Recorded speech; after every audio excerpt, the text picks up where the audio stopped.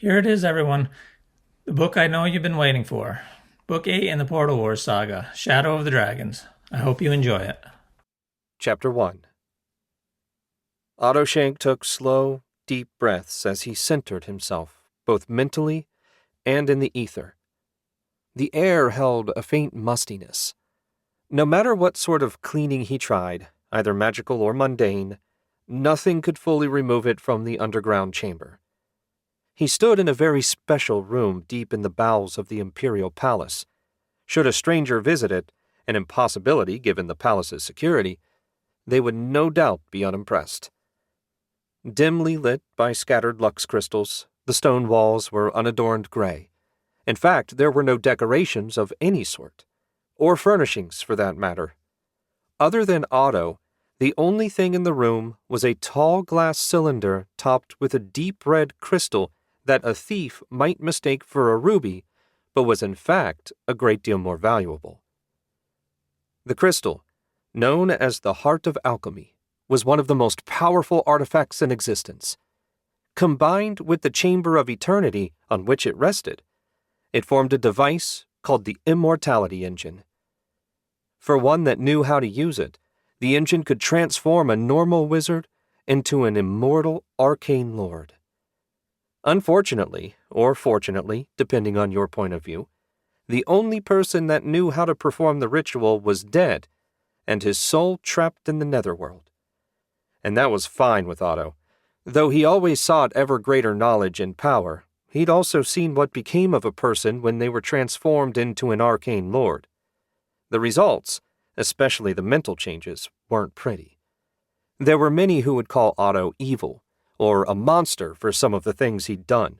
Not to his face, of course.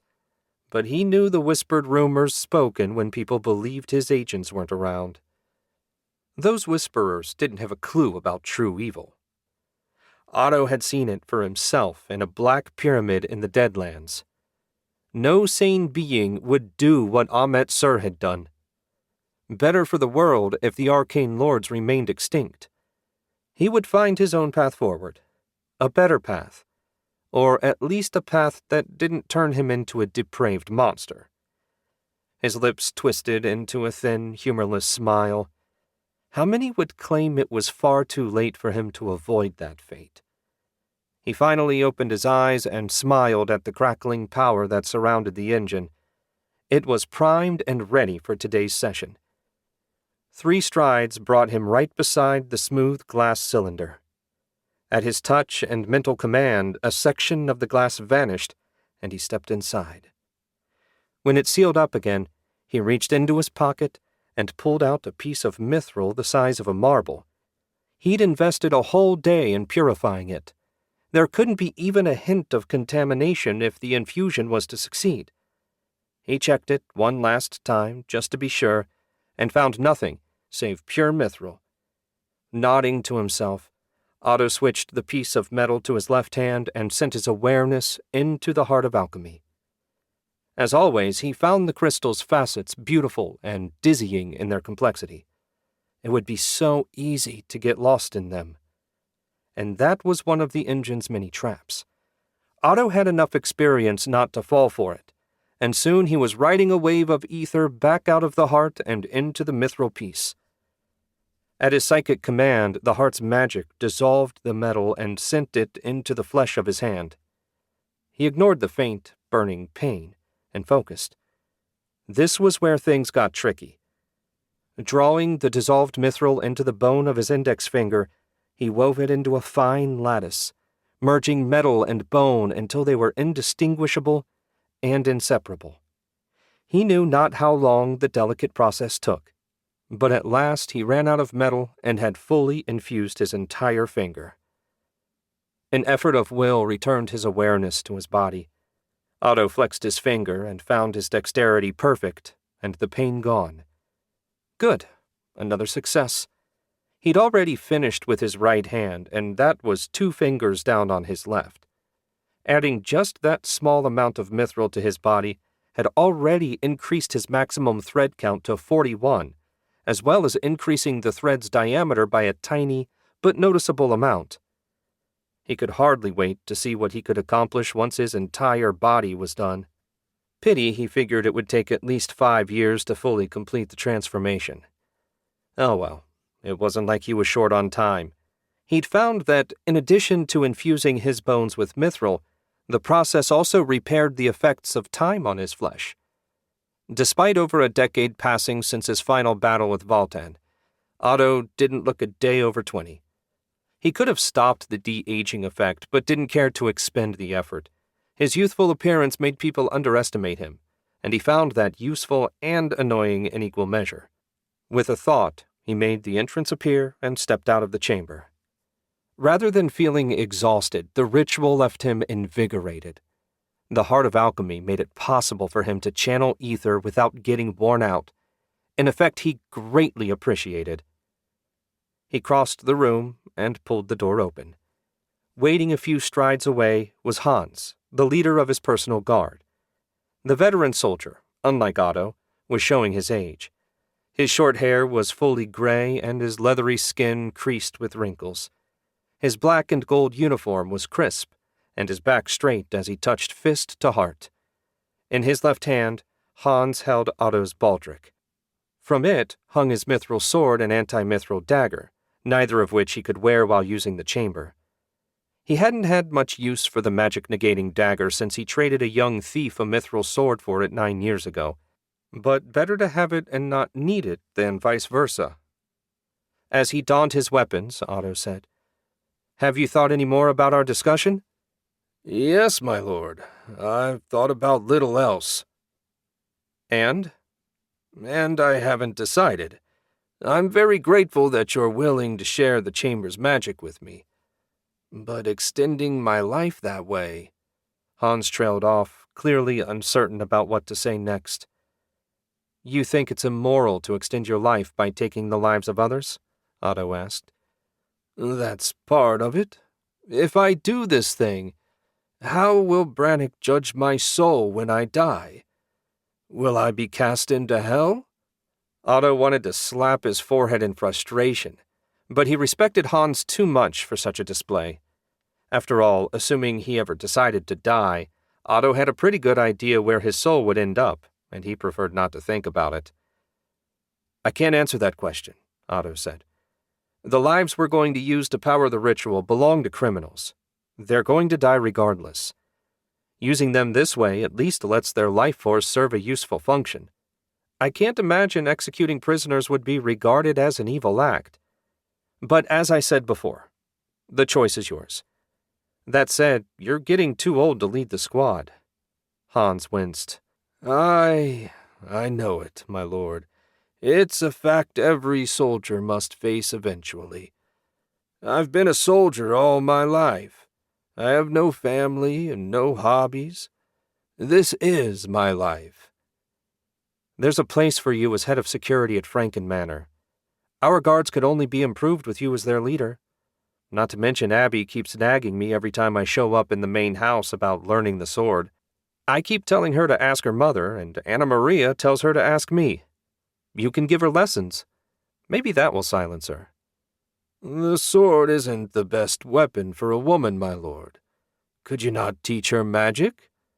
"She has no wizardly potential, and even if she did, I have neither the time nor the inclination to teach her.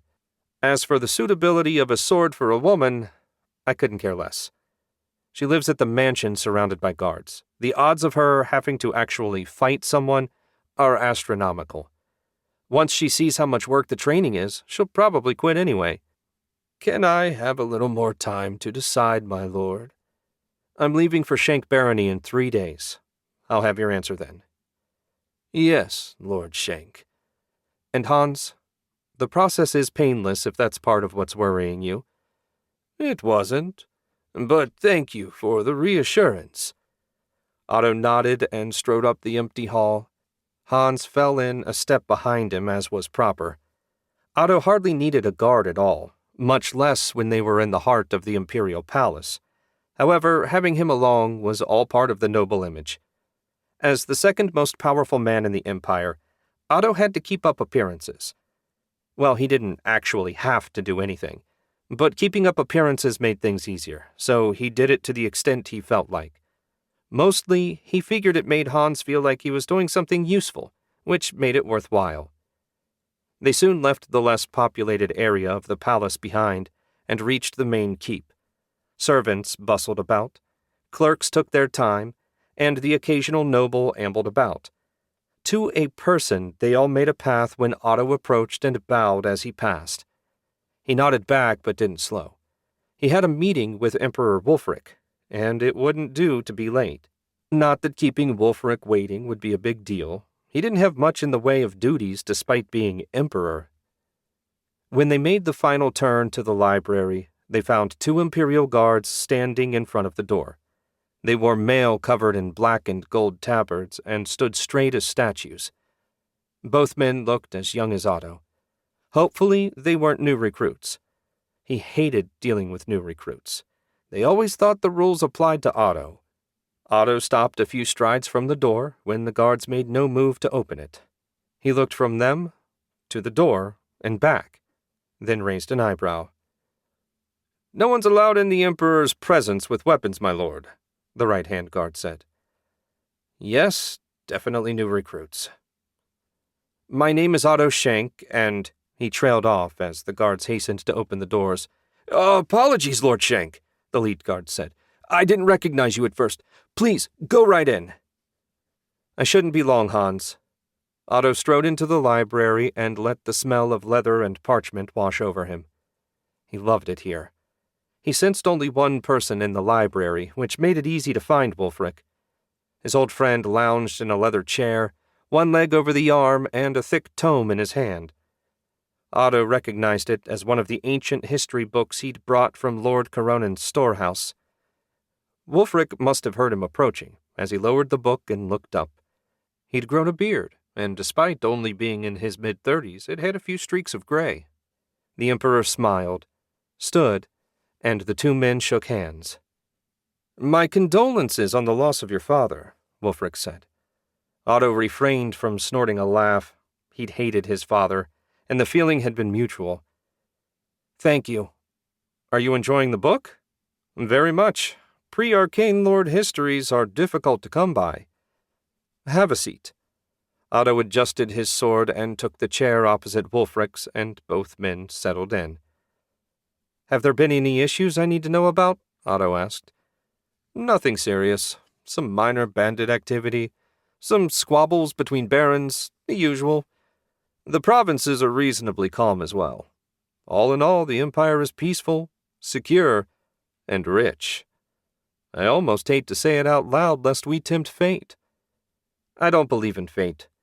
We built this empire through hard work and blood, and now we're reaping our just rewards. Should anyone try and ruin what we've built, they will be dealt with harshly. I know I've said this before, but I'm glad we're not enemies. As am I. It's not like I have that many friends. Anyway, Father's funeral is in 3 days. I might hang around for a day, depending on how Mother is holding up. Take all the time you need. The capital will be fine. Otto was less worried about the capital than he was about spending a day and a half with Stefan. Losing his patience and killing the new Baron would cause all sorts of problems he didn't need to deal with. Chapter 2. As expected, Otto's chat with Wulfric hadn't lasted long. When all was calm and peaceful, there really wasn't much to discuss. Taking his leave, Otto joined Hans in the hall, and the 2 men marched back the way they'd come. He preferred traveling the back halls. It wasn't strictly necessary for Otto to be out of sight when he became one with the ether, but he found the magic unnerved the servants. Since they already acted like they feared he'd blast them to ash for the smallest offense, Otto found it easier to just avoid using unnecessary magic around them. He paused and turned to face Hans. "I'll be working at home for the next couple days, but I'll be by the warehouse before I leave. Think hard about what you want to do." "I will, my lord, and thank you for your consideration." Otto nodded.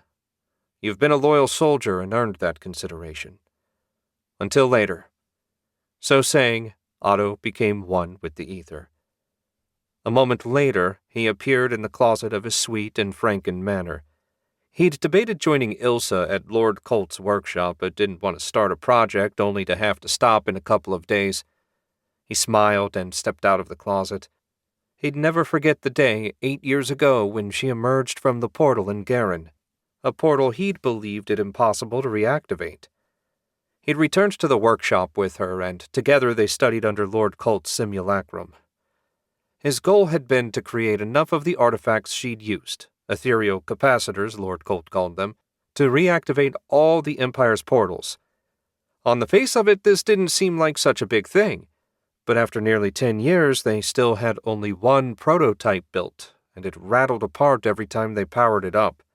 Ilsa was trying to work the bugs out now. Otto had worked on it off and on for a year, and now when he looked at the boxy device, all he wanted was to smash it into 1,000 pieces.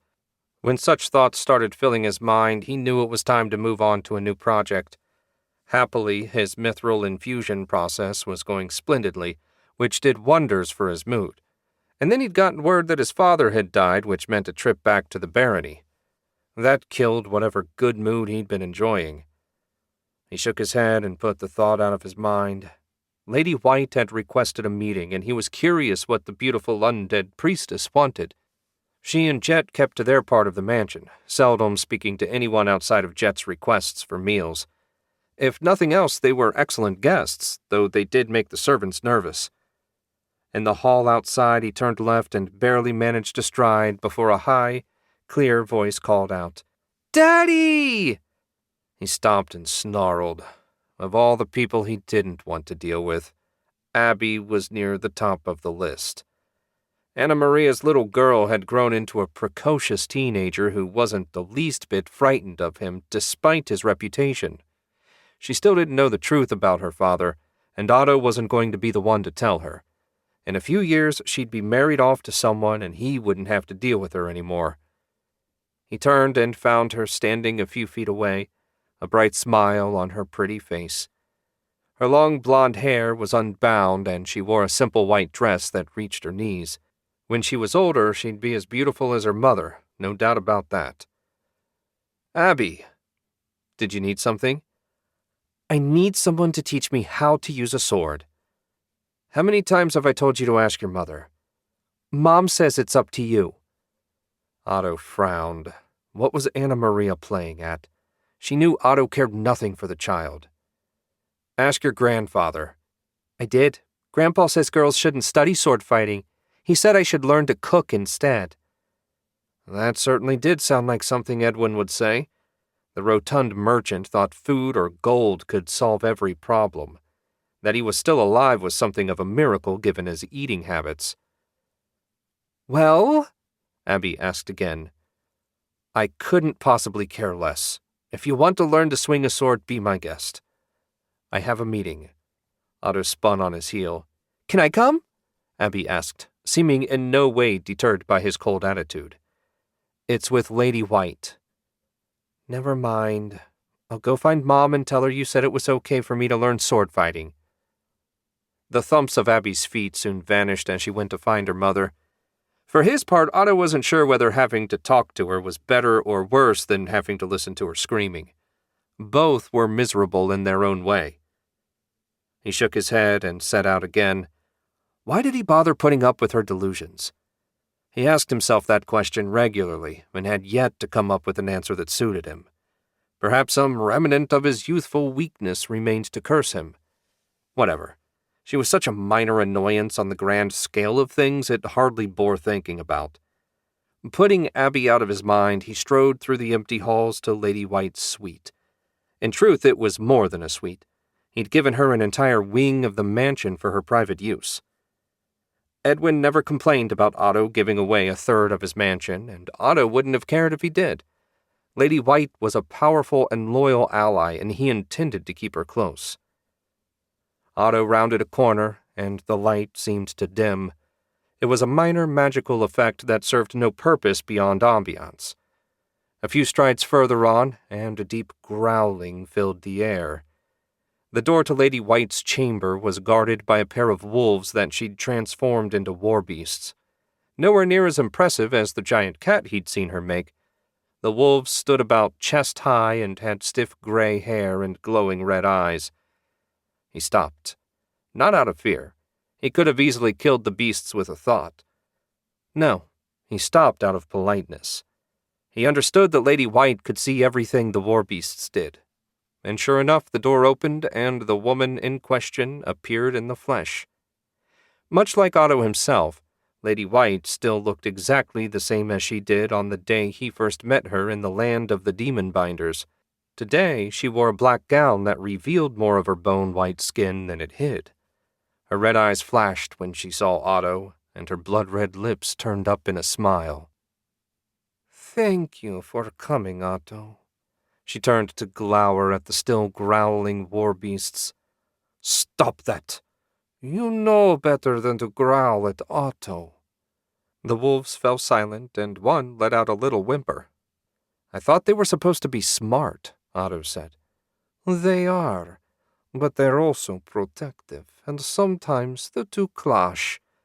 They wouldn't have attacked you without my direct order." "Lucky for them," Otto said. "What did you want to discuss?" "Won't you come in and sit down so we could have a proper chat? Jet can make tea." "Do you drink tea?" "Sometimes. While I don't require food, I do like the taste." He shrugged and followed her inside. If Lady White wanted to play hostess, he'd go along with it. He had nothing else on his schedule for today, after all, so there was no rush. She led him to a sitting room decorated in black and red. There was a cherry table and black leather chairs. Jet stood behind one of the chairs, back straight and far too human eyes looking straight ahead. Unlike Lady White, Jet had aged a great deal since Otto first met her. Her beautiful, pale skin had grown tight, and wrinkles had formed around her eyes. She wore a dark green dress in the style of her homeland. Jet bowed to Otto. "Lord Shenk?" "Jet, I see Astaroth hasn't acknowledged your devotion yet." "Unfortunately, not yet, but soon my prayers will be answered." If the Lord of the Undead hadn't answered her prayers in a decade, Otto had his doubts that he ever would. But then again, who could say? He would never claim to know the mind of a demon lord. "Jet," Lady White said, "brew us a pot of tea." "Yes, my lady." Jet hurried out of the room and into the kitchen. "Please, sit." Lady White gestured to the nearest chair. Otto obliged her, then asked, "So, what's on your mind?" She sat across from him and said, "Something odd is happening in Astaroth's hell where it approaches our world. I don't know exactly what, and that worries me." Otto cocked his head and considered her words. The goings-on in the various hells had never interested him overmuch. There was enough to worry about with mortal politics. "Does this oddity pose a threat to the Empire?" "I don't believe so. The focus appears to be many thousands of miles from here. I can't get an exact fix on where." "At the risk of stating the obvious," Otto said, "is there some reason you don't just ask your master what's going on?" "I have, but Astaroth refuses to answer me. He still grants me my magic, and my demonic servants continue to obey, so I'm confident that I remain in his good graces.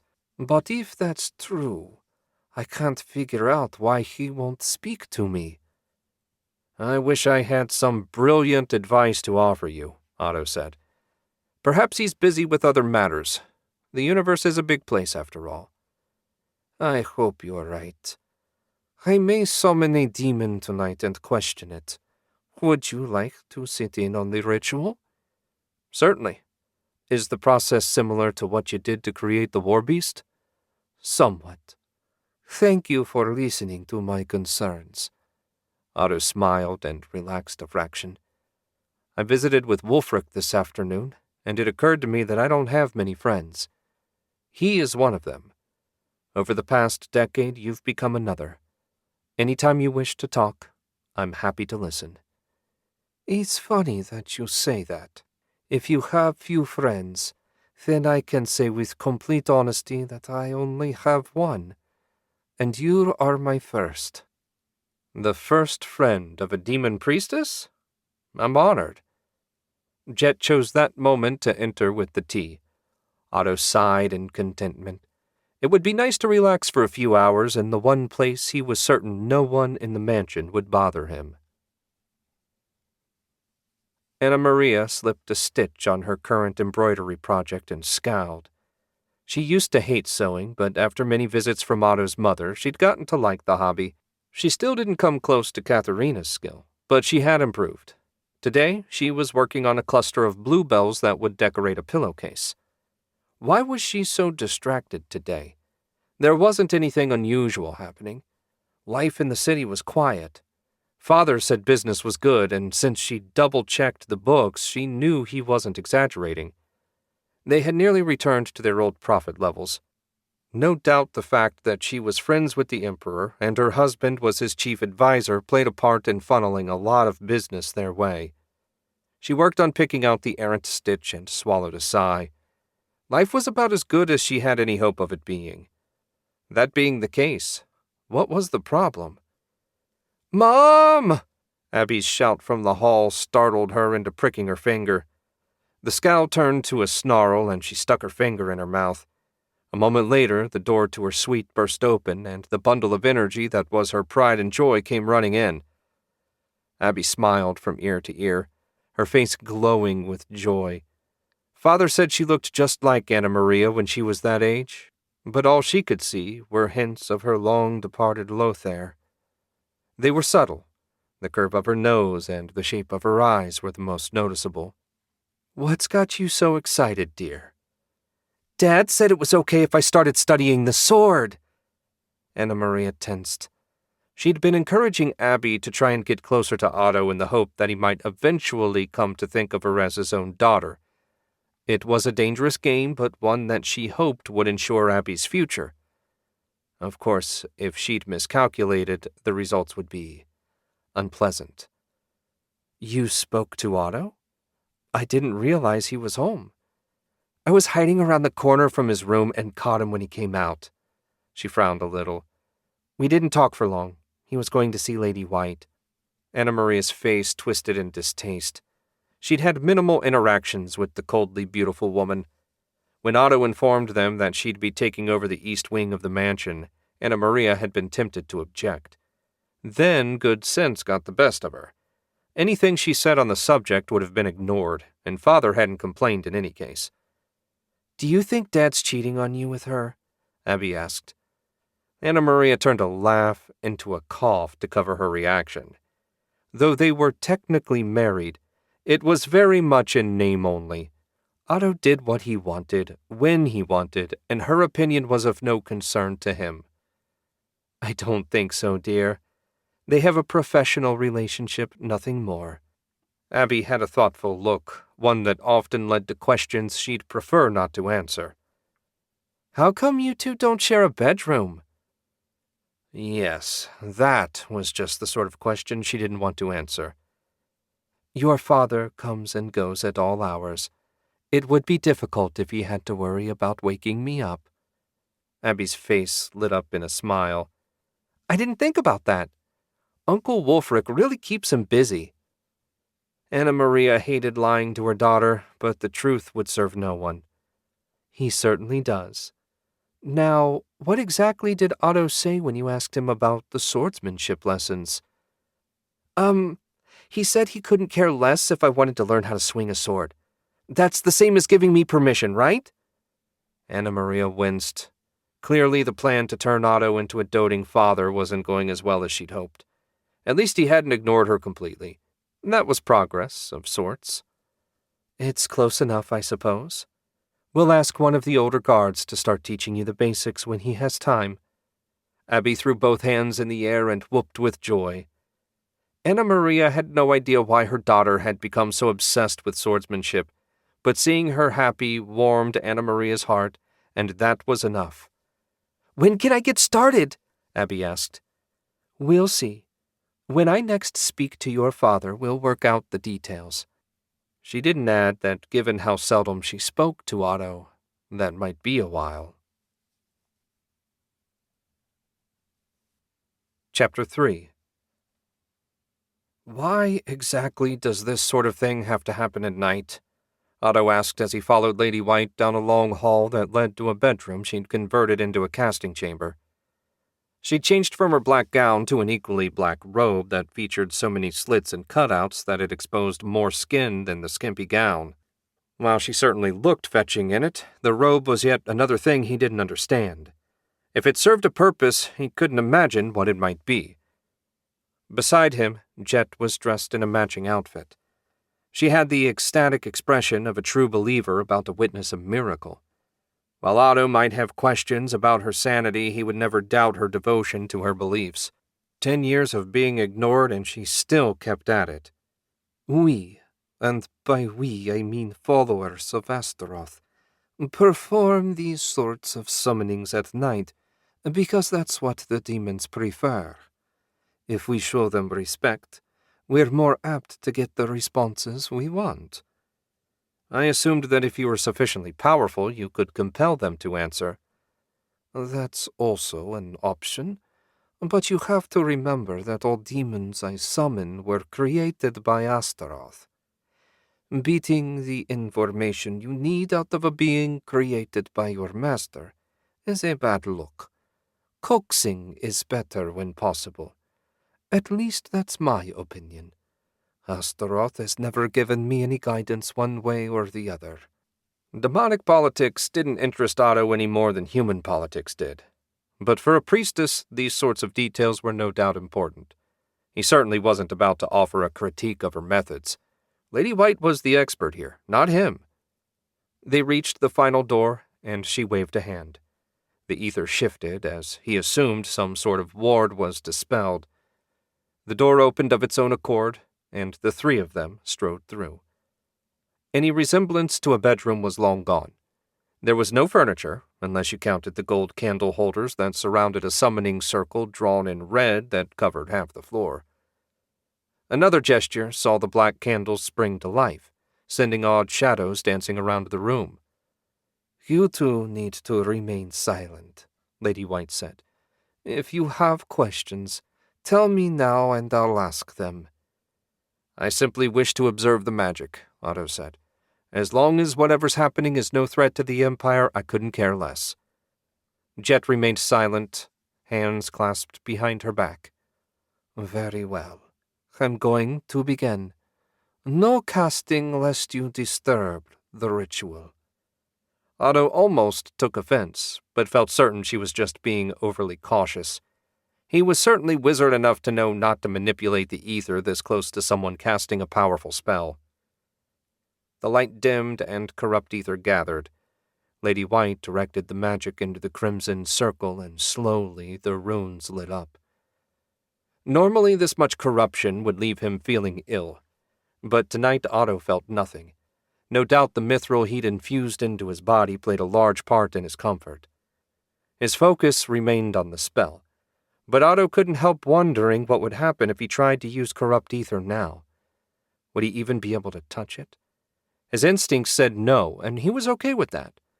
Corruption might be beneficial for the undead, but as a living man, he doubted it would do him any good.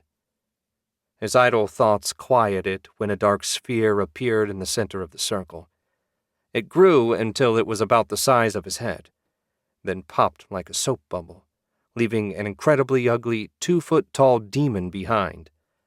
The creature hung in the air, flapping rotten bat wings as bits of flesh dripped off its decaying body, and the less said about the smell the better. Hopefully the ward sealing the room would keep the stench out of the rest of the mansion. You summoned me, priestess? The demon asked. I did. Thank you for answering. I have noticed some odd changes in the Master's Hell in the vicinity of our world. Tell me what's happening.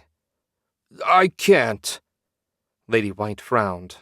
Does that mean you don't know? No. All who serve in this part of Hell know. But by Astaroth's will we are forbidden to speak of it.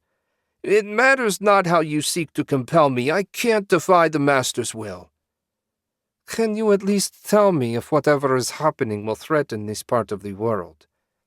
The demon shook his head. I can say nothing about it by Astaroth's will. That at least explains why my auguries revealed nothing. Very well. Wait, please, Jet said. I have to know. When will my devotion be rewarded? I've been praying to Astaroth for over a decade, and he still doesn't acknowledge me.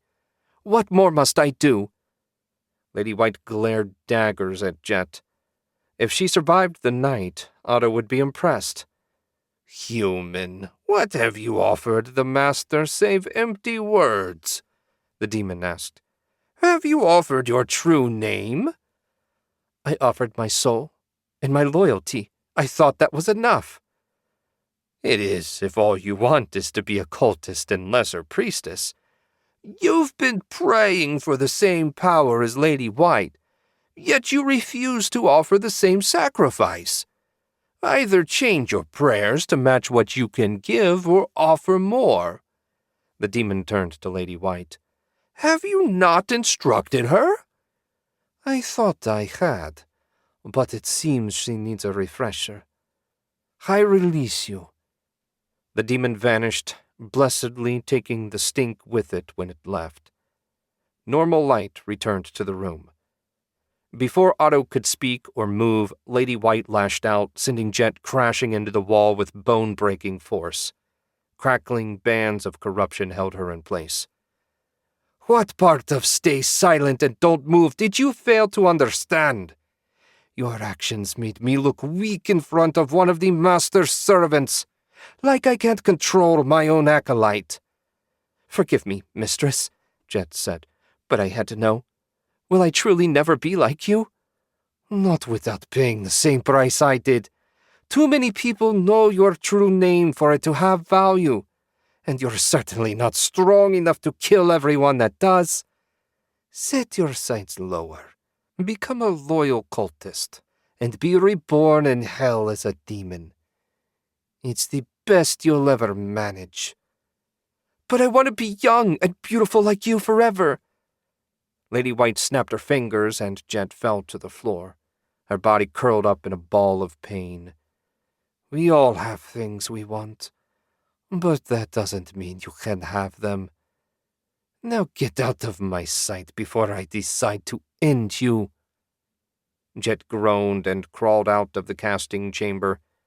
Otto watched her as she passed, but didn't speak. It wasn't his place, and he had no words of advice in any case. Well, maybe give up on becoming the slave of a demon lord, but he doubted that sort of advice would be welcome. When she'd gone, Lady White said, I apologize for that unseemly display. I can't imagine what got into her. Desperation makes people do crazy things. I can't blame you for Jet's behavior. In fact, I'm impressed that you decided to let her live. She's a useful servant. Hopefully she takes this correction to heart and adjusts her ambitions accordingly. Otto had serious doubts that someone as obsessed as Jet would ever lower her ambitions. But it wasn't his problem, and if it became his problem, he'd deal with her. Permanently. Chapter 4. 3 days passed quickly for Otto, and the time for his father's funeral had arrived. While he was far from eager to return to Shenk Barony, he wanted to be there for his mother. Heaven knew Stefan wasn't qualified to offer her any comfort, and the less said about his wife, the better. Otto suppressed a shudder when an image of the hideous Griswalda popped into his head. He seldom pitied his eldest brother, but having to live with that woman was almost enough to do it. But before he left, he needed to talk to Hans. His most loyal soldier had a decision to make. Otto hoped he made the right one, at least the right one from Otto's perspective. The other members of his personal guard were competent, but he didn't think any of them could take Hans's place and match his ability. Otto rounded a bend into the industrial area. It was mid-morning and the streets were empty. The late spring weather was beautiful, which was why he'd chosen to walk instead of travel through the ether, though the clings of hammers filling the air, along with the sharp stink of smoke, did spoil the trip a bit. They'd never bothered moving the team to a new base. Instead, they'd expanded the warehouse into a proper military facility. There were bays for the enchanted armor, now upgraded thanks to Ilsa, and a large alchemy lab for Ulf. That lab was the main reason they didn't bother to relocate. The frequent stench that emerged from it blended right in with the foundries and forges.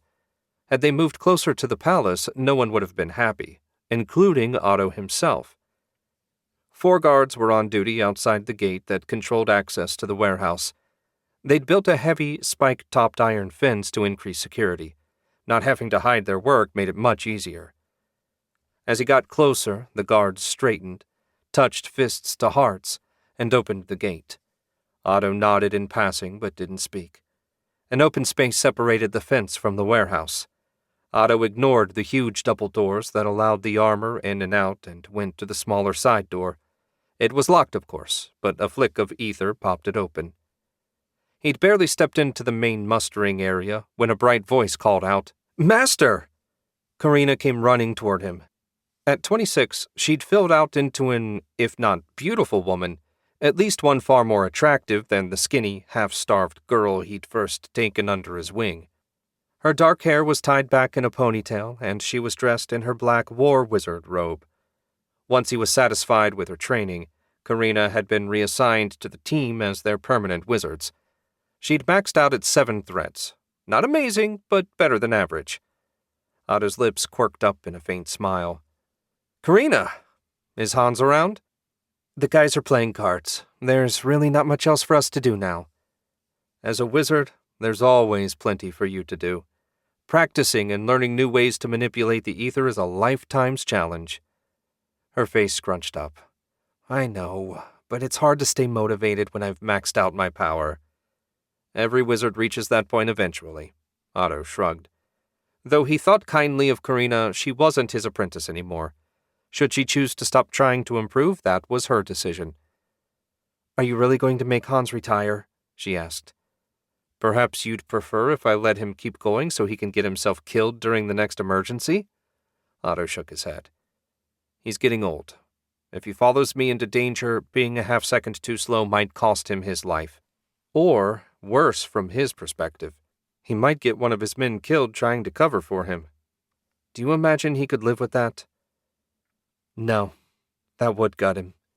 I just can't imagine the team without Hans on it." "I'm not thrilled about it either, and he does have options. Whether he chooses to take them or not is out of our hands." Otto gave Karina a pat on the shoulder and crossed the warehouse.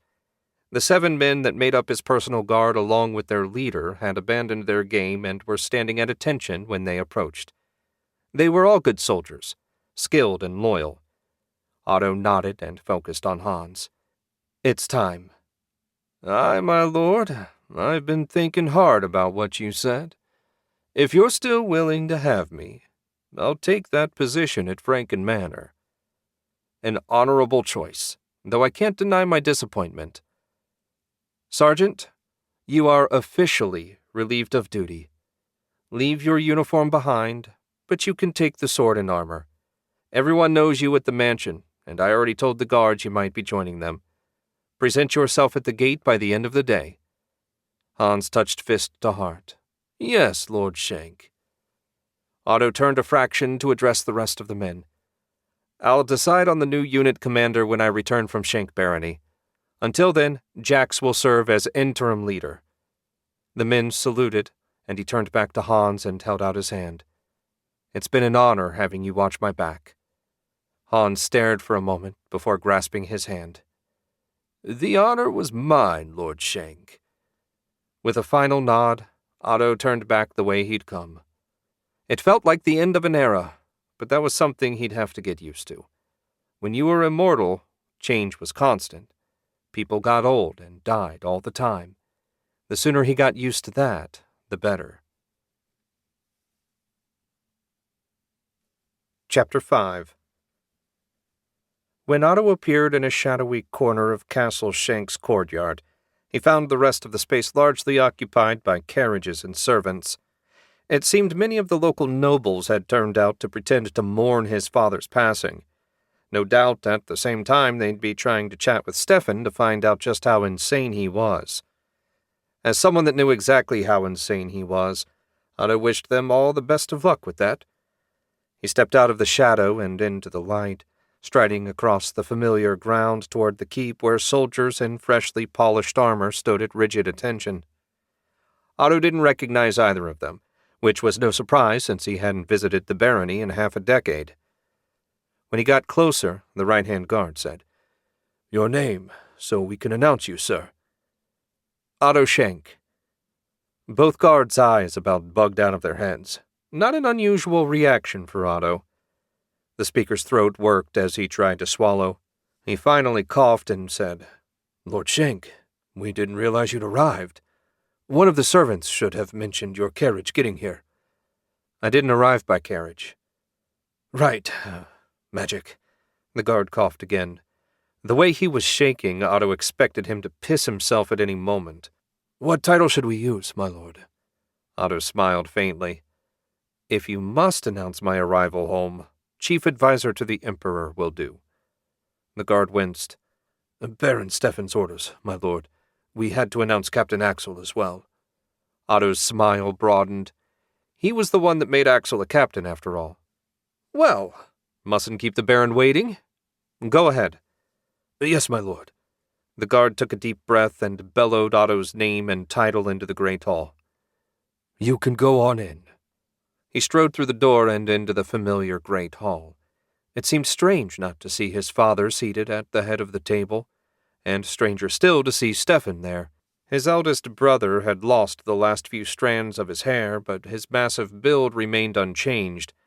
He'd dressed like father, in fine leather pants and shirt, both decorated with polished brass rivets.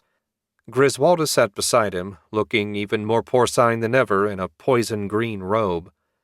Around the great hall, knots of the local who's who stared at him, their previous scheming forgotten. Of Mother, Axel, and the boys there was no sign. Strange, but Otto would find them later. Much as he disliked it, he had to pay his respects, such as they were, to the new Baron. He walked through the silent hall to the table where Stefan stood to greet him. "Little brother, I didn't think you'd join us." "I came for Mother. We've known this day was coming since her last visit to the capital, but that doesn't mean it will be easy for her." "No, but she's been remarkably strong when I've seen her. Will you be staying long?" "One night, perhaps. I'll decide after the funeral.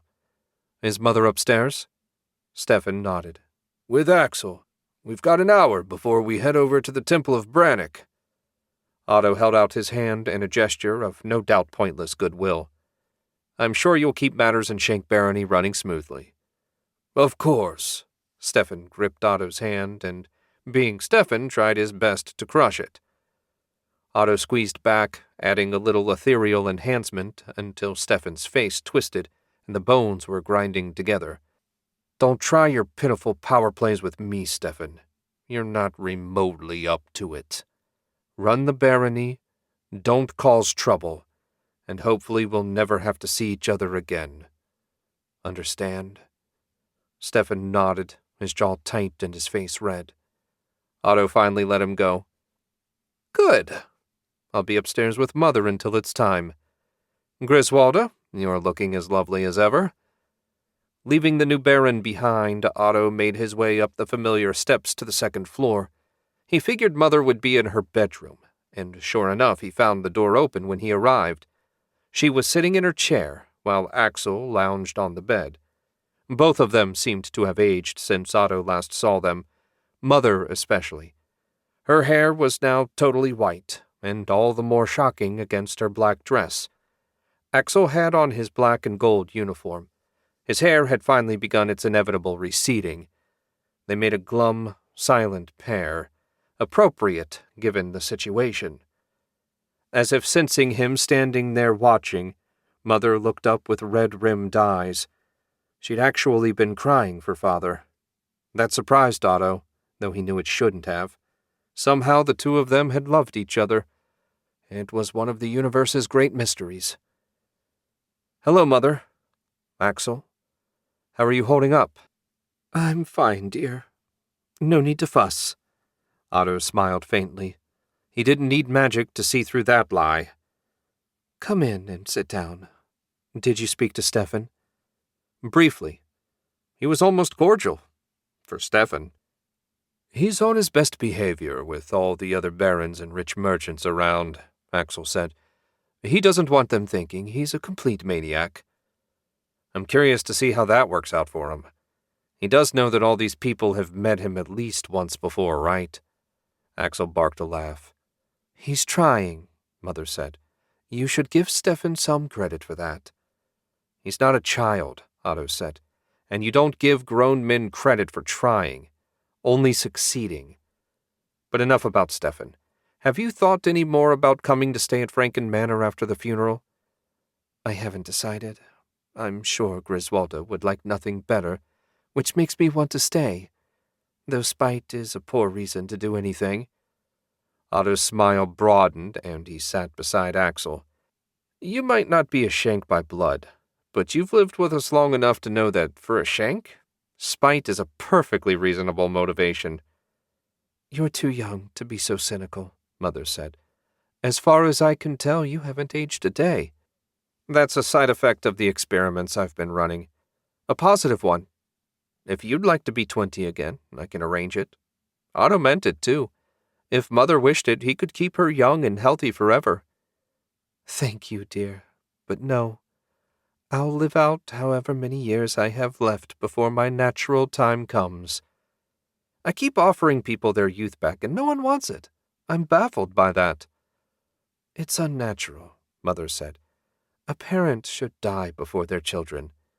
Why would I want to be younger than Stefan and possibly outlive the boys?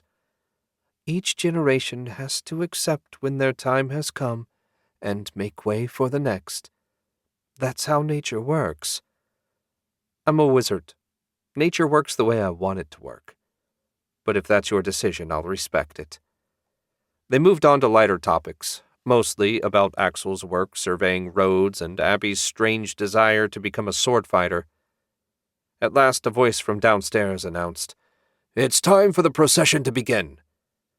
Otto stood and helped his mother to her feet. Her hand trembled in his. When he tried to let go, she held on tight. If that was what she needed, so be it. They went downstairs with Axel a little bit behind. At the bottom, the gathered nobles were silently waiting. Stefan approached and tried to take Otto's place. A single hard look was sufficient to change his mind.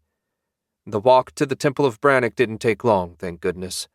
Though Mother still seemed healthy, her stamina wasn't what it used to be. Outside the church, the priest waited by the door. He wore mail polished bright enough to gleam in the sun and carried an arming sword at his side. If he were any other man, Otto might have asked if he was expecting an attack. As it was, he offered a polite nod and led Mother to a pew at the front of the church. A little ways further in, a wooden coffin sat on a raised platform. "Do you wish to take a look?" Otto asked. "I've seen his body many times," Mother said, "and I have no desire to see it again in this state. Were it up to me, I'd skip this entire affair and consign his remains to the fire immediately. But Stefan needs to go through the motions and have the priest officially acknowledge him as Baron." Otto would have laughed, but this was far from the right time. Stefan needed Otto's acknowledgement far more than he needed some priests. Luckily for his elder brother, he had it. Chapter 6. Hans sighed and picked at his plain tan tunic as he walked through the busy streets toward Franken Manor. It felt strange not wearing his uniform. He wasn't in disguise working on some secret mission this time. He was a civilian now, mostly by his own choice. Much as he hated it, he couldn't deny the truth of what Lord Shenk said.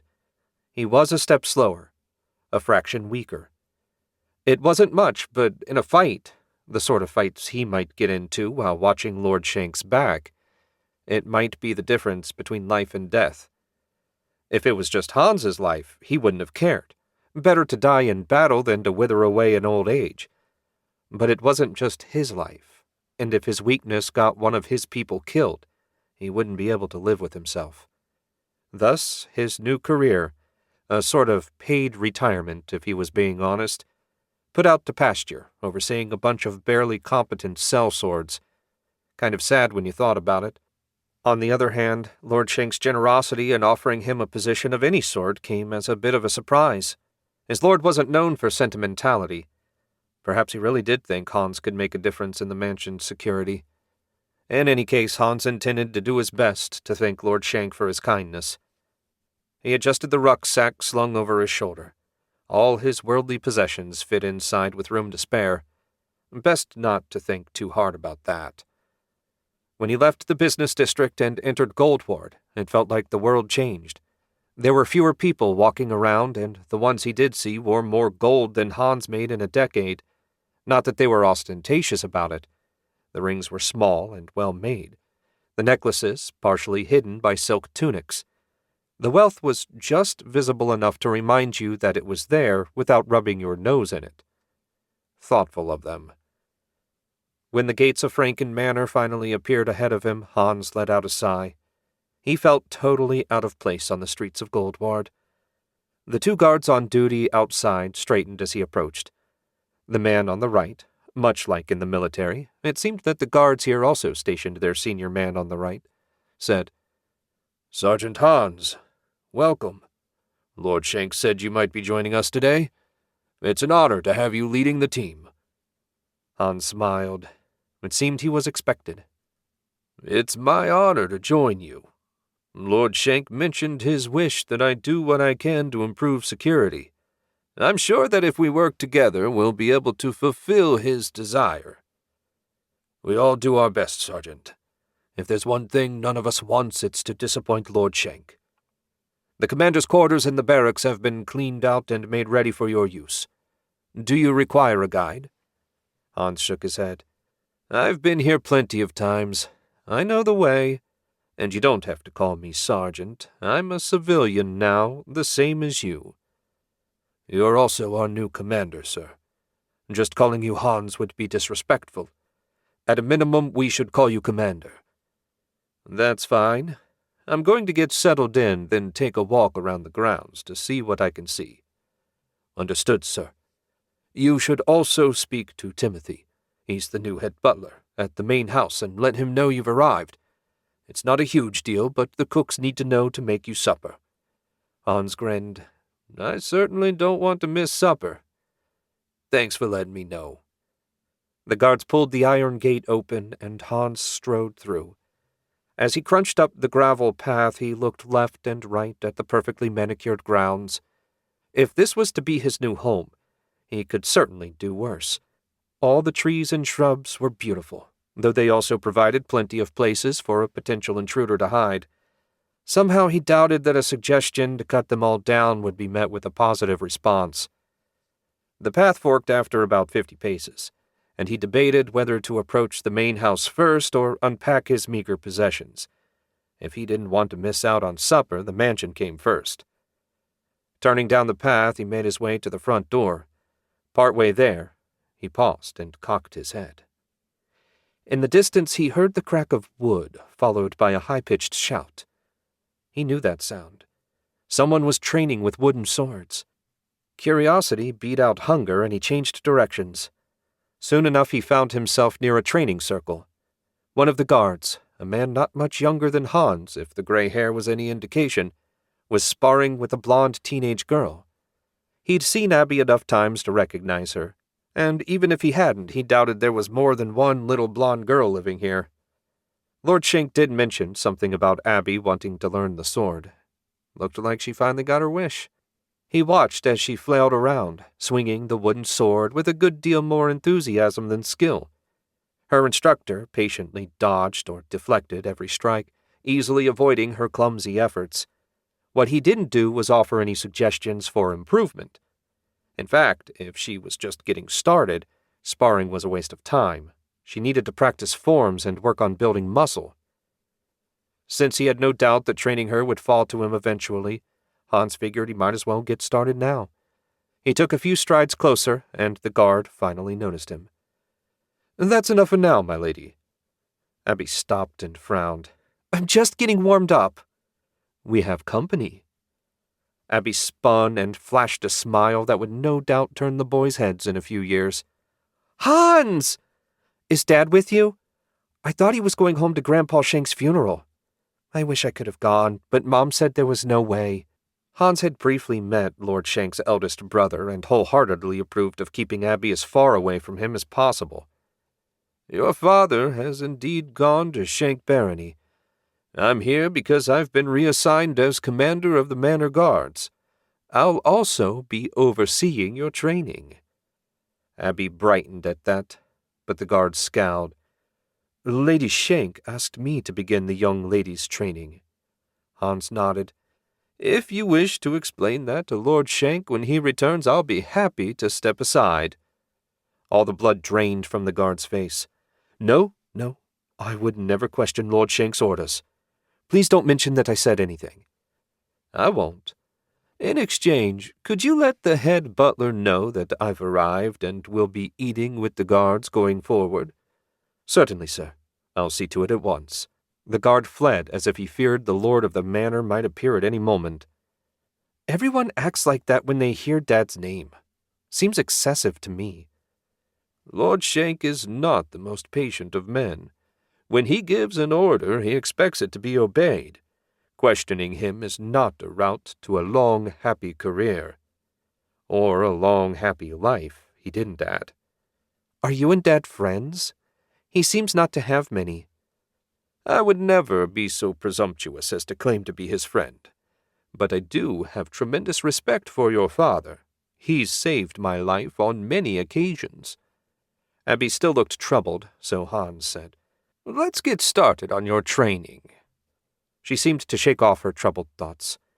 "You don't have a sword." "You shouldn't have one either.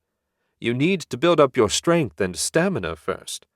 Start by running 20 laps around the grounds, followed by 20 push-ups and 30 sit-ups. When you can do that, without getting out of breath, we'll move on to something more difficult." "That doesn't sound like much fun." "It's not supposed to be. Learning to fight isn't a game. At the end of the day, what you're learning is how to kill people.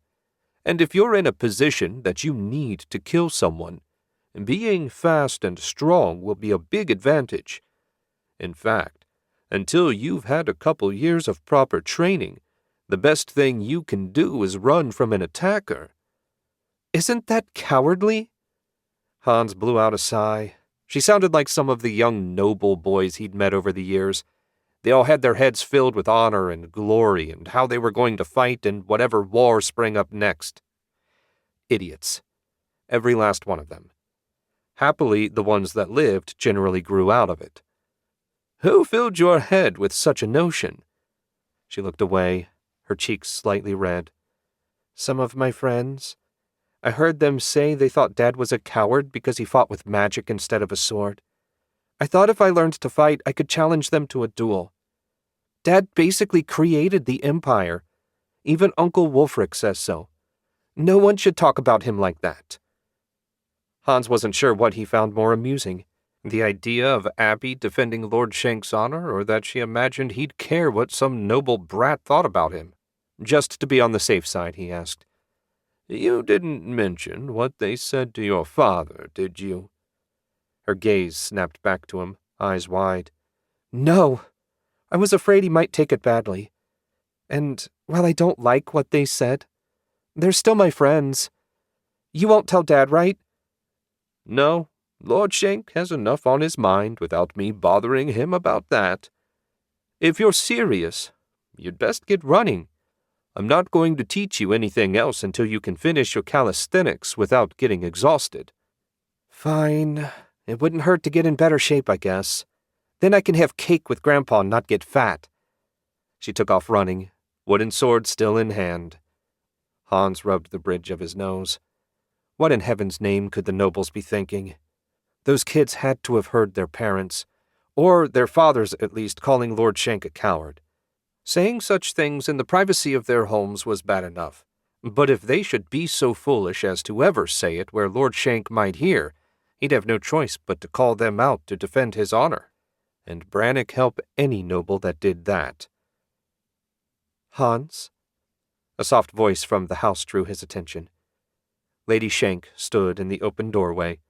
She was an absolute vision in her white dress, her long blonde hair trailing down her back.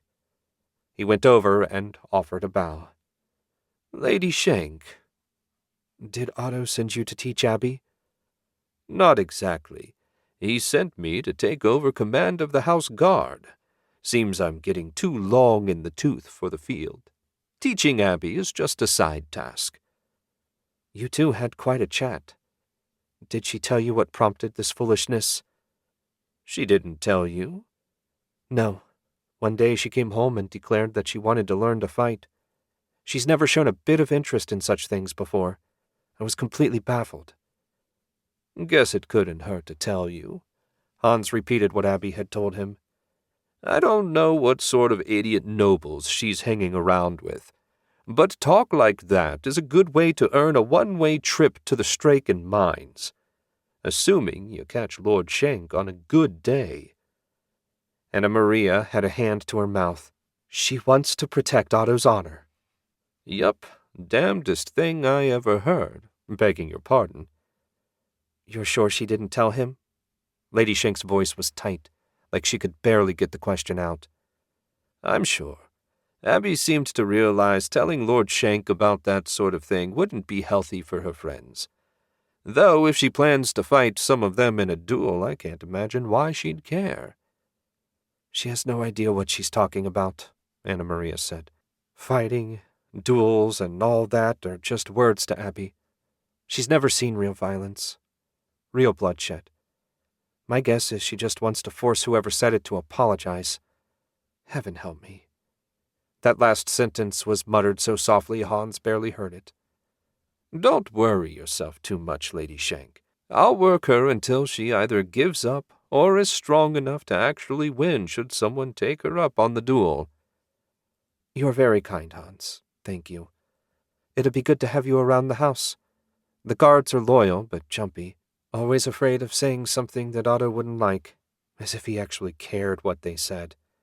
You should be a steadying influence." "I'll do my best, ma'am. If you'll excuse me, I need to get settled."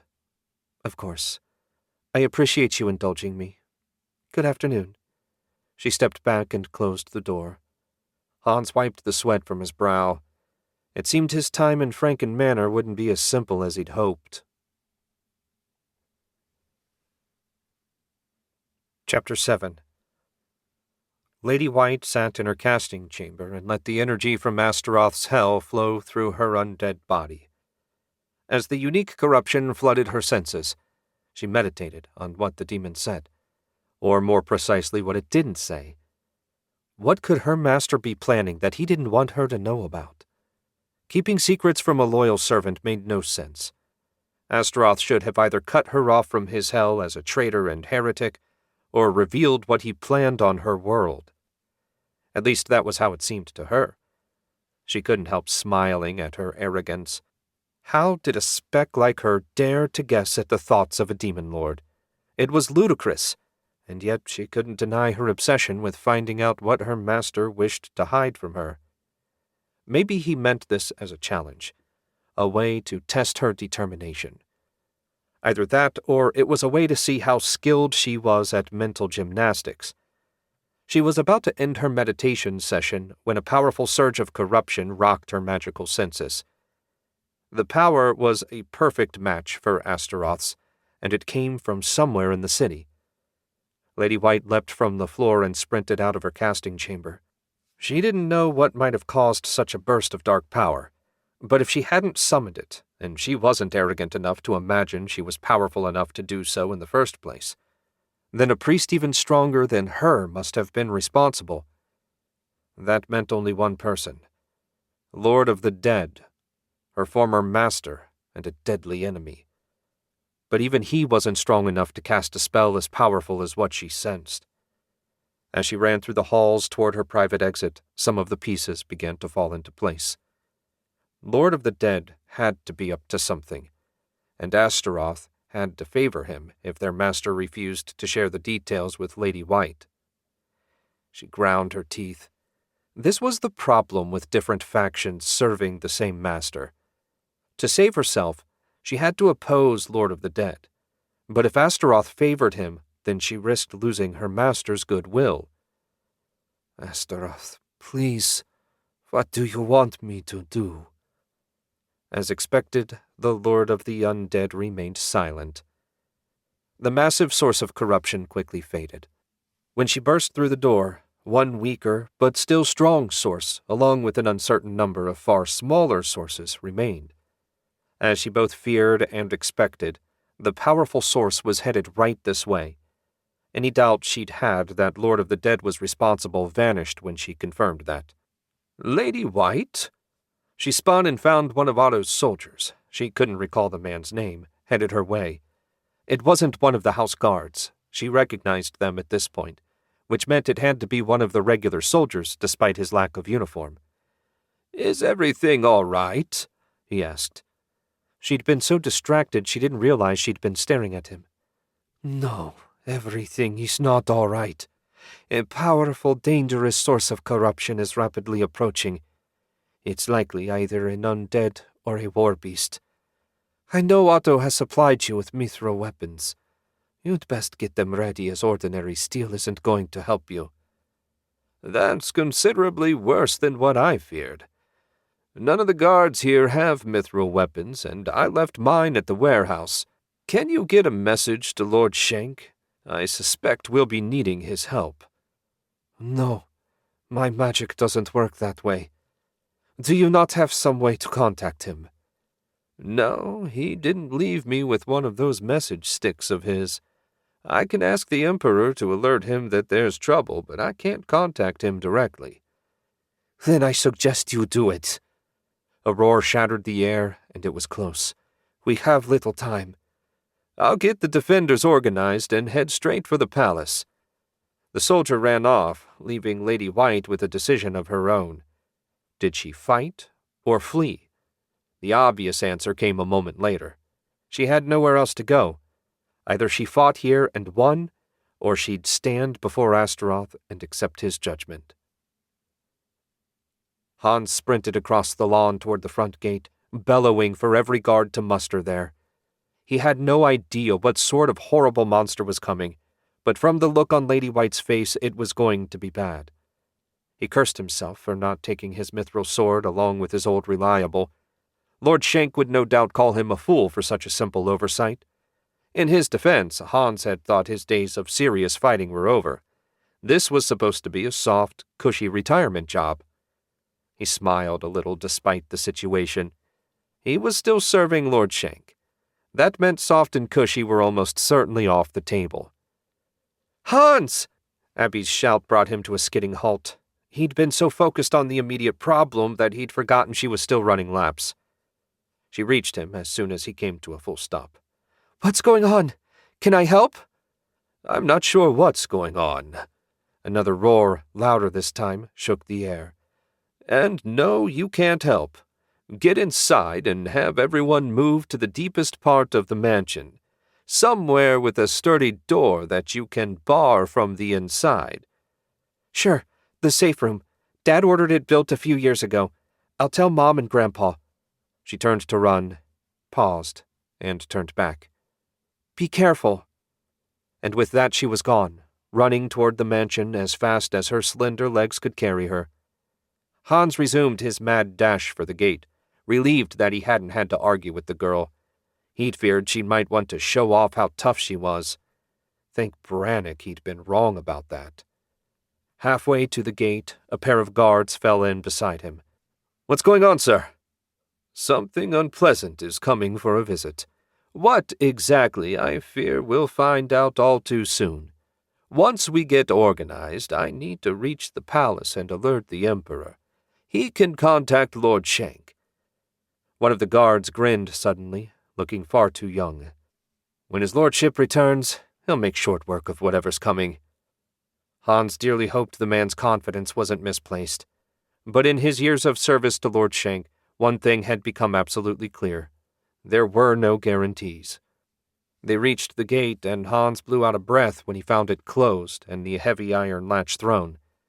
10 guards had gathered, and all of them were staring out into the street. They held their swords in trembling hands. "What's going on out there?" Hans asked. "Best take a look for yourself, sir," said the older guard that had greeted him this morning. Hans shouldered past 2 of the guards and peered through the bars. His eyes nearly popped out of his head. There was something out in the street fighting the city guards. It had to stand at least 7 feet tall and was covered in thick green scales. Its head had an elongated jaw that reminded him uncomfortably of the monster that ate cord on the island of giant beasts. Even worse were the glowing red eyes that glared hatefully at the half-dozen soldiers brandishing halberds at it. One of the soldiers swung, the axe blade of his halberd landing a solid hit only to bounce off the scales without leaving so much as a scratch. The impact threw the soldier off balance, and the monster lunged in. It grabbed him and hurled him across the street and through the side of a store. The rest of the soldiers backed away, keeping the spear points of their weapons leveled at the creature. "A war beast, as I feared." Lady White's voice right beside his ear made Hans jump. "Though I've never seen a creature like this. Are you familiar with it?" The question calmed Hans a fraction. "No, ma'am. There's nothing in the Empire that looks like that thing. At least not that I've ever seen or heard of." "That is as I feared. There's nothing like it in the land of the demon binders either." "Beg your pardon, ma'am, but then where the hell did it come from?" "Hell is exactly where it came from. At least, the demon spirit came from there. As for the host body, I haven't the slightest idea." A lightning bolt crackled into the monster only to fizzle against its scales. A young woman in war wizard robes stared, obviously shocked at her spell's failure. Hans was pretty shocked, too. Usually when a wizard hit something with a blast like that, the fight was over. "Magic resistant as well." Lady White said it as if she were in a parlor discussing the weather.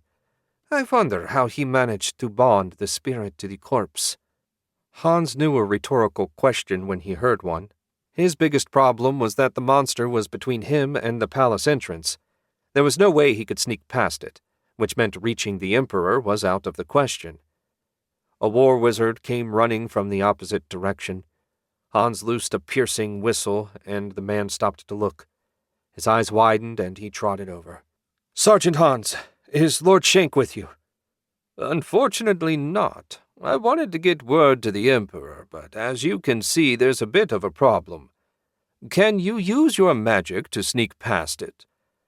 "I can turn invisible, but no one will let me talk to the Emperor."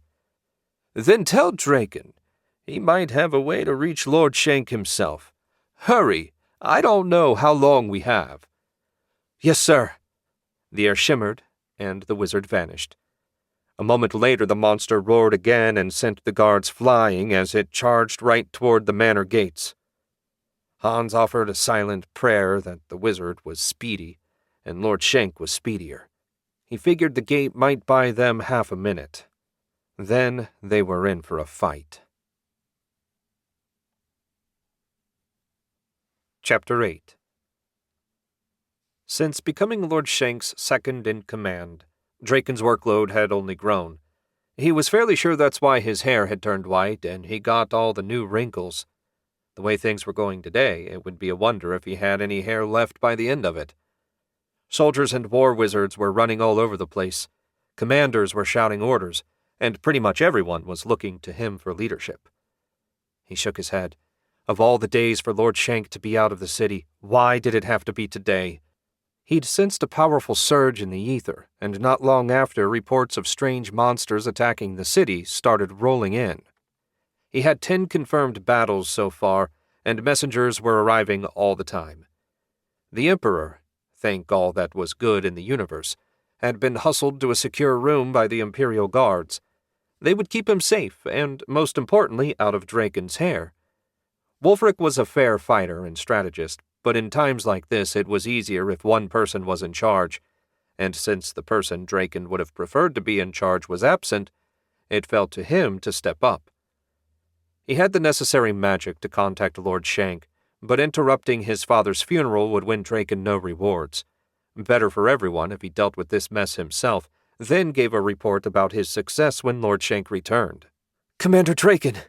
One of the many squires that had been pressed into running messages came sprinting toward him. "Unit commanders report that conventional weapons are ineffective against the enemy.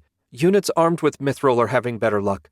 War wizards report that their magic is effective, but that it's taking a lot out of them to defeat even one opponent."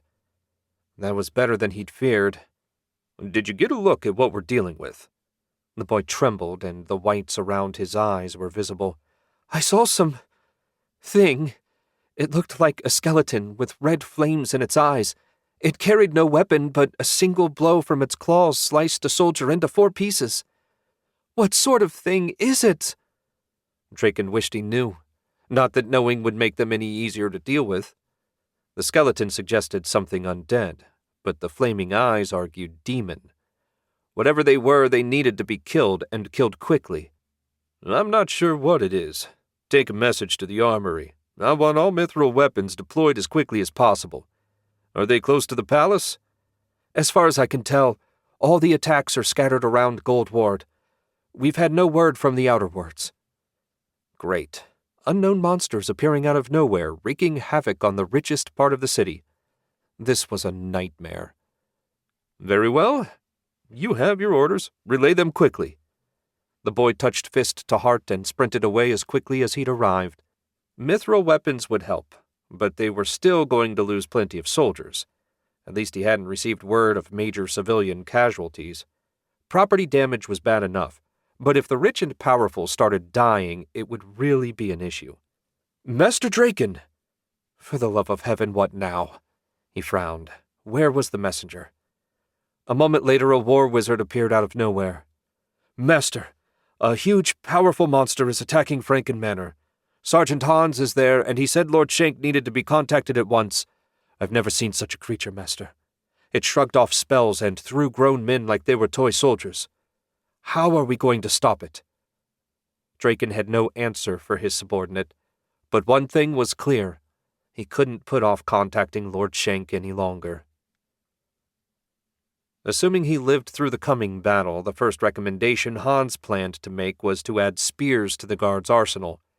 Swords were great, but when you had a 7-foot-tall reptilian monster bearing down on you, a little extra reach wasn't a bad thing. Hans had every guard on the grounds arrayed in a semicircle in front of the iron gate. The men had their swords drawn, but Hans had no confidence that they would fare any better than the city guards out front. His only real hope was that they could delay the creature long enough for Lord Shenk to arrive. "Brannick, please. Let the war wizard be speedy in reaching Draken." The monster tossed the last city guardsman out of its way, roared, and charged the gate. The guards flinched back just from the volume of its cry. "Steady," Hans said. "We just have to delay that thing, not beat it. All the servants, as well as the Franken family, are counting on us. If we fail, they will likely all die." The men's backs stiffened a bit. At least, they did until the monster hit the gate and bent it nearly in half. The thick iron slowed it not in the least. Hans turned to Lady White. "If there's anything you can do magic-wise, we'd be much obliged." "That creature is a war beast of Astaroth. My magic is more likely to strengthen it than hurt it. The best thing I could do is flee and hope it follows me instead of killing you." "That sounds great. Why are you not doing it?" "Because if I did, I'd have to fight it on my own. I much prefer having nearly a dozen men to distract it while I attempt to unravel the magic." Another roar drowned out Hans's unkind mutters. Of course the undead priestess wasn't going to sacrifice herself to save them all. The monster ripped the gate free and hurled it at the gathered guards. 3 of them dove out of the way, but the 4th wasn't so lucky. He got crushed under it. the spikes at the top piercing his body in 3 places. Seeing one of their comrades hurt galvanized the rest. The guards gave a roar of their own and charged the monster. Their swords struck hard, but couldn't even scratch the creature's scales. A backhand blow sent one of his men flying 20 feet. "If you wish to live, I suggest you fall back." Lady White followed her own advice, working her way back toward the mansion, never taking her eyes off the creature. The monster's glowing red gaze followed her movements. It ignored the blows raining down on it until one man moved a bit too slow. It grabbed his arm and yanked it out of the socket, sending out a spray of blood. "Fall back to the mansion," Hans shouted. He didn't know what they were going to do when they got there, but it had to be better than getting slaughtered here. To their credit, the surviving guards didn't break and run. They made a steady, disciplined withdrawal, even managing to avoid a few half-hearted swipes of the monster's claws. It helped that it was still staring at the fleeing Lady White. Hans would have been insulted at being ignored if it weren't for the fact that the creature clearly had nothing to fear from their weapons. When they had fully disengaged, the creature glared at them, as if in warning, then chased after Lady White. "Get inside and reinforce the doors," Hans said. "Use whatever you can." "What about you, sir?" one of the men asked. "I'm going to follow it. If Lady White can distract the thing, maybe I can stab it in the eye or the mouth. Just hiding in the mansion and hoping Lord Shenk gets back before it smashes its way inside isn't much of a plan." "You think trying to stab that thing in the eye is a better one?" somebody asked. He had a point, but Hans didn't have many options. "Just get inside. If anyone survived, grab them and go." So saying, he sheathed his sword and pulled his dagger. He hurried along behind the monster as quickly as stealth would allow. A roar sounded. It must have caught up with Lady White. If Hans didn't want to have to explain to Lord Shenk why his ally was dead, he'd best hurry. Slipping around a shrub, he found the monster thrashing and trying to push forward while Lady White faced it, arms raised and face twisted in concentration.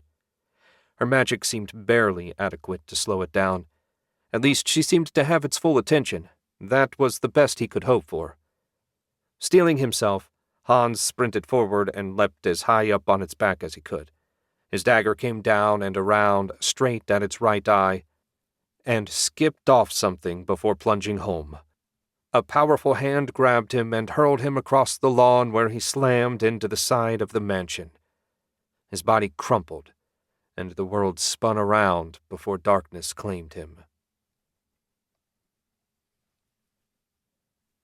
Chapter 9. Otto sat between his mother and Axel on a pew in the first row in the Temple of Brannick. He kept his head bowed as the priest droned on about Father's many dubious virtues. As for the focus of the proceedings, Father's body rested in a plain wooden coffin that would go on the pyre as soon as the prayers were finished. It was a Shenk family tradition, whose origin Otto neither knew nor cared about. What mainly interested him was getting this farce of a ritual over with so he could find somewhere more comfortable to sit than a hard wooden bench. He wasn't looking forward to the gathering that would follow either. All the minor nobles and merchants would want to talk to him. They'd have questions about the Emperor, questions about roads and the portals, questions about things Otto hadn't even thought about yet. He knew this because even the higher-ranking nobles he had to occasionally deal with in the capital asked the same damn questions. It took a great deal of self-control not to blast them all and hope that the next generation was less annoying. Hopefully Mother would want some quiet time and he could keep her company. He was just beginning to debate separating his hearing from his brain when a familiar ripple ran through the ether. Otto had sensed this particular spell enough times to recognize it at once. A moment later, a message spell appeared in his mind, speaking with Draken's voice. "The city is under attack. Franken Manor primary target. Need help at once." Well, he'd wanted an excuse to avoid talking to the local nobles. An attack on Garen City certainly wouldn't be his first choice, but at least it would give him someone to vent his annoyance on. Otto stood, and every eye in the place stared at him. "What is it?" Mother asked. "An emergency in the capital. I don't know the details, but it sounds bad. I hate to leave under these circumstances, but the living come before the dead. I'll be back when I can." Otto became one with the ether, and a moment later appeared in the rune circle hidden in his closet at Franken Manor. The instant he did, a powerful source of corruption slapped him in the face. The mithril in his bones at least protected him from the illness that usually came from being this close to so much corruption. It felt stronger than Lady White. That couldn't be a good sign. Unwilling to waste time running through the house, he shifted through the ether and appeared again outside. Hans lay in a crumpled heap beside the mansion, his life force weak but still present. Lady White was using her magic to hold off a scaled monster. The creature leaned forward as if into the wind and took a ponderous step toward her. Otto took all this in the moment he appeared. A 40-thread lightning bolt lanced out, hammering into the creature's back. The spell darkened its scales, but otherwise did no damage. Otto would have said that was impossible if the results of his attack weren't right before his eyes. A powerful, magic-resistant enemy was pretty close to Otto's worst nightmare. Fortunately, he did have other options. As the beast turned to glare at him with burning red eyes, Otto drew his mithril sword and infused his body with every drop of ether it could handle. It felt like his very being was vibrating. He rushed forward and thrust, his movements blindingly fast. Even so, the monster shifted just enough that Otto missed its heart and only pierced its shoulder. At least the mithril sword cut the creature. Now he just had to figure out how to kill it. Using his speed, Otto waded in, slashing and thrusting like mad. His opponent kept up, moving just enough to avoid a fatal hit. As the seconds ticked by, the strain of channeling so much ether began to take a toll. He needed to end this soon. "I'll slow it down." Lady White's voice sounded drawn out and slightly garbled. "You have to destroy the demon spirit animating it." Otto would get a proper explanation later. The monster froze, and he struck. His sword traced an X across its chest, cutting it into quarters before splitting its skull in two. The corruption dissipated, and he released his spell. Reality wavered for a moment as his senses realigned with normal speed. He kept his feet, at least. That was something. "Your timing was excellent." Lady White stepped over the body and stood beside him. "I couldn't have held the creature back much longer." Otto shook his head and strode over to Hans. "Not perfect enough. I need to get him to the chamber quickly. Once Hans is better, you and I need to have a serious discussion. Please tell everyone inside that the threat is dealt with." An ethereal disk appeared under Hans's unmoving body, and Otto set out for the palace. It was at times like these that he wished he could teleport more than just himself. Unfortunately, until he got powerful enough to open portals on his own, he had no choice but to transport Hans the old-fashioned way. He passed through the ruined gate with barely a glance and turned down the street. Bodies littered the ground. It looked like they'd been tossed around by an oversized child having a tantrum. After experiencing the dead monster's power firsthand, he had no doubt these unfortunate men wouldn't have had a chance against it. Dismissing the carnage as quickly as he had the ruined gate, Otto ran toward the palace. He reached his usual side entrance and found it guarded not by the usual 2 men, but by a full squad of 10, all armed with mithril swords. Despite the seriousness of the threat, they hastened to get out of his way and open the portcullis. Otto pointed at a random soldier. "Run ahead and tell them to bring all the prisoners to my private room in the basement." When he didn't immediately sprint away, Otto shouted, "Now!" The man ran as if he feared for his life. "Is the danger past, my lord?" the guard Otto assumed was in charge asked. "I'm not certain. Remain on full alert until someone tells you otherwise." With that, he set out for the basement. He passed servants and guards on his way, but no one tried to stop him. He must have had his grim face on, as Wulfric called it. He was certainly feeling grim. He had no idea how many prisoners it would take to restore Hans to full health, but he'd use all of them without a second thought. It took most of 5 minutes to reach the chamber. Otto maneuvered Hans into place, then sealed it up again.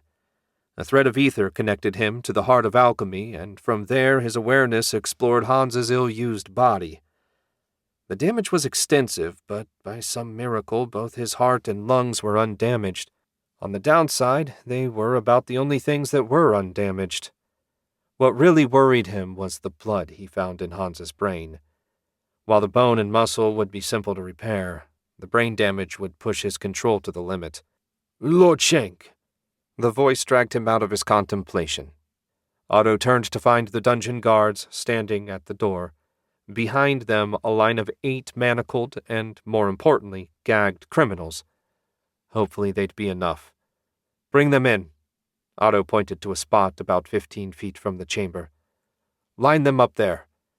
The guards hastened to obey. This wasn't the first time they'd brought prisoners for one of his experiments, and they knew better than to ask questions or dilly-dally. When they were in position, the guards stood a couple of feet away and kept their weapons drawn, lest the bound prisoners try and make a break for it. Otto didn't bother to correct them. Having them close might be handy should the prisoners not provide enough life force. If it was a choice between sacrificing a couple of guards and losing Hans, then it was no choice at all. When everything was in readiness, Otto began. First, he re-established his connection to the heart. Then a thread went into the nearest prisoner. Life force flowed out and he got to work. Otto totally lost himself in the process. When he ran out of energy, he moved on to the next prisoner. Hans's wounds quickly healed, and even the damage to his brain ended up being easier to fix than Otto had feared. As long as he was at it, Otto also restored his body to a youthful state while leaving his external appearance unchanged. He knew it wasn't necessarily Hans's wish, but once the mess was cleaned up, Otto meant to find out who was responsible for this outrage, and when he did, he was going to make them pay. To have the best chance of success, he needed his reliable right-hand man at his side. When the final repair was complete, Otto released the ether. He turned, and was surprised to find 2 of the prisoners had survived the process. Perhaps he was getting more efficient with his magic. You can take them back to their cells, Otto said, and take the empty clothes and manacles as well. As always, the guards hastened to obey. When they were gone, Otto went to the chamber and conjured the opening. He helped Hans out. His bloody uniform notwithstanding, he appeared unharmed. Hans staggered a couple of steps, then grew steadier. He looked up at Otto. Didn't expect to see you again, my lord. Or anyone else for that matter. It was a near thing, Otto said. How are you feeling? Good. Better than I have in a long time. I'm glad to hear it. As soon as I figure out who's responsible for attacking the city, I'll be counting on you to help me hunt them down. Counting on me? Hans looked down at his gnarled hands. Did you... I kept your appearance the same. But yes, I restored your body to what it was at roughly 30 years old. Given the amount of life force I had to use to save your life, it was a negligible amount extra to finish the job. Whoever attacked us is strong. I can't go after them with less than my best. And that means I need you in charge of the team. Count on me, my lord. And many thanks for saving my life once again. Otto clapped him on the shoulder. Return to the warehouse and make sure the guys are ready. I want everyone armed with mithril. Hopefully by the end of the week I'll know where we're headed. We'll be ready, Hans said.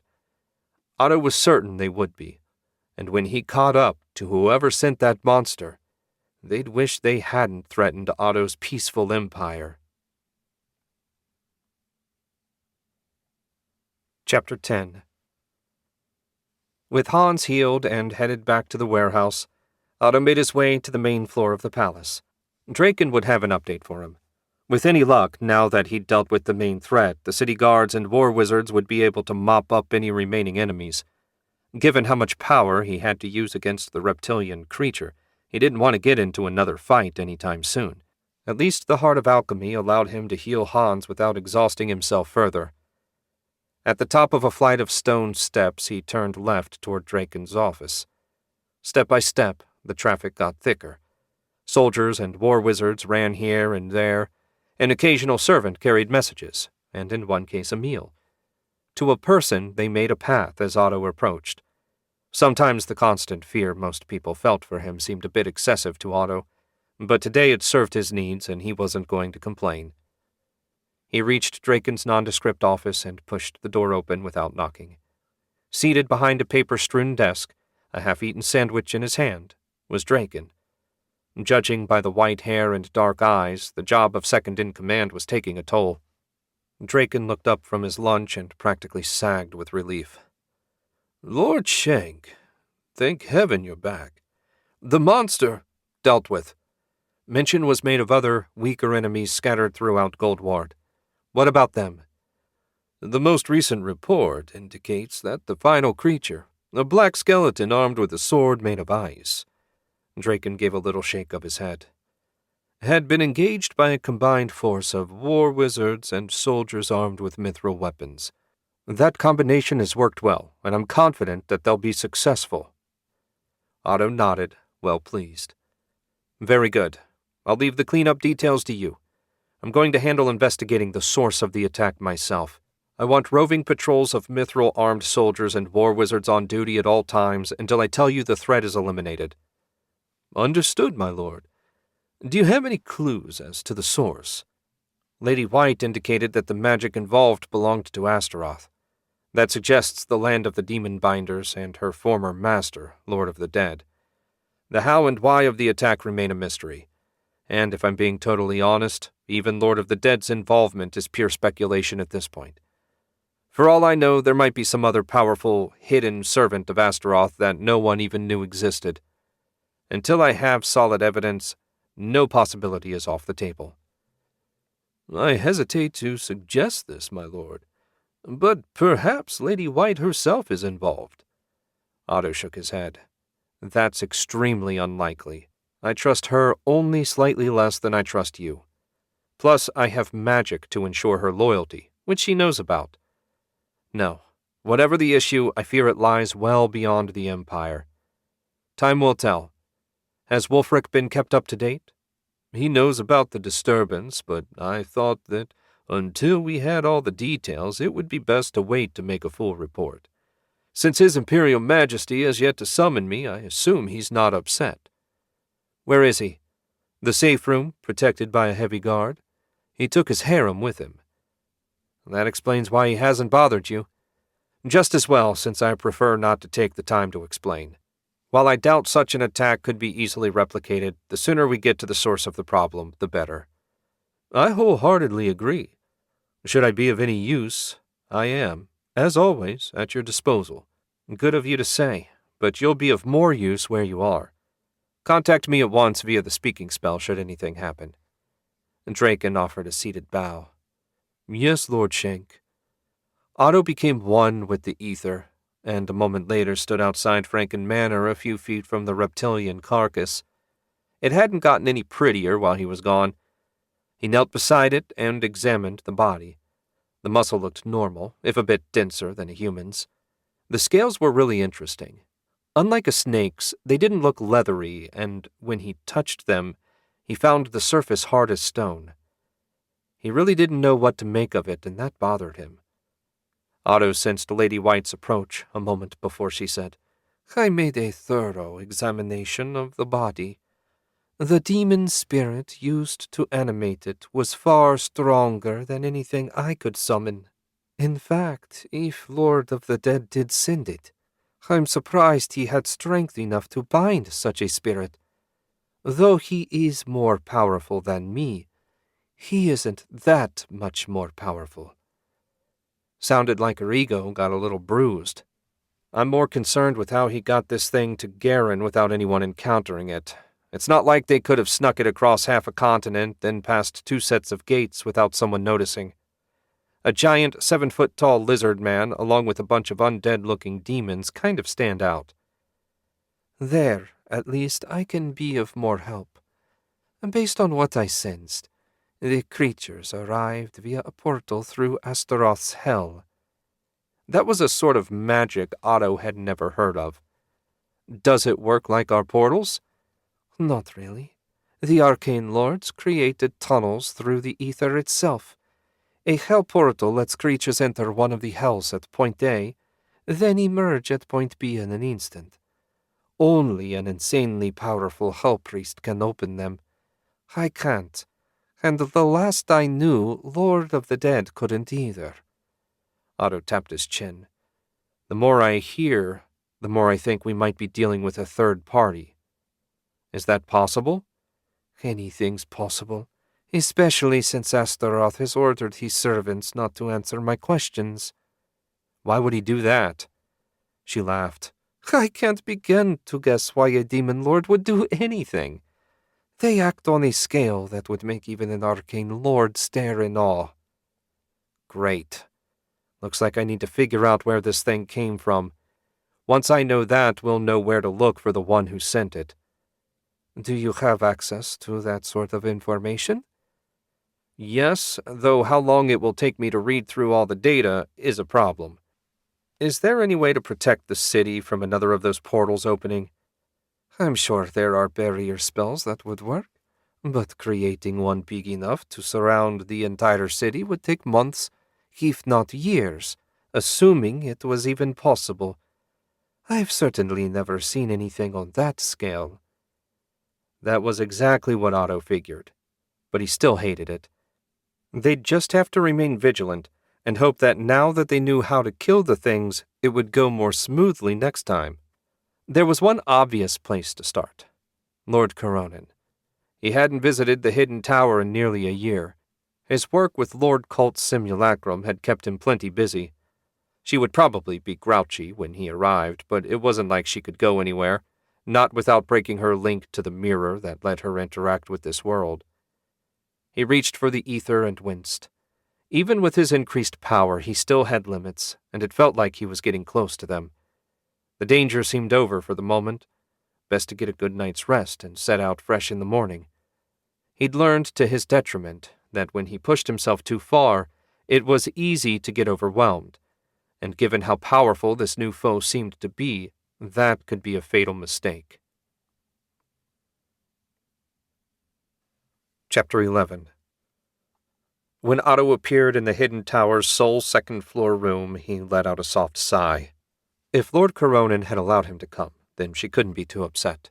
It had only been a year since his last visit, after all, and what was that to an immortal spirit?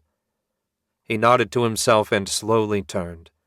The room looked the same as always. No furniture, and perfectly free of dust and dirt. It was one of the few places he could think of that simply never changed. He found it oddly comforting. When he faced the mirror, he found Lord Coronin's slightly green-tinted face surrounded by a cloud of floating hair staring at him. She wasn't scowling, which was a good sign. Of course, she wasn't smiling either, but that wasn't a surprise. Otto could count on one hand the number of times he'd seen his master smile. He bowed and moved closer to the mirror. "Master, it's good to see you again." "And where have you been this past year?" She arched an eyebrow. "I assume you've encountered some problem beyond your meager understanding and require me to explain it." On second thought, maybe she was in a worse mood than he first thought. Well, best to just dive in and hope for the best. "You're right, Master. Garen was attacked. Someone opened a portal through Astaroth's hell and sent an incredibly powerful monster along with some lesser demons through to attack us. Lady White believes Lord of the Dead was responsible, but the creature looked like nothing that existed in the land of the demon binders. We've certainly seen nothing like it in the Empire." "Describe it in as much detail as you can." She sounded interested now rather than annoyed. That was a good sign. "I can do better than that. I've been working on illusion magic a bit." Otto concentrated, and an image of the lizard monster as it had been before he killed it appeared in the air in front of the mirror. It was as close to perfect as he could manage, right down to the height. "An impressive illusion. I'm pleased to see that you've learned something despite not coming here for instruction. As for the creature itself, I know exactly what it is. What you had the misfortune to encounter was one of Azteca's dragon men. Otto had never heard of such a thing. Dragons were creatures of fiction, and the idea of one that looked like a man struck him as absurd. "You're certain it didn't have wings or a tail?" Had he believed her capable of it, Otto might have thought she was joking. "No, master. It looked exactly as you see." "You were fortunate, then. The one that attacked your city was a first-generation dragon man. Had it been a third generation, I doubt you would have done so well."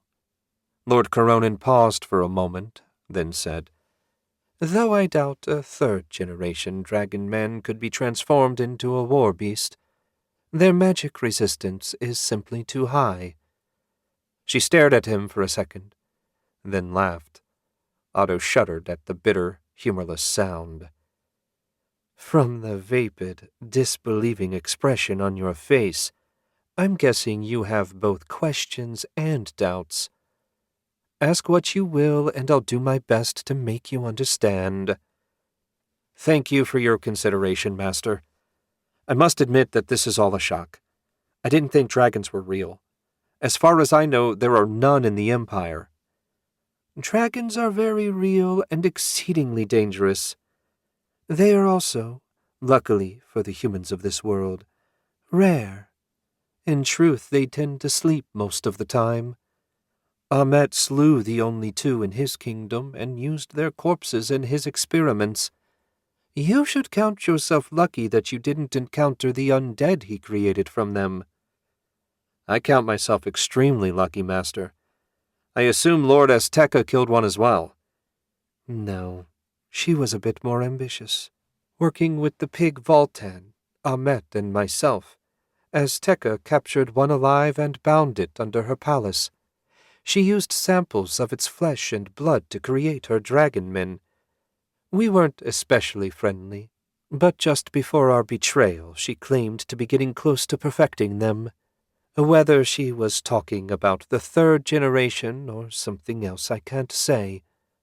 Otto frowned, his mind racing.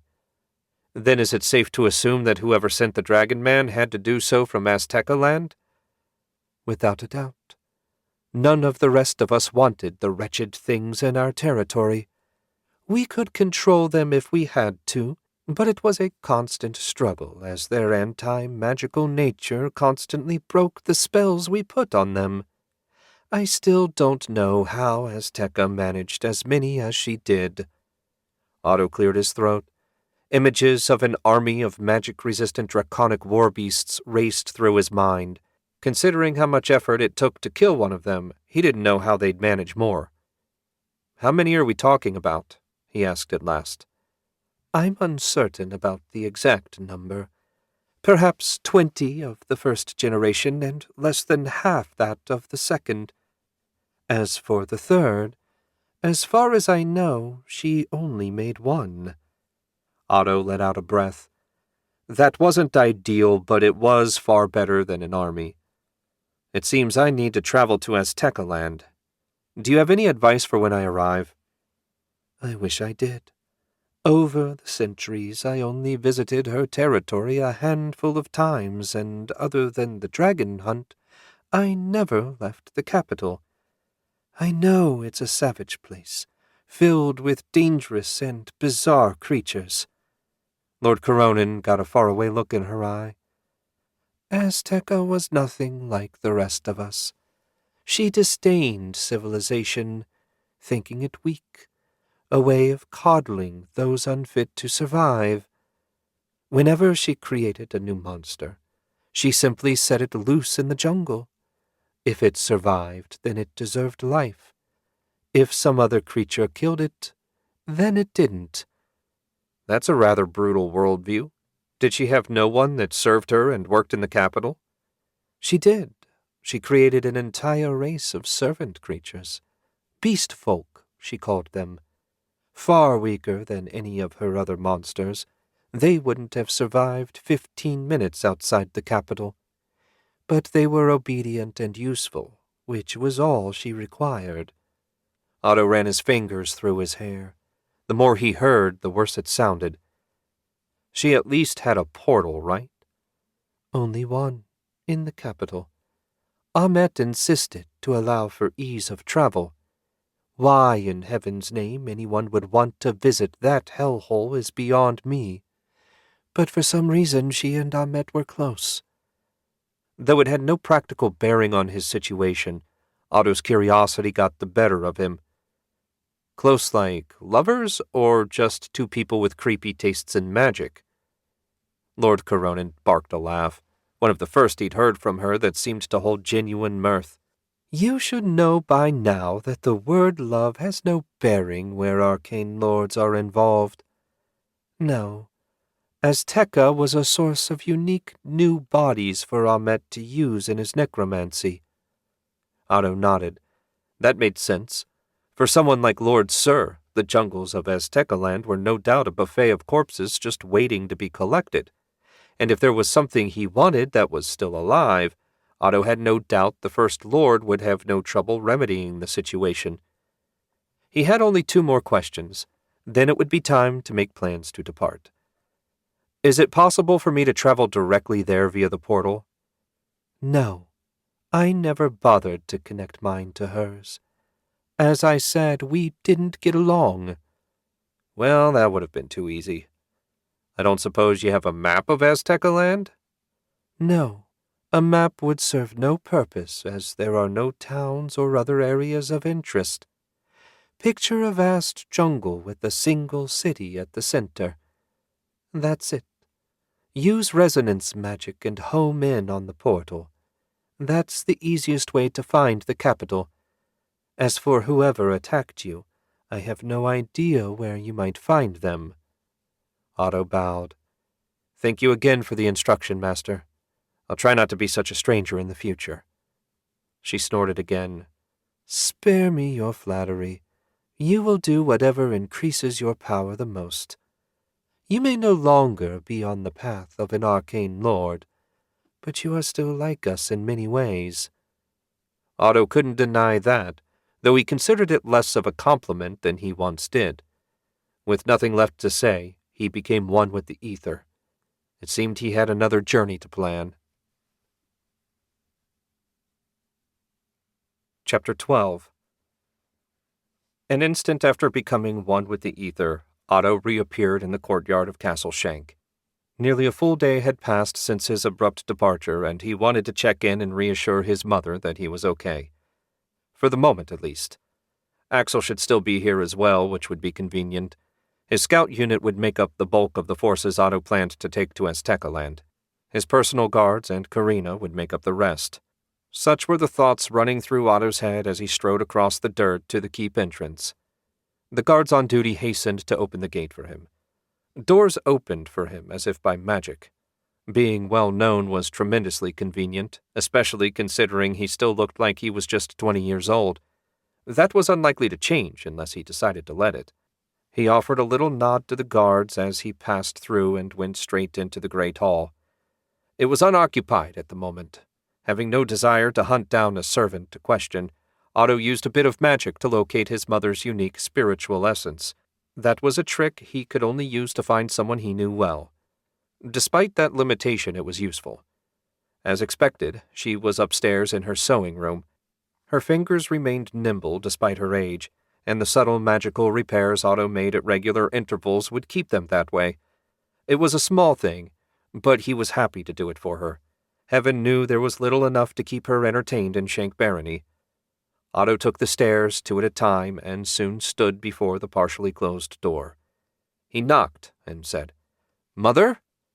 "Otto, thank goodness you're okay. Come in, dear."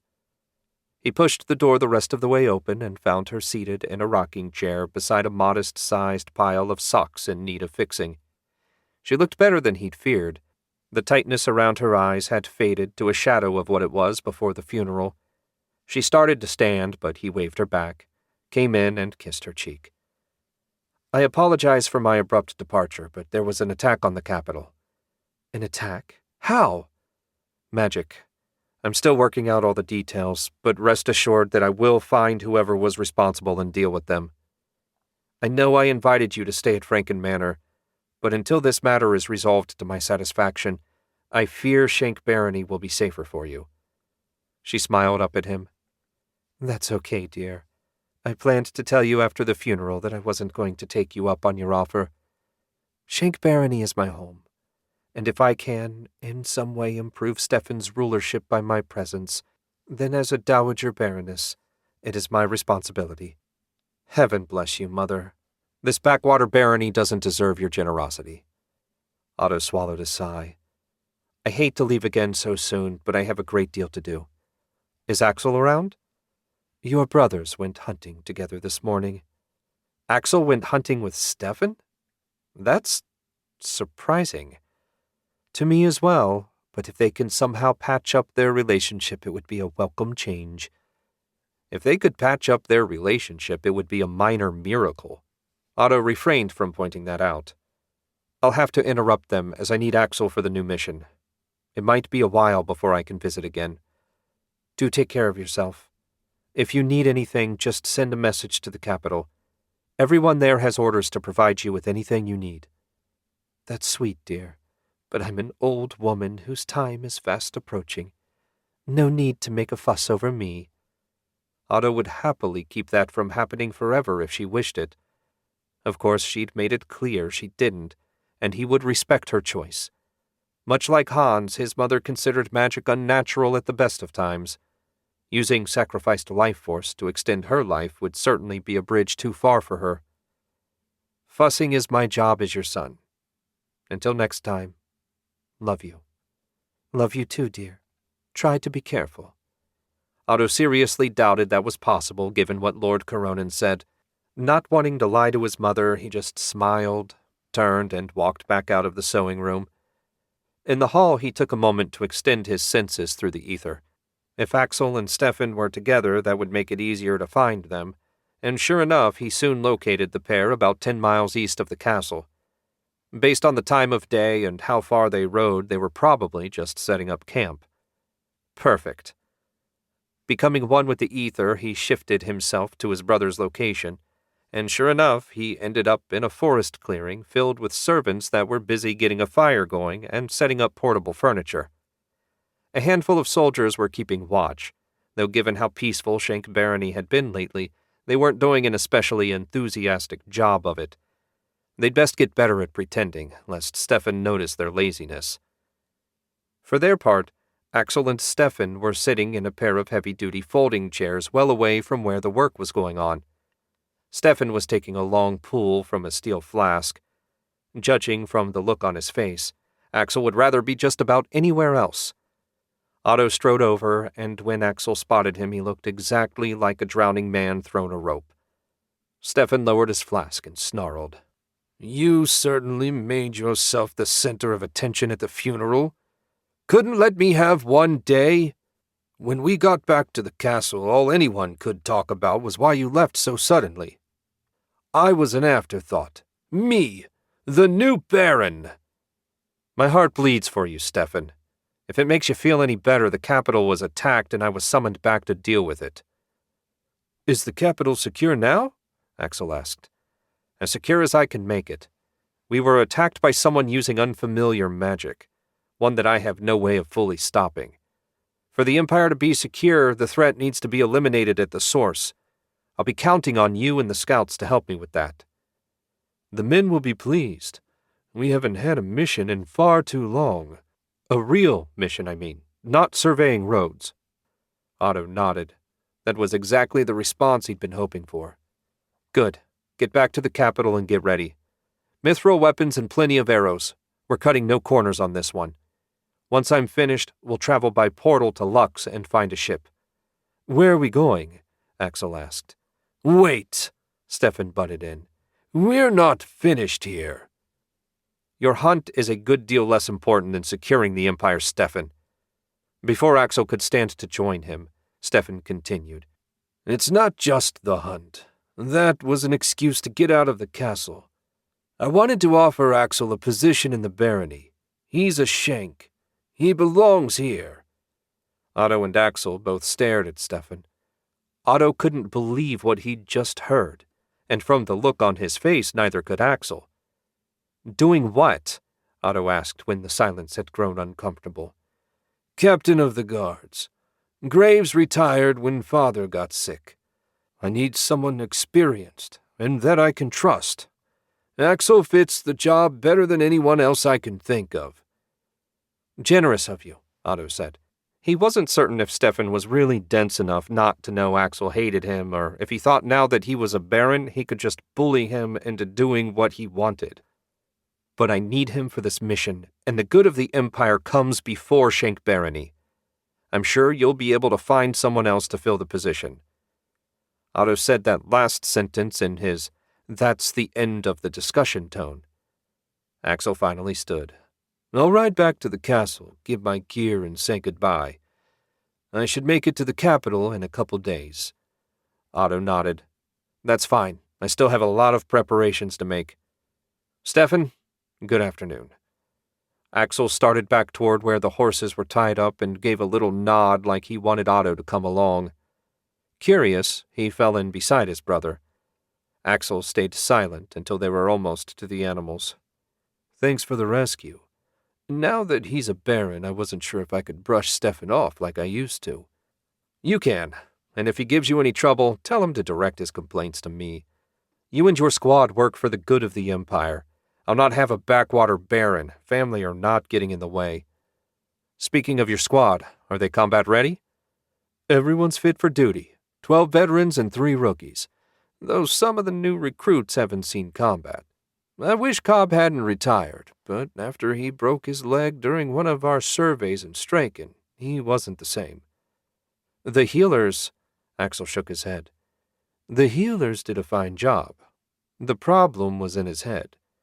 He lost confidence in his strength and finally said he'd had enough.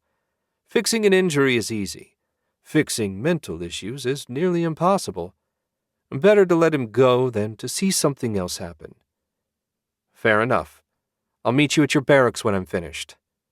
Axel touched fist to heart. "We'll be ready. It's good to have a mission, little brother." "When you've seen what we're dealing with, I hope you feel the same way." Chapter 13. Otto's next trip through the ether brought him halfway around the world to Lord Colt's workshop. He appeared in the special rune circle he'd prepared. Its magic easily allowed him to bypass the wards that protected the workshop. He glanced around at the room that served as his temporary home whenever he spent an extended period here, and found everything exactly as he left it. Not that there was much, just a bed, 2-drawer dresser, table, and chair. He spent most of his time in the lab, after all. This was just a place to sleep. He pushed through the door and turned down the unadorned steel hall. He could sense Lord Colt's simulacrum like a glowing beacon in the ether. Even though he couldn't manipulate the ether, the construct that served as his body was connected to it and utilized it to power its various functions. Otto couldn't even begin to fully understand how it worked. Maybe if he lived another 500 years. He found Lord Colt in the form of a giant metal scorpion with the illusion of a man over its head, in the yard outside. Luckily, Ilsa was there with him. That would save Otto the trouble of finding her after they spoke.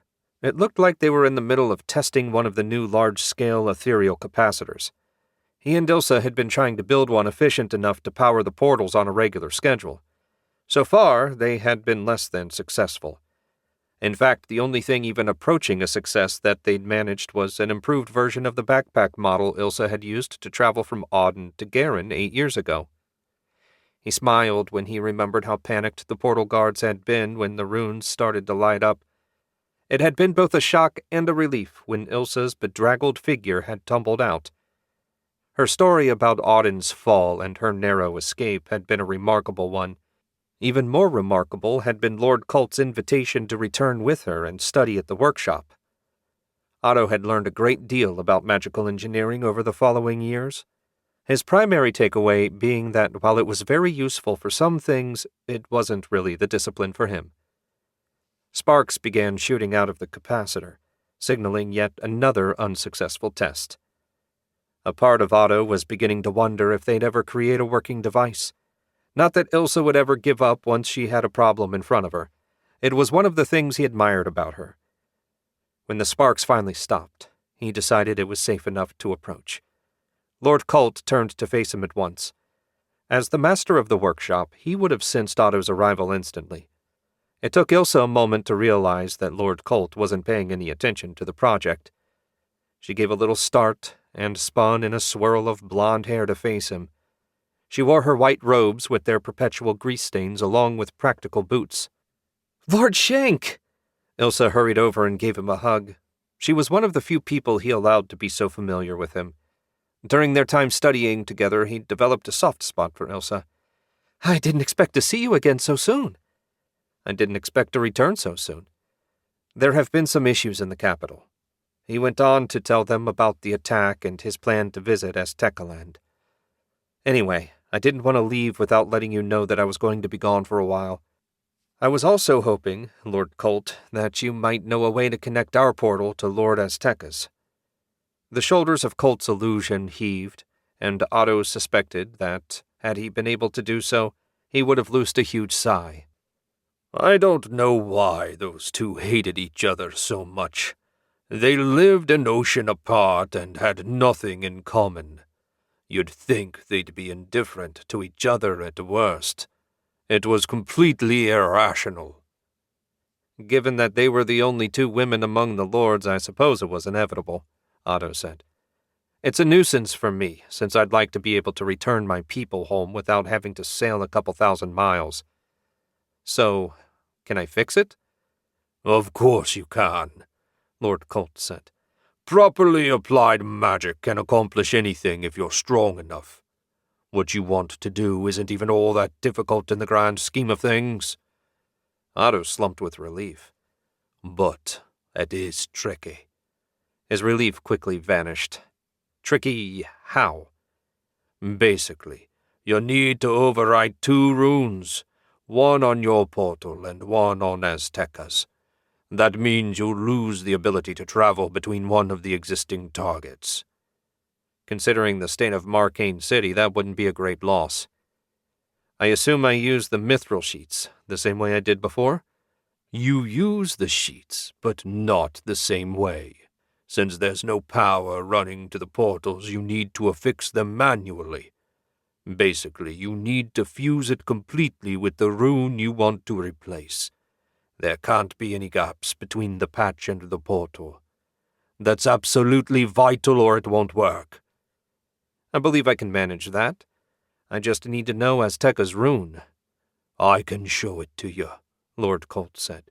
"But it would be better if you made the patches here. Then I can check to make sure it's perfect." Otto bowed. "I would be most grateful, Lord Colt. However, I do have a few more things I need to take care of before we begin." "Take your time and do it right. I'm not going anywhere. Traveling to Aztecaland isn't something to be done lightly. Those dragon men of hers are nasty things. I'm not sure whether turning them into war beasts makes them tougher or weaker, but either way, they're nothing to take lightly." "I never take my enemies lightly. That's one of the reasons I'm still alive." He glanced at Ilsa. "I hope you won't be offended, but I'm not going to take you with me on this mission." "I'm happy to remain behind. It sounds like a nightmare. Frankly, after my escape from Auden, I have no desire for more adventure." "I have no desire for adventure either," Otto said. "But the world seems disinclined to leave me alone. I'll be back in a couple days. Until then." As he became one with the ether, Otto muttered, "Bloody adventures." Chapter 14. From Colt's workshop, Otto went directly to his room in Franken Manor. When he appeared amidst the fine clothes he seldom wore, he took a deep breath and let it out in a long sigh. Was it really too much to ask to be left alone? It didn't seem like it to him, but clearly whoever ran the universe thought otherwise.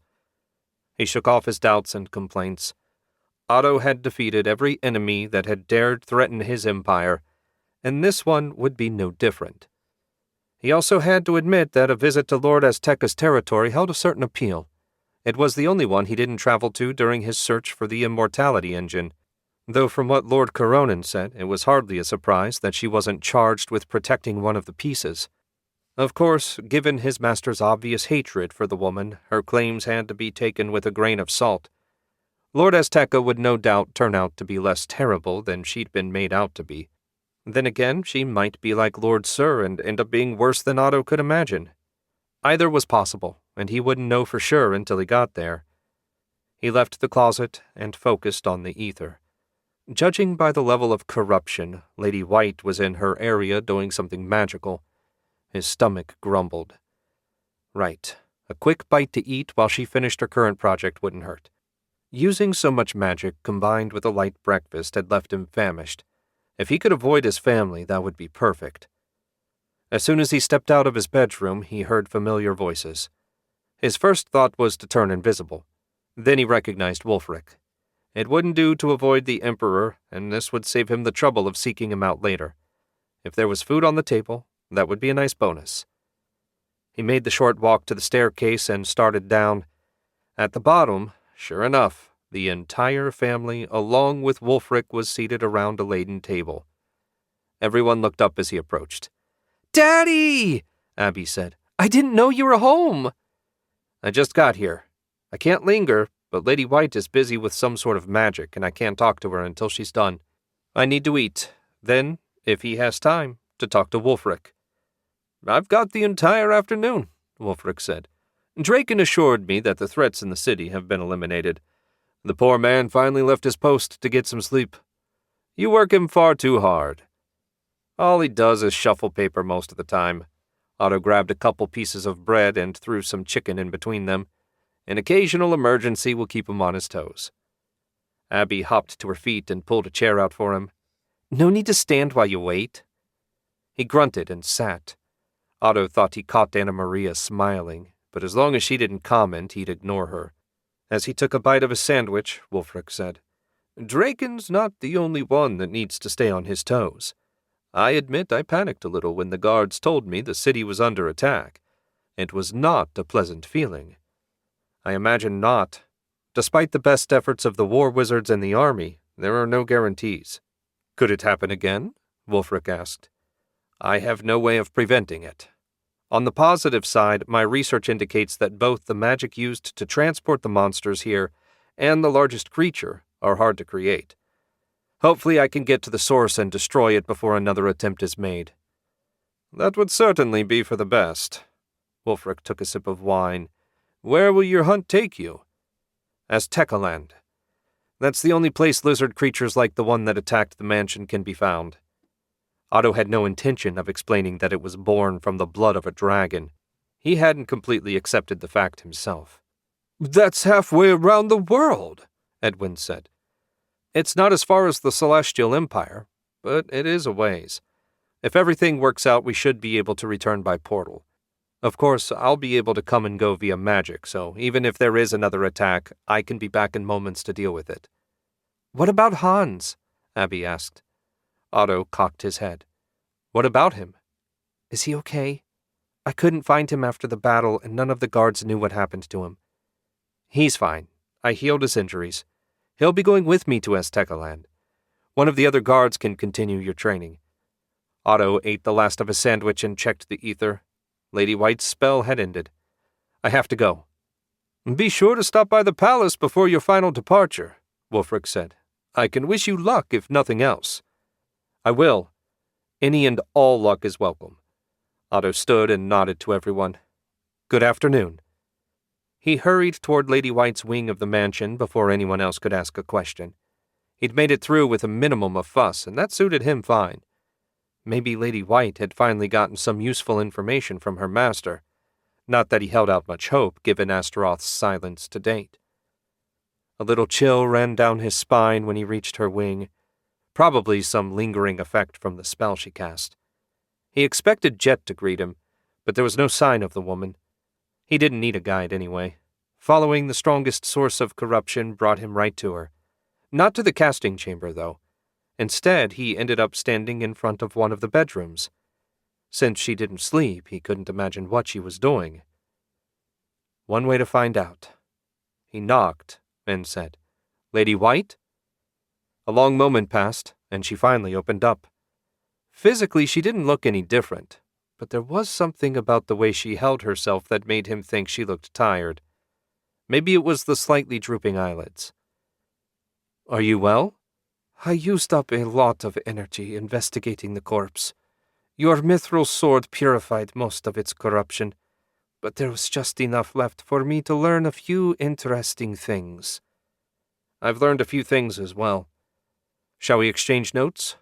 Maybe sit down before you fall down? Excellent idea. Please come in.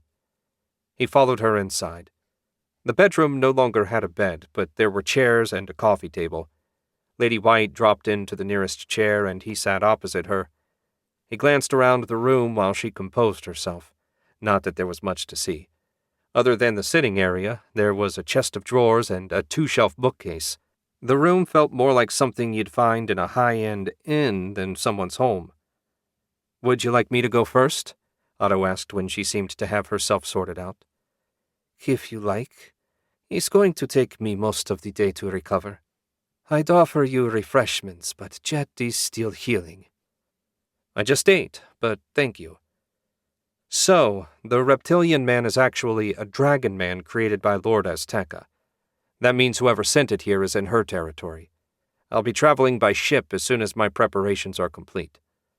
Do you wish to join me? I intend to return by portal, but I know that's not possible for you. I will join you. Everything in me screams that this is Lord of the Dead's doing. If you mean to face him, then I will be with you. I intend to send his soul screaming back to Astaroth for daring to try and kill me. I'm far less knowledgeable about this subject than I like to admit. But do you not fear that your master will be angry if you interfere in a fellow priest's work? If I was Astaroth, I certainly would be. She offered a faint smile. No, you truly don't understand. If I oppose Lord of the Dead and win, it means that he was too weak and thus unworthy to serve our master. If he destroys me, then the opposite is true. That's what it means to serve a demon lord. Seems inefficient, but I suppose when you're omnipotent and immortal, efficiency is less of a concern. So what did you learn from the body? Right. Analysis of the remains indicates that he bound a Tier 3 demon to create the war beast. I've never seen one before. They tend to be too hard to control. Also, the corpse itself tried to resist my magic. That's another thing I've never experienced before. That's likely because dragons are highly resistant to magic. I noticed my spells were considerably less effective when it was alive. My sources indicate that there are about 30 more of them in Aztecaland. Of course, the information is centuries old, so that may have changed. Her smile widened. As is always the case, we will not know for sure until we arrive and face the danger head-on. So it would seem. What about Jet? I doubt she'll want to be left behind. Lady White's smile withered. I had high hopes for Jet, but her pouting is getting tiresome. If a simple correction is enough to turn her into a useless whiner, she has no hope of becoming something of real value. This mission will be her last chance. Should she fail to prove useful, she will not be coming back. And people claimed Otto was harsh. When I finish my preparations, we'll be traveling to Lux via the portal. Do you have a method of getting there quickly? Not that quickly, but when I'm recovered, I'll create an undead mount. It will be able to run non-stop. Barring any issues, I should make it in 3 days. That's fine. I'll probably be at least a week. Otto stood. Have a good rest. I'll see you in Lux. Chapter 15. Forging 2 perfectly matched mithril patches might not have been the most difficult thing Otto had ever done, but it was certainly one of the more tedious. And as much as he appreciated Lord Colt's guidance, having a giant metal scorpion standing behind you and watching your every move was a bit nerve-wracking. On the plus side, after 4 days of effort, Otto had 2 patches that met Lord Colt's exacting standards. Now, if he failed, he'd only have his application technique to blame. Otto rubbed his eyes and slid the patches into a leather holder, the same one he'd used on his trip to Coltsland over a decade ago. That mission had gone reasonably well, and while he was far from superstitious, using the same case felt like the right thing to do. He turned and bowed to Lord Colt. "Many thanks for your guidance, Master." "You hardly needed it. I just gave you a pointer here and there. While you might lack the patience to make a first-rate magical engineer, you've got a talent for artificing. I've had apprentices with centuries more experience than you that would struggle with something like this. Take pride in that." "I do, Master. Thank you. Since I've already said goodbye to Ilsa, I believe I'll depart directly.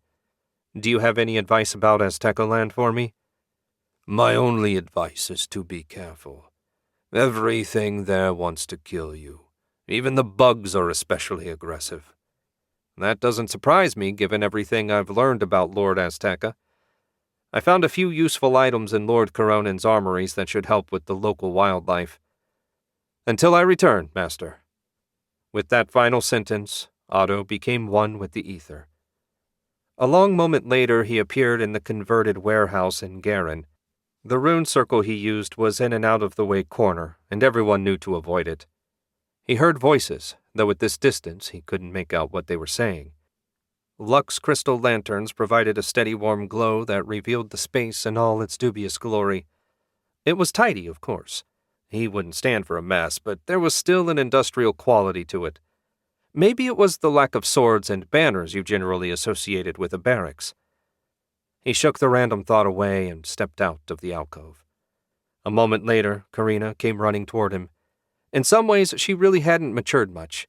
She reminded him of a puppy, always eager to see her master. She was dressed in her black war wizard robe. It always looked a bit oversized for her, despite the fact that he knew she'd had it altered to fit. Probably her slender build had a lot to do with it. "Is it finally time, Master?" she asked. "Very soon. I'll affix the patch in the morning, then we'll head to Lux. Draken sent a message so the crew will be ready as soon as we arrive. You'll need to begin charging the capacitor immediately." She nodded. "I've been practicing like you said to. I can do it." "I'm sure you can. Is everyone ready?" "Yep. Hans has been putting the guys through their paces. He seems a lot more energetic. You'd think almost getting killed would have the opposite effect." "It's not the almost getting killed. It's the magical healing that has him in such good shape. In addition to his major wounds, I went ahead and fixed a number of non-life-threatening, but still annoying injuries. He probably hasn't been this healthy in 30 years. "Did Axel arrive?" 2 days ago. He stopped by to let us know." "Good. We should be all set then. Tell Hans we'll meet at the portal fort at noon." "Yes, Master," Karina grinned. "Isn't this exciting? It's been so long since we've had a real mission." Exciting wasn't the word Otto would use, but if she was happy, so much the better. He doubted they'd have much to be happy about once they reached Aztecaland. "Lord Shenk!" Ulf was waving from the doorway that led to his alchemy lab.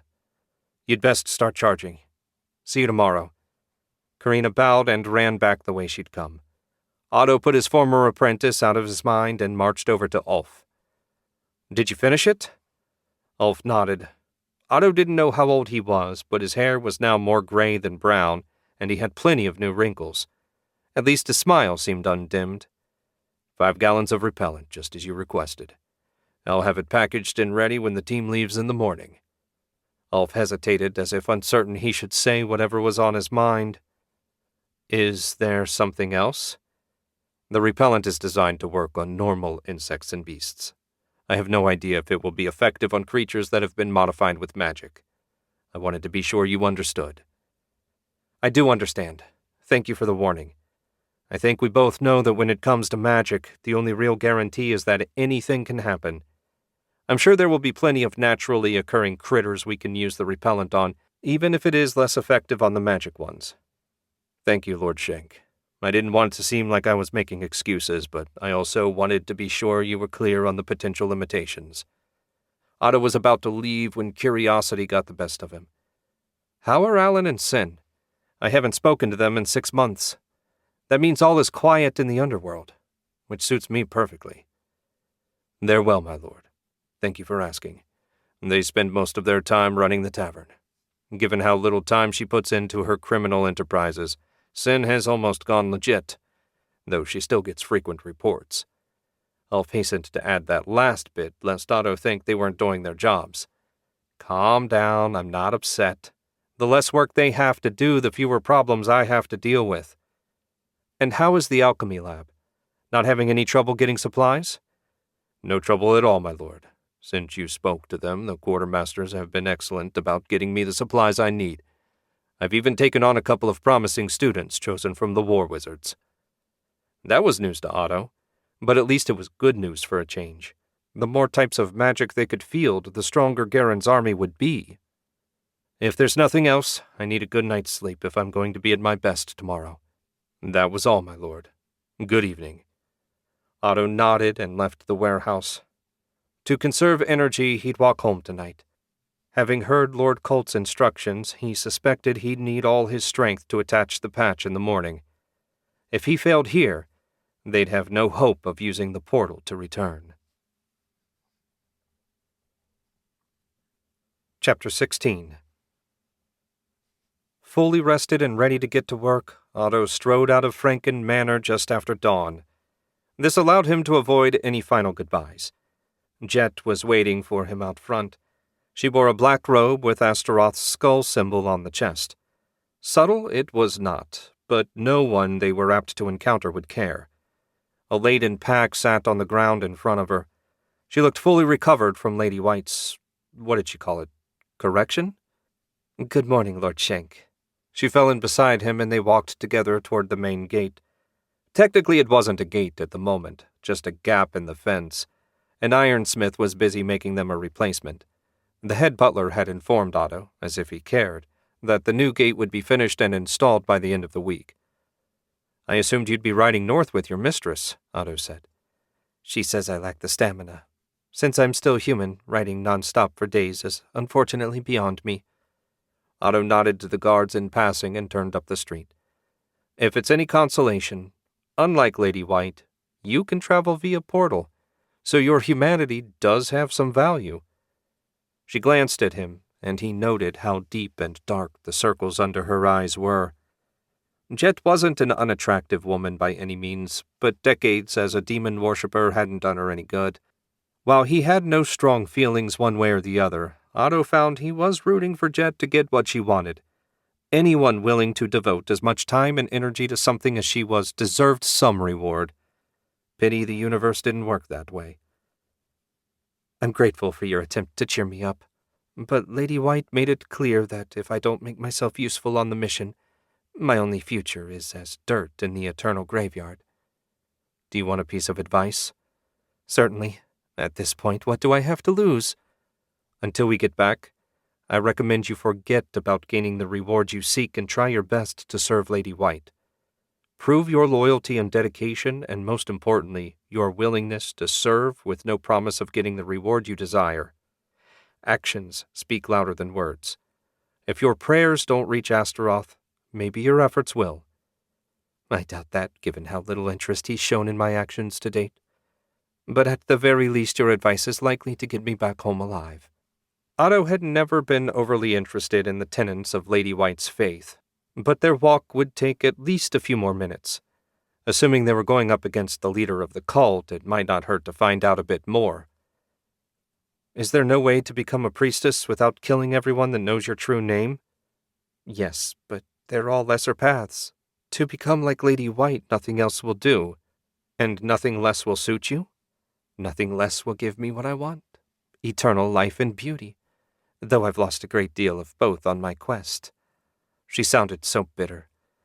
The irony of dying old and ugly while I search for eternal beauty is not lost on me. If only I'd been born in the land of the demon binders. Everything would have been so much simpler. Just murder my parents and siblings and I'd be done. I don't even know how many people know my name. If that's true, and you'll never get what you want, why not give up and accept what you can have? Would you? She countered. Otto smiled at the question. He'd already given up on his dream of becoming an arcane lord. The price was simply too high.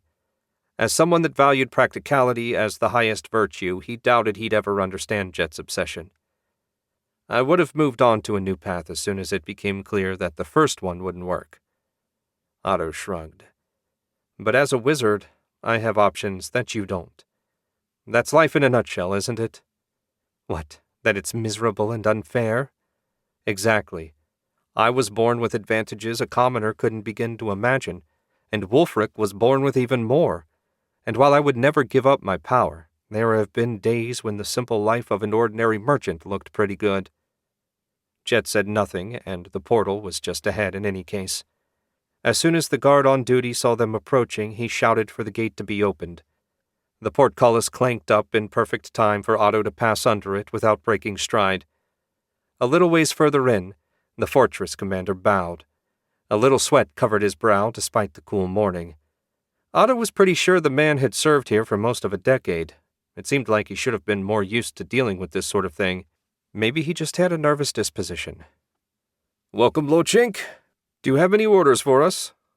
Nothing in particular. 2 more groups will be arriving around noon. You can let them in without issue. I'll be focused on the portal, so I'd appreciate it if no one approaches until I'm finished. Other than that, go ahead and perform your duties as usual. Understood, my lord. The commander bowed again and hurried away. Had Otto given it any thought, he might have been insulted by how quickly the man wanted to escape his company. That's what I want, Jet said. When I show up somewhere, I want everyone to be terrified of upsetting me. It's overrated. While I don't deny that I found the bowing and scraping amusing for a year or two, now I just want everyone to do their jobs properly and not cause me trouble. You'd be amazed how often terrified people screw things up. Their minds aren't properly clear. I need to get to work. Excuse me. Otto turned to go. One question, please. He paused and turned back. Go ahead. Why are you being nice to me? I'm a worthless failure. I'm being polite. You'd be amazed how many people mistake being strong for being a shitheel. Many of the nobility especially. You gain absolutely nothing by treating people badly. You don't have to be sweet, but basic politeness costs nothing. Was there anything else? No. Thank you for indulging me. He nodded and strode toward the portal. As he went, he pulled the mithril sheet he'd forged with Lord Colt out of his satchel. He'd been told that this would be difficult, and had no reason to doubt it. Unlike when he'd replaced the Master Rune, he had to replace the one that led to Marcane City. That alone would prevent it from happening automatically, even if there was the power to do it, which there wasn't. First things first. He found the proper rune and used 4 threads to carry the patch into position. It took 25 threads and every drop of concentration he could muster, but slowly the mithril began to fuse. Otto lost all track of time as he worked. It didn't matter if it took hours as long as he got the right result. At least, that's what he told himself as the pain built in the back of his head. Grimacing against the growing discomfort, he maintained his concentration. He would succeed. No matter what, he would succeed. Chapter 17. Let's get going, Karina said. She had her gear packed, but one of the guys was carrying it. Beside her sat the fully charged ethereal capacitor. She grinned when she thought about it. Lord Shenk would be so proud of her. Not that the process had been especially difficult, but she'd never done it on her own before. Calm down. Hans ambled over, his own pack over his shoulder. We've got another hour until noon. I swear you're worse than a rookie on his first mission. Sorry. It's just been so long since we all went on a mission and I'm excited. I haven't gotten to spend much time with Lord Shenk since he declared my training complete. She looked around to make sure no one was close enough to hear. I know I'm a full war wizard now, but I think I preferred being an apprentice. Hans chuckled. You mean you preferred being his apprentice? Karina's cheeks warmed. Is that so bad? No, but if you imagine he's suddenly going to fall head over heels in love with you on this trip, I fear you're going to be disappointed. I'm not an idiot, but if we're together, at least there's a chance. If you throw a boulder in the ocean, there's a chance it will float, but not a good one. Karina grimaced. Hans was right, she knew that. But deep down she couldn't help being a little optimistic. Even though the magic had burned away most of his human emotions, Lord Shenk was still a man. As far as she knew, he had no one special in his life. She looked down at herself. She'd filled out a bit, though compared to some of the ladies around him, she was far from beautiful. But she was a wizard, and that gave them something in common. Hans snapped his fingers under her nose, and Karina gave a start. "You still with me, kid?" "Sorry, my mind wandered. Don't worry, I won't do anything foolish." "That's good. We're all ready. Let's head out." Karina grinned and shouldered the capacitor. The damn thing had to weigh over 30 pounds. How did a skinny little thing like Ilsa carry it? She'd seen the brilliant magical engineer with Lord Shenk a few times. She'd been a bit jealous at first. Then it became clear that he treated her exactly the same as he treated everyone he considered an ally. Polite, but impersonal. She was a valuable asset for the Empire, no more and no less. Karina swallowed a little growl and focused on the matter at hand. If she couldn't keep her head on straight, she'd be less than useless. She'd be a liability, and Lord Shenk would leave her behind. There were many things Karina didn't want, but she wanted that least of all. The guys were waiting by the main door, each of them burdened by packs that made Karina's look like a lady's handbag in comparison.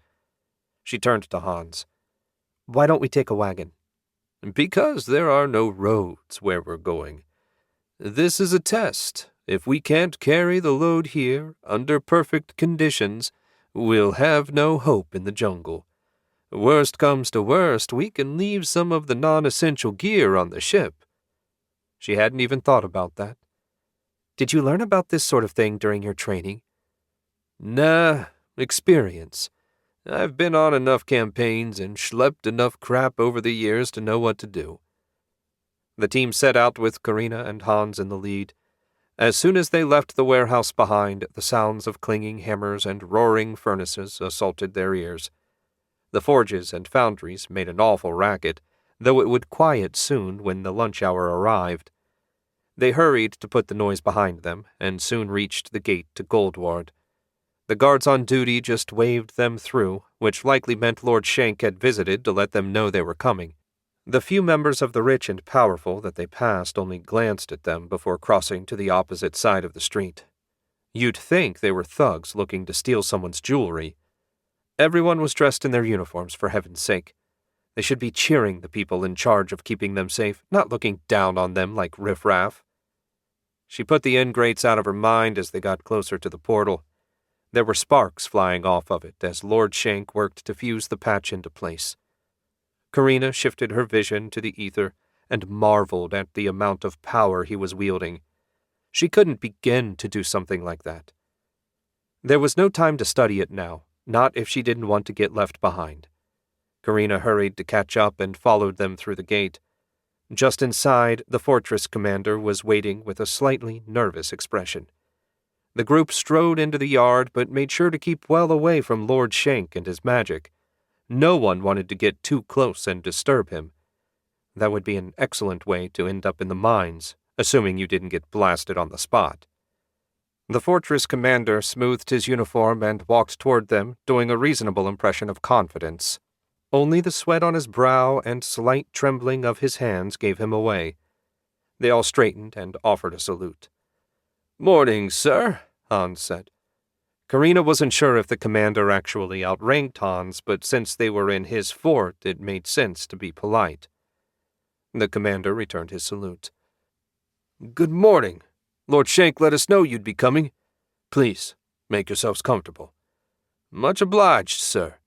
Hans lowered his pack to the ground, and everyone else followed his lead. "Did he have any orders for us?" "None that he shared with me. All he said was to make sure everyone kept their distance while he was working." The commander looked around and added, "It was an unnecessary order. My men would sooner cut their own arms off than approach Lord Shenk when he's doing magic." Hans nodded. "He can be a bit intimidating, but if there's a fight, you wouldn't want anyone else on your side. As Captain Shenk sent word about his arrival, I expected to find him waiting already. No one sent word to me. It's still half an hour before noon, and it's a short walk from Franken Manor." Karina spotted something dark moving in the keep shadows. A moment later, Jet strode into the yard. What was she doing here? Usually, the woman stuck to Lady White like glue. Bad enough the beautiful undead priestess seemed closer to her master than she was, but Jet was pretty as well, though less so than when they first met. She took comfort in the fact that Lord Shenk seemed no more interested in them than he was in her. When Jet was close enough, Karina said, "I didn't expect to see you here." Jet frowned, making her look even older. "Lady White said it would be easier for me to travel with Lord Shenk. We spoke a bit, and he offered me some words of advice. Given his youth, he's surprisingly wise. I am most grateful for his consideration. Given all he's seen and done, it's only natural for him to be wise, though I kind of wish he looked a bit older. I mean, I'm a year younger than him, yet he still looks like a teenager." "An effect of the magic, I'm sure," Jet said. "I've been watching him work. Whatever he's doing, he's been at it for hours without a break. I'm not even sure Lady White has that much stamina, and she's dead." Karina beamed as if the compliment had been offered to her instead of her master. She often felt that the people of the Empire took Lord Shenk for granted. His power and determination were what made all this possible in the first place. He should get credit for it. "Soldiers approaching!" the lookout called from his place on the wall. "That'll be Axel and his scouts," Karina said. "I'm glad he's here. When Lord Shenk is finished, he'll be anxious to leave." Jet nodded and turned back to watch Lord Shenk work. That struck Karina as a good idea. Though she wasn't nearly strong enough to do what he was doing, maybe if she watched closely she could pick up a few tips. At the very least, if he asked her, she could tell him what she saw. She smiled at the prospect of a one-on-one discussion. The truth was, she was probably the only one in the Empire, outside of Wulfric, of course, that would look forward to such a thing. It was a shame, but then so was much of life. Hans blew out a sigh of relief when the lookout announced Axel's arrival. He didn't imagine for a moment that the scouts would be late, but if they had been, Hans really didn't want to be the one that had to tell Lord Shenk. 20 scouts marched through the gate with Axel at their head. He looked a bit older than the last time Hans saw him. His hair had receded a bit more and gone gray at the temples, and he was only around 30. How did the saying go? It wasn't the years, it was the wear and tear. Axel gave his men some orders, then broke off to join Hans. They shook hands, and Hans said, "Captain Shenk, it's good to see you. My condolences on the loss of your father." "He was an ill-tempered bastard, but I appreciate the thought. Do you have any details about what we're walking into? My brother was a bit light on the intel." "What did he tell you?" Hans asked.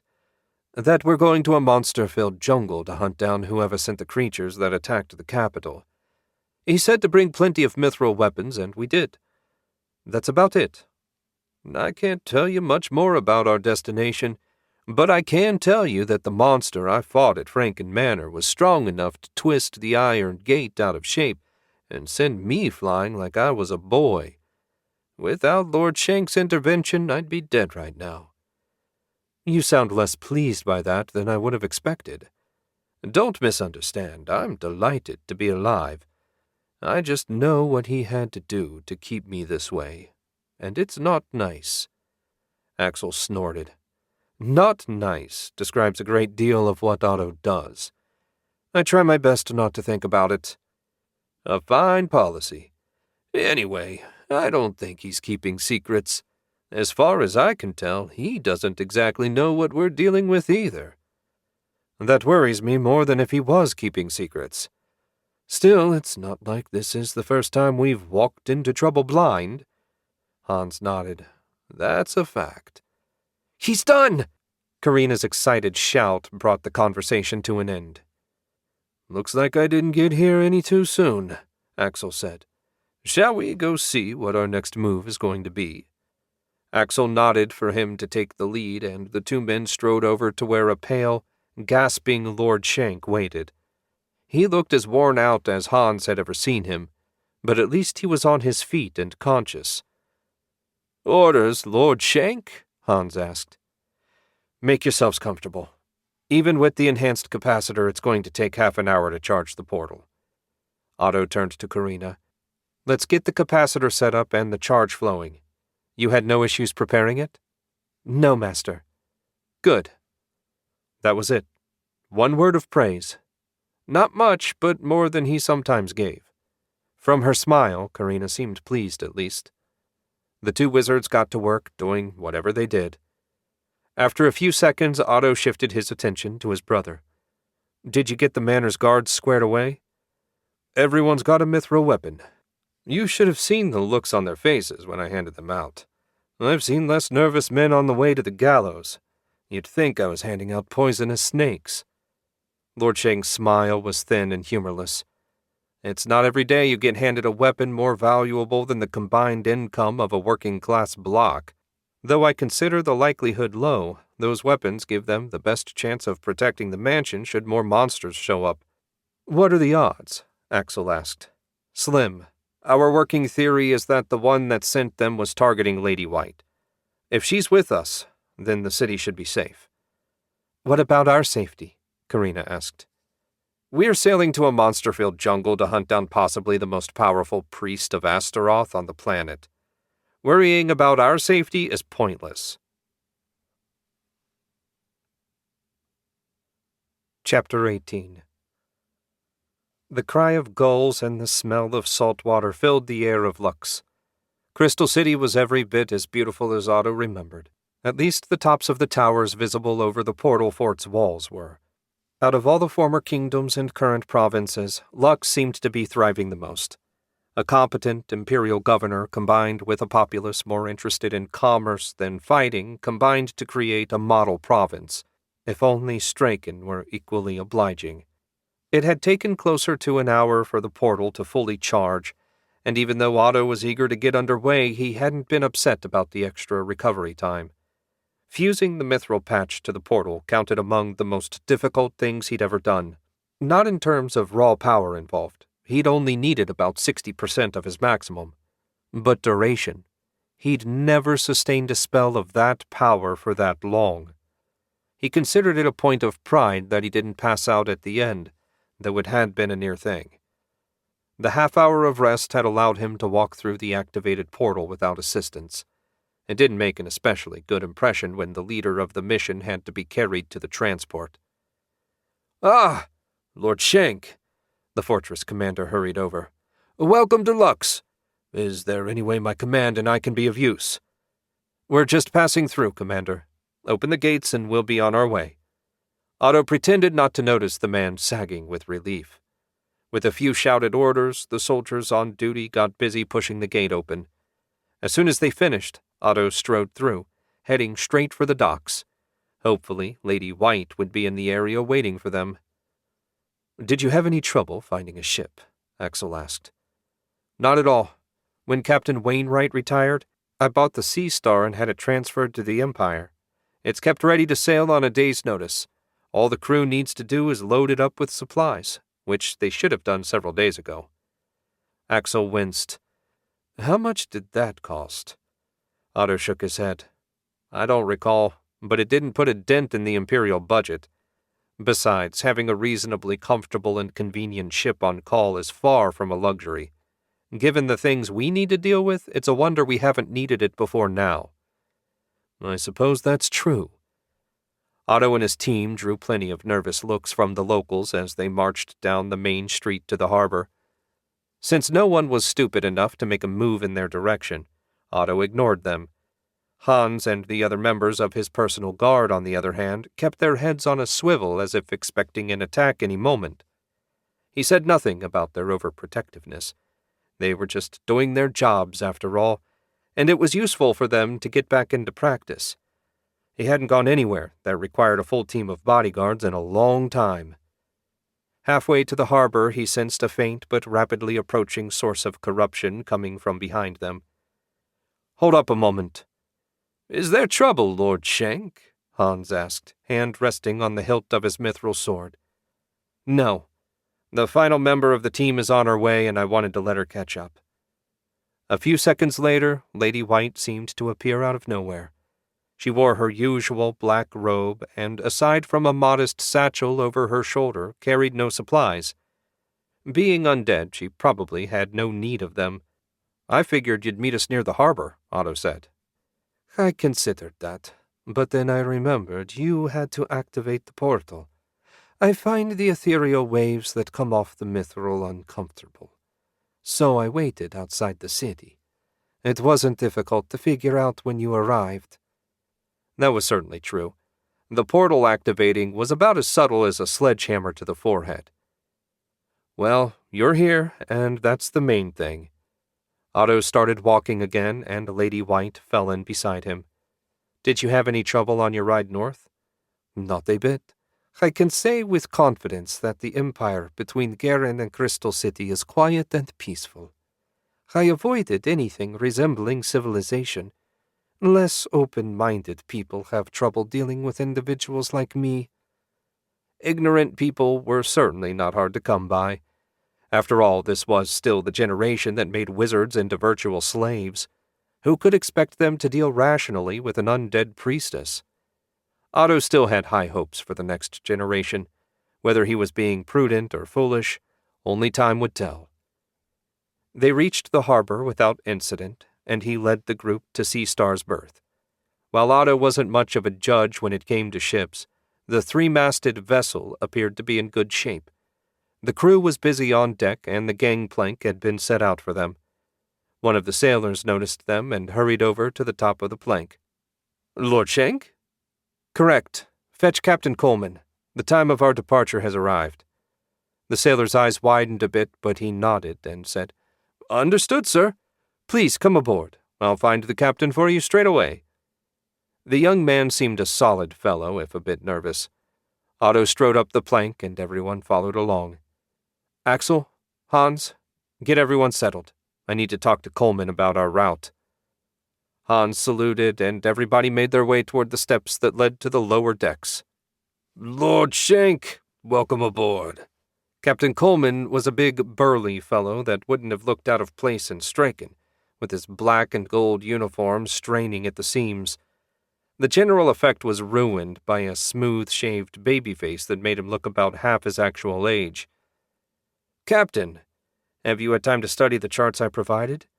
"Yes, my lord, though they were a bit vague, our port of destination being the main item missing." "The reason for that is simple. There are no known ports in Aztecaland. You'll need to get us close to the coast, then we'll land via rowboat. I won't be able to give you a more accurate destination until we're within sight of land. Oh, before I forget, did the special food get delivered? We can't leave without it." "It did just yesterday. Will it truly last us all for a year? There weren't that many crates." "According to an alchemist I trust, if we eat at the correct times and consume the right amount of water, it will. I've also learned some spells that will make it easy to catch large quantities of fish should that prove necessary." "That's reassuring, my lord. We can set sail as soon as the tide turns. If there's nothing else, I'll begin final preparations to depart." "By all means, Captain. I'll be in my cabin." As Otto descended the stairs to the second level, he couldn't quite believe that he was heading out into unknown danger once more. He'd hoped, and indeed believed, that this sort of thing was in the past. He really should have known better. Chapter 19. Lord of the Dead rubbed his temples. He thought his days of feeling pain had ended centuries ago, but when his war beast died, even though it was thousands of miles away, he felt the killing blow as if he'd been struck himself. The shock of it had almost rendered him unconscious, and that could have been a disaster. Since arriving in Aztecaland, he'd found nothing beyond jungle, aggressive mutants, horrible, twisted beasts, and barely intact stone structures. There was nothing even vaguely resembling civilization, though given the size of the empire, he assumed there was a city or cities somewhere in the sprawling jungle. An arcane lord wouldn't want to live like a savage, after all. She'd need labs and libraries, a place for her apprentices to live and work, and a portal.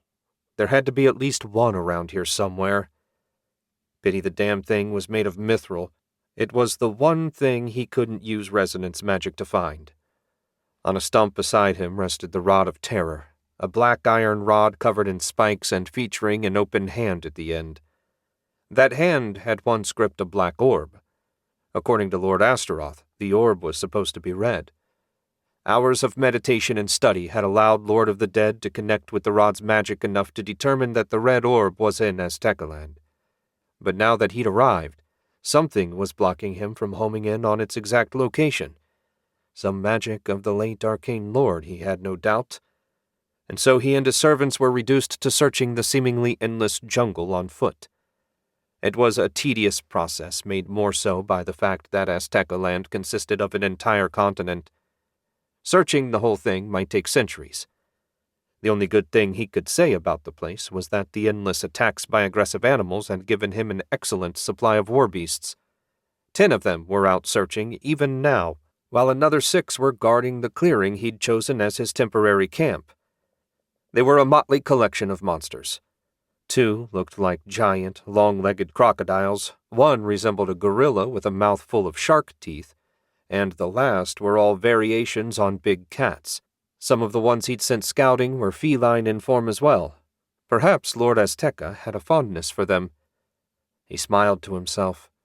Even incomplete, the rod had increased his power by nearly double. He'd never been able to control this many war beasts, and his magic was even more lethal. The rod corrupted the ether with its mere presence, making Lord of the Dead's magic that much easier to use.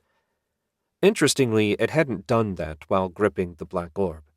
Something about the orb's magic had prevented the effect. Even if he didn't find the red orb, he could build a new empire of the dead in this abandoned land. It wasn't like the wild beasts, strong as they were, had any hope of stopping him. Another stab of pain shot through him, this one with a different flavor. Right. His master wanted the artifact restored. Best not to even think about failing to find the missing piece. Maybe it would take years or decades to find the red orb. And if it did, that was fine. One thing about being an immortal undead priest, you never had to worry about time. Even if it took a century, he'd be no worse off. One of his vulture-headed slave beasts slowly approached. What could the useless thing want? They weren't good for much more than fetching and carrying. He honestly wasn't sure why he'd bothered bringing them with him from the land of the demon binders. Because leaving them behind would have been a waste seemed a poor reason. "What is it?" The slave beast flinched when he snapped at it. They really were pitiful. "Something sniffing around, master," he grimaced. He still hadn't recovered from the loss of his most powerful war beast. Killing whatever was prowling around out there wouldn't be a problem, but it would delay his full recovery. For now, it would be best to leave it alone as long as it remained peaceful. "Don't bother it, but don't lose track of it either." "Yes, master." The slave beast hurried back to its post. Lord of the Dead put the threat out of his mind and focused on drawing corrupt ether into his body. The sooner he got back to full strength, the better. One thing was certain. He wasn't going to send another monster to kill Lady White. That had taken far too much out of him and accomplished absolutely nothing. Let her rot in the human empire. It's where the traitor belonged. A few hours passed, but finally Lord of the Dead got the pain in his head under control. It wasn't completely gone, but it was down to little more than an annoyance. He wished he knew what he did to cause it in the first place. He'd had plenty of war beasts die over the years, and he never felt anything like that. Perhaps it had something to do with the higher-tier demon he used. Not that he'd had a choice. The lower-tier demons couldn't even bond to the corpse. It was like it rejected them, though how a corpse had such an ability was beyond him. Done was done.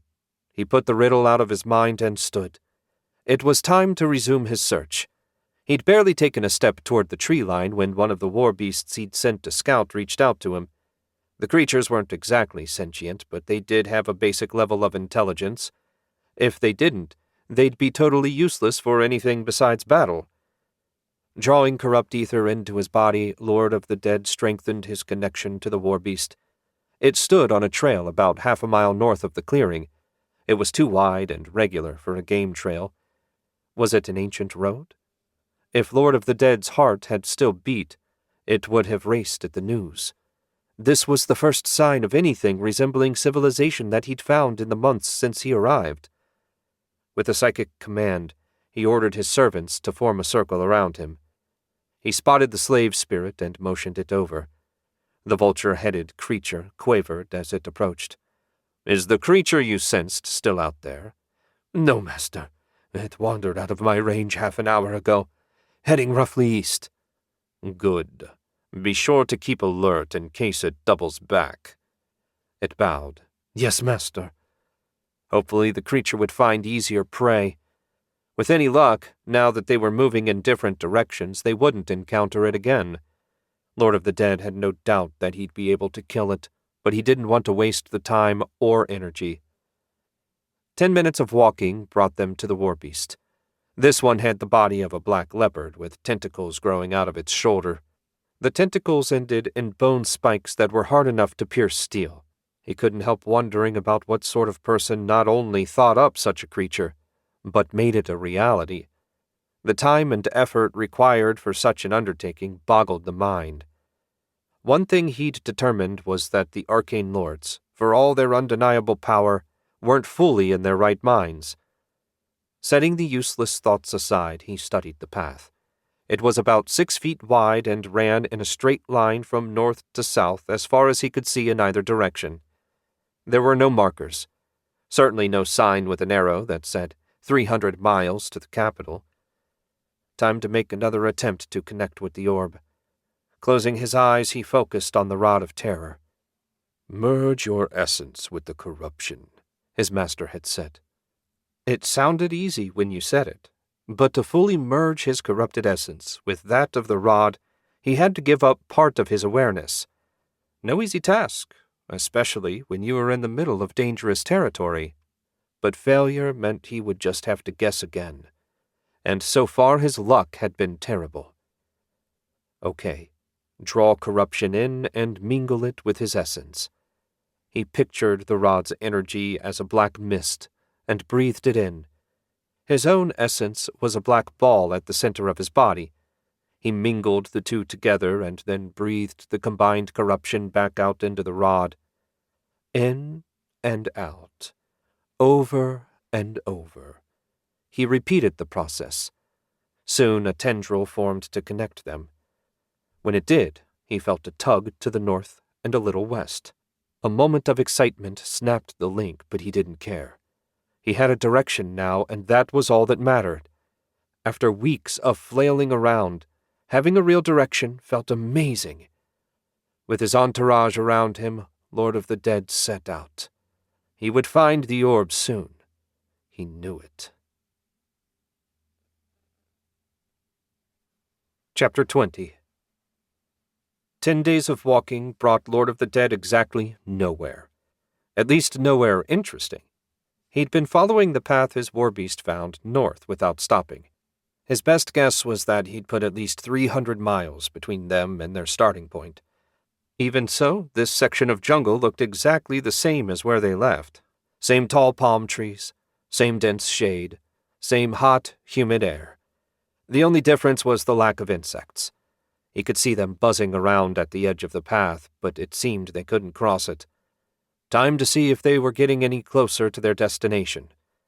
He stopped, and his guardians stopped as well. Taking a firm grip on the rod, he repeated the psychic ritual that would connect his essence. It took less time for the connection to form. That had to be a good sign.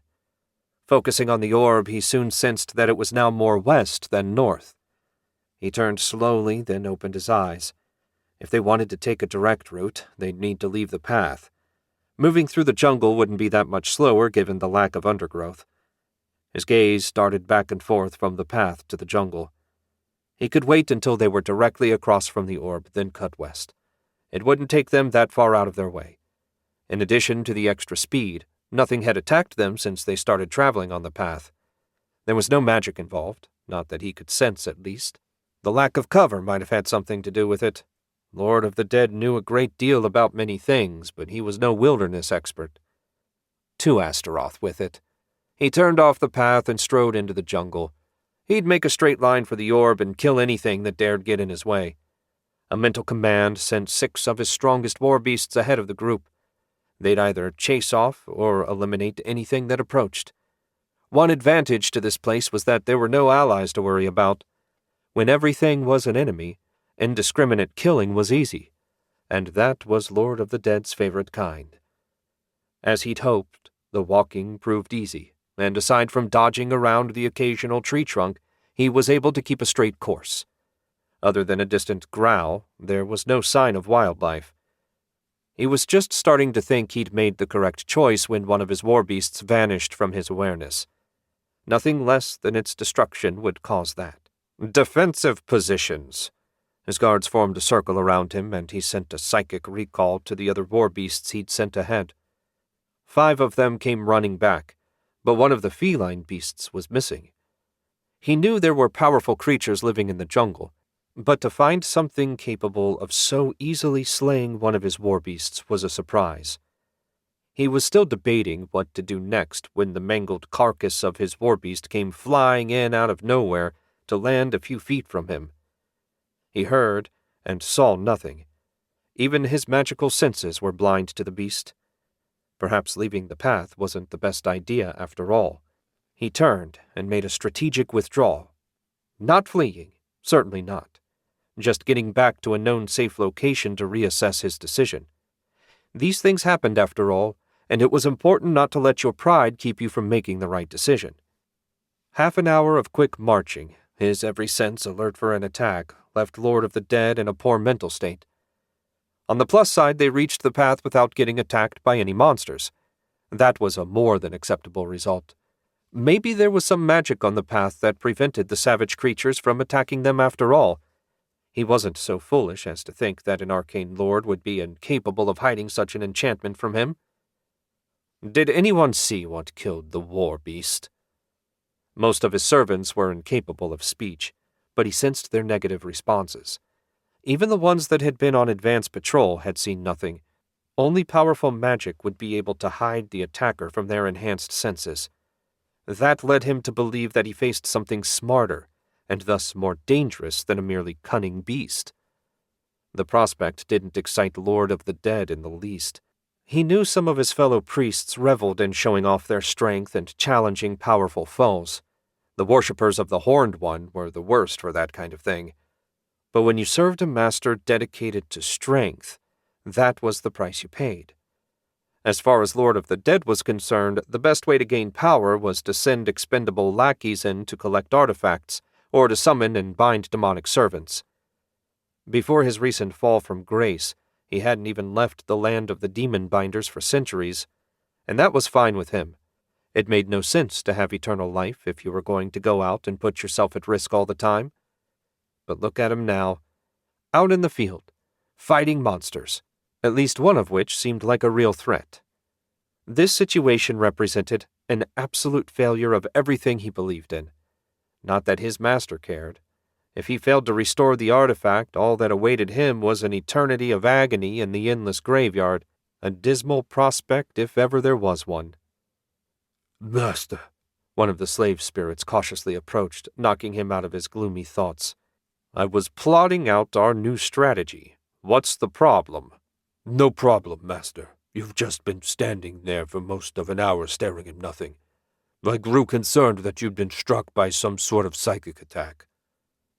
Had he truly lost track of time that badly? He'd thought only moments had passed.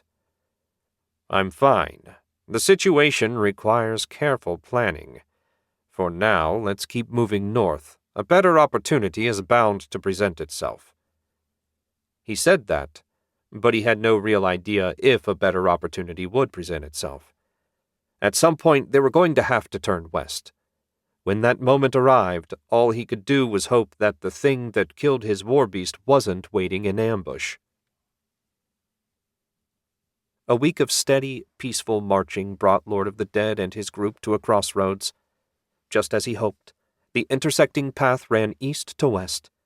It looked exactly like the path they'd been following, which continued north as far as he could see. For all he knew, this path might lead all the way to the border of Coltsland. Lord of the Dead wasn't confident enough in his geographic knowledge to say for sure. He felt certain that his new path would lead to wherever the orb had been hidden. Just to make sure, he decided to check its location once more. When he focused on the Rod of Terror, the connection came much more quickly. Not allowing his pleasure to distract him, he focused on the orb. Sure enough, it was almost due west and not that far. At least it didn't feel like it was that far.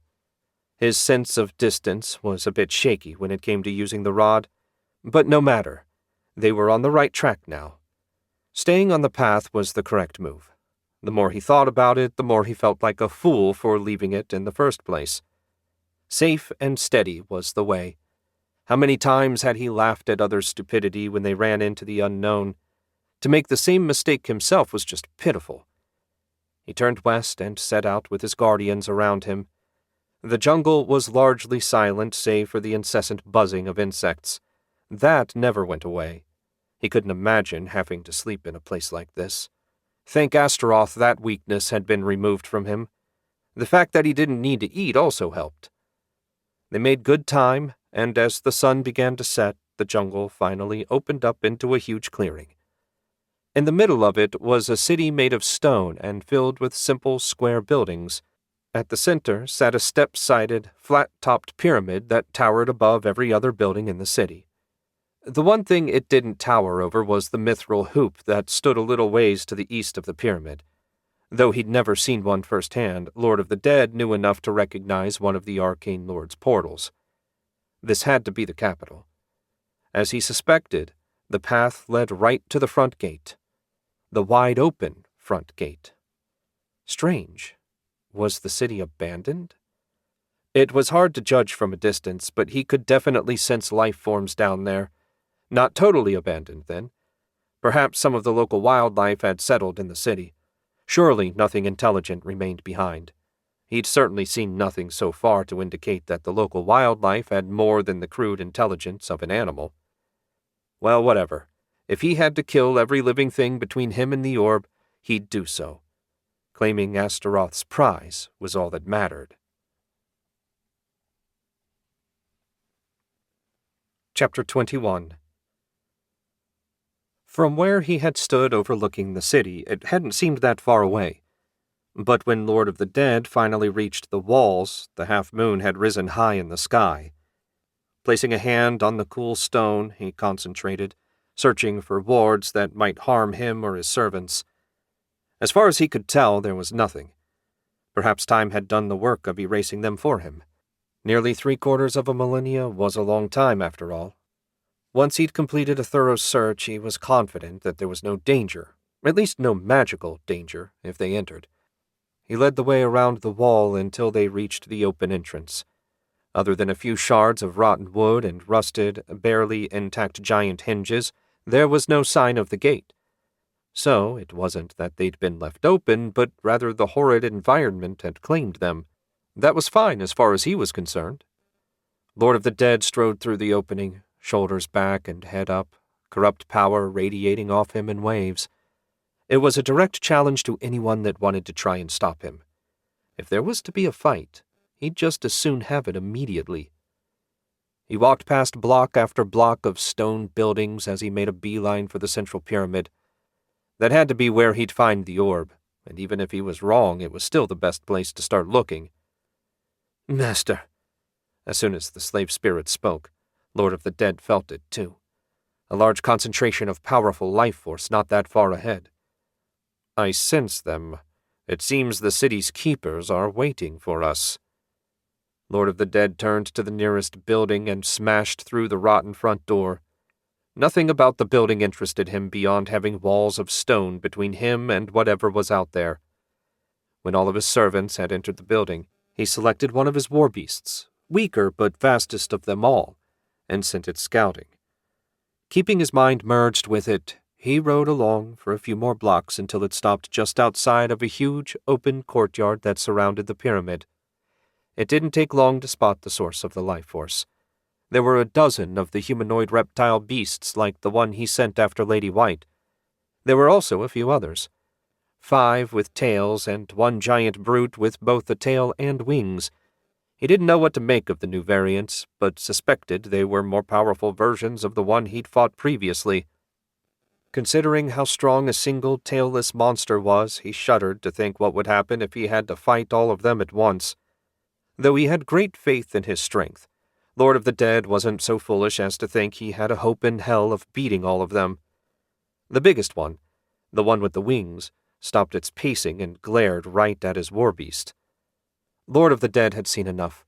A mental command sent the warbeast fleeing into the city, not directly back to his hiding place. The enemy didn't seem overly interested in attacking, but why take chances? He blinked a few times to clear his mind and focus. He'd known, of course he had, that the odds of him simply walking into an empty city and claiming the orb were beyond slim. Nevertheless, finding such a formidable force between him and his goal far exceeded his worst fears. None of his options were appealing. A direct attack, even with all his warbeasts, would be suicide. He tapped his chin. Those things, whatever else they might be, were alive. He could sense the teeming life force within them, more than he'd ever felt in any living thing he'd encountered previously. And if they were alive, that meant they needed to eat, sleep, and drink. Assuming they didn't have a huge stash of food in the pyramid, eventually they'd need to hunt. Picking off a small hunting party would be no easy feat, but it would certainly be more doable than taking on all of them at once. He nodded to himself as a plan slowly came together. First, he'd need a safe way, to keep an eye on the gathering. His warbeasts were a bit much for such a simple task. An imp would do.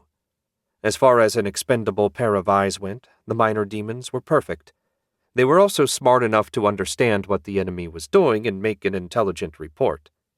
He wished he could extend his sight the way a wizard did, but his magic didn't allow that.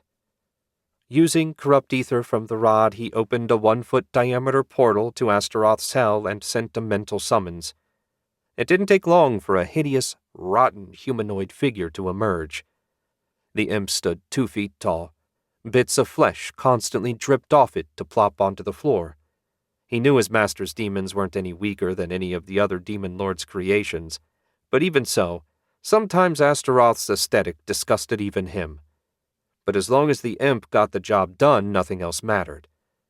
Lord of the Dead sealed the portal and focused his considerable will on the imp. It must have recognized him for what he was, as it didn't bother with the usual bluster and threats most demons gave when summoned. That was well, as he had no time for such foolishness. "How may I serve, master?" the imp asked.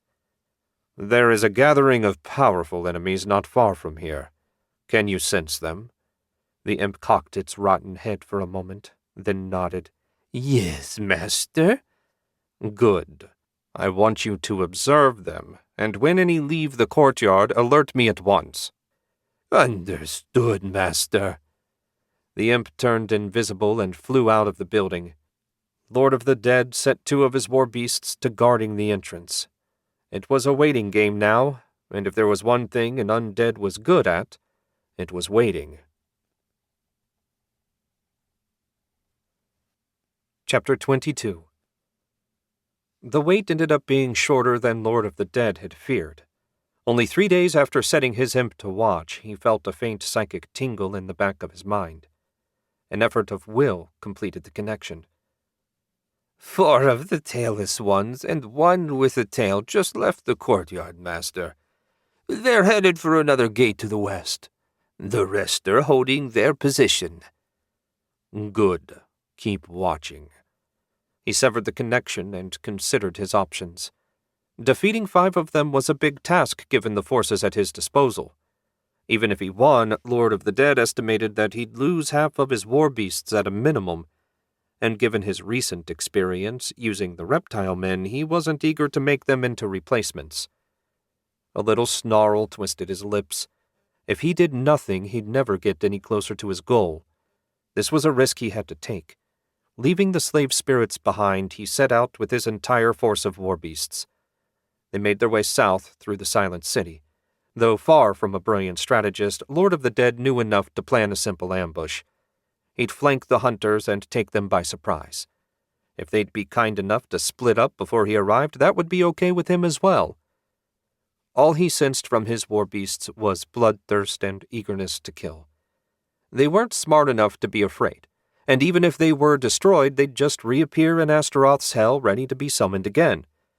For a moment, Lord of the Dead envied them. How nice it must be not to have to worry about plotting and scheming. Just do as you're told, and if you die, have the satisfaction of knowing nothing bad would happen to you. Should Lord of the Dead die without completing his mission, the fate awaiting him in the endless graveyard didn't bear consideration. But he wasn't going to fail. One way or another, he was going to defeat the foes standing in his way and claim the orb. Thinking any other way would only weaken his resolve. They slipped out of the city without issue and started making their way around it through the jungle. It was louder here, but he ignored the distractions. There was no issue with finding their targets. They were the most powerful sources of life force out here, and thus easy to home in on. After about an hour, it felt like the group broke apart, with one especially strong individual going one way and the other four sticking together. The explanation came to him a moment later. The leader must have sent its underlings out to do the actual work while it waited somewhere comfortable. It was the same everywhere, even in the jungle. Lord of the Dead grinned. If you cut the head off, the body would be easy pickings. He set their course for the solitary presence. As they drew nearer, it gave no indication that it was aware of the danger approaching. His war beasts dispersed, making a circle around the clueless monster. When they were all in place, Lord of the Dead peeked through a gap in the trees and spotted the tailed monster standing, arms crossed, with its ugly face twisted in what he assumed was a scowl. It was bigger than he first thought, though not as big as the one with wings. It was also alone.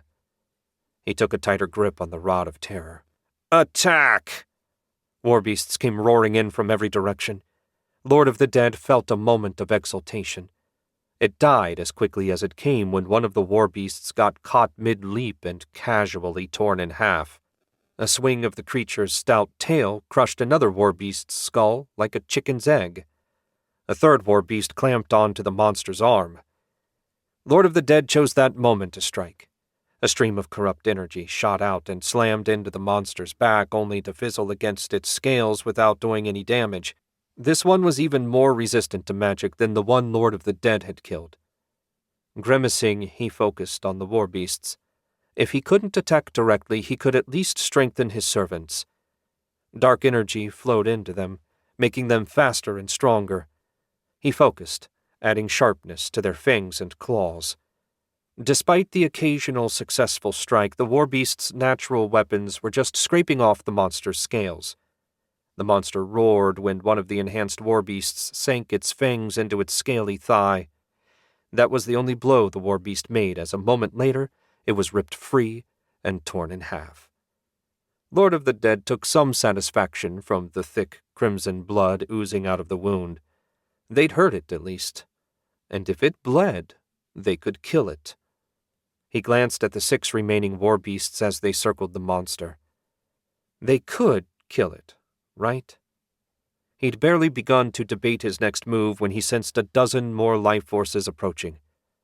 Reinforcements? No. While they were strong, they weren't as strong as the reptile men. Human? Lord of the Dead started and looked up to find some sort of monkey with an extra hand at the end of its tail hanging directly above him.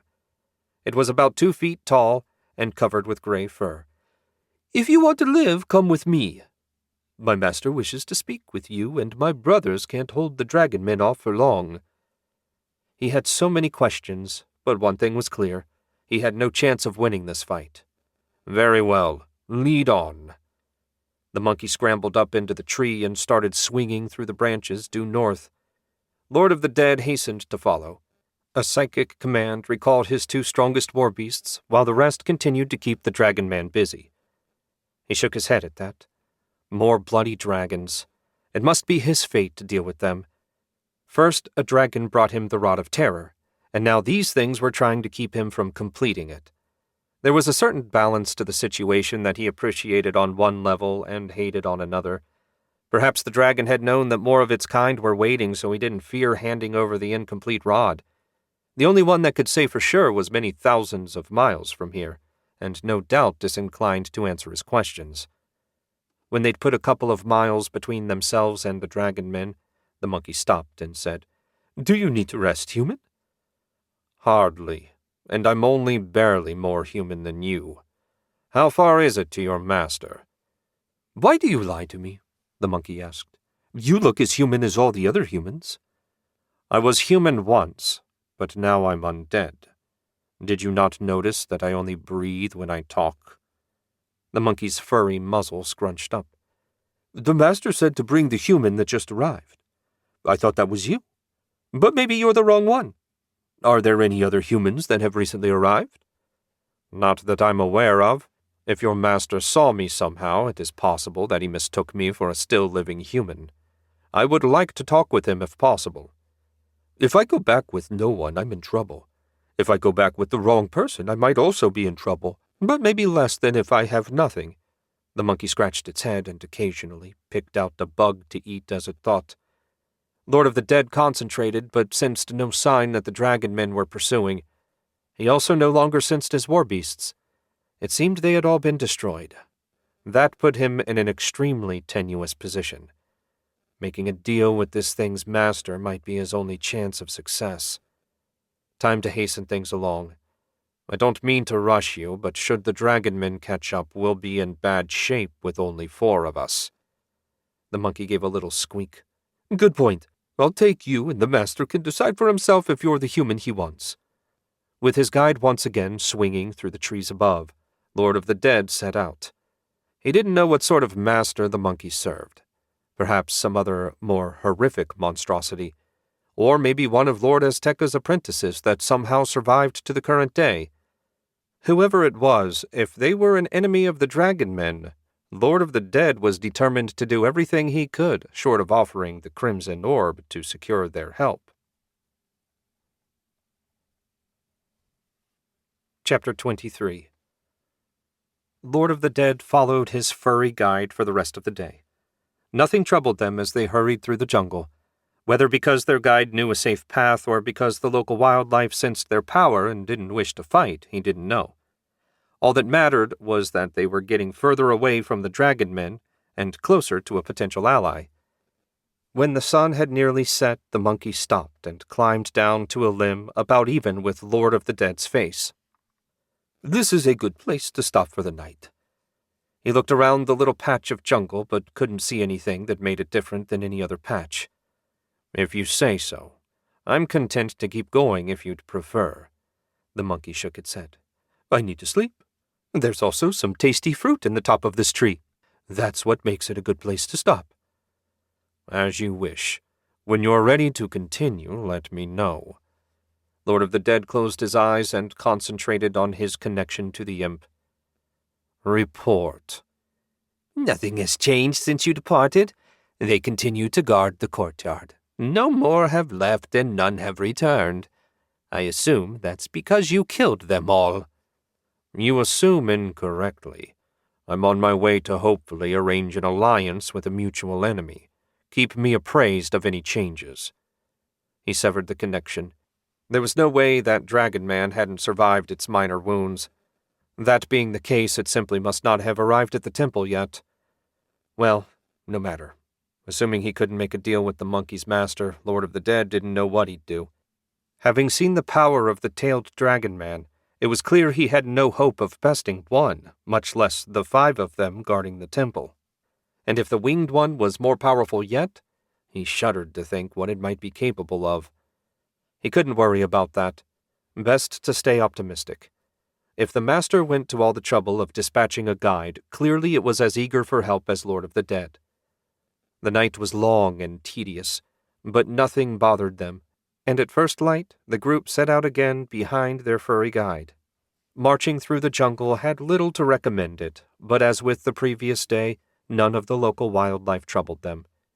Curious, he asked, "How come there are no aggressive wild animals around here?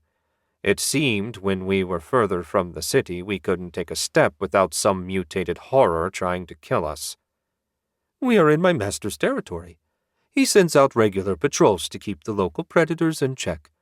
Though far from brilliant, they have learned to avoid this part of the jungle. I've seen nothing for the past day. Are there any patrols in the area now?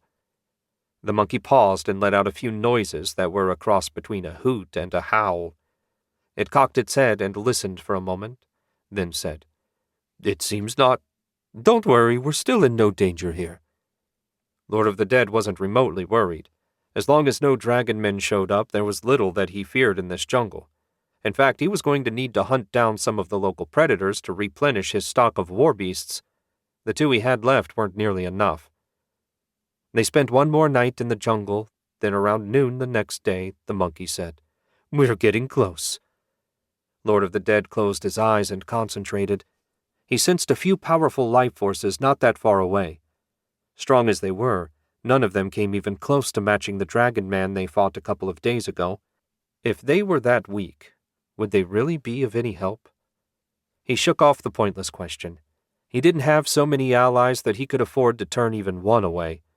Even if it wasn't as strong as he would have preferred, inferior help was still better than no help at all. They went another half a mile or so before the monkey stopped and said, "Wait here while I let the master know we've arrived." Lord of the Dead had no time to reply before the monkey vanished into the jungle. He looked all around, but saw nothing resembling civilization. Had he been led into a trap? No, that made no sense. If whoever this mysterious master was wanted them dead, the dragon man would have been more than capable of handling it. Guiding them to safety only to kill them now would be beyond foolish. He let out a little growl. Speculation was pointless.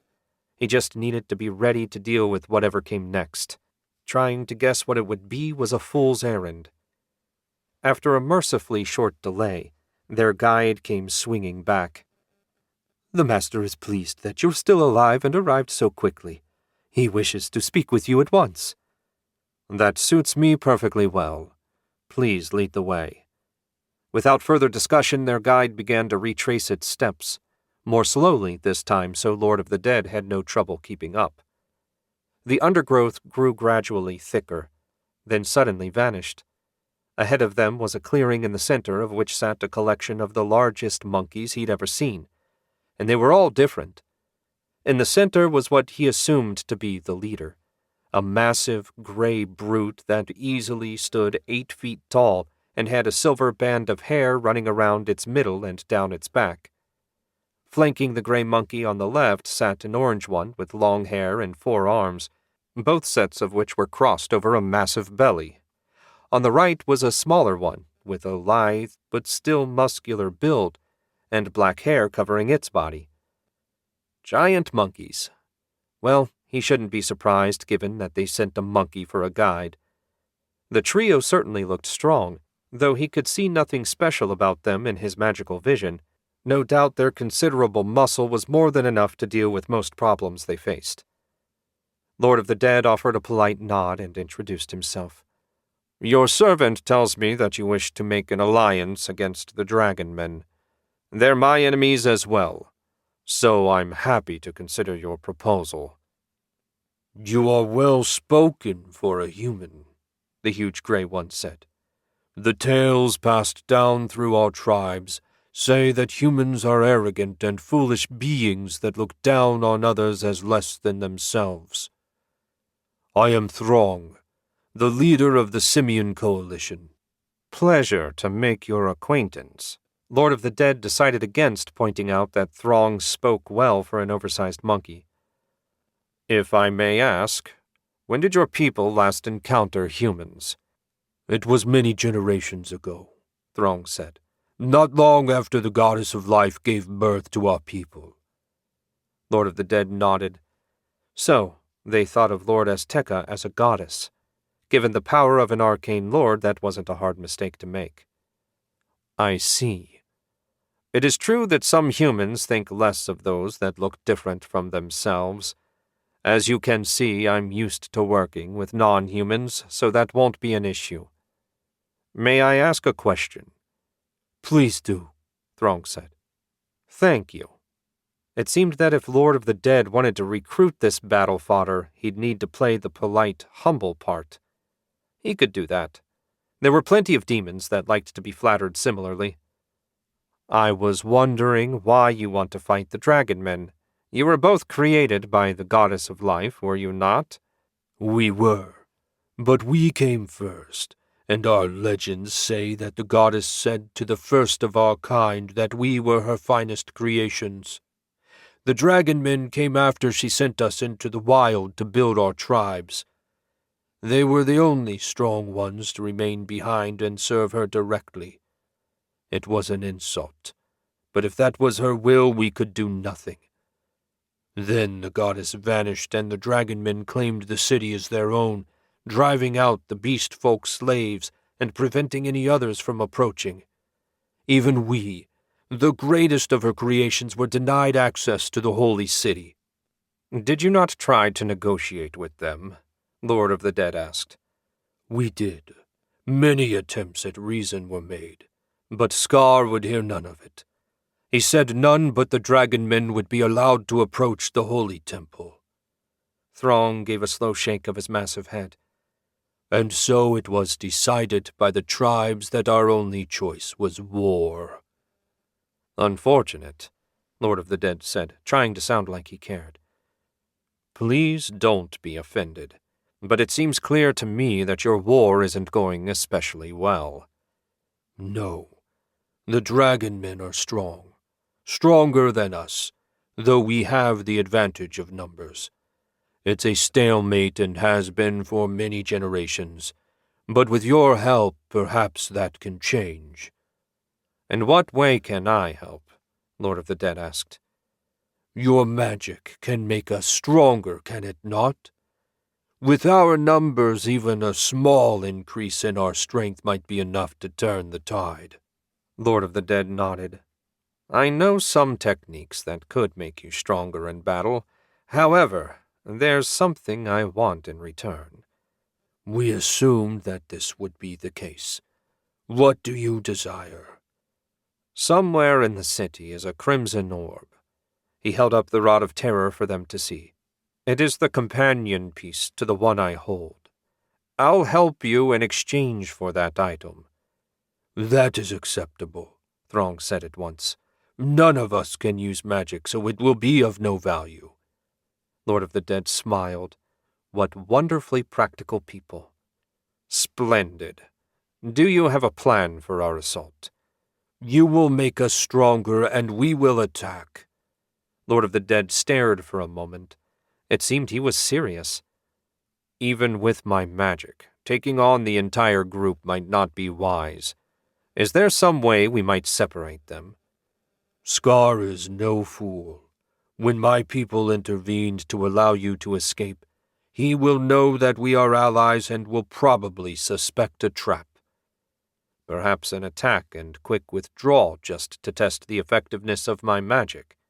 I noticed during the battle that dragon men are good at resisting spells. That's not a bad idea. I would not have more of my people die than necessary. It is agreed. We will move closer to the city. Then you will make us stronger. Agreed. Lord of the Dead smiled to himself. If he could use these creatures to gain access to the temple, or whatever the pyramid was, he would be happy to do so. Should most of them die in the process, so much the better. They would make fine war beasts. Chapter 24. Scar paced and snarled to himself. As leader of the dragon men, he had a responsibility to protect Lord Azteca's palace, or more specifically, his bound father inside. Knowing his duty did nothing to make it easier to wait. The force he dispatched should have been more than enough to deal with the undead creature that infiltrated the city. Even Father didn't know where that thing came from. It just appeared one day out of nowhere. It was beyond Scar's comprehension, and what he didn't understand, he didn't fear exactly. Scar feared nothing, but it did make him nervous. Despite his current situation, there were few things Father didn't know. This was one of them. He paused, turned, and looked over his troops. The lesser dragon men lacked the intellect to speak, but they could carry out reasonably complex orders. They were also extremely durable, as expected of Lord Azteca's elite troops. All the same, he had trouble thinking of them as true brothers. Not that his anger at losing one of them was in any way lessened. To think that the undead creature had strength enough to kill one of them. It had been a shock, no mistake about that. Scar snapped his wings, then forced himself to relax. Getting tense and angry would help nothing. The team would return when they returned. He caught the scent of blood in the air. Speaking of, here they come now. The thought had barely formed when the team came running into the courtyard. At least they were all alive, though the greater dragon man he'd put in charge had a fairly deep wound on its thigh. The squad leader, Gore, hurried over to Scar and bowed, an awkward move with his thick, stubby tail. The undead and its monsters followed us just as you said, Scar. I killed many of its beasts, but it fled before I could finish the job. Also, the Simian coalition helped them escape. Scar snarled at that last bit. Just what he didn't need. His two greatest enemies joining forces. What happened to your leg? One of the undead's monsters bit through my scales.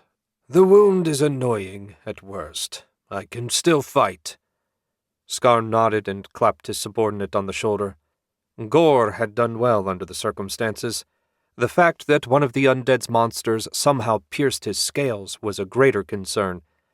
The dragonmen's scales were so hard that a steel sword would slide right off without leaving a mark.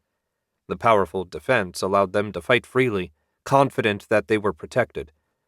But now, not only had one of them died, but even Gore had been injured, though not seriously. It was a troubling turn of events. I'll speak with Father. Did you see which way the undead went? Gore hung his head. No, I was too busy fighting. Apologies, Scar. It is of no concern. I only hoped you might confirm my guess that it fled into Coalition territory. If those wretched apes interfered on its behalf, there's really nowhere else it might have gone. I will do better next time, Scar. I swear it. Don't be too hard on yourself. You brought your team back alive. That's the main thing. Keep an eye on your wound. If there's any trouble, we'll ask Father to take a look at it. Gore's tail quivered, a sure sign of anxiety. I would not trouble Father over such a small thing. Scar smiled. The others worshipped and feared Father in equal measure. Only Scar had spoken to him enough times to understand that while Father felt little for his children, he did want the best for them. With a final pat on Gore's shoulder, he left the courtyard. The palace door swung open at his approach, and he immediately felt Father's regard moving over him. It was an unsettling feeling. Certainly he understood why the others felt like they were being observed by a god. He stalked down undecorated stone passages, through rooms big enough to hold a battle, and finally descended a set of stairs to the lower level. With each step, the weight of Father's presence grew heavier. At the bottom of the stairs, he turned right and took a short hall that ended at a black metal door. Scar steadied himself, wrapped his wings around his body like a cloak, and pushed the door open. Beyond it was a domed chamber nearly as big as the entire courtyard outside. Father lay in the center, his green-scaled body 50 paces long, not counting his tail. His wings were tight to his body. Most remarkable of all, his massive form was bound to the floor by bands of silver metal. Despite his tremendous strength, Father couldn't break free. In truth, it was only in the last couple 100 years that he'd been able to speak directly to Scar's mind. You have news? Though he couldn't actually hear it, Father's voice felt deep and powerful in his mind, like he could crush Scar flat with nothing else. Yes, Father. It seems the undead creature has gone to join forces with Throng. Father let out a deep bass growl. That is not the news I was hoping for, but I suppose it is to be expected. Though far less than us, Throng is no fool. He will use the undead without hesitation if it gives him a chance at victory. Together they will be a threat far greater than any you have yet faced." Scar swallowed hard. "Can you offer me any advice, Father?" "Not with the information we currently have. Be cautious until you better understand their plans. You have led my children well, Scar, and I'm confident that you will see them safely through this crisis." Father's confidence and warm regard filled Scar to bursting. He would succeed in this task. There was no question in his mind. Chapter 25. 3 days of traveling through the jungle with Throng's army, well, army might be overly generous given that the force numbered less than 100 giant, mutated monkeys, brought them within a couple hours' march of the city. It was evening when they stopped. Since none of the creatures could see especially well in the dark, Throng said it was best to attack in the morning. That was fine with Lord of the Dead. Unlike vampires and certain sorts of lesser undead, his power remained undiminished in daylight. Since they had some time before dark, Lord of the Dead picked his way through the giant monkeys relaxing under the trees as they ate some sort of fruit the size of his head. He'd never seen anything like it, but the monkeys seemed to thoroughly enjoy it. Better yet, it was common. Half the trees they passed under had clusters of it hanging from them like giant grapes. Foraging, at least, wouldn't be a problem. He found Throng at the center of the gathering, stuffing his face with fruit. For something so big, it probably took a lot to keep his energy up. Beside him were the same 2 monkeys that were there for the first meeting. He'd come to think of them as a sort of honor guard. Throng finished his final piece of fruit and said, "We will attack tomorrow. Have you decided how to use your magic to make us stronger?" "That's what I wanted to talk to you about. In order to use my power to the best advantage, I need to understand more about how you fight." Throng cocked his head as if he didn't understand the question. "We charge in and rip our enemies to pieces." "You don't use any sort of weapons? Claws, for example?" Throng held up a hand so big it could have wrapped all the way around Lord of the Dead's head. The fingers were long and thick, but blunt, with short fingernails much like a human's. Clearly, Lord Azteca had been less than generous when handing out natural weapons to her so-called greatest creations. "All are different, but none have claws," Throng said. "Is that a problem?" "No, not at all. There are spells to make claws sharper and tougher, but that obviously won't work in your case. I should probably focus on making you stronger and faster. Maybe a defensive spell to make your hide tougher to penetrate." "That all sounds useful," Throng said. "With your help, I will find Scar and rip his head from his body." Lord of the Dead doubted it would go quite that smoothly, but he said nothing. No sense being negative before they even made the first strike. Maybe they'd get lucky and completely wipe out the dragon men in the first attack. He certainly wouldn't complain about such a result. "I'll need to apply the spells shortly before the battle, and I can't cast them on everyone. You'll need to select your 20 favorites." "So few?" Throng said.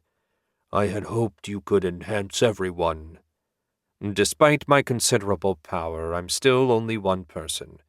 If I were to try and enhance everyone, I would end up doing so little for each individual that it would make no difference." "I suppose that makes sense. Very well. When we reach the city wall, I will bring my best warriors to you." Lord of the Dead nodded. "I will do my best to be worthy of them." Throng's lips peeled back in what Lord of the Dead had come to recognize as a smile. "That is well. You are a good ally. The goddess of life smiled when she brought you to our territory." He offered a polite bow in return. It was good that these naive fools lived in the jungle. No one so trusting would last a week in the real world. The next morning, Lord of the Dead and his allies of convenience reached the city wall. No one made any attempt to stop them at the ruined gate. Could the dragon men be unaware of their arrival? It seemed impossible, but just to be sure he made contact with his imp. "Has there been any change?" "No, master. A small group arrived a few days ago. They were likely the survivors of your battle. Other than that, nothing of interest has happened." "Are they all in the courtyard?" "Yes, master." "You've done well. Continue to watch." He severed the connection as Throng and his chosen 20 approached. It seemed the time had come to keep his end of the agreement. At the very least, Throng had chosen some exceedingly large specimens. Several had extra arms. One was completely hairless and looked a bit like an oversized, exceptionally stupid human.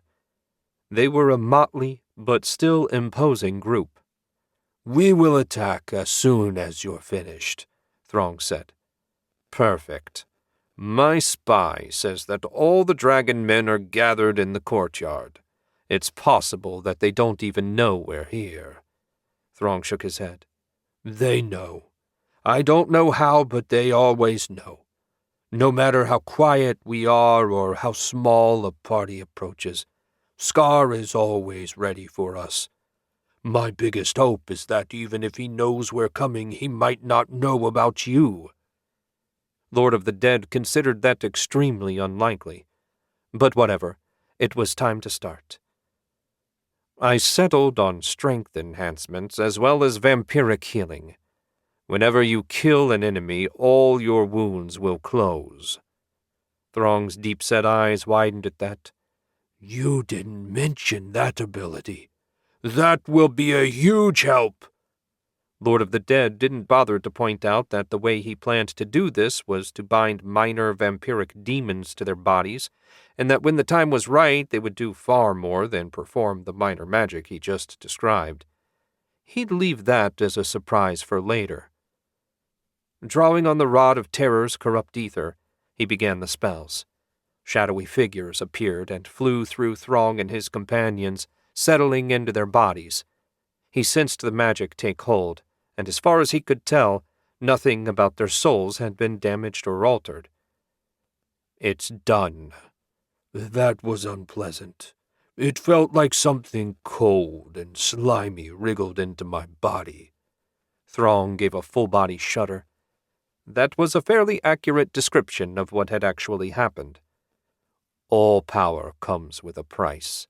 As such things go, you got off light. Now hurry and attack before the spell wears off." Throng roared and pounded his chest so hard it sounded like war drums.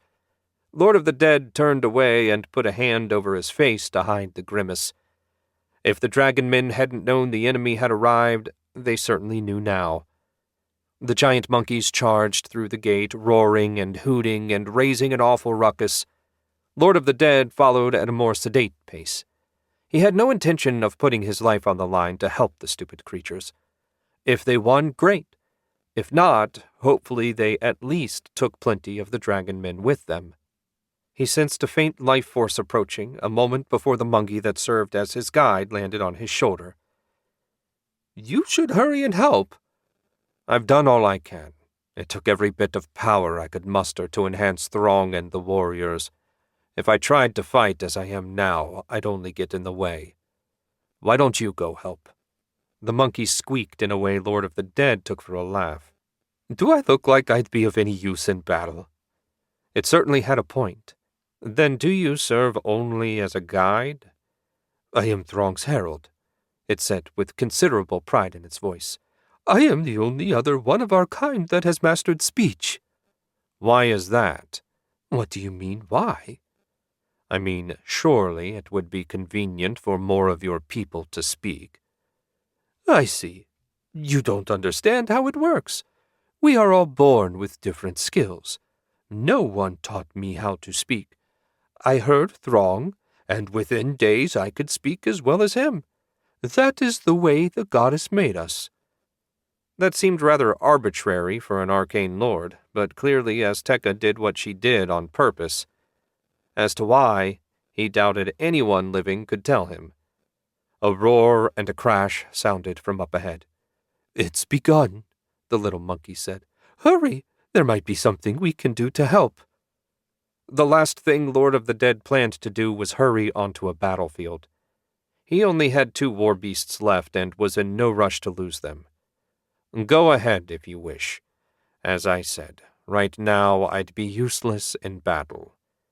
"At least I can bear witness." The monkey leapt off his shoulder, climbed to the nearest roof, and leapt to the next one. "Yes, I wish you much joy," he said to the creatures rapidly vanishing back. "Still, bearing witness might not be a bad idea." He smashed his way into a convenient house and sat. "Keep watch." His war beasts went into guard mode, and he focused on his imp. It took little effort to link their minds so he could observe as the battle unfolded. Chapter 26. Throng charged through the holy city at the head of his army. It was his duty to lead his people well, and he tried his best. Sometimes he wasn't sure what the right decision was, like trusting the human. The strange, slimy magic still writhed around in his body. He did feel a bit stronger, but it was hard to tell just running. He set his doubts aside. They were always there, but he couldn't let them be a distraction during the fight. He'd made his choice, and he and his people would live or die with it. That was what it meant to be leader. How he wished the goddess hadn't bestowed the blessing of speech on him. Ahead, the courtyard loomed. As always, Scar and his dragon men would wait for Throng and his warriors to arrive.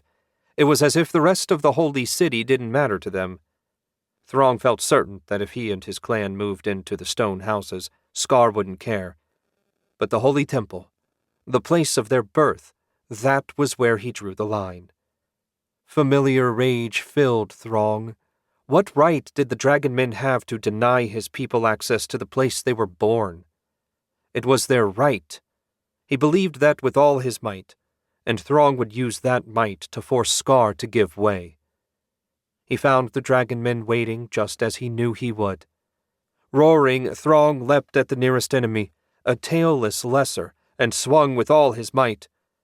His fist crashed into the dragon man's head and sent it flying across the courtyard. All around him, Throng's warriors were battling the hated enemy. Roars and shrieks loud enough to deafen anyone with the misfortune of listening filled the air. Throng's blood ran hot, and he looked for Scar.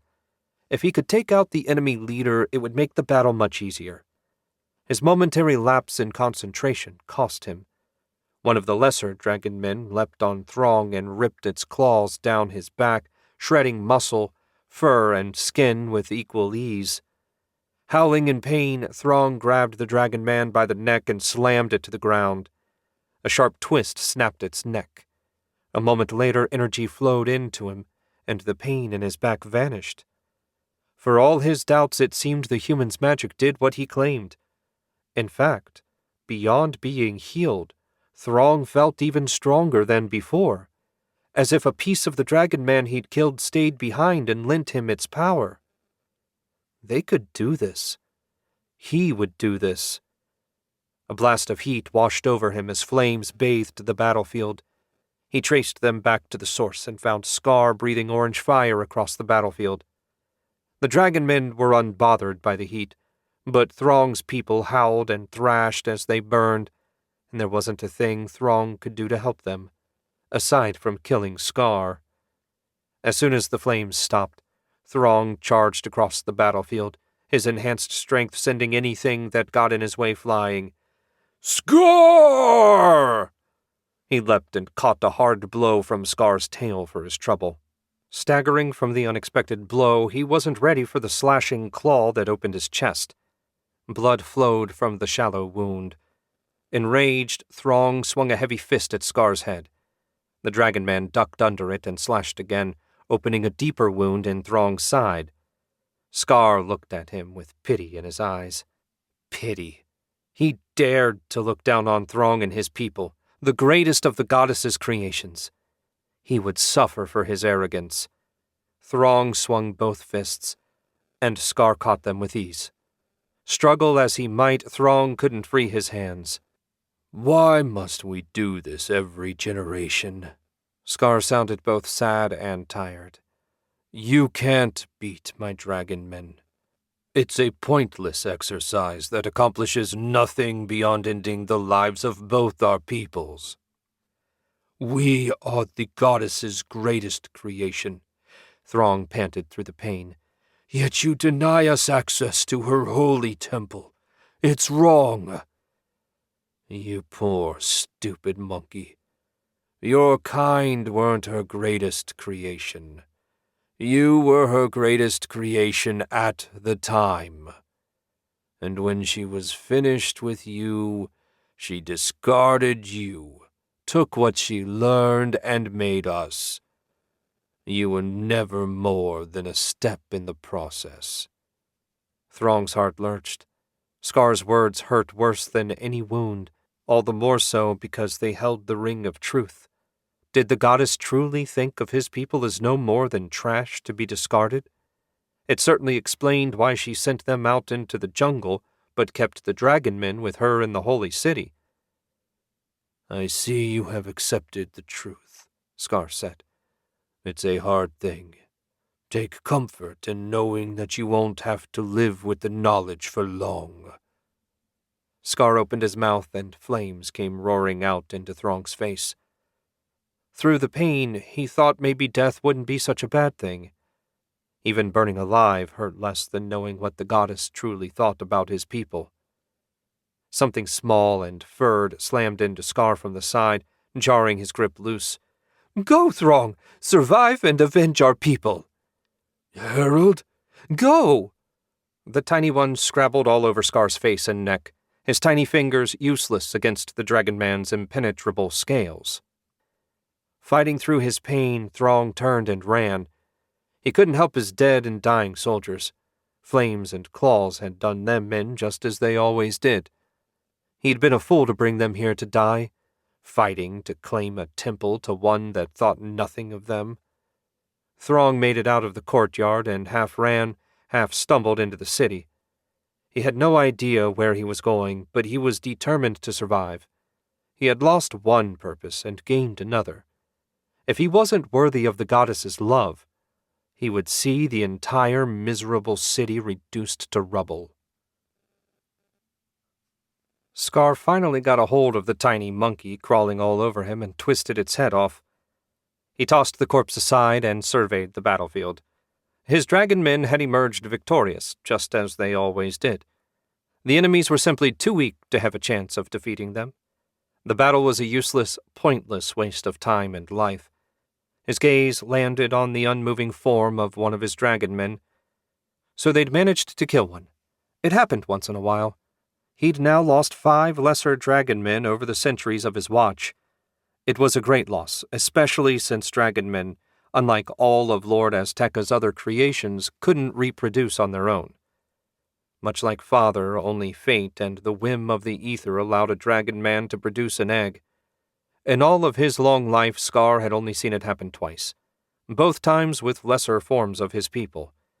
And while he wouldn't mind increasing their numbers, having seen the excruciating pain involved, he wasn't eager to do his part. Gore came trotting over.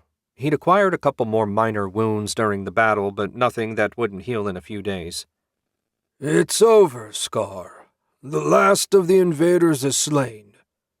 Scar looked around and frowned. There was no sign of Throng's massive form. Despite the wounds and burns, somehow he'd escaped. The monkeys were exceptionally durable, if not terribly bright. He couldn't have gotten far. Best to hunt him down and end it once and for all. Take 2 of the lesser dragon men and hunt Throng down. He can't have gotten far. I'll bring you back his head. Gore hurried away, eager as always to prove his loyalty and worth. He was a useful subordinate, but as limited in his own way as Throng and his people. Scar's frown twisted into a bitter smile. Did Father feel this way when he was forced to deal with Scar, someone so much less than he was? The thought twisted his guts, but it felt like the truth all the same. He took some small comfort in the fact that, no matter what he might have thought, Father never treated him with contempt. He didn't treat him as an equal either, but then Scar wasn't arrogant enough to imagine he was Father's equal, so that didn't bother him much. Shaking off the useless thoughts, he said, "Let's get this mess cleaned up. There's enough meat for a while here, so get it into storage." The others hastened to get to work. They were incredibly tough, and nothing less than a thorough maiming would keep them down for long. It never ceased to amaze him. It seemed they'd barely gotten started when one of the lesser dragon men gave a shout and staggered away from the body he was dragging. Curious, Scar strode over. "What is it?" he asked out of reflex. The lesser dragon men couldn't speak, after all. When he reached the corpse, he looked down. There didn't seem to be anything remarkable about it. The orange fur was charred from Scar's fire, and one of its 4 arms had been ripped off, but other than that it seemed perfectly ordinary. Or so he thought, until it moved. The arms and legs twitched, though the face remained completely lifeless. Unsteady hands grasped his ankles, and when Scar tried to pull away, he found the thing's grip even stronger than when it was alive. Another roar of surprise sounded, and when Scar glanced that way, he found more of the corpses rising.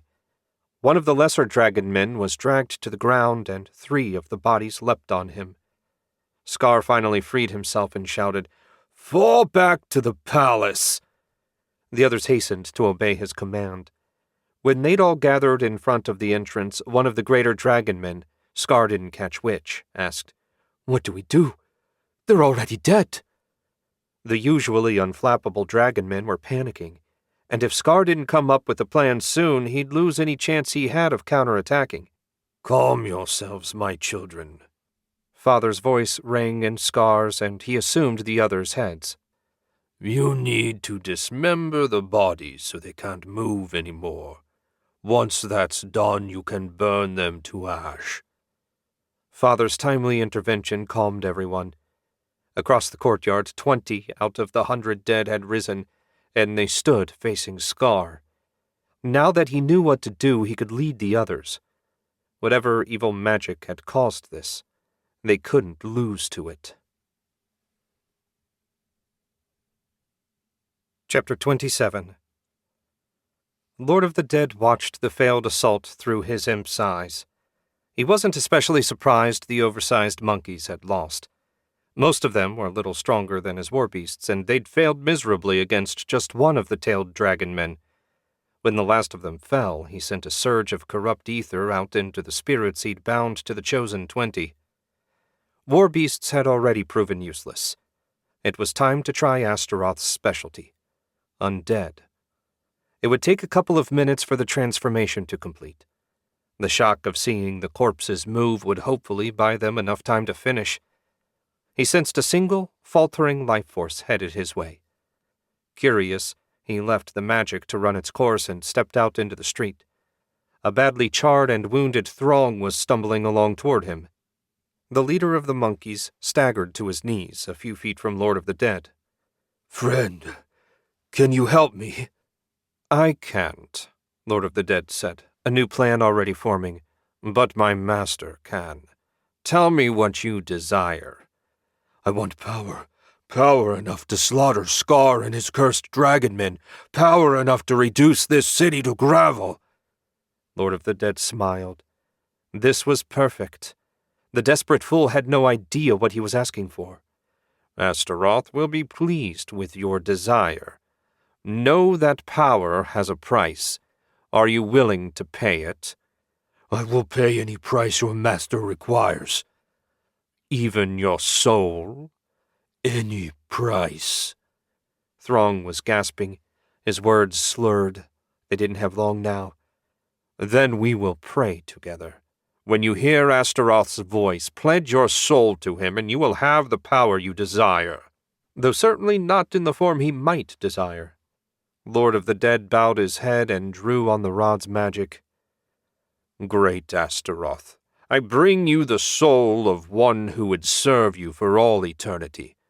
Grant him the power he seeks, that we may work together to destroy those who stand in the way of us completing your great task."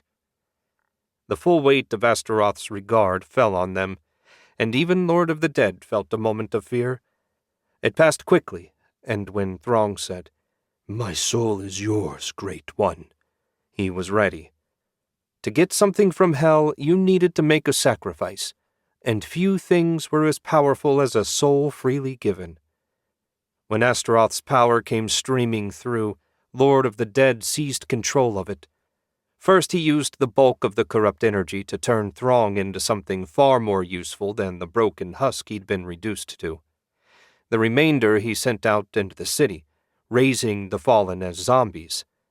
He'd barely used up the last of Astaroth's power when he sensed 3 potent sources of life force approaching. A group of dragon men rounded the corner. There were 2 of the tailless ones led by one with a tail. Was it the same one he'd found earlier? Possible, but in the end they all looked the same to Lord of the Dead. "Throng," the tailed dragon man said. "Your life ends here." Little did the fool know that Throng's life had already ended a few minutes ago. "You wanted to kill them all," Lord of the Dead said. "Here's your chance to get started." Throng roared, beat his chest just like he'd done when he was alive and charged.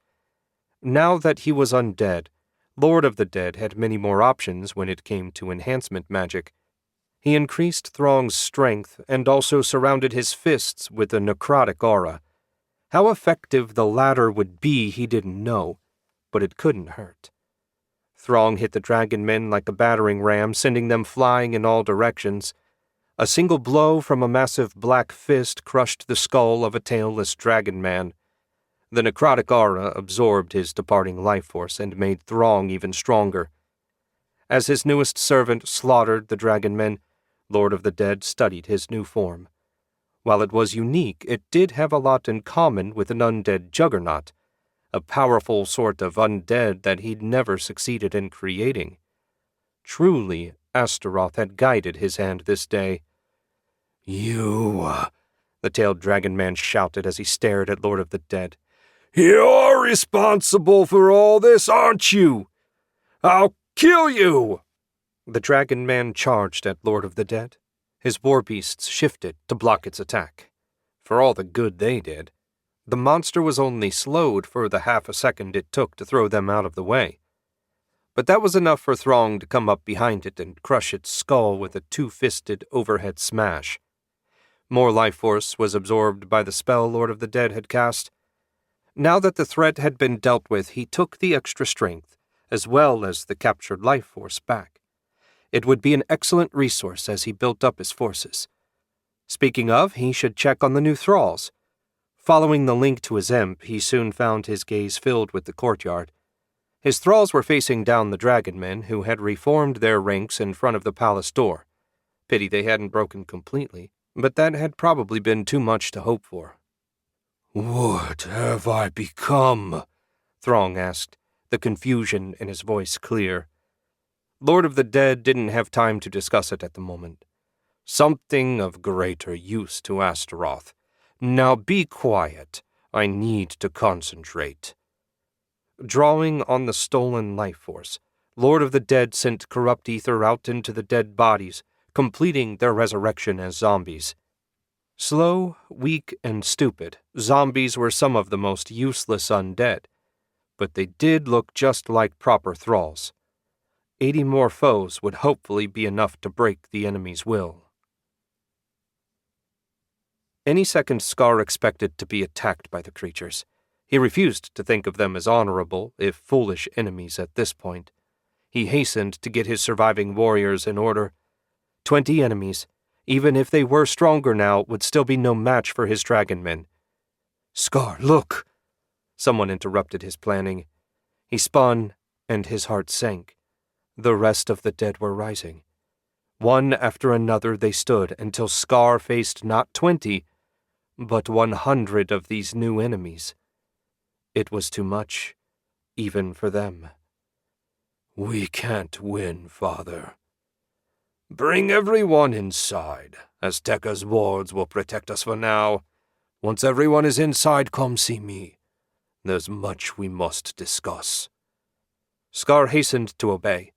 He yanked the palace gate open. "Everyone inside." They hesitated. Usually only Scar was allowed into the palace. "Now." He grabbed the nearest lesser dragon man and shoved him through the gate. When he wasn't immediately struck down, the rest rushed to follow. Scar was about to join them when he remembered Gore was still out in the city. He's already dead. Hurry and seal the palace. Scar winced as he stepped inside and threw a heavy beam across the gate. Gore had been a good soldier, and the closest thing Scar had to a friend. Losing him was a blow, both to the palace's defense and to Scar personally. He shoved the pain aside for now. Everyone stay here. I need to talk to Father. What about those things? One of the greater dragon men asked. Father says Azteca's magic will keep them out. Have no fear. As long as you stay calm and don't try to go outside, we'll be fine. He didn't know if they believed him, but no one else spoke. Leaving them in the entry hall, Scar made the familiar journey to the underground chamber where Father waited. The bound dragon shifted as much as his silver chains would allow and focused his yellow eye on Scar. The threat ended up being worse than I feared. You will have to take shelter here until help arrives. Scar stared for a moment, uncomprehending. Help? I don't understand. Soon one will arrive in this land with the power to free me from my bonds. The price will be high, I'm sure, but whatever he wants, we will give it to him. Who is it? And how do you know this person will free you? I don't know who he is, but I have sensed the approach of a powerful wizard, the strongest I've encountered since Azteca and her fellows bound me here. The only reason I can imagine for such a person to come here is a desire to claim her magic. Since we are the guardians of that magic, he will have no choice but to bargain with us for access. He will also have to help defeat our enemies if he wants to safely come and go. What if you're wrong? Is there some other way to defeat the creatures outside? Father blew out a breath. If I'm wrong, it likely means the one I sense is an ally of the ones outside. If that's the case, we're doomed. As for defeating them on our own, we lack the necessary resources. Azteca never kept much in the way of weapons around, unfortunately for us. Scar didn't like the idea of having to rely on others, but having seen the strength of the creatures outside, he had no choice but to accept Father's words. Very well. What must I do? Behind me there's a passage you've never explored. Follow it. It's quite large, but at the far end it's been sealed. You need to open it up and bring the wizard in that way so you can avoid the enemy. Have your brothers begin digging it out so it will be ready when you get back. Scar's throat tightened. Where am I going? To guide the wizard here. You're the only one intelligent enough to speak with him and be convincing. None of your brothers have what it takes to get him to agree. He'd been afraid that was what Father planned. Much as he hated leaving the others behind, they should be okay as long as all they needed to do was dig out a tunnel. Will the meat stockpile last long enough? You ask that like there's some other option. You are all of my blood. Dragons can go a long time without food when necessary. You lot should be able to as well. It seemed there was no getting around it. I will, of course, do as you command. But is there some way for me to get past the enemies surrounding the palace? There is no easy way. You will have to sneak out the servants' exit. I can make you invisible to the undead for a short time. Be sure you're well away when the magic wears off. Get the others ready. They have never seen me, so when you bring them here it will likely be a shock. The best time for you to leave will be high sun, so you have until then to make preparations. Scar hated to keep pestering Father with questions, but there was one more thing he needed to know.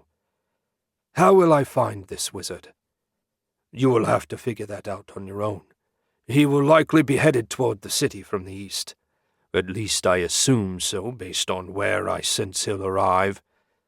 Unfortunately, while I can get a vague sense of his location, that's not something I can share with you.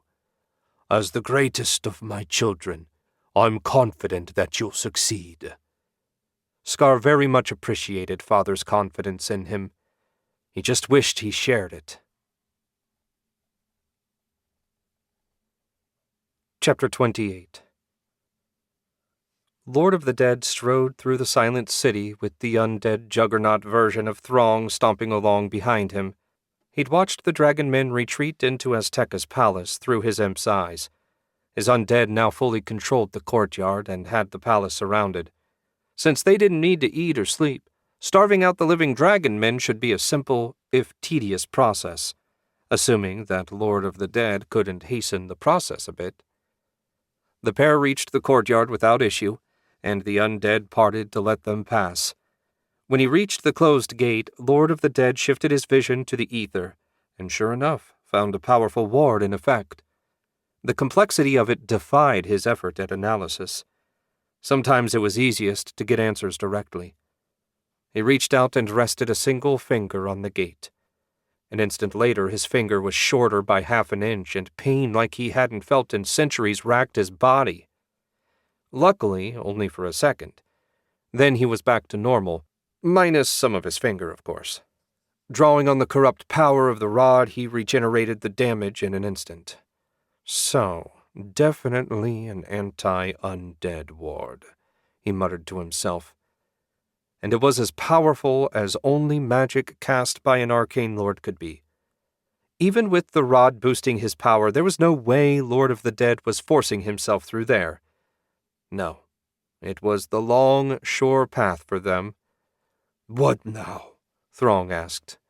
"Now I'm going to upgrade all my zombies into something actually useful.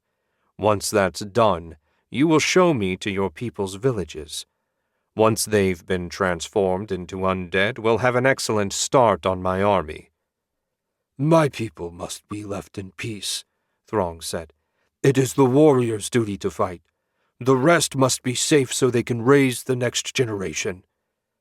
Lord of the Dead shook his head. Did this fool truly not understand what becoming a servant of Astaroth meant? No.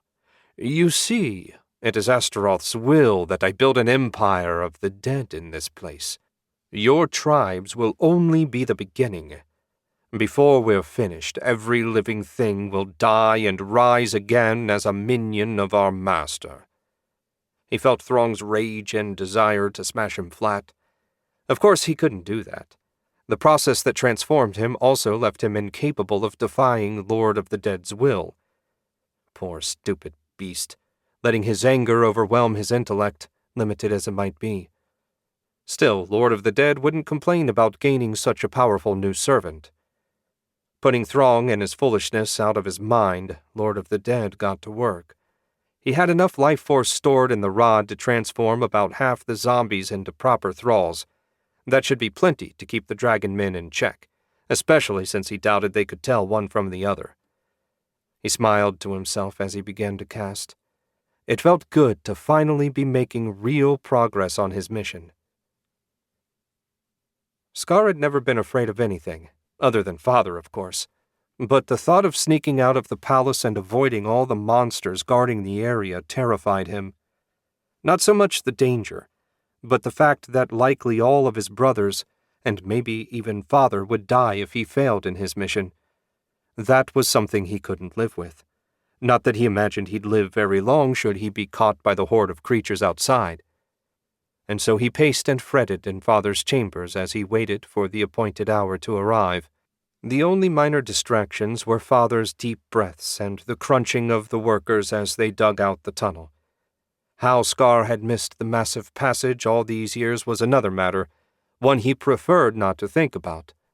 Just getting past the encircling force would be a challenge, even if he was invisible. They were bound to see the servants' door open after all. "Calm yourself. I will arrange a distraction when it's time for you to go. Just focus on finding the wizard and bringing him to the tunnel." "Yes, Father." Scar hesitated before asking, "Can you not give me some hint as to what he looks like? I would hate to bring the wrong person. He's human. In that regard, he's probably the rarest individual in Aztecaland. Should you find a male human wizard, bring him. The odds of you finding the wrong one hardly bear consideration." What Father said was true, though Scar had never thought about it before. Azteca hadn't allowed normal humans to live here. Or maybe it was more accurate to say that normal humans couldn't live here. They were just too weak to survive. Time seemed to drag on forever. Anxious as he was at this point, Scar wanted to get it over with. When Father said he was ready, the announcement came as a great relief. "Do not open the door until I tell you. Good luck, my son." A tingle ran through Scar as Father's magic settled over him. He looked down at himself, but there was no change in his appearance. He swallowed hard and made his way back up to the first floor of the palace. The few orders he had to give had been given. The others would obey Father without question, so there was no need to worry on that account. He passed through the palace's massive kitchen and sniffed. Even from a distance he could smell the meat that filled the cold room. It was always kept filled for emergencies just like this one. It would take months for them to get into serious food trouble. Scar offered a silent prayer to any watching archangel that he'd be back with the wizard long before that happened. An explosion shook the palace. "Go!" Father's voice slammed into his mind with such force he had no time to even think about what he was about to do. Scar slipped out the door, closed it tightly behind him, and sprinted across the courtyard. A few yards from the wall, he leapt and snapped his wings. He cleared the top with inches to spare before gliding down out of the city. When he landed, he stopped to listen. No sign of pursuit. Good. Father's distraction must have kept them busy. Now to put as much distance between himself and the city as possible before dark. Then it was just a matter of finding a single human somewhere in Aztecaland. It sounded like a far more daunting task all of a sudden. But he would complete it, no matter what. Chapter 29. Crossing the Eastern Ocean for the second time turned out to be every bit as tedious and mind-numbing as it was the first. Otto at least had some books to occupy his mind. He also enjoyed a number of pleasant conversations with Lady White. Karina divided her time between playing cards with the guys and practicing her magic. Otto never asked, but he felt certain his comment about a wizard's training never truly ending spurred her to resume her studies. The biggest surprise had been Jet. She had been an ideal servant, never uttering a word of complaint. Lady White was both surprised and pleased. But now they had come to the end of the nearly 3-month journey and land was in sight. It was time for Otto to find them a place to go ashore. The first part of the job was fairly easy. He dug the scrying crystal out of its padded storage box and settled down with it on his lap.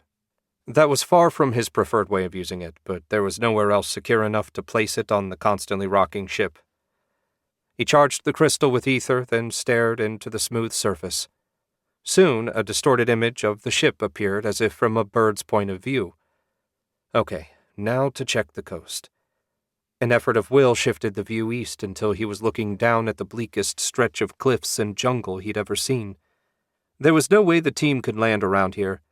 Mountain goats would have trouble climbing that cliff. He shifted south and found nothing but miles and miles of the same wilderness, and then the cliff vanished and he found a modest cove. Nothing huge, certainly compared to Crystal City's port, but there was a dock and a small village. He poured more ether into the crystal in the hopes that he might get a clearer view of the tiny figures moving around. When it started to vibrate, he stopped. It seemed this was the best the long-range scrying crystal could do. Frowning, Otto pulled the ether back out and the image vanished. Everything he'd read indicated that Aztecaland had no settlements, and certainly no ports. And while he wasn't sure the tiny village counted as a port, it was a settlement of sorts. As always, it seemed his many centuries-old information was less up-to-date than he would have liked. When the crystal was once more secure in its case, he stood and stepped out into the narrow hall outside his cabin. He'd barely taken a step when Karina came running out of the hold. Either she had excellent hearing or she'd been listening for him. "Do you need anything, Master?" "No, I'm going to speak with the captain. I found us a place to land." "That's great. Everyone wants off the ship in the worst way." I estimate we'll be inside of it in a day or so. Let them know if there's anything they need to pack up. They should think about doing it soon." "Yes, master."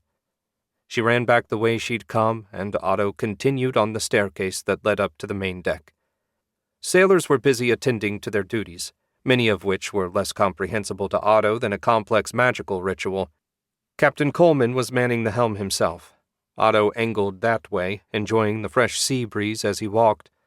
The trip had been remarkably issue-free, a couple of modest storms being the main problems, and even they didn't cause any noticeable damage beyond a couple severed lines. The trip had gone so well that if Otto had been a superstitious man, he would have feared they'd have to pay for it on land. There'd be plenty of problems on land, he felt certain. They just wouldn't have anything to do with the good weather. He reached the helm, and Captain Coleman offered a nod of greeting. "Lord Shenk, is all well?" "Indeed. I found a place for us to go ashore, a small village with a dock. I'm uncertain if it's big enough for the Sea Star. When we get within sight, I'll let you make the call. With any luck, we can make a deal with whoever's in charge to allow you to stay in port until we finish our mission." "That would be welcome. A bit of shore leave would do the men good, and fresh food wouldn't go amiss. Your preserved magic food will keep a man alive and working, but it gets monotonous." Otto couldn't argue with that. After weeks of eating nothing save the slightly sweet biscuits, he'd begun to envy Lady White's undead nature. "You'll need to bear a bit further south. I estimate the port will be visible tomorrow." The captain adjusted his course a fraction. "That soon? Praise heaven. Do you want us to sail right in, assuming it looks viable?" "No, better if I take a smaller group ashore to speak with whoever's in charge. The entire village didn't look like it could muster a defense that would trouble me, but peaceful contact is preferable. It might also net him some valuable information, which couldn't be overlooked." "I second that, my lord.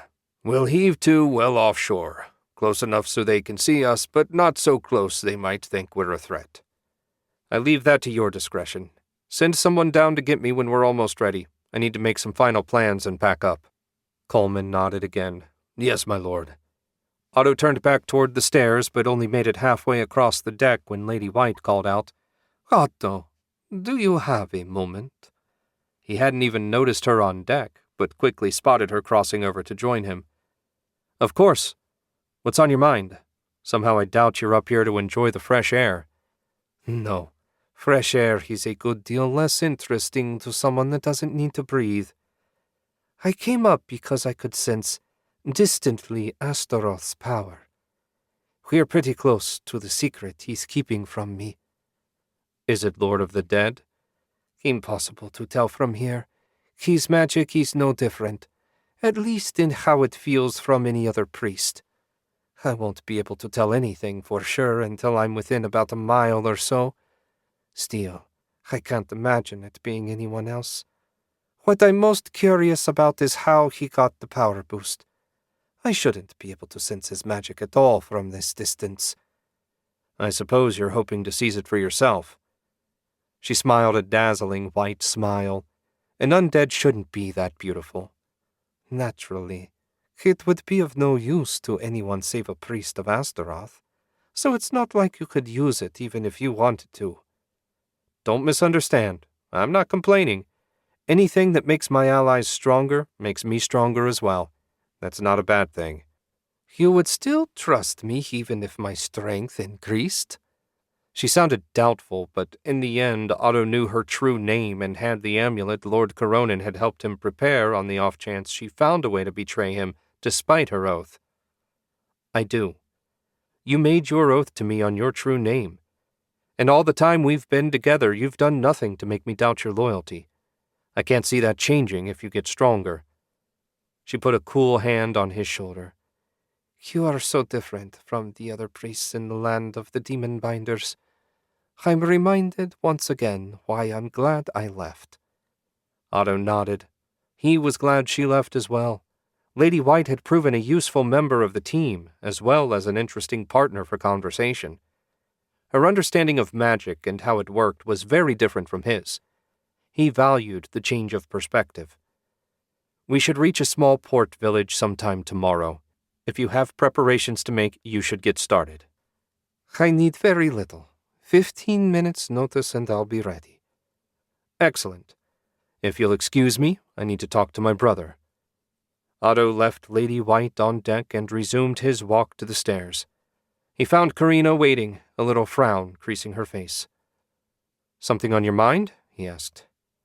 She's trying to seduce you. Did you notice the way she smiled and put her hand on your shoulder? I don't trust her. She's not trying to seduce me. Lady White is undead. I doubt such a thing is even possible. As far as I can tell, she simply appreciates being treated with a bit of kindness. It seems rare enough in the circles she used to travel in. Did you let everyone know we were getting close to our destination? Karina shot one more venomous look at Lady White, then said, Yeah, everyone was thrilled. We'll see how long that lasts when we enter the jungle. Otto stepped past Karina. I need to talk to Axel. I'll come along. When Otto didn't object, she fell in beside him. It wasn't a long walk to the hold. The large open space had been converted into a barracks filled with hammocks rather than cots. Hundreds of crates and casks filled with water and supplies covered the floor. A bunch of the crates had been pushed together to make tables where the men were playing cards. Hans spotted him as he entered and hastened to stand. Lord Shenk, Karina said we were close to our destination. Do you have any orders for us? Only to make whatever preparations you need to. Otto caught Axel's eye and motioned him over. Hans, you can join us as well. The four of them moved a little ways away, and Axel asked, What's on your mind? It seems there's a village built around a modest port. My hope is to make peaceful contact and get a feel for the local situation. I had no expectation of finding anything even vaguely like civilization. My thought was to take a small advance team to make contact. Hans, you and the guys will handle security. Axel, I want you with me when we talk to whoever's in charge. I doubt magic will be an issue, but Karina will join us as well to help me keep an eye out for any wizardly mischief. Karina lit up when he said she'd be coming along. He'd have thought at this point she'd be over the whole eager-to-please stage, but it seemed he was mistaken. We'll be ready, Hans said. Should we leave our gear behind? Everything but your weapons. Axel's scouts can bring our stuff once we've completed the negotiations. Think they'll be reasonable? Axel asked. I hope so, for their sake. I didn't come all this way to wipe out a piddling village, but if that's what needs to happen to secure us a landing... Otto shrugged. Keeping the Empire safe was all that mattered to him. The well-being of the rest of the world didn't interest him in the least. Chapter 30. Mid-morning the day after discovering the port village found Otto standing on deck staring out over the water.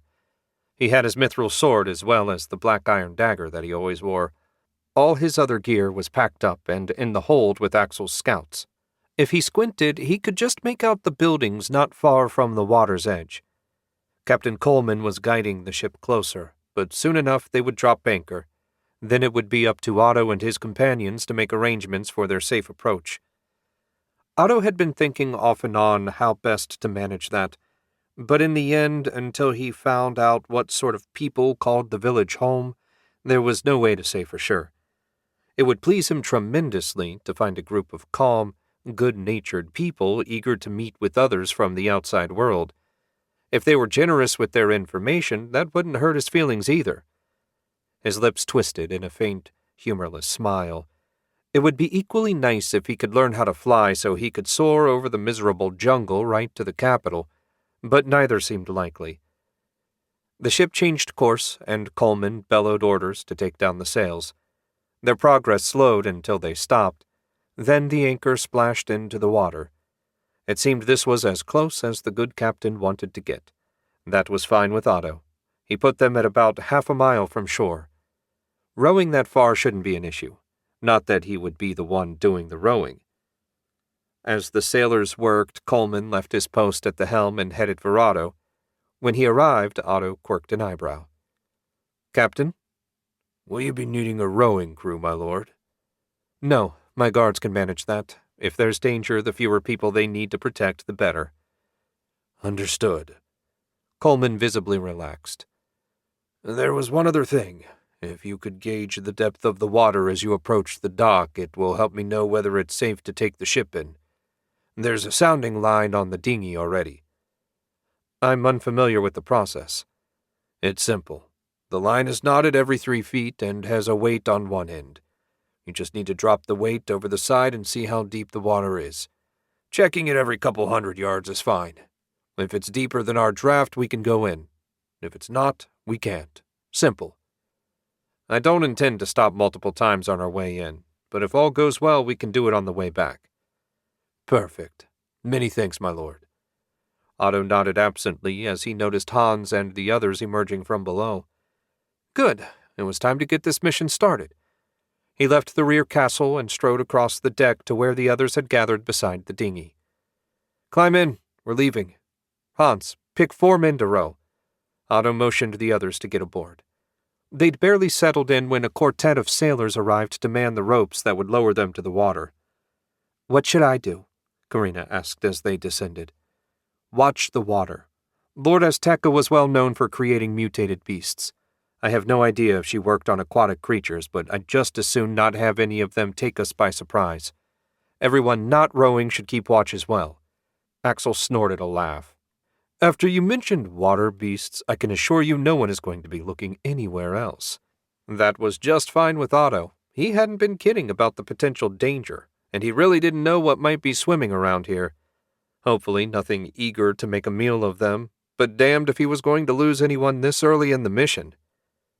They hit the water, and Hans's chosen men got busy rowing. Otto closed his eyes and spread a ring of threads around the boat. If anything bigger than a trout passed through it, he'd know at once. The steady splashing of the oars and the creak of wood heralded the passage of time. Otto was only vaguely aware of anything beyond the magic until Karina touched his shoulder. "We're about 100 feet out, Master." He let the spell fade and opened his eyes. The dock was only a little ways away, and no welcoming committee awaited them. That was disappointing. He'd hoped that at least one person would have the guts to talk with them. On the plus side, at least there wasn't an armed force waiting to try and stop them from tying up at the dock. That would have been an even bigger problem. The front of the dinghy thunked into the piling, and Axel leapt out. He quickly tied the boat up with a heavy rope, and everyone climbed onto the pier. Otto wobbled for a moment as he got used to standing on a surface that wasn't moving. Yet another thing he hated about ocean travel. "Well, let's go knock on someone's door." Otto took a step toward the village, and the guys immediately fell in around him with Hans at his right hand. At least they didn't draw their weapons. He was trying to make peaceful contact here, after all. The nearest building was little more than a hut made of timbers and mud. The roof was covered with some sort of large, thick leaves, and the door consisted of a curtain hung across the opening. "Hello?" Otto called. "Is anyone here? I'd like to speak with your leader, if possible." A minute passed with no response. He debated pulling the curtain open and taking a look, but decided against it. That was the sort of thing that could lead to a serious misunderstanding. He left the first hut and moved deeper into the village. It was dead silent. "Why don't they have a wall?" Axel asked. "If the jungle is so dangerous, you'd think they'd want something to keep the local critters out." Otto hadn't given it much thought, but Axel had a point. Very little about the situation made sense. Whoever lived here couldn't be so foolish as to think Otto would just leave if they ignored him. Of course, if there was no wall and no guards, they could just go on their way, but Otto really wanted some intel and permission for the sailors to come ashore. They reached an open space in the middle of town that he took as the village square. Looked like as good a place as any. "You might want to cover your ears." After drawing ether into his throat and mouth, Otto took a deep breath. "We're not leaving. We mean you no harm. Come out so we can talk." The words thundered through the village, and Otto wouldn't have been surprised if they were heard on the ship. He didn't care. One way or another, he meant to get someone's attention. "Subtle, little brother," Axel said. "I tried subtle already, and it didn't work. It's time to be a bit more aggressive." "Lord Shenk?" Hans said. He turned to find the doorway of one of the nearby huts open, and a wizened, bent-over figure shuffling out. The villager wore only a crude shift of rough, coarse cloth. What really caught Otto's attention was the slightly elongated muzzle and furry, rounded ears poking up out of he wasn't sure's head. This person, assuming that was the right word, had to be descended from one of Lord Azteca's creations. The villager stopped a few feet away and stared at them with large, rather yellow eyes. No human has ever visited our village. Why have you come? Someone from Aztecaland sent a monster to attack our homeland, Otto said. We've come to find whoever is responsible and make sure they don't do it again. I assure you no one from our village is capable of such a thing. Otto smiled at that. I have no doubt. The only reason we came to your village is because I spotted it when I was looking for a good place to make landfall. Also, my research indicated that there were no settlements beyond Lord Azteca's capital. When I saw the village, my curiosity got the better of me. Would it be possible for us to talk? You must have a fascinating story to tell. The ancient villager's face scrunched up.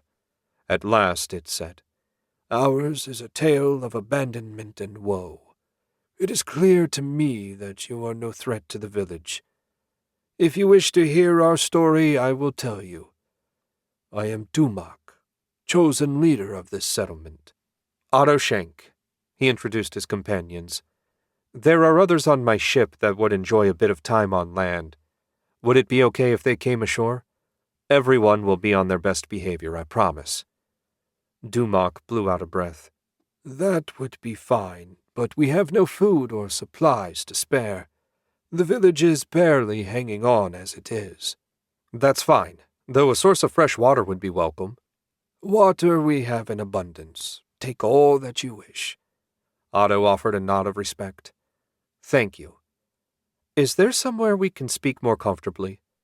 We can talk in my hut, though you won't all fit. Not a problem. Hans, Axel, and Karina, you're with me. The rest of you take the dinghy back and be sure to make those depth measurements Captain Coleman wanted on your way. Tell him shore leave has been approved and that if anyone causes these people any trouble, they'll answer to me. Clear? A chorus of, Yes, Lord Shenk, followed his question. Hans flicked a glance at Dumak, moving only his eyes. Are you certain it's safe, my lord? Given where we are, I doubt anywhere is perfectly safe.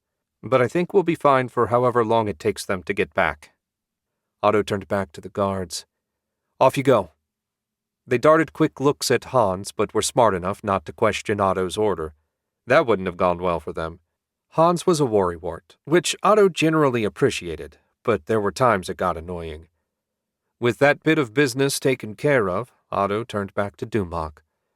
Sorry for the delay. After you. You are concerned about your safety. There is no need to be. My people know nothing about fighting, and the beasts of the jungle can't enter the village.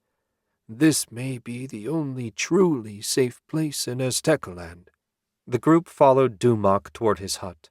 A few tentative faces appeared, peeking out from behind various tarps. It seemed curiosity had overcome fear, at least to a certain extent.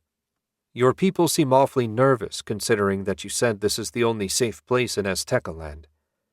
Without looking back, Dumak said, It is our nature to be fearful. It was bred into us by Lord Azteca, along with obedience, of course. We are all descended from her palace servants, and the commands run deep. Even after all this time, if she were to appear and give us an order, we would have no choice but to obey. Do you even know what she looks like? Axel asked. Dumak pulled the curtain aside. It doesn't matter. The magic in us would answer to her magic. I'm no wizard, so don't ask me how I know. I just do. We all do. It's as much a part of us as our hair and blood. Now, let us exchange stories and see how we might help each other. So she created an entire race of servants. Otto couldn't say anything an arcane lord had done surprised him, though this was certainly as remarkable as any of the feats he'd heard about. Now he just had to hope they'd be as useful to him as they were to her. Chapter 31. Dumac's hut didn't have furniture as such, but there was a single mat made of woven leaves. Their host offered it to Otto, but he declined. It wouldn't do anything to soften the dirt floor anyway. The pad of ether Otto conjured as he sat, on the other hand, helped a great deal. Axel, Hans, and Karina had to make do sitting directly on the ground. When they were all as comfortable as the setting would allow, Dumac said, "I will tell you my story. It isn't a long one, and please understand that it has been passed down from generation to generation. Some things may have been exaggerated." "That's fine," Otto said. "Please go ahead." Taking a deep breath, Dumac began. My people, the beast folk, were made to serve Lord Azteca, as I said. We are among the few of her creations capable of speech. For many generations we handled all the menial tasks in the capital. Then one day she vanished. We all waited, expecting her to return. But eventually Scar came to us and said she wasn't coming back. "Scar?" Otto asked. "Leader of Lord Azteca's personal guards, the Dragonmen. We handled labor, and the Dragonmen slaughtered any creature foolish enough to enter the city. They were our protectors. That's why what Scar said next came as such a shock. He told us we had to leave the city, and that 4 Dragonmen would escort us somewhere safe. Our ancestors didn't understand why, but in the end a single Dragonman could have killed us all had he wished to do so. Fighting and arguing would accomplish nothing. So we left." "And came here?" Karina asked. "Not directly. They wandered for over a year before finding this place. Scar is kind and didn't send us away without protection. He gave us one of Lord Azteca's artifacts.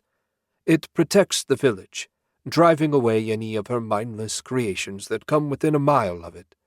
We have just enough room to forage and fish. It's not a life of abundance, but we've survived all this time." That seemed to be the end of the story.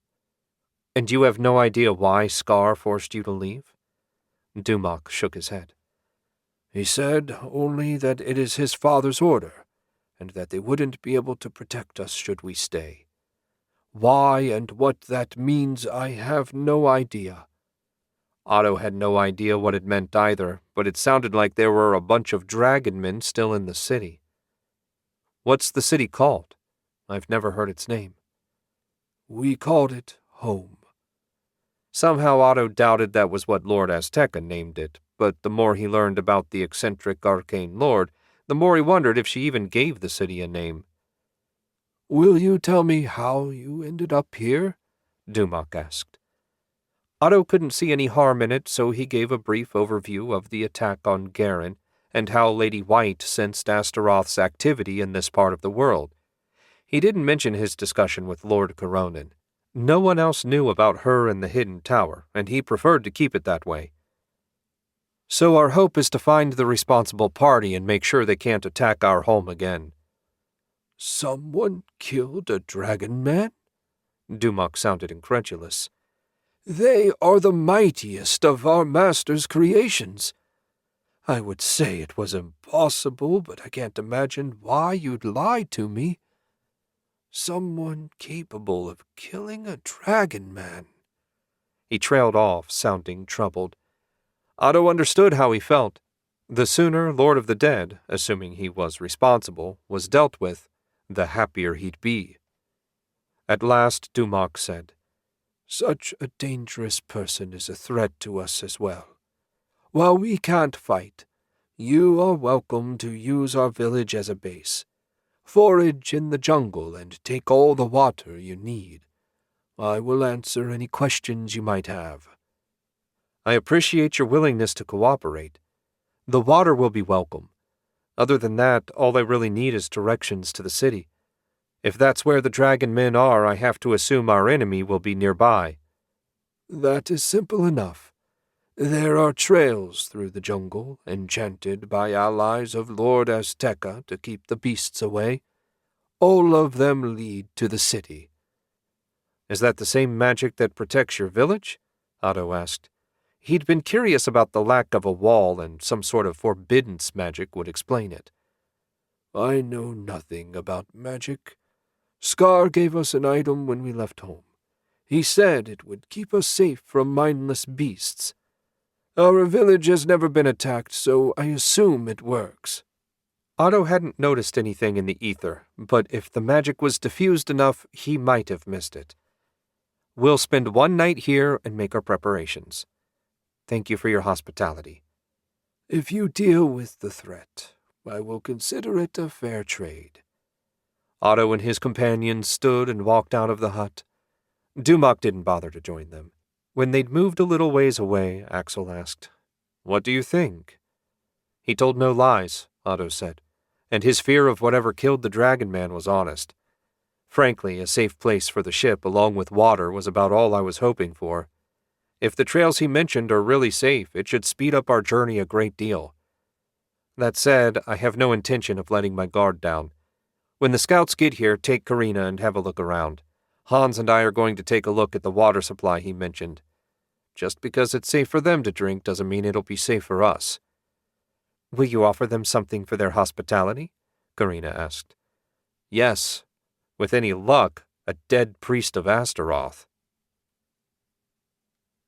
Scar ran through the jungle, ducking branches, leaping logs, and generally moving as quickly as he could to the east.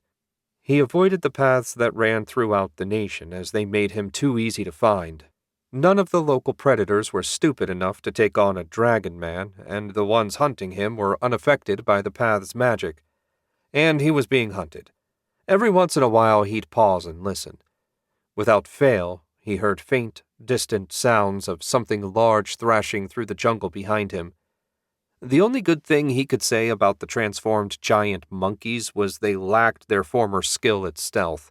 These things just charged through the undergrowth, heedless of the noise or damage. Whatever they were now, it wasn't technically alive, though they did retain some small amount of intellect. The worst thing about them, besides their greater durability, was that they didn't seem to sleep. Scar had been running non-stop for 2 days and was getting close to the limit of his endurance. Soon he would have to turn and fight, or risk being so exhausted that he'd be helpless when they eventually caught up. The danger, of course, was that if he did turn to fight, he might lose, and if he lost, he'd fail to complete the task Father had set him. Heaven only knew what would happen then. He burst through a wall of brush and into a clearing. In the center of it, a cluster of tall, jagged boulders jutted from the earth. If he put his back to those, at least they wouldn't be able to come at him from behind. Scar doubted he'd find anywhere better for his inevitable battle. Quickly making up his mind, he ran over, then spun, putting his back to the central boulder. His muscles burned from the long run, and he shook them out in the hopes that they'd get a little stronger. And that was all he had time for. A couple of minutes after his arrival, 4 giant transformed monkeys rushed into the clearing. There was a 4-armed orange one and 3 grays that looked like slightly smaller versions of Throng. They stopped for a second and glared at Scar with glowing red eyes. The transformation hadn't helped their appearance any. Patches of hair were falling out of their bodies. The lower right arm of the orange one looked only half connected to its body, though it still seemed to move freely. All in all, they were among the ugliest enemies Scar had ever fought, and that was saying something given some of the mutated beasts that roamed the jungle. The 4-armed monster roared, and that was the signal for the others. They all charged at Scar. As soon as they were in range, he breathed out a gout of flame. That proved to be a mistake. He lost sight of his foes for a moment and soon found them leaping at him through the fire, singed but otherwise unfazed. He caught a gray one by the ankle and hammered it down into the 4-armed brute, sending both tumbling off to one side. The second airborne monster slammed its fist into his shoulder, driving Scar to one knee. He barely blocked a kick from the monster on the ground. Surging to his feet, Scar drove his right hand through the nearest monster's chest. It just snarled and swatted him upside the head, rattling Scar's brain in the process. If he'd needed any more proof that these things weren't truly still alive, this would have been enough. He hurled the impaled monster at the now recovered duo to his left, sending them sprawling into the dirt once more. A second blow from the still-standing monster staggered him a stride away from the boulder. The tang of blood filled Scar's mouth, and he roared. A spinning blow from his tail sent the monster flying into the boulder. Scar leapt after it, grabbing it by the chin and forehead. Muscles clenched as he twisted and yanked, ripping its head free of its body. The creature finally dropped to the ground and didn't move. So that was how you killed these things. The thought barely crossed his mind when the 3 survivors slammed into him from the side and drove him to the ground. Using his legs and momentum, he sent the 4-armed monster flying halfway across the clearing. Pain shot through him when one of the Greys grabbed his wing and wrenched it to the side. There was no crunch, but he suspected at least one bone had broken. Scar lashed out, slicing the nearest monster's face to ribbons with the claws on his right hand. It barely flinched before countering with a heavy fist to Scar's head. There was no hope of dodging, not with the other one still hanging onto his wing. He did manage to turn his head just enough to make it a glancing blow. The power of even that made the world turn black for a moment. Snarling through the pain, Scar reached back, wrenched the one off his wing, and hurled it away. Judging from the pain, he'd done more damage in the process, but at least he could move freely. The one that struck him reared back for a second swing. Scar had no intention of letting him take it. As the oversized fist came toward him, Scar surged forward to meet it.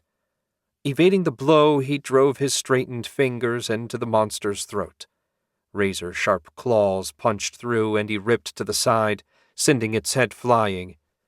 That was 2 down, and now he had a much more efficient means of killing them. Focusing on the remaining enemies, he found they'd separated. The 4-armed monster was coming in from his right and the Grey one from his left. That was about the worst situation he could find himself in. Not wanting to get pincered, he leapt straight up and landed on the lowest boulder, grimacing in pain as his damaged wing tried to beat and failed. The 2 monsters roared their frustration and started climbing. Their nimble fingers found many holds. It wouldn't take long for them to reach his position. Not wanting to face both of them at once, Scar sent a blast of fire roaring down at the 4-armed brute. He doubted the flames did much damage, but they did send it crashing to the ground. And not a moment too soon. The last Grey reached his perch and charged. This time Scar was ready. He caught the monster's wrist, twisted, and sent it slamming into the boulder. He lashed out with his claws and chopped its head most of the way off. A wrench to the side finished the job, and he tossed both head and body off the boulder. The 4-armed survivor stared up at Scar, and he stared back. One-on-one, he felt confident that he'd be able to defeat his opponent. The creature must have agreed as it turned to flee back into the jungle. No way could Scar let it escape. Constant fear of ambushes would make his journey even more intolerable. He sprang from the boulder and tackled the 4-armed monster to the ground. Hard elbows slammed into his ribs, drawing a hiss of pain. Claws and muscle quickly separated its head from its body. When it finally went still, Scar stood and took stock of his condition. What he found didn't encourage him. His damaged wing could barely move. His face throbbed from the blows he took, and his ribs ached with every breath. He couldn't quite make up his mind whether some of them were broken or just bruised, but either way, they hurt. A few hours' sleep would be welcome, and this clearing was as good a place as any. The smell of the dying monsters might bring scavengers, but they wouldn't trouble Scar when easy meat was right there. He returned to the boulders, put his back to them, and closed his eyes. Sleep was not long in coming. Chapter 32. The Beastfolk village was bustling with activity. Otto watched the sailors walking around, stretching their legs and generally enjoying not being on a ship. Everyone had been informed in no uncertain terms that they'd better behave themselves. He made it clear that should anyone make trouble for the locals, they'd answer to him. From the looks on their faces, he felt confident that his message had been received. The only downside he could see to using the village as a base was that Captain Coleman had decided it was just too shallow to risk bringing the ship in. That meant leaving a skeleton crew aboard the Sea Star to make sure the ship was safe. The first group wasn't thrilled to be left behind, but they'd rotate out in a couple of days. Axel, his scouts, and Karina had already left to explore the jungle. They were hunting for fresh meat, which would be a welcome change for everyone. Hopefully they could find enough for the villagers as well. And, speaking of tasks, Otto needed to head out to the spring where the villagers got their water.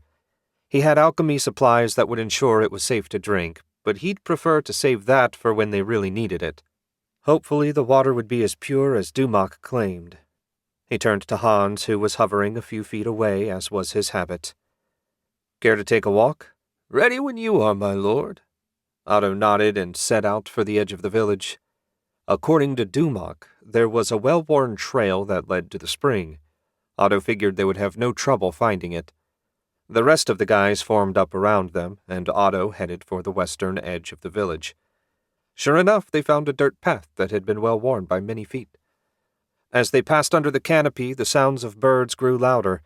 He couldn't see any of them, but given how thick the leaves were, that was no surprise. "Do you trust these people, my lord?" Hans asked. "You know me better than that. However, I do believe that they are what they say they are. According to my research, Lord Azteca did create a race of servants, and they certainly fit the description. I'm confident that the sailors will have no trouble while we're gone." "Why? Are you worried about them?" "I'm mostly concerned that if they end up getting killed, we'll have no way back home." Otto smiled at that. "A perfectly valid concern. If it makes you feel better, this is still safer than having them sail around until we get back. At least the ship is close enough to benefit from the same magic that protects the village." "I suppose that's something," Hans muttered. Otto appreciated his faithful bodyguard's concern, but he still had high hopes that he'd be able to seize control of Lord Azteca's portal and travel home that way. "What the bloody hell is that?" one of the guys said, knocking Otto out of his musing. That turned out to be a cat the size of a horse, with 8 legs and 2 tails that ended in bone spikes. It prowled around just beyond a clear pool of water and stared at them with slightly glowing yellow eyes. It hissed and bared 4-inch-long fangs. Hans and his men hastened to draw their mithril swords. Otto didn't stop them, but he didn't want them to attack either. "Steady. Let's see what it does." Hans stared at him for a moment, but as always did as he was told. With everyone on full alert, Otto shifted his vision to the ether. The very edge of the protective magical effect was visible as a sparkly wall about a foot in front of the cat creature. Interesting that he wasn't able to see the magic in the village itself, but out here it was clear as day. Did the monster's presence have something to do with that? Impossible to say for sure, but he had to assume so. Otherwise, Otto would have noticed the other side when the ship passed through it. The cat took a couple steps and growled. "Lord Shenk?" Hans asked. "Relax. It can't get to us. There's a wall of magic between that thing and the spring. Still, I don't like having it this close with Axel out hunting." Otto sent out a targeting thread, but it couldn't pass through the barrier. Interesting. It not only stopped anything from coming in, it stopped magic from going out as well. "Does anyone have a bow?" Otto asked. "Sorry, my lord," Hans said. "We're all armed for close combat." "A mithril dagger, then?" Otto looked from one man to the next, and they all just shook their heads. "Do you wish us to go kill it?" Hans asked. "No, that's not what I want to test." He shook his head. "It doesn't matter anyway." Ignoring the still prowling monster, Otto sent a thread of ether into the water. As he'd hoped, there were no contaminants. "It's safe. Start filling the skins." They hesitated, clearly not wanting to take their eyes off the monster. "I'll watch the kitty cat. Get to work." As he hoped, mocking their fear got everyone moving. It took about 10 minutes, but they finally had all the skins they'd brought with them filled. They wouldn't last long in this heat, but hopefully Otto would have little trouble finding more. Emphasis on hopefully. He was hardly an expert on jungle survival, after all. The group headed back toward the village. If the cat was able to attack, this would be the perfect time. Their backs were turned, and their weapons sheathed. But it didn't, and they soon left it behind. Otto had so many questions about how the magic worked. Unfortunately, he doubted Dumak had even a clue to share with him. He doubted anyone living did. His only real hope for learning more was to find some of Lord Azteca's books in the city. When they reached the village, Dumak was waiting. The man had a little smile on his face. "Did you see the stinger cat?" "We saw some sort of cat. Is it a friend of yours?" "It likes to watch us collect water. I'm not sure why, since it can't reach us." "When I was younger, my mother had a pet cat that never left the castle. It liked to stare out the arrow slits at the birds. This is probably something similar. Are the stinger cats edible?" Dumak shrugged. "The entire village working together couldn't kill one, so I have no idea. Did it look appetizing to you?" "Not especially, but in a pinch it would be nice to know what we can eat and what's unsafe." "I wish I could tell you. Lord Azteca changed their physical appearance, but I don't know if she changed their toxicity as well. With her, it would be impossible to guess. She might well do it just to see if she could." "That would be a very arcane lord thing to do. Guess I'll just have to check each one individually." "Wise decision." Otto yawned. Speaking of food, it was time for lunch. Hopefully Axel wasn't having any problems on his hunt. Axel checked the mithril-tipped arrow set on his bow for the 10th time. He hated the jungle. The heat was miserable. The humidity made it worse, and everything reminded him of the land of giant beasts. He'd ended up running for his life from a giant lizard on that miserable island. It wasn't an experience he was eager to repeat. He had Colton on point, so the odds of them getting ambushed were pretty low. His best tracker had only gotten better over the last few years. He was technically Axel's second-in-command now that Cobb had retired, but he was most useful in his current position. At least he never complained about having to march in front. Faint muttering came from directly behind him. Again, Colton might not complain, but Karina certainly had no qualms about letting her annoyance at ending up with Axel show. Axel dropped back a couple strides to walk beside her and whispered, "You want to keep it quiet. The idea of hunting is to not let the prey know you're coming." She had the good grace to wince. "Sorry, it seems like we just got here and he's already sending me away." "He gave you a job," Axel said. "You and Otto are our only true wizards, and both groups needed one. Have you even been checking for magic or whatever?" "Of course I have. There's nothing magical out here, just trees, leaves, and more trees. I'm not even sure what I'm supposed to be looking for." "What did Otto tell you to look for? Anything out of the ordinary?" "I admit that's pretty vague. I guess you just need to keep looking. We're not doing much better looking for animal signs. He said we shouldn't go too far, but if we don't get further away from the village, there might not be anything to hunt." "Sir," one of the new scouts said. "Sergeant Colton stopped up ahead." Then again, maybe he spoke too soon. "If Colton found tracks, no more muttering. Got it?" I know. I'll be fine." Axel gave her one last look, then hurried to the front of the group. Colton was kneeling beside a bare patch of dirt. "What did you find?" Colton looked up. He'd been trying to grow a beard with little success. At the moment it looked like he had some mold on his face that needed to be wiped away. Despite being nearly 30, Colton still looked almost as young as Otto. "A track, sir. I've been following a rough game trail, but this is the first spot I've been able to find a clear track. Thing is, I've never seen one quite like this. Lord Shenk said we should expect strange beasts. Well, this certainly seems to be one." Axel was a fair tracker himself, and he examined the track. It wasn't a hoof. That much was immediately obvious. The pad suggested a cat, albeit a cat with a foot the size of his hand. A lion or tiger, maybe? No, that would be too mundane. To hell with it. He'd seen no other sign of animal life out here. Might as well hunt it down and see. Keep after it, Axel said. I want half of you to put up your bows and draw your swords. Form a defensive circle around the archers. Anything comes charging at us, kill it and ask questions later. Karina, stay in the center. I'm counting on you to deal with any magical issues. I'll do my best. She sounded focused, at least. Okay, Colton, let's go. The group set out again. They were tense. Axel could tell that much just from the way they were holding themselves. Their eyes were darting all over the place. Alert was good, but this might be too much. Not that he could say anything. He felt just as anxious as they looked. They slunk along through the silent jungle, and it was silent. All he could hear was the faint scuff of the men's boots and their breathing. He hadn't heard a bird since they left the village. It was unnatural, though far from surprising since everything in this place was unnatural. Sometime later, Axel wasn't sure how long since the minutes felt like hours out here, Colton signaled for them to stop. Axel hurried up beside Colton, who pointed silently through a gap in the brush. Axel's heart skipped a beat when he saw the creature.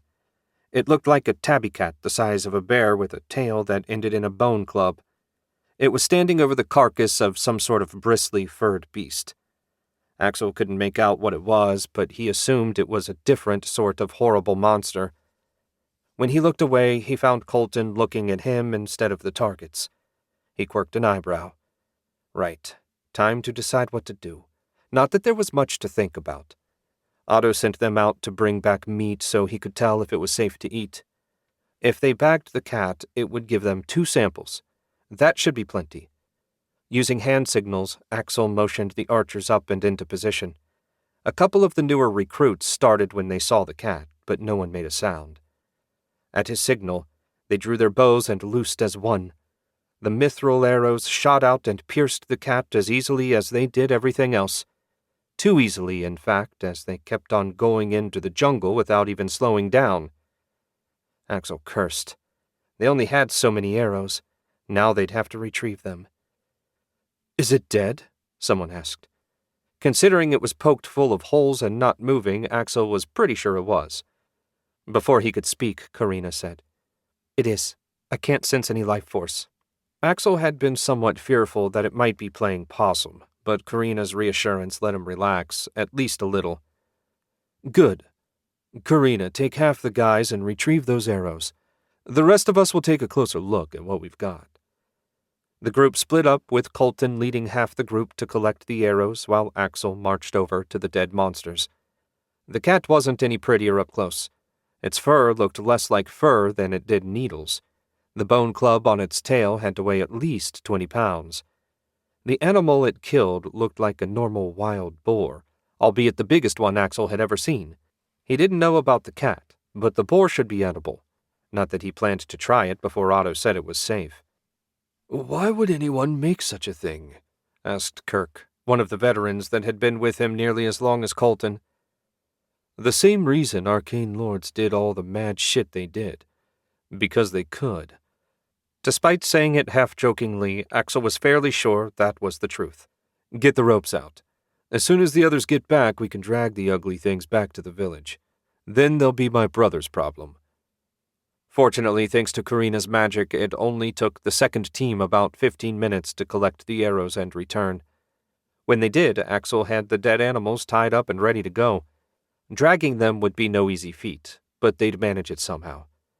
He put Karina, Colton, and 2 others on security while the rest of them started pulling. Heaven's mercy. He knew they were going to be heavy, but he'd pulled boulders lighter than these 2 beasts. Even as big as they were, they shouldn't be this heavy. Okay, stop, Axel said. We won't make it back before dark like this. Let's gut them at least. That should help a little. Mithril daggers made short work of the job, and when they set out again, the carcasses pulled a little easier. It was still going to be a miserable slog back, but they should be able to manage it before nightfall at least. By the time they reached the village, it was dusk. A fire was burning in the central square, and Axel could see figures reclining beside it. Since they had no fresh food, a hot meal was out of the question, though at this point he was so worn out that even a dry alchemy biscuit would be welcome. What did you find? Otto's voice came out of nowhere, and Axel nearly leapt out of his skin. Make some noise, why don't you? I made plenty of noise. You just couldn't hear me over your wheezing and grunting. You can drop them there. You're inside the safe zone. Axel tossed the rope aside and straightened out of his hunch. His back popped and he winced. Maybe he was getting old. We killed some kind of giant cat, which had already killed a huge boar. I figured it would be best to bring both back. Excellent decision. Otto pointed at the animals and a moment later said, They're both edible. Why don't you rest? I'll get Hans and the guys to cut these up. We can roast some boar meat for dinner. You have no idea how good that sounds, Axel said. We'll be by the fire if you need us. Axel trudged off, content to let Otto deal with things. Rest and then fresh meat. He could hardly wait. Chapter 33. Lord of the Dead walked along through the jungle, guided by Throng. His original intention had been to wait until after he'd starved out the dragon men and claimed the orb to slaughter the simian villages and raise them as thralls. But when one of the dragon men somehow slipped through the siege and then killed the thralls he'd dispatched to hunt it down, he figured increasing the number of troops at his disposal wouldn't be a bad thing. What he couldn't figure out was what the dragon man hoped to accomplish in the jungle. According to Throng, they didn't have any friends among the wild beasts. He also denied that any of the dragon men would flee just to save themselves. Lord of the Dead didn't bother to argue, but had serious doubts that anything was so loyal that if the opportunity to escape and survive presented itself, they wouldn't take it. Of course, what Lord of the Dead knew about dragon men wouldn't fill a very big book. Maybe Azteca had made them that loyal. That would explain why they were still guarding the city after many hundreds of years. Well, no matter the reason, increasing the size of his army was now of paramount importance. The dragon man could plan whatever he liked. A couple hundred thralls would be enough to stop it in its tracks, unlike the 4 he'd sent after it. How much further? Lord of the Dead asked. The Chimpin clan is the closest. We will reach their village by the end of the day. They're the smaller, black-haired ones, yes? Yes, master. They are also the most numerous. Perfect. We can use them to surround the other villages to make sure no one escapes. Make sure to stop out of sight. Since it's just the 2 of us, we'll need to take precautions. Yes, master. A moment of silence passed before Throng asked, Is it really necessary to do this? My people have suffered enough as it is. Lord of the Dead stared at Throng. Now that he'd been transformed into an undead juggernaut, he should be free of such pesky things as morals and doubts. It certainly is necessary, unless you can suggest another, equally convenient source of new thralls. No, we're the only ones smart enough to gather in villages.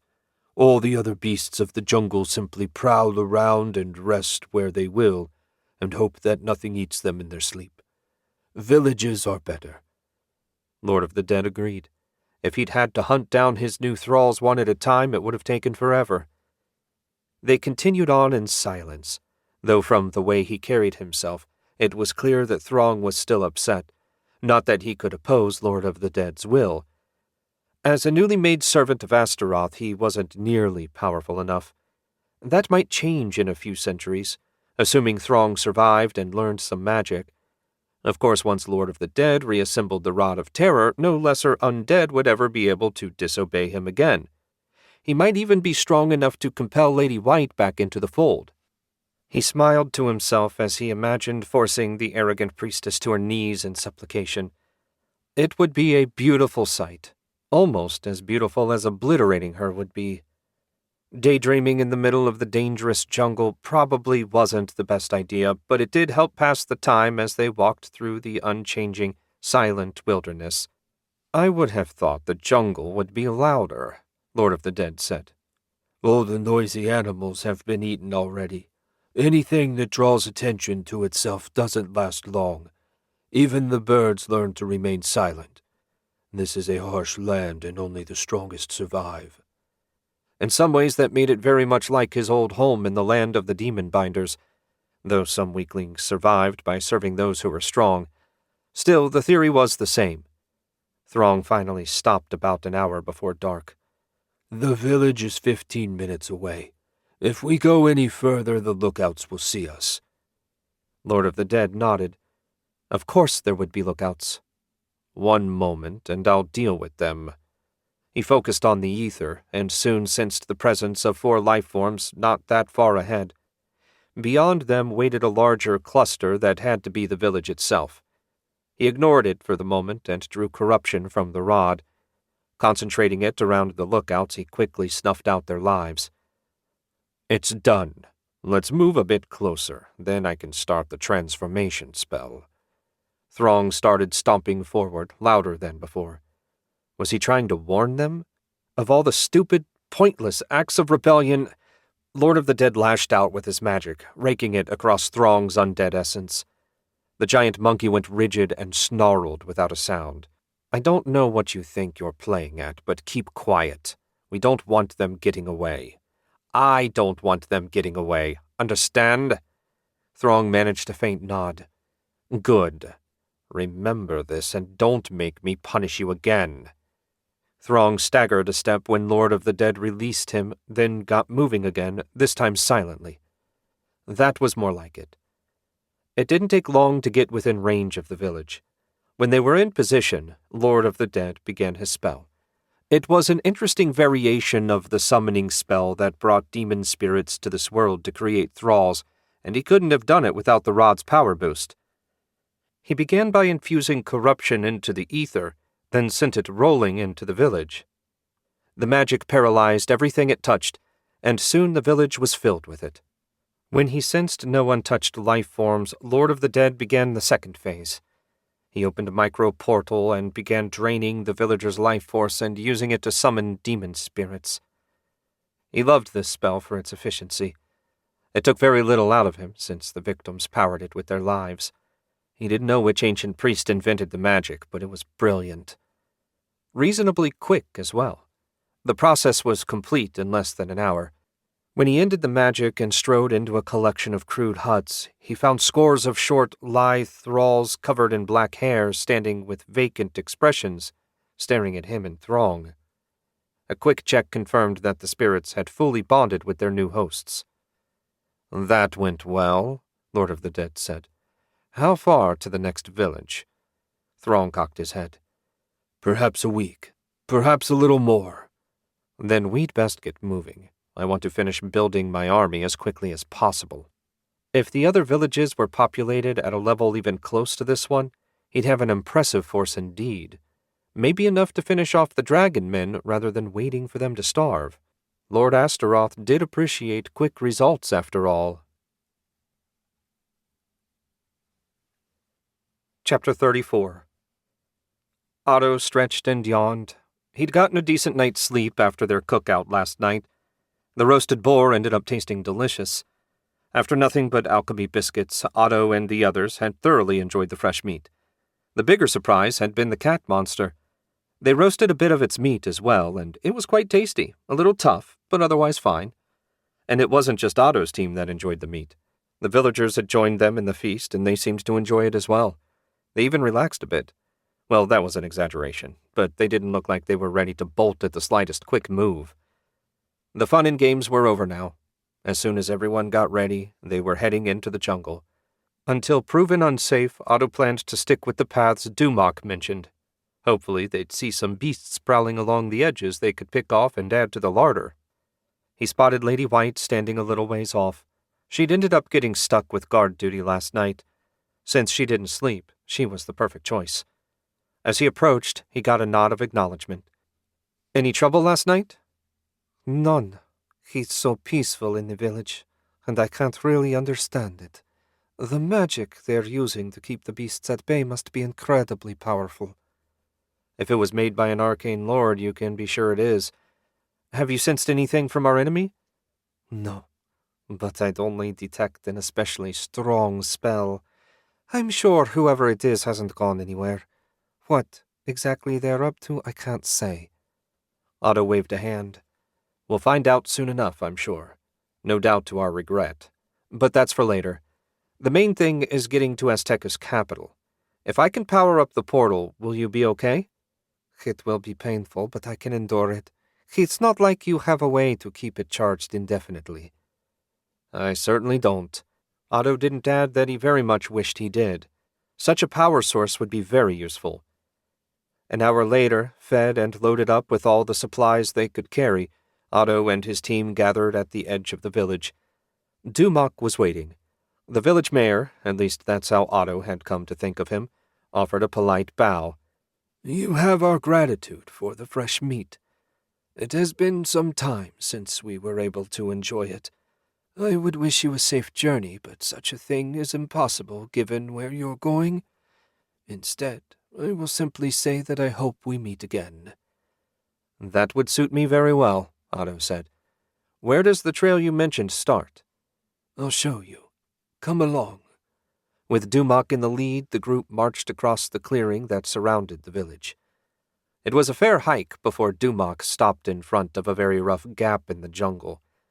The way the branches and vines hung down, Otto doubted he would have spotted the entrance on his own. Checking the ether, he found a very faint, diffused energy coming off the trail. He'd never seen anything just like it. The spell looked similar, but also different from the magic that protected the village. Well, whatever. As long as it kept them safe from wandering beasts, Otto could figure out its specific effects later. Axel, set your marching order. Let's get this show on the road. Axel set Colton on point. The scout had a far lighter pack than the rest of them, no doubt so he could move quickly. The rest of the group formed up with Otto, Karina, Jet, and Lady White in the center, protected by Hans and his men. Axel's scouts took the front and rear. The trail's narrowness limited their options, but that was a small price to pay for protection. With a final wave to Dumak, they set out. Hours passed with no sign of monsters. The walking was relatively easy, as long as you kept your eyes open for drooping vines and branches. The magic even kept the insects away, sparing them the need to apply Ulf's stinky lotion. No one uttered a word of complaint about that. The group kept marching until well after noon before Axel called for a break. That suited Otto fine, and judging by how quickly they slumped to the ground, everyone else agreed. While the others rested, Axel motioned Otto over. Hans tagged along when he went to see what his brother wanted. "Isn't this a little too easy?" Axel asked. "I figured we'd be fighting constantly. Other than the heat and humidity, this is nothing." "I had similar expectations," Otto said. "But then I didn't know about these paths. From the sounds of it, there's a small army of dragon men waiting for us in the city. Likely we'll pay for our good fortune when we arrive." Axel grunted and ran a hand through his hair. "Those are the same as the thing that attacked the capital?" "Not exactly the same.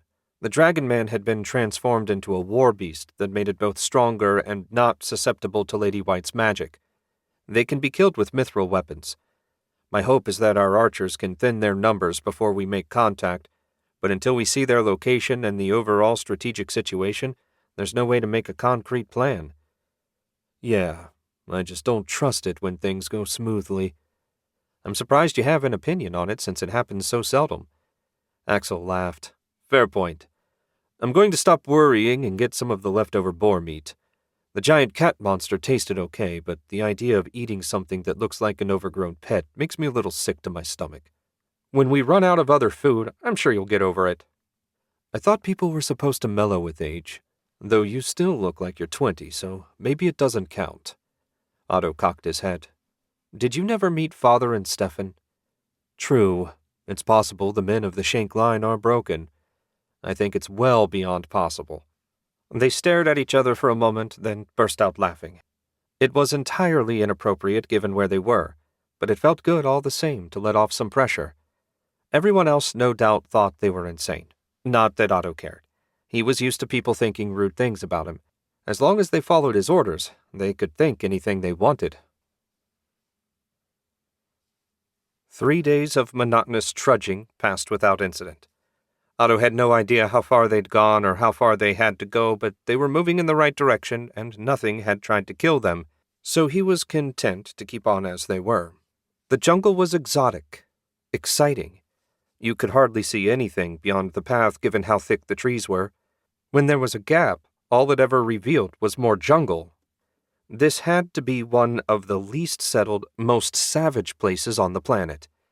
what he wouldn't have given for some of the mechanical horses Ilsa had told him about. She promised to build some once she figured out the capacitor issues, assuming she ever did. Not that that would do him any good now. Ahead of him, the scout stopped. Otto was about to ask what the holdup was when a bow twanged. "Axel, what's going on?" Otto asked. "I told Colton to go ahead and take any game he saw. Looks like he saw something. Not bad timing either. The way we've been going through the meat, we'll be back on magic cookies tomorrow. Let's go see what he got. Hopefully it's another boar and not a cat." The scouts parted to let Axel and Otto through. As always, Hans and the guys came with him, hands on their swords. At the front of the group, they found Colton looking off to the side, eyes narrowed as he peered into the shadows. "Well?" Axel asked. "I just shot the biggest damn bird in the history of birds," Colton said. "I can see it down, but I wanted to make sure it was dead before getting closer." "We can make sure." Hans took a step toward the edge of the path. Otto caught him before he could leave it. "Don't be foolish. Once you're off the path, you lose its protection. If there's something watching us, you'll be a sitting duck." "Then how will we get the meat?" Colton asked. "I'll handle that," Otto said. "Point out once more where it is." Colton obliged, and he focused on what might be a bunch of feathers or the scrubbiest bush in history. A 30-thread tentacle wrapped around the bird and dragged it toward them. Nothing tried to steal their prey, and soon a huge bird dropped onto the path. It was an ugly thing. Its beak was tall and wide like an axe blade, only dull. Beady black eyes stared at nothing. It had a long, muscular neck, a broad body covered in black and brown feathers, and massive legs that made a turkey look like a sparrow. "I've never seen such a thing," Hans said. "I've never even heard of such a thing," Axel agreed. They both looked at Otto, who shrugged. "Remember where we are. We're liable to encounter anything the mind of an arcane lord can dream up. This and the cat creatures are likely to be the most normal of the things we meet." Axel shook his head. "I'm never, ever looking to you for reassurance again." Hans patted his shoulder. "It's best not to." Otto ignored the pair's comments and said, "Get that thing cut up. We'll have fresh meat tonight, then apply the preserving powder Ulf made. I checked it for poison while I was dragging it over. There's nothing to worry about on that front. I'm going to have a look around and see if there's anything interesting." "I thought we weren't supposed to leave the path," Axel said. "I'm not going to leave the path. I'm going to use magic. It'll be perfectly safe. Now get to work." No one had any more objections, so he moved a little ways away from the bleeding carcass and closed his eyes. His vision soared free of his body. With his increased power, Otto could easily extend his sight many miles, and he did just that. First, he checked the immediate area and found nothing dangerous. Local predators had probably learned that they couldn't attack anyone on the path, which would make hunting here a waste of time. Satisfied with that, he flew down the path.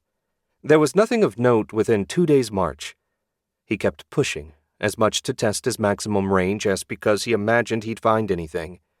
He was just starting to feel a tug that indicated he needed to stop when he spotted a winged dragon man hurrying down the path. Otto tensed at the sight of it before reminding himself that it was still many miles away and couldn't see his ethereal construct in any case. Curious in spite of himself, Otto flew in closer. The dragon man looked like she, whatever, had been in a fight. One wing was bent at an unnatural angle, and its face had dents, for lack of a better word. Despite that, it was moving at a good clip. If Otto's group kept on the path, they would likely encounter it tomorrow evening. On the one hand, the fact that it was injured gave him confidence that they could beat it, but on the other, he'd prefer to avoid a fight if possible. Well, leaving the path wasn't a viable option, which meant that tomorrow they'd see how tough a living dragon man really was. Chapter 35. Otto kept tensing up, and he forced himself to relax. They'd been walking all day, and he expected at any moment to encounter the dragon man. He'd warned Axel and Hans, who in turn had spread the word to their men. They were as ready as they were going to get, and yet Otto still couldn't help the feeling that he didn't fully understand what was going to happen. It was just intuition, but he'd learned to trust it. He was debating whether or not to call it a day when Colton shouted and came running back to the group. Otto and Hans hastened to the front of the line just as the scout arrived. "I saw it," Colton said. "It was standing in the middle of the path, just as calm as could be, and looked right at me." "And?" Otto prompted. "Nothing. It just watched me run back here." Otto frowned. From everything Dumak had said, dragonmen were fairly intelligent. It had to know Colton would come right back to warn them. Otto didn't doubt for a second that the dragon man was fully aware of the group's presence. Why would it do that if it meant them harm? More curious now than worried, Otto reconsidered his options.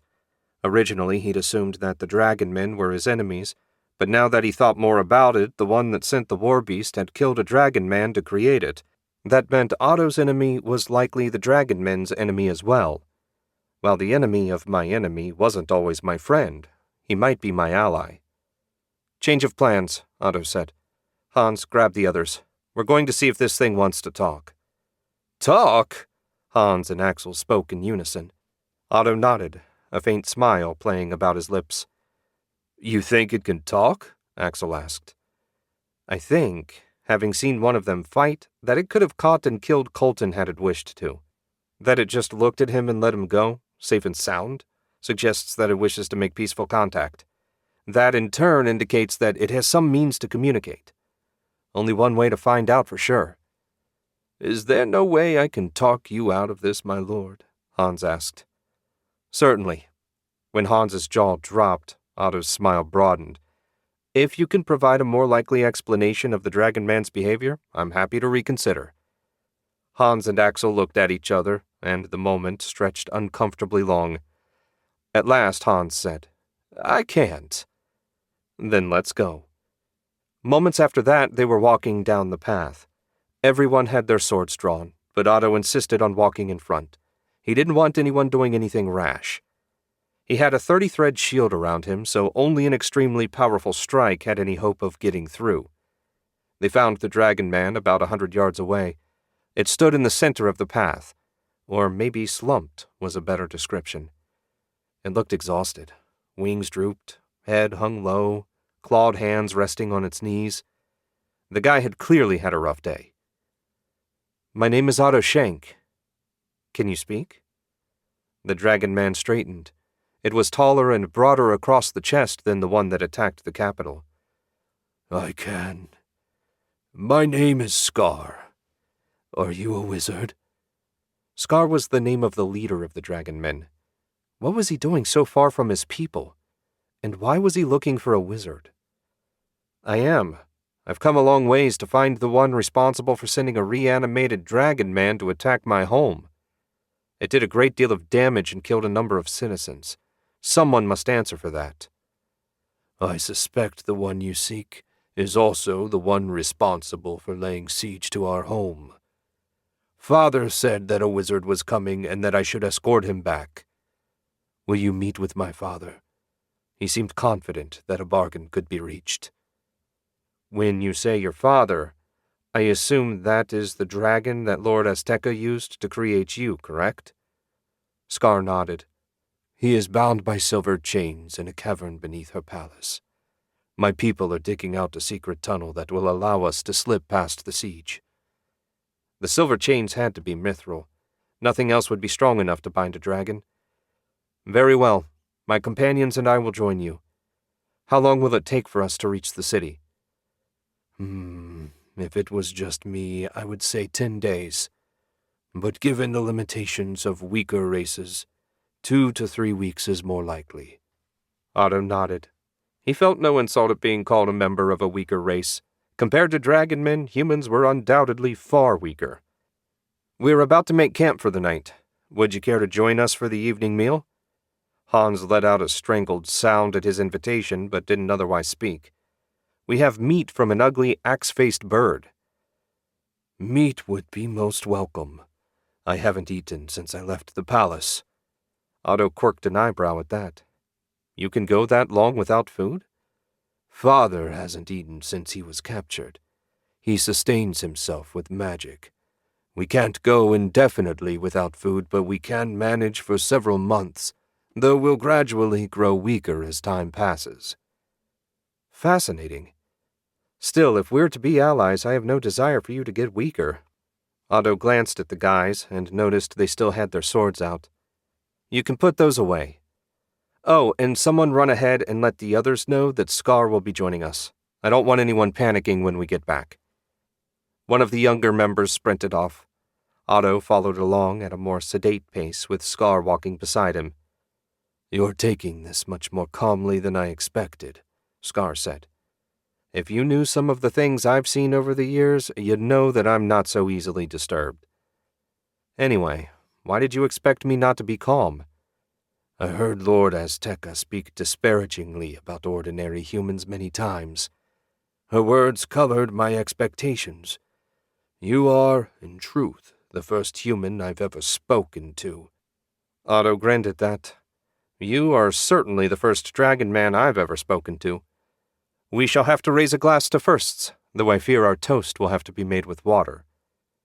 "I'm not familiar with the word toast," Otto explained, and they had an amiable chat as they covered the last 100 yards or so to where the others had set up camp.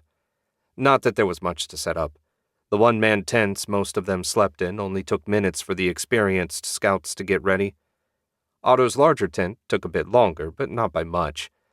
Several flame-producing magical items had been lit, and meat was roasting over them.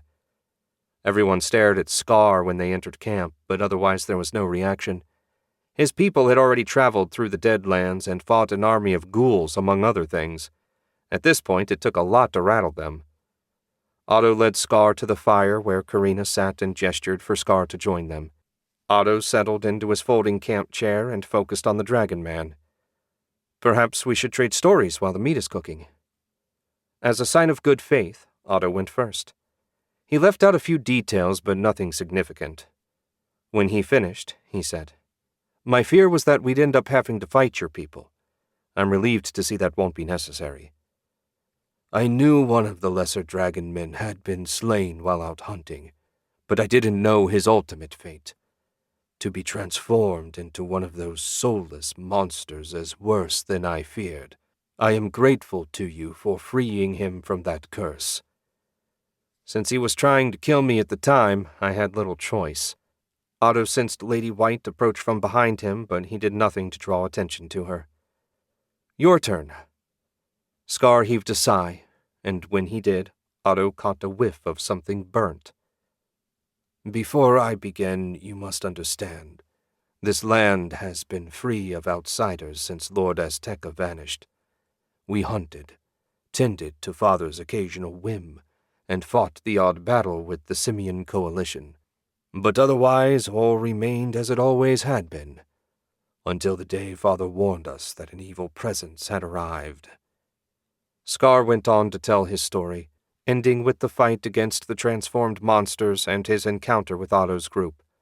It was quite remarkable. "A question, if I may," Otto said. "How did your father know that both we and the priest of Astaroth had arrived?" "Though he is trapped, Father's magic is still quite strong. He can do and see many things. His wisdom is vast beyond comprehending. He has never steered us wrong." "I look forward to meeting him. If you're right and we can reach a mutually beneficial agreement, that would suit me very well. My only real concern is that the priest is eliminated. Anything I can gain beyond that is a bonus." "Meat's ready," a hesitant, shaky voice said. Otto looked over and found one of Axel's younger scouts holding a plate loaded with roast meat. He gestured, and hands of ether took the plate out of the young man's grip and carried it over to the group. "Thank you," Otto said. He saluted fist to heart and ran away like he feared he might be the second course. "Guess he drew the short straw," Karina muttered.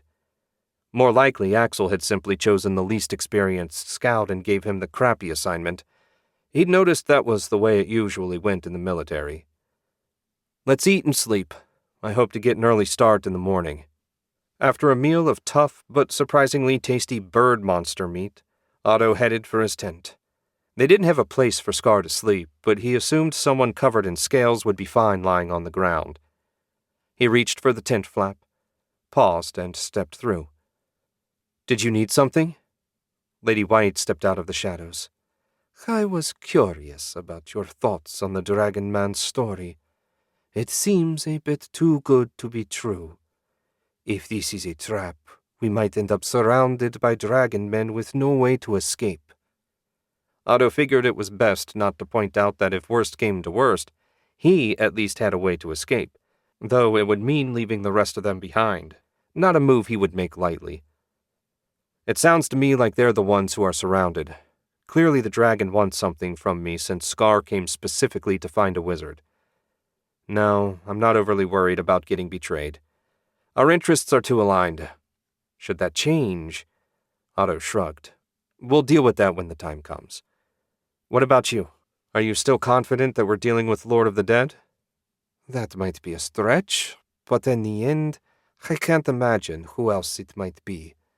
Hopefully, I'll be able to tell for sure when we get closer. Hopefully.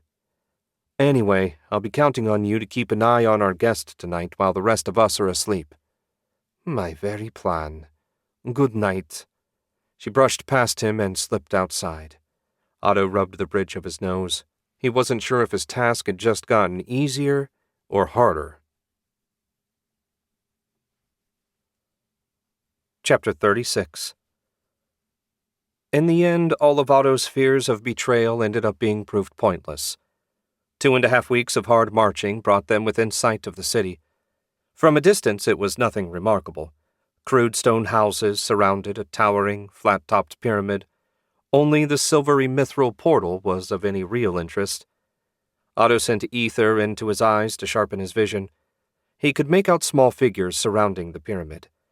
They were moving around too much to count, but he had no doubt those were the enemy's troops.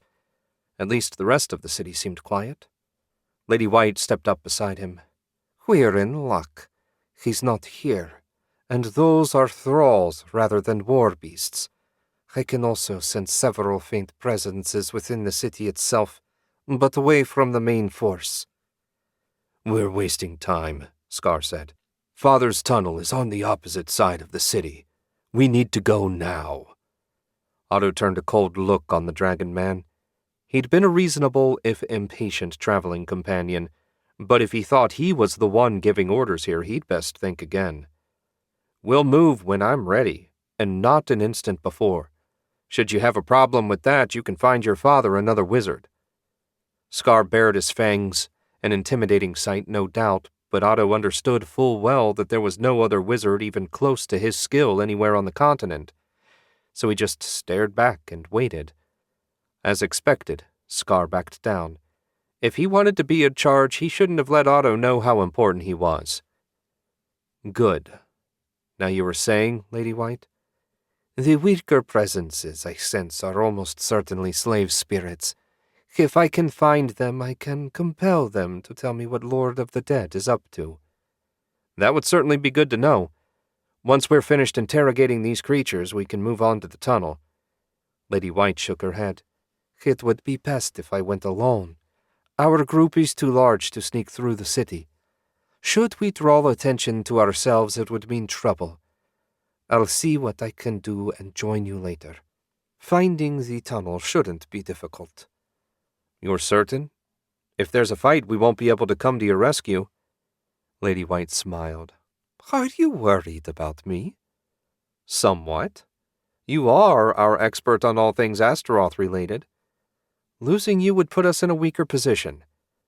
Well, don't worry. I won't do anything crazy. If it looks too dangerous, I'll come join you sooner. As you wish. Good luck. May I join you, mistress? Jet asked. No, stick with Otto. So saying, Lady White hurried toward the city. Judging by her sour expression, Jet wasn't thrilled with her answer. Not that it could have come as a surprise. Jet was little more than an ordinary woman. She had no magic or combat skills to defend herself from supernatural threats. Of course, Otto didn't believe for a moment that Lady White had rejected her offer out of concern. More likely, she figured Jet would be in the way. Look at it this way, Otto said. If anything happens to Lady White, you're our next most knowledgeable expert on the cult of Astaroth. We can't afford to risk both of you." Jet gave a distant, "Yes, Lord Shenk," but her gaze remained on Lady White's rapidly retreating back. "Can we go now?" Scar asked. "The longer we linger here, the better the chances will be noticed." "By all means, lead the way." "Finally." Scar stalked off to the left, and the rest of the group fell in behind him. Karina moved up beside Otto. "Why are you being so nice to Jet? She's barely even part of the team." Karina sounded jealous, which struck him as odd. He dismissed the idea as soon as it appeared. It was a ludicrous notion. "I'm being nice to her because a little kindness costs me nothing. However minimal her role, she is still a part of this group, and as such can cause us problems should she become too disgruntled. Her knowledge of Astaroth's cult is valuable, so eliminating her out of hand would be a waste. In any case, why do you care?" "I don't. I was just curious." He let the obvious lie pass and fell silent. Otto was starting to think that bringing 2 non-undead women on this mission hadn't been the best idea. Karina especially seemed off. She'd never been this irritating when she was his apprentice.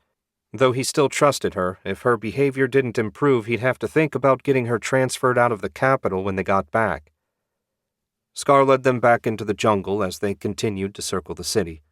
All random thoughts were long gone from Otto's mind. Off the path, they could run into just about any sort of mutated beast.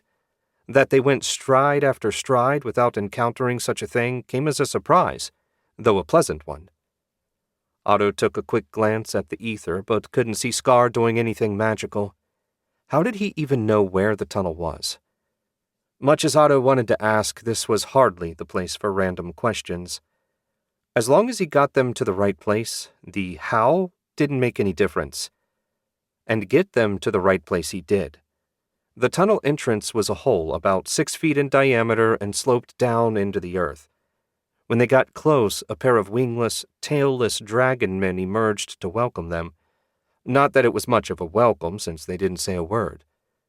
"Come," Scar said. "Father is eager to meet you."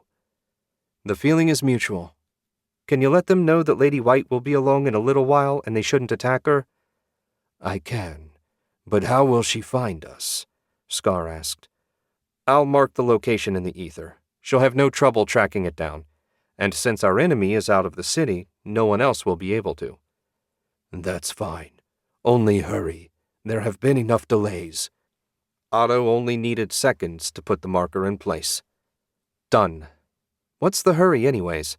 Your father has been trapped here for hundreds of years.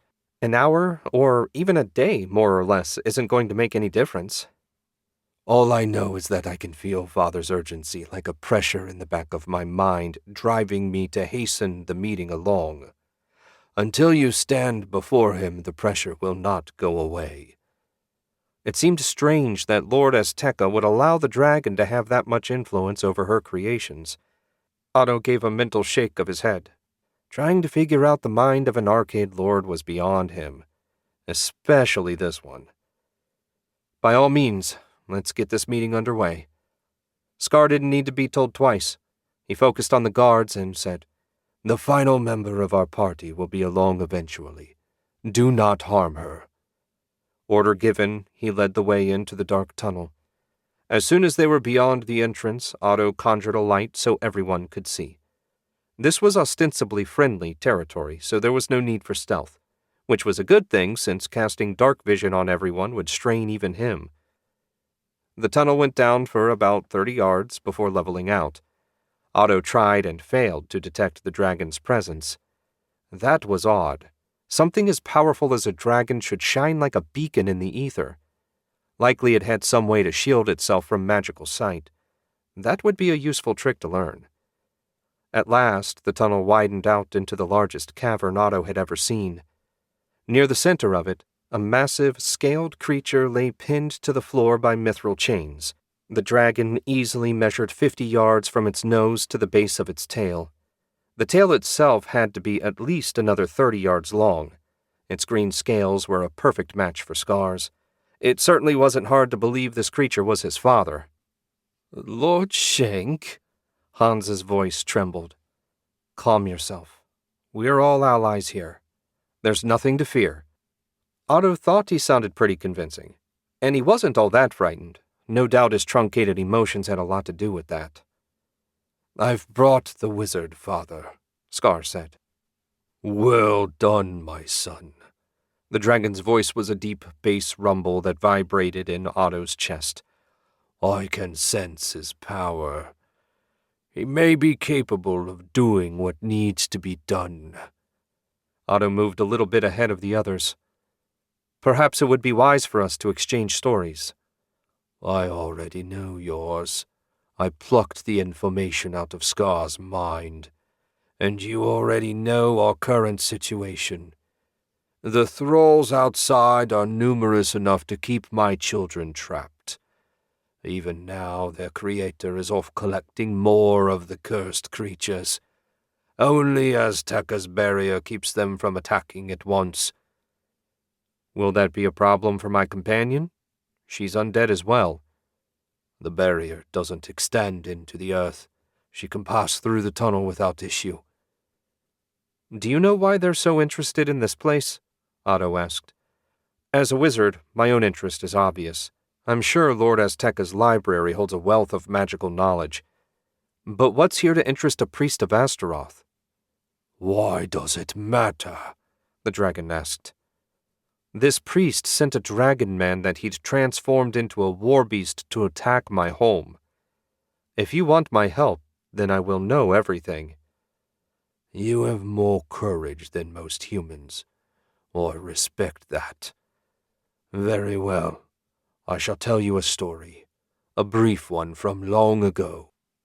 Long before I was captured by Azteca and reduced to a prisoner, a dear friend of mine and I spent much of our youth scouring the world looking for artifacts, evil ones, that we might keep them out of the hands of men that would use them. We were successful to some extent, finding many vile objects, the worst of which was called the Rod of Terror. It was forged by the greatest priest of Astaroth this world has ever seen under his master's direct guidance. Otto nodded. That certainly sounded like something that would motivate a priest of Astaroth. So, you're the caretaker of this rod? No, only half of it. We decided that it was so powerful, it would be best to break it into two pieces. Melkor kept the rod itself, and I kept a crimson orb that focused and magnified its power. The priest already has the rod. I can sense its corruption even from here. The only way that's possible is that Melkor is dead. Otto frowned. You're saying this priest is strong enough to kill a dragon? I don't know. Someone or something else may have killed Melkor and the priest simply got lucky and found his lair. Whatever the case, he has the rod, and if he gets his hands on the crimson orb, stopping him will become next to impossible, even for me. Otto looked around at the empty cavern. You're clearly not in possession of the orb now. Where is it? When I was captured, Azteca claimed all the artifacts I had collected. They're above somewhere. That made sense. No doubt an arcane lord would have a ball studying a bunch of evil artifacts. Okay, what exactly do you want me to do? Otto asked. I want you to free me. Your magic should be strong enough to melt the mithril chains. Otto eyed the chains. The links were about as big around as his thigh, and each end was driven into the stone floor. The anchor points fairly crackled with magical energy. As expected of such a critical juncture, Lord Azteca had reinforced the stone, probably enough to make it even tougher than the mithril. Heating that much mithril wouldn't be easy even for him. If you tried to focus on a narrow spot, the heat would dissipate into the rest of the link. But it might be doable. Emphasis on might. Why would I want to free such a powerful potential threat? Otto asked. Scar growled and bared his fangs. Otto ignored the dragon man. The threat was an empty one. They needed him, but Otto wasn't entirely certain that he needed them. I will swear an oath, both to never trouble your homeland and to police this nation to prevent any trouble from rising. I will also grant you unrestricted access to the library. Otto considered the dragons. It just occurred to me that we haven't been properly introduced. My name is Otto Shenk. I'm Brazon the Green. Do you know that in all the years she kept me here, Azteca never even asked me my name? That doesn't surprise me in the least. I'm a student of the arcane lords, and their arrogance was one of the most remarkable things about them aside from their power. You were a resource to her, nothing more. And do you consider yourself superior to them? Brazon asked. Not especially. I am ever and always a practical man. I view the world through a simple lens. Will this decision make my life better or worse? I have yet to decide where freeing you falls on that spectrum. You would certainly make a powerful ally, but I have no way of knowing when you might betray me. Leaving you here removes that risk and also the potential gains. It's by no means a simple decision. You are a rational man. I can appreciate that. We are currently in a standoff with the creatures outside, so there's no immediate danger. Go look at the library. Perhaps that will make the decision easier. Scar, show them the way. Yes, Father. Scar's tone indicated tightly controlled anger. This way. Scar guided them to a staircase that led up into the palace.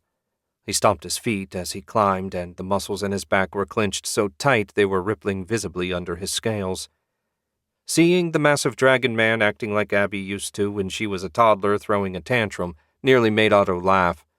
It was pathetic, but pointing that out would accomplish nothing. At the top, they turned down a hall and soon started climbing another set of steps. Which floor is the library on? Otto asked. The second. Scar stomped up a few more steps, then said, You should do as Father says. He is very wise, and following his orders has always gone well for us. Your father is trapped and desperate. He'd say anything if it got him free of his chains. I suspect that I'm the first person with the potential to free him that has reached this land since Lord Azteca was banished to the Netherworld. Under such circumstances, you must acknowledge that I have a right to be suspicious. Dragons are not humans, Scar said. We value our honor and our word above all things. You say this based on your numerous interactions with humans and dragons other than your father? Scar growled. Are you questioning my honor? No, I'm questioning your lack of experience. Before you met us, how many humans did you meet? Only the arcane lords. Exactly, and they hardly counted as human anymore. What about dragons, other than your father? None. Spitting out that one word seemed to cause him physical pain. You see where I'm going with this? Based on your ignorant opinion, I should act in a way that might put my homeland in danger one day. I can't make such a decision so lightly. In the end, I may agree to your father's terms, or I may not. Either way, neither your advice nor your threats will make any difference. They reached the top of the steps, and a few yards down was a closed wooden door. Otto checked it for magic and found nothing. That's the library, Scar said. I'll leave you to your reading. Think hard and fast about what you're going to do. Father says the priest is gathering more thralls as we dither. If they return with a real army, we may not be able to hold them back on our own, barrier or not. I have every intention of doing so. Lady White should be along soon. Would you escort her here when she arrives? Very well. Scar stalked off down the steps. Think fast and hard, Fast thinking rarely led to good outcomes. But in this case, Otto feared time was not on his side. Chapter 37. Lady White was used to silence and being alone, but as she made her way through the empty city, even she found it a bit creepy. She'd been following the faint scent of corruption that belonged to only one of Astaroth's servants, a slave spirit. Lord of the Dead must have left his servants behind when he went to gather more forces. That made sense. Slave spirits were useless in combat situations, being not especially fast or especially smart. They were absolutely obedient and tireless, which made them ideal for menial tasks. She paid little attention to her surroundings. The squat stone buildings were as empty as they were tedious. Neither life nor corruption filled them. Even a graveyard had more life than this city. It was strange. Why would Azteca bother building such a huge city given her limited number of servants? It seemed impossible that she had more beast folk in the past than were living now, though it wasn't impossible. Whatever, it didn't matter for the current situation. She needed to wrap up her investigation as quickly as possible and rejoin Otto.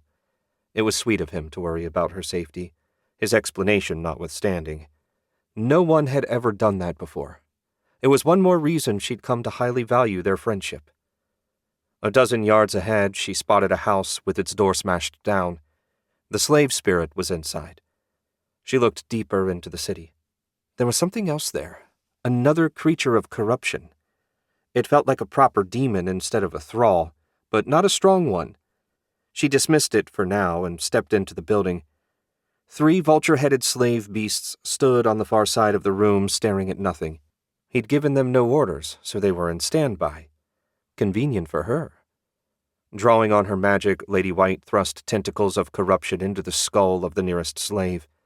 Its gaunt, nearly skeletal body thrashed as it fought her control, but in the end she won. Had Lord of the Dead been close enough to reinforce its will, things would have gone differently. But without its master's backing, the slave beast had no hope of victory. Black eyes with faintly glowing red centers stared at her. It offered nothing beyond its attention. "Do you serve Lord of the Dead?" she asked. "Yes, mistress." It spoke in a dull monotone. Her magic held it in total bondage. Even showing what little personality it had was impossible. She nodded, not surprised, but still happy to have her guess confirmed. "What is his goal here?" "To acquire an artifact. Astaroth himself commanded that he do so." No doubt something the dragon was protecting. "What does this artifact look like?" "A crimson orb." "And what does it do?" "It combines with the Rod of Terror, making it stronger." That wasn't an artifact Lady White was familiar with. Perhaps Lord of the Dead had kept it hidden from her. Astaroth knew they all kept plenty of secrets. "Tell me everything about the rod." The slave spirit started speaking. Apparently, after she left the land of the demon binders, the other cults had turned on Lord of the Dead and driven him into hiding. His suffering pleased her in an offhand way. In truth, if he hadn't decided to cause trouble, she wouldn't have given him a second thought. They wandered the wilderness until it became clear that the other lords had no intention of trying to hunt them down. Eventually, they settled in a cave, and Lord of the Dead set about rebuilding his force of war beasts. After some years had passed, 2 strangers arrived. They wanted information and were willing to trade the rod for it.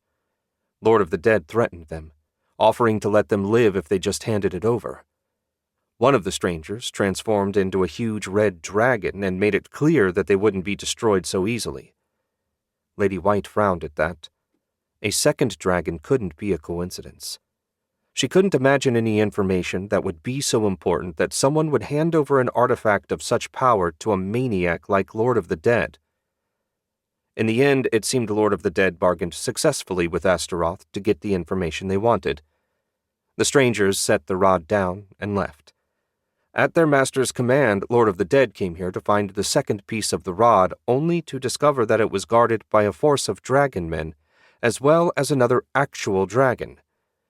Lord of the Dead was now building up his forces for an all-out assault. Lady White considered her options, but only for a moment. She needed to let Otto know what she'd learned. Then they could come up with a proper plan. Getting her hands on the artifact would be nice, but keeping Lord of the Dead from claiming the orb was paramount. Who knew what chaos he could cause should he succeed in claiming it?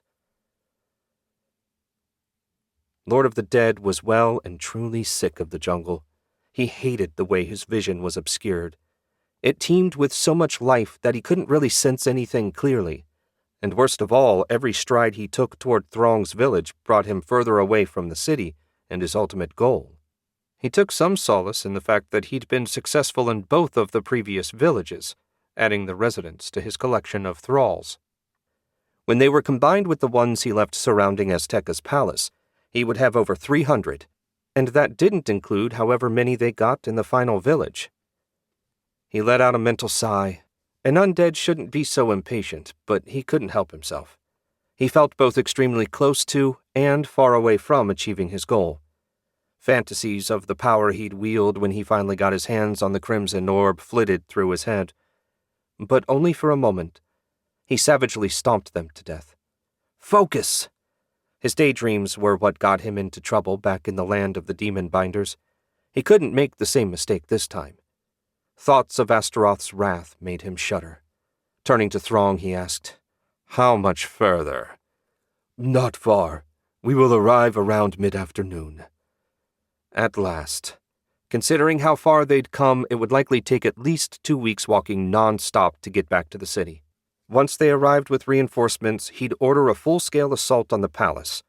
Even dragon men couldn't stand against the force he'd built. Only the undead barrier stood between him and total victory, and Lord of the Dead had an idea about how to deal with that. He'd been thinking about it off and on, and the answer was as simple as it was difficult. If he channeled enough corruption into it, eventually it would have to break. Once the obstacles had been removed, it was simply a matter of finding the orb and restoring the rod to its full might. He nearly grinned at the thought before reminding himself once more to focus. One step at a time. He couldn't get too far ahead lest he make some fatal mistake. A quick glance back over his shoulder confirmed the thralls were still following along. There was no way they could disobey him.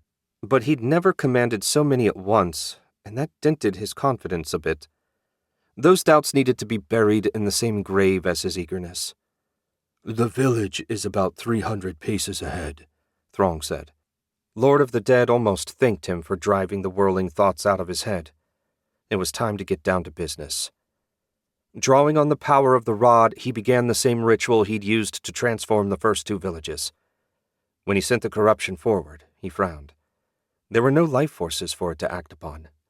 Where were all the villagers? He released the spell and turned on Throng. "The village is empty. Where have my new thralls gone?" "I don't know." Lord of the Dead grabbed Throng by the face and dragged him to the ground. "You must know. You're the leader of this village. You must have a place where you gather in times of danger. You wouldn't let the young and females go into the jungle by themselves. And how did the village even know we were coming? Did you warn them somehow?" "No, master. Likely one of the scout patrols spotted us and fled to warn the village.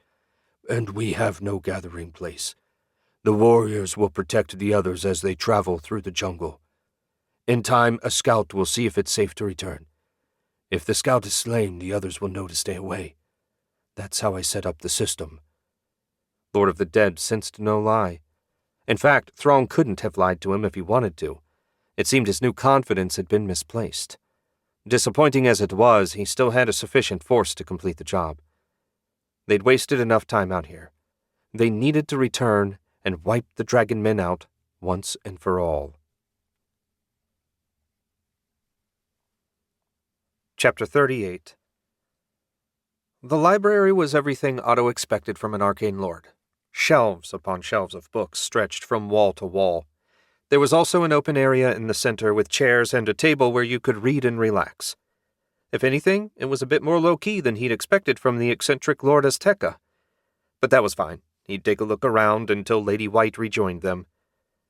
"Axel, Hans, you and the guys can rest. Have a bite to eat if you want. I'm not planning on doing anything right away. I'll be wandering the stacks." With everyone released from duty, Otto strode off to see what he could find. He had neither the time nor the inclination to make an exhaustive search. For now, he would just grab a few random books and see what sort of theories interested her. He suspected most of them would be about flesh shaping. It was Lord Azteca's specialty, after all. 2 rows from the front, he reached in and grabbed the first book that caught his eye. The cover was plain brown leather with no title or other information. The spine was equally blank. Weird. Did she have such a perfect memory that she could remember everything without labeling them? He would put nothing past an arcane lord at this point. Flipping to the first page, he started reading. Otto nearly dropped the book. It wasn't a book of magic or even history. It seemed to be a romance novel, and a racy one at that. He shook his head. It had to be some kind of code. By the time he reached the end of the first chapter, he was convinced that there was no code, only poorly written smut. Maybe he should bring back a couple for Sen. This seemed like the sort of thing she might enjoy. Is something wrong, Master? He'd been so deep in thought he hadn't even sensed Karina approaching. Yes, something is definitely wrong. How wrong, I won't know until I look at a few more books. What is it? She asked. Otto handed her the book. See for yourself. While Karina read, Otto scanned the rest of the shelf. All the spines were the same unmarked brown leather. That they looked exactly like the one he'd just pulled down couldn't be a good sign. He turned back to Karina and found her cheeks flushed as she eagerly turned the page. Perhaps Sen wasn't the only one that might like a few copies as a gift. What do you think? He asked. She flinched and looked up. It's, interesting. Would it be okay if I kept this one? I want to see what happens. Otto chuckled. Sure, be my guest. She beamed. Thank you. Taking her prize, she hurried back to the sitting area. Looked like she didn't plan to offer to help him search. That was fine. The trip had been long and stressful. She deserved a bit of relaxation as much as anyone did. Otto got back to work, pulling and checking more books at random and finding nothing but more smut. How many novels did Lord Azteca have? Assuming, heaven forbid, that all of the books in the library were like this, there had to be tens of thousands. Then again, if she were a dedicated reader and lived for hundreds of years, that wasn't impossible. Somehow freeing the dragon to get access to all this struck him as a poor deal. Lord Shenk, Hans called. Lady White has returned. Thank heaven. Hopefully she had good news. He'd gotten all the bad news he could stand for today. He returned to the sitting area and found Lady White standing just inside the door. She looked no worse for her side trip, which was a good sign. Did you learn anything interesting? A few things. First and foremost, I confirmed that it is indeed Lord of the Dead that we're dealing with. She went on to tell him everything the slave spirit had relayed. So he wants the dragon's orb to complete the artifact. Should he get it? Well, we don't want that. We certainly don't. As you may have noticed, the dragon's cavern is basically empty and distinctly orb-free. That means it's somewhere up here. I propose we find it and take it for safekeeping. Perhaps I could even transport it to Colt's workshop. There isn't a safer place that I can think of. If you do that, Lady White said, Lord of the Dead is liable to sense it and go in pursuit. Otto snorted at that. If he's stupid enough to try, he'll find the workshop far more difficult to deal with than a few dragon men, impressive though they are. But first we need to find and claim it. Axel, I need one of your scouts, preferably one that's young and not terribly bright-looking. Axel stood. None of them are terribly bright-looking, but one of the new recruits should fit the bill. He pointed at a young man Otto guessed was about 25. Mitt, you're up. What's the mission? I want him to check the rest of the palace and make sure there are no dragon men hanging around. Assuming we're in the clear, we'll begin the search for the orb. What if there are? Mitt asked with a decidedly nervous hitch in his voice. Tell them you're looking for the garter robe, but got lost. I'd do it with magic, but I'm not certain how sensitive the dragon men are to it, and I'm sure Brazon would notice even from downstairs. No, I fear this is a job for a scout, not a wizard. Yes, Lord Shenk, Mitt said. I'll do my best. Be sure not to touch anything, Otto cautioned. Any door you approach might be warded, and you don't want to trigger it. Just make sure there are no dragon men around. Understand? Yes, my lord, I'll be careful. Axel went to the door and pulled it open. He looked left, then right, before saying, "All clear. Off you go." Mitt darted out and was soon lost from sight. Axel closed the door behind him and said, "Tell them you're looking for the garter rope? That's the best excuse you could come up with?" "It's perfectly reasonable. What would you have had him say?" Axel opened his mouth, then snapped it shut. "Fair enough. I can't actually think of anything off the top of my head. Think he'll find anything?" "I don't think he'll find any dragon men. I'm pretty sure they're all on the first floor watching the thralls." Otto snapped his fingers. "Speaking of which, how hard are thralls to kill?" That last was directed at Lady White, who said, Fairly hard, though they are on the bottom rung of demonic entities. Why? "Well, we've got hundreds of mithril arrows. I was thinking it might not be a bad idea to wipe out the thralls here before Lord of the Dead shows up with more. If the archers can handle it from a safe position inside the palace, it would be worth the effort." Mithril-tipped arrows would certainly be an effective way to destroy them. A hit to the head or torso would purify the demon's spirit and destroy the thrall. "Perfect. What do you think, Axel? Would your men be up to a little target practice tomorrow?" "Sure. Other than a couple of those weird beasts, they haven't had much to do. Wouldn't want them getting rusty." Otto grinned. Tomorrow they would finally get a bit of payback for Lord of the Dead sending that monster to attack the capital. Otto could hardly wait. In the 2 hours Mitt was gone, Otto had done a spot check of multiple books throughout the library, and so far had found nothing beyond novels. He didn't want to just assume they were all fiction, but so far he was having a hard time coming to any other conclusion.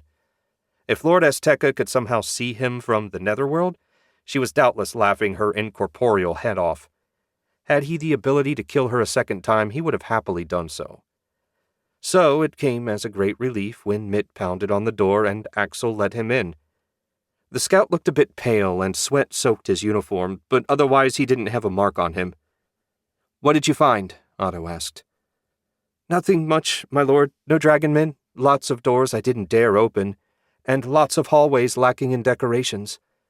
Arcane lords were rich, were they not? Rich folks usually like having fancy things around, right?" "They were certainly rich," Otto said, "but they weren't really human, so you can't very well hold them to human standards of aesthetics. Anyway, good job. Since the coast is clear, let's have a look around. Karina?" She still had her nose buried in the book and didn't even look up when he spoke. "Karina!" She started and looked up at him, her face bright red. "Yes, master?" "We're leaving. Can I count on you to put that foolish book out of your mind long enough to help me search for wards and other magic?" She bent the page to mark her place, and as a book lover, Otto winced. Then he remembered the book's contents and felt less bad about it. "I'm with you, master. It's a very interesting book. You might enjoy it if you gave it a chance."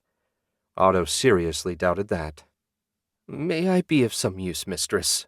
Jet asked.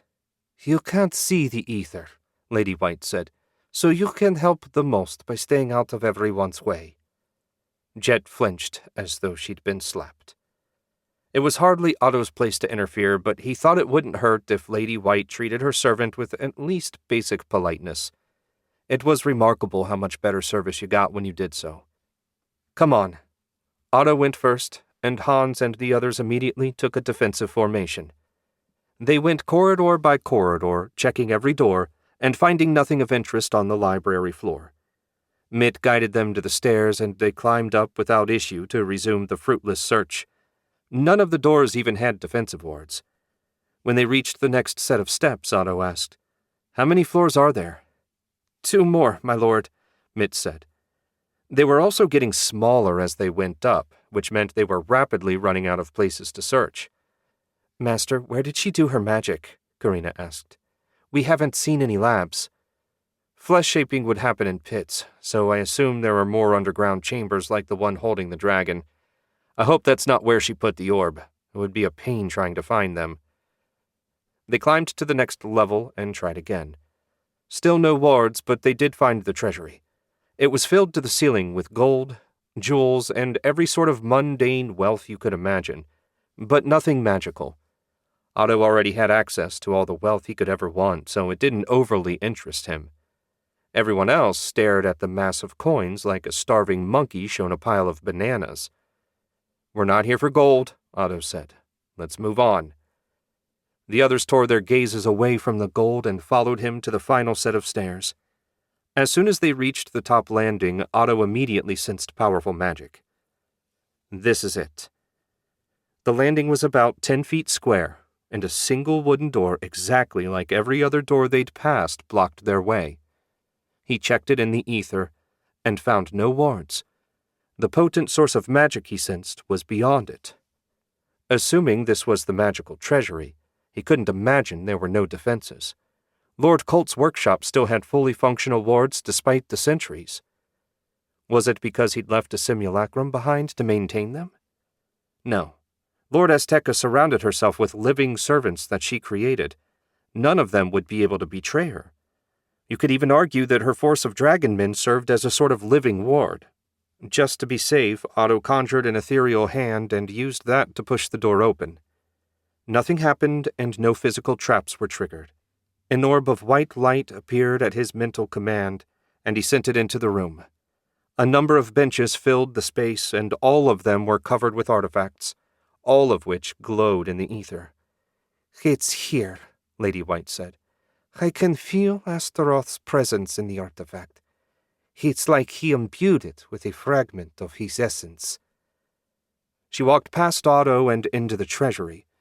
He was about to ask for a volunteer to go first, but this worked too. Nothing happened as she crossed the room, so the rest of them followed her inside. Otto started to join Lady White, then turned back. "Don't touch anything." "Do any of us look suicidal?" Axel asked. "No, but in cases like this, it's best to make sure. You never know when someone might see something shiny and lose their mind." Warning given, he hurried to catch up. Lady White was standing in front of one of the benches set up near the right-hand wall. In the center of the bench sat a red sphere about the size of Otto's clenched fist. It was smooth and shined in the light. In the ether, it looked like a black blot. As far as he could tell, it wasn't actually doing anything. That was certainly a good thing for all of them. She reached out to touch it, then hesitated. "Do you know what this is?" Other than a surprisingly pretty ball of corruption, no. Do you? "It's a solidified sphere of Astaroth's blood. No wonder Lord of the Dead wants it so badly. Even if it did nothing, this would be considered the most holy relic of our faith on this world." Otto had never heard Lady White speak in such reverent tones. He'd always assumed her faith to Astaroth was just a way to gain greater power. Perhaps it was genuine. "Does it do anything? As far as I can tell, the orb isn't leaking energy." "The only way to know for sure is to pick it up." She just stood there, not picking it up. "Are you planning to do so?" "I was trying to savor the moment. You really don't have a romantic bone in your body, do you?" "No. What I do have is an ever-growing heap of problems that need solving. It would be helpful if you could tell me just how big a problem this thing is going to be." "Fine." She snatched up the orb and frowned.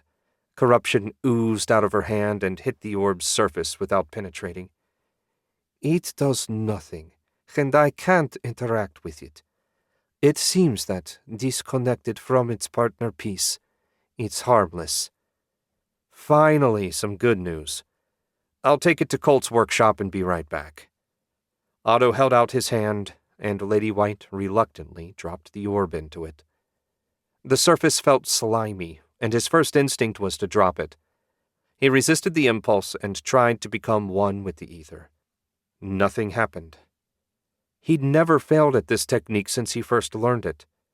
Only magical exhaustion or protective wards could stop him, and neither of those applied here.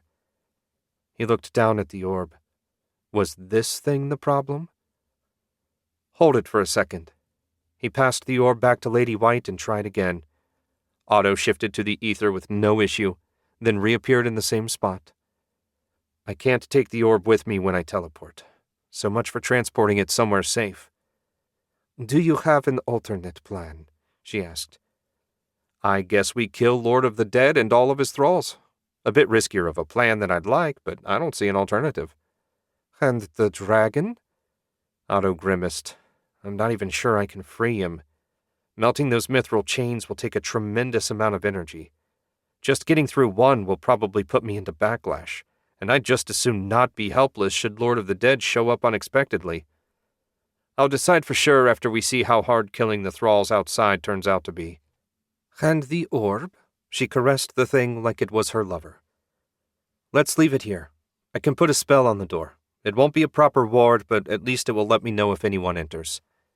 Perhaps it would be best if I remain behind to guard it, and you enchant the library door. What is it about this thing that so obsesses you? It feels disgusting when I touch it, and it interferes with my magic. I can hardly imagine a worse thing. I couldn't begin to explain it to a non-believer. Otto shrugged. He didn't consider Lady White insane exactly, but she was definitely a little bit off. I guess that's fine. We're going back. Maybe I'll make a fire with some of the awful books and fix some hot soup. Mistress? Otto frowned when Jet spoke from right behind him. May I touch it? Jet reached toward the orb and Lady White jerked it back. You may not. This is a holy relic and only a true priestess may handle it. Jet's worn face twisted in a grimace of bitter hate before smoothing once more. Yes, mistress. She meekly returned to the doorway where the others were waiting. If there's trouble, contact me, Otto said. Otherwise, I'll check in tomorrow. Lady White nodded, her expression rapt as she stared at the orb. It almost looked like she was hypnotized. Otto swallowed a sigh and went to the exit. Had he gained or lost by finding the orb? He couldn't decide, and that worried him. Chapter 39. The night passed without issue and without any dragon men showing up. After a rather uninspired breakfast of dried meat and tepid water, Otto left the team to get ready while he climbed up to the top floor. Inside the treasury, he found Lady White sitting on the floor with the orb in her lap, petting it like the dogs some of the noble ladies favored. Otto had seen many things over the last few years, but this sight troubled him more than most. Any thoughts he'd harbored of counting on Lady White should things get tough were rapidly draining away. He cleared his throat, and she finally looked up. Is there a problem? That's what I came to ask you. We had a peaceful night. I assume you did as well? Indeed. No one troubled me. I have my doubts that the dragon men even come up here. That certainly made sense if none of them were wizards. I'm going to speak with Scar and his father, then do my best to wipe out the thralls. Is that something you can help with? She cocked her head. What do you mean?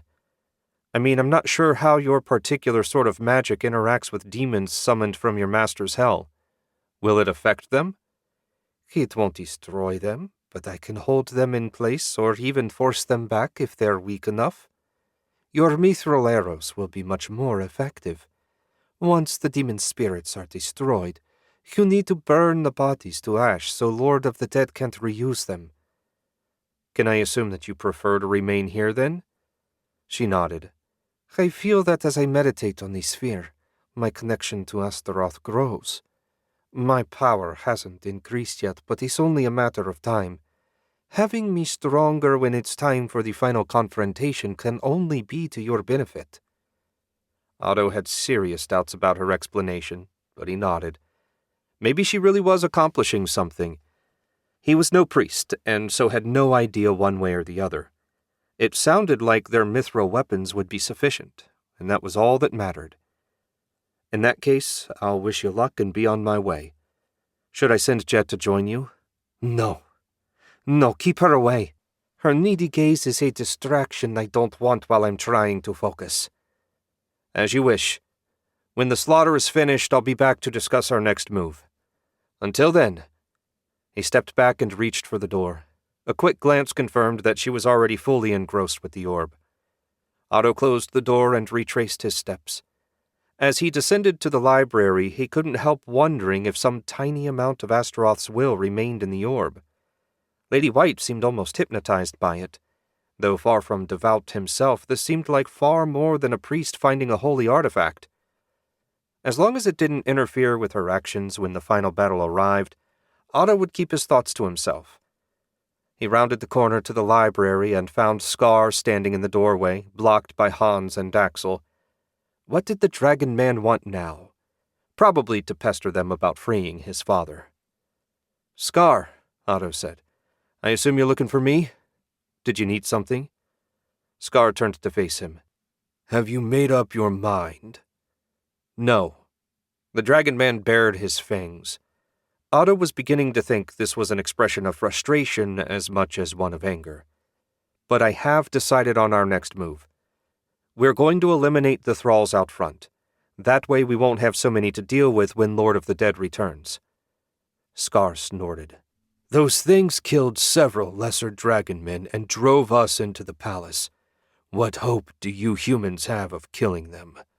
According to our resident expert on thralls, they're vulnerable to mithril. It just so happens that my soldiers are armed with mithril weapons, including hundreds of arrows. We're going to shoot them from a safe distance. If they react the way we expect, killing the whole bunch shouldn't be an issue. I doubt it will be so simple, Scar said. But if you can do it, we would be free to hunt and replenish our meat supply. That would be most welcome, as we're getting low. That said, freeing Father will assure our victory. That should be your priority. Otto smiled and shook his head. Has anyone ever told you that you have a one-track mind? No, I've never heard that expression before now. I will relay your plan to Father. Good luck. Scar stomped back toward the stairs and was soon out of sight. Though Otto knew he was intelligent, sometimes Scar reminded him of those birds that repeated the same thing over and over again. He hated those birds. Excellent timing, Lord Shenk, Hans said. I don't think that fellow believed me when I said you were out. I doubt we could have stopped him from forcing his way in. You shouldn't even try, Otto said. We're not doing anything secret in the library. He could come in and look around all he wants. It makes no difference to me beyond the minor annoyance. Axel, are your archers ready? Whenever you are. The thing is, I didn't notice any arrow slits when we were exploring the upper levels. I never saw a castle without them. Otto cocked an eyebrow. Why would an arcane lord need arrow slits? Anyone stupid enough to attack her city would be obliterated in an instant. Anyways, there's a door on this level that leads to the second floor ledge. It's about 3 feet wide and runs all the way around the palace. That should be wide enough, right? Axel nodded. 3 feet is plenty. When did you find that? I didn't notice it when we did our walk around. This morning. It's a hidden door built into the wall. You wouldn't notice it without magic. It also only opens from the inside. Hans, you and your team are in charge of making sure it doesn't close while we're out there. Yes, my lord, Hans said. The morning's wasting, Otto said. Let's get this done. Everyone lined up and followed him through the empty halls. The secret door was down a dead-end side passage that stopped at a blank wall. An ethereal hand flicked the latch hidden in the wall and pulled the door open enough for Hans to grab it and open it the rest of the way. The archers strung their bows and followed Otto out. Below them, the thralls were milling around aimlessly. If they were aware of their impending death, they gave no sign. He wasn't sure if they were stupid or if Lord of the Dead had given them specific instructions. Didn't matter anyway. Unless they could fly, they weren't getting up here. Pick your targets and fire when ready, Otto said. Bows creaked as the archers pulled them back. A moment later they twanged and arrows leapt out. Each one struck a thrall square in the chest, passing through undead flesh as easily as they did everything else. Otto watched through the ether as the corruption at their cores was burned away, and the once more dead bodies collapsed. Mithril really was perfect for this sort of thing, especially in arrows, since it didn't risk any of his people getting within striking distance. It ended up taking 35 shots to drop the thralls on this side of the palace. Pretty good accuracy, but Otto had an idea that would be more efficient. Sending ether through the mithril in his hand, he created a resonance bond with the mithril arrowheads and plucked them out of the ground. "What are you doing?" Axel asked. "Just watch. If this works, we can save your arrows for round 2. He led the way around to the next side of the palace. The thralls were moving around, agitated but seeming uncertain what they should do. Clearly they realized something had happened to their fellows but had no idea what to do about it. They were even too stupid to try and find cover. Otto shrugged. That made his job easier. Focusing on the arrowheads, he sent them streaking into the mass of thralls. They zipped back and forth, mowing the creatures down one after the next. If they tried to dodge, he simply adjusted the arrow's path. After a few seconds, it became clear that managing all 35 was inefficient. He pulled all but 10 back and focused on those. That was way easier, and his greater control made it simple to nail each thrall right through the chest. In less than a minute, all the thralls on this side were dead. "That's a hell of a trick," Axel said. "How is it you keep getting scarier and scarier?" "Too much free time. You don't need to be scared of me. Only my enemies do. Now, let's clear the rest of them." And so they did. Well, so Otto did. Not wanting to waste arrows, he tore the thralls apart on his own until none remained around the palace. Task complete, he pulled the arrowheads back and returned all but 10 of them to Axel. They had all the material they'd need to make new ones, and that would give the scouts something to do while they waited for the next attack. And Otto had no doubt there'd be one. Given how obsessed Lady White was with the orb, there was no way a fellow priest would give up trying to claim it. "We still need to burn the bodies," Otto said. "We can get the dragon men to help with that. Let's find Scar." "I found him," Axel pointed down into the courtyard where Scar and a dozen dragon men had emerged from the palace. "That's convenient." Otto headed for the secret door.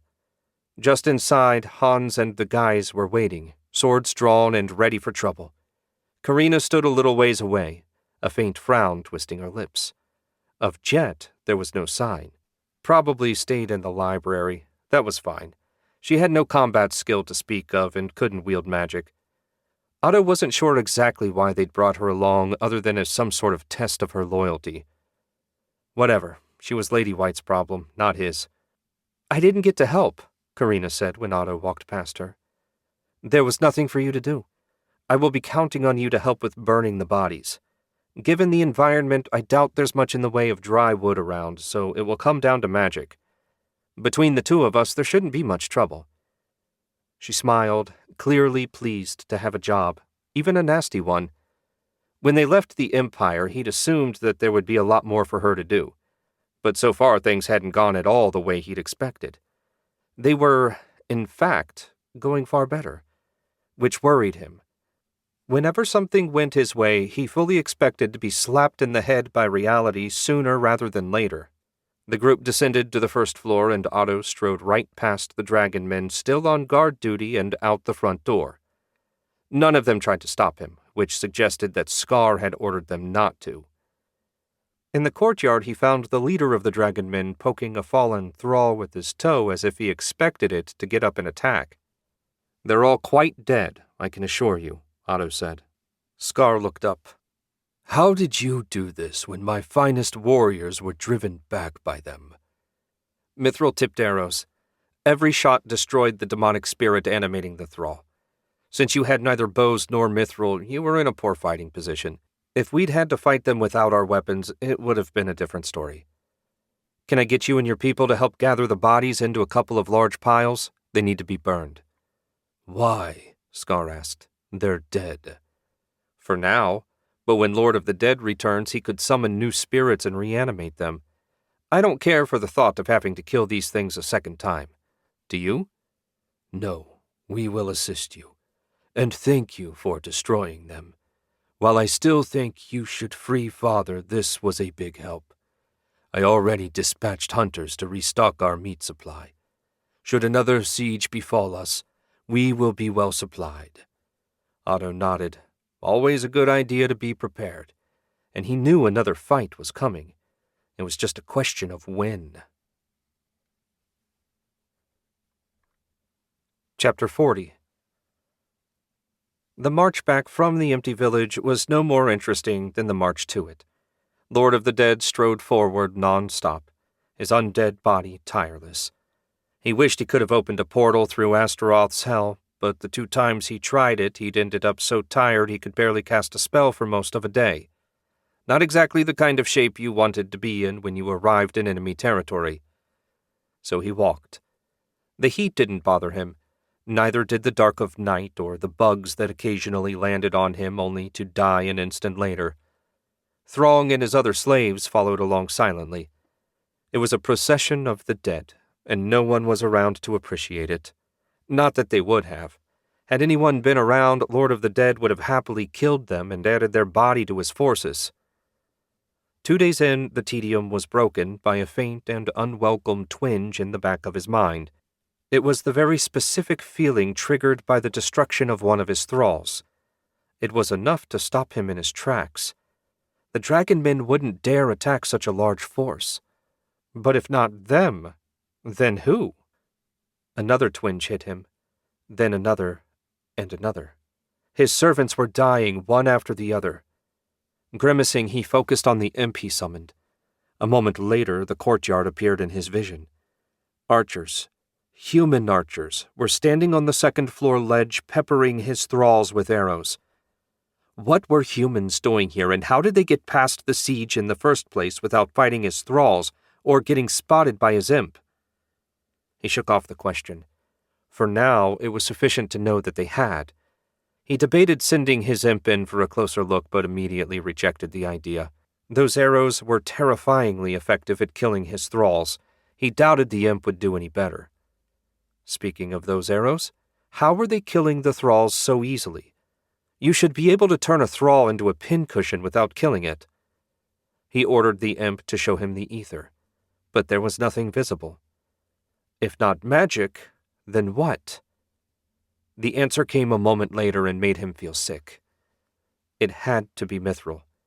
Weapons made of that cursed metal were banned from the land of the demon binders for a reason. One hit was enough to destroy a weak demonic spirit, and the various cults used them almost exclusively to make servants and low-level troops. Lord of the Dead looked up at the sky. Had Astaroth's enemies in heaven sent these warriors to stand in his way? No, that was ridiculous. Heaven interfered directly in the mortal realm even less than hell did. An archangel might have sent a message to some of their followers, but even that seemed doubtful. While he stood there thinking, the last of the thralls visible to his imp were destroyed, and the archers moved around to the other side of the palace out of sight. The twinges immediately started again. He ordered the thralls to take cover, but there was nowhere to hide in the courtyard, and they kept falling. By the time he told them to escape, it was too late, and soon all the thralls he left behind were destroyed. A third of his force. Gone. Just like that. And there wasn't a damn thing he could do about it. And now he had mithril-armed soldiers to worry about along with dragon men. If the soldiers had brought mithril weapons for the dragon men, he had no hope of victory. It took most of a day, and a fair bit of magic, but finally the bodies of the thralls were no more. Otto hadn't paid much attention to what they looked like while he was killing them, but as the dragon men were tossing them into piles, he couldn't help noticing that they were basically giant monkeys. Why had Lord Azteca chosen them as test subjects? Otto had seen a couple monkeys brought in by traders from the City of Coins, and they were cute, small things with big eyes and puffy tails. He distinctly remembered telling Anna Maria that under no circumstances could Abby have one as a pet. These things wouldn't make anyone a good pet, not that the dragon men were especially cute either. He rubbed the bridge of his nose and left the stink and smoke of the courtyard behind. Karina had done her best, but she ran out of power hours before the job was done and had gone in to sleep, or more likely read another of the useless books that filled the library. Well, that was fine. There were no pressing tasks for her at the moment. For his part, Otto wanted an alchemy cookie and 10 hours sleep. Then it would be time to fix the portal. He froze halfway across the courtyard. Lady White said Lord of the Dead had left behind some of his servants. Didn't sound like they were a threat, but he might as well clean them up. There was no way their enemy didn't know all his thralls had been destroyed, so leaving them intact was pointless. That would be a good job for the scouts. Otto yawned and walked through the palace door. The dragon men on guard duty ignored him, and he returned the favor. It had become clear that the lesser dragon men weren't the sharpest swords in the armory. Of course, that made them no less lethal. The slog up to the top floor seemed especially long today, but he made it, and in the magic treasury found Lady White in the exact same spot, sitting on the floor with the orb in her lap like it was her new favorite pet. She looked up when he entered and quirked an eyebrow. The thralls are all dead, but I figure this would be a good time to deal with those things Lord of the Dead left behind. What did you call them? Slave spirits. They're basically harmless, but I suppose it couldn't hurt to destroy them. Do you want directions to where they were hiding? Otto shook his head. I want you to take Axel and his scouts there and make sure they get them all. She looked down at the orb. No. I didn't bring you on this mission to sit around day after day mooning over that thing like it was your long-lost lover. Karina and I are both used up. That was actually an exaggeration. Should it be necessary, Otto had plenty of reserve strength. Unless it was life or death, he never used up all his power. Time for you to step up. And take Jet with you. Her moping is starting to get on my nerves. You two need some quality servant and mistress time. She's useless. I don't care. She's yours. Deal with her. One way or the other, it makes no difference to me. Her gloomy presence is dragging everyone down, myself included. Lady White stood and grimaced. If all that time sitting cross-legged on the floor left her stiff, she gave no sign. I can't just kill her outright, much as I'd like to. She's still a loyal servant of Astaroth. I wasn't under the impression that your cult cared all that much about such niceties. It's complicated, and it's not like there's a rulebook we can follow. There's just a sort of rule of thumb that says you don't kill those who are loyal without a good reason. Since we may end up having to explain our reason to Astaroth should he be displeased, we tend to not take such things lightly. Details of your religion, interesting as they are, don't concern me at the moment.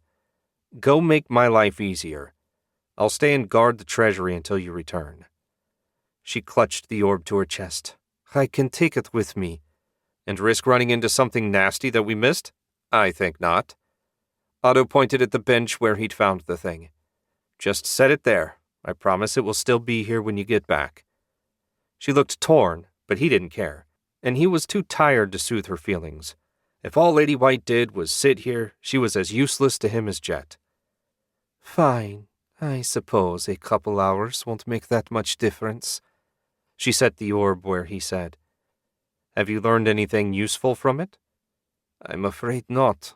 I'm beginning to wonder if there's anything to learn. But even if there isn't, I find holding it soothes my spirit and, I like to think, strengthens my connection to Astaroth. I suppose that can only be a good thing. Good hunting.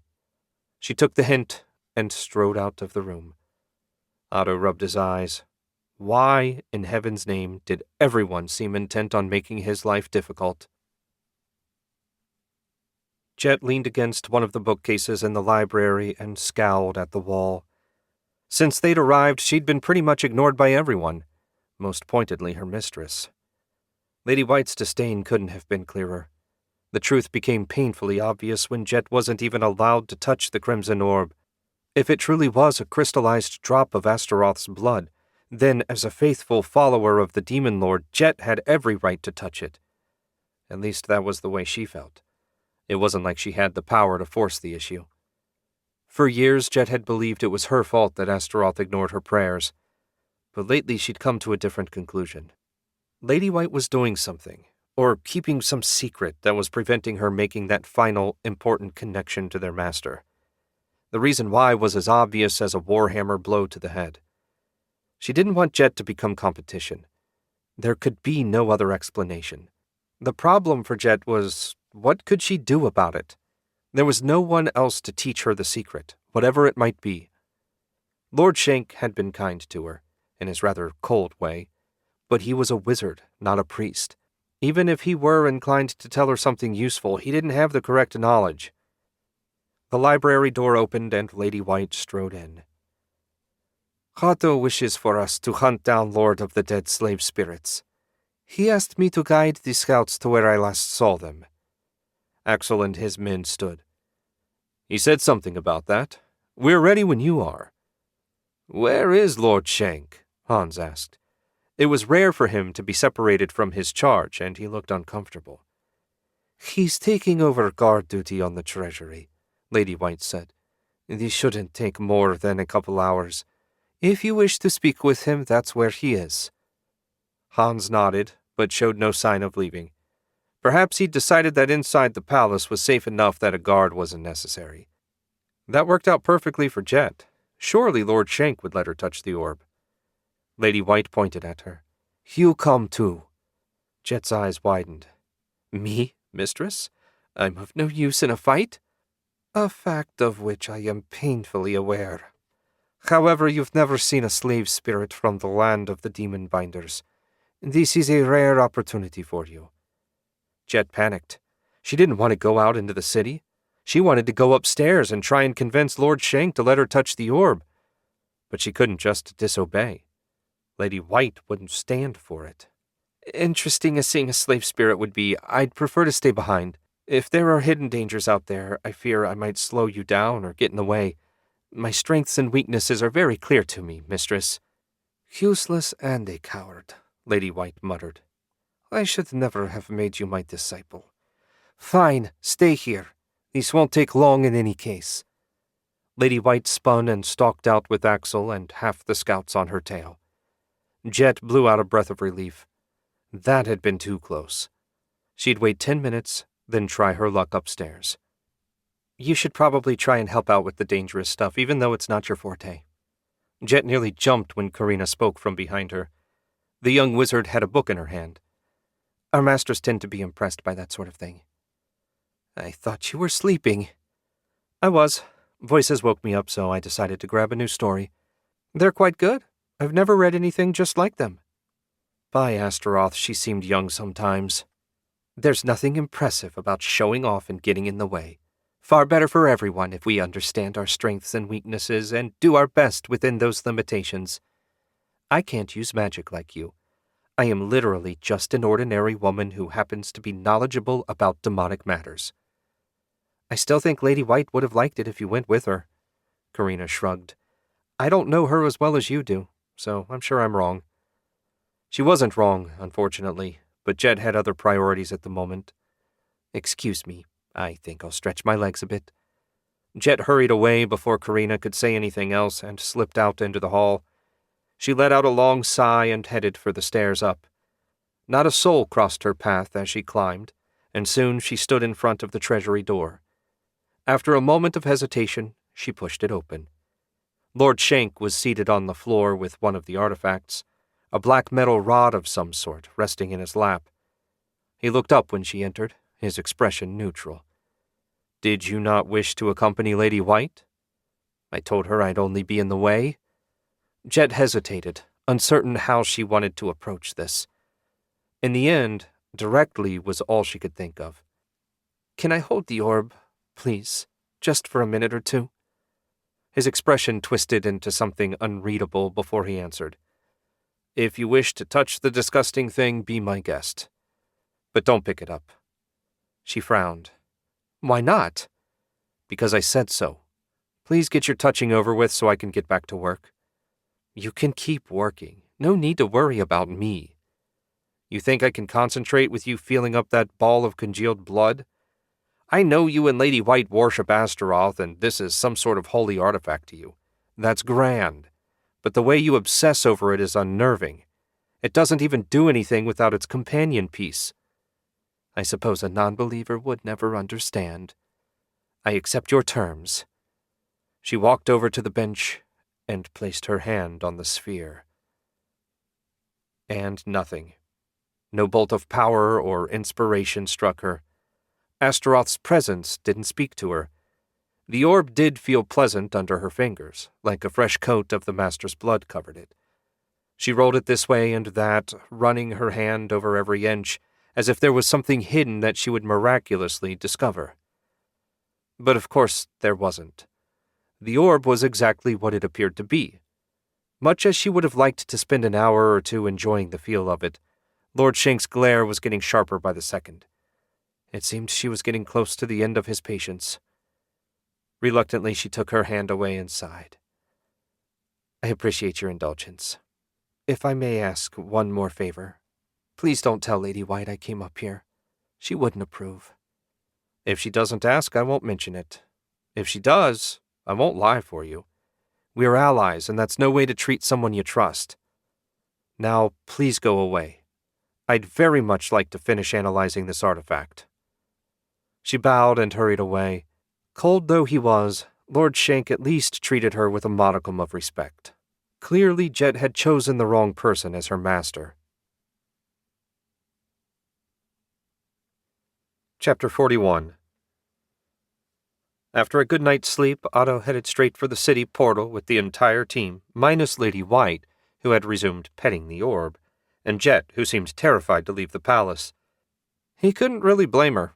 Things appeared safe and quiet at the moment, but Aztecaland had to be one of the most hostile environments he'd visited. Only the Deadlands surpassed it. He didn't know exactly how long it would take Lord of the Dead to get here, but he wanted to get this done while he had time. Otto had no intention of fleeing before all threats to the Empire had been dealt with, but having the option wouldn't be a bad thing, especially since undead and other creatures of corruption couldn't pass through the Mithril Gate. "Did you decide what you're going to do about the dragon?" Axel asked. "I'm not going to do anything about him. It's far safer for us to leave him chained where he is. If the fight with Lord of the Dead goes badly, I may change my mind. But for now, I'm content to leave things as they are." "And do you imagine Scar is just going to let us finish our business and leave unmolested?" "That's one of the reasons I'm getting the portal ready. I vastly prefer using it to running through the jungle with a bunch of angry dragon men on our tail." "I second that," Hans said. "Of course, we could always launch a preemptive strike, take 'em out before they turn on us." "No, we are not going to pick a fight with our allies until Lord of the Dead is dealt with. Once that matter is sorted, we can see. I would much prefer to simply leave as soon as our business is concluded." "And leave all those magical goodies behind?" Axel asked. "I'm shocked." Otto grimaced. "I studied several of them yesterday. They all require you to use corrupted ether. As a still-living man, that's a problem. Lady White could probably make use of some of them, assuming she can drag herself away from her new obsession. But for me, they're basically trash."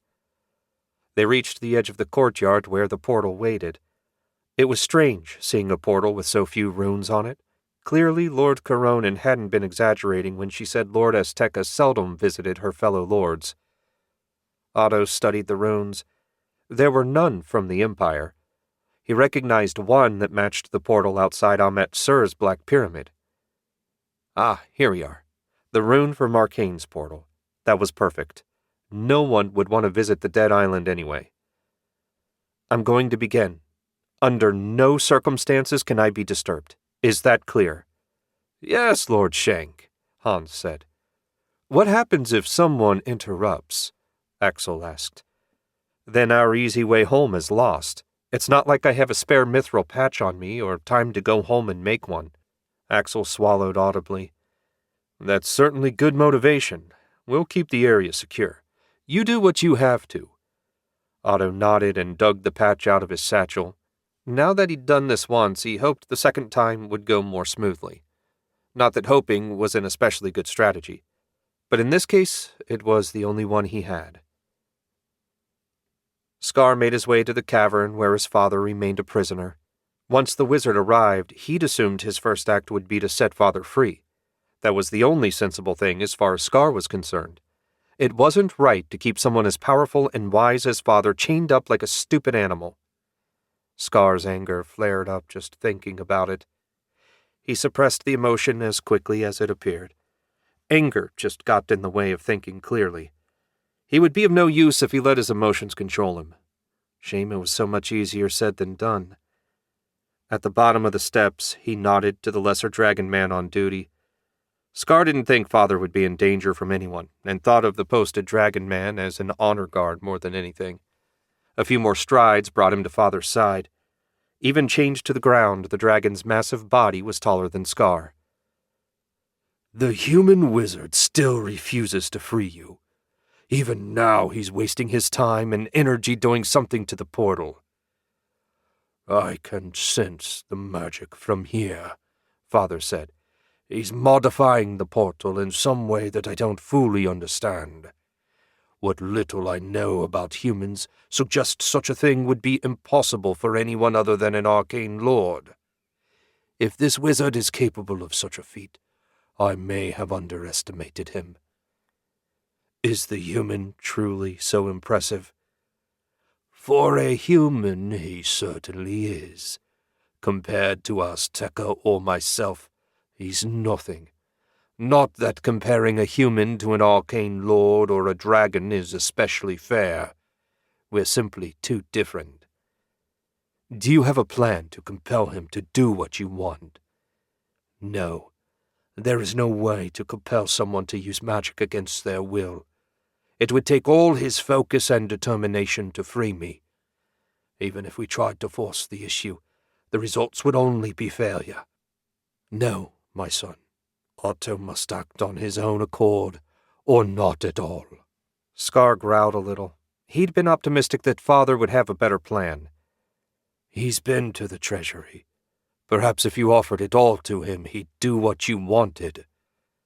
Unlikely.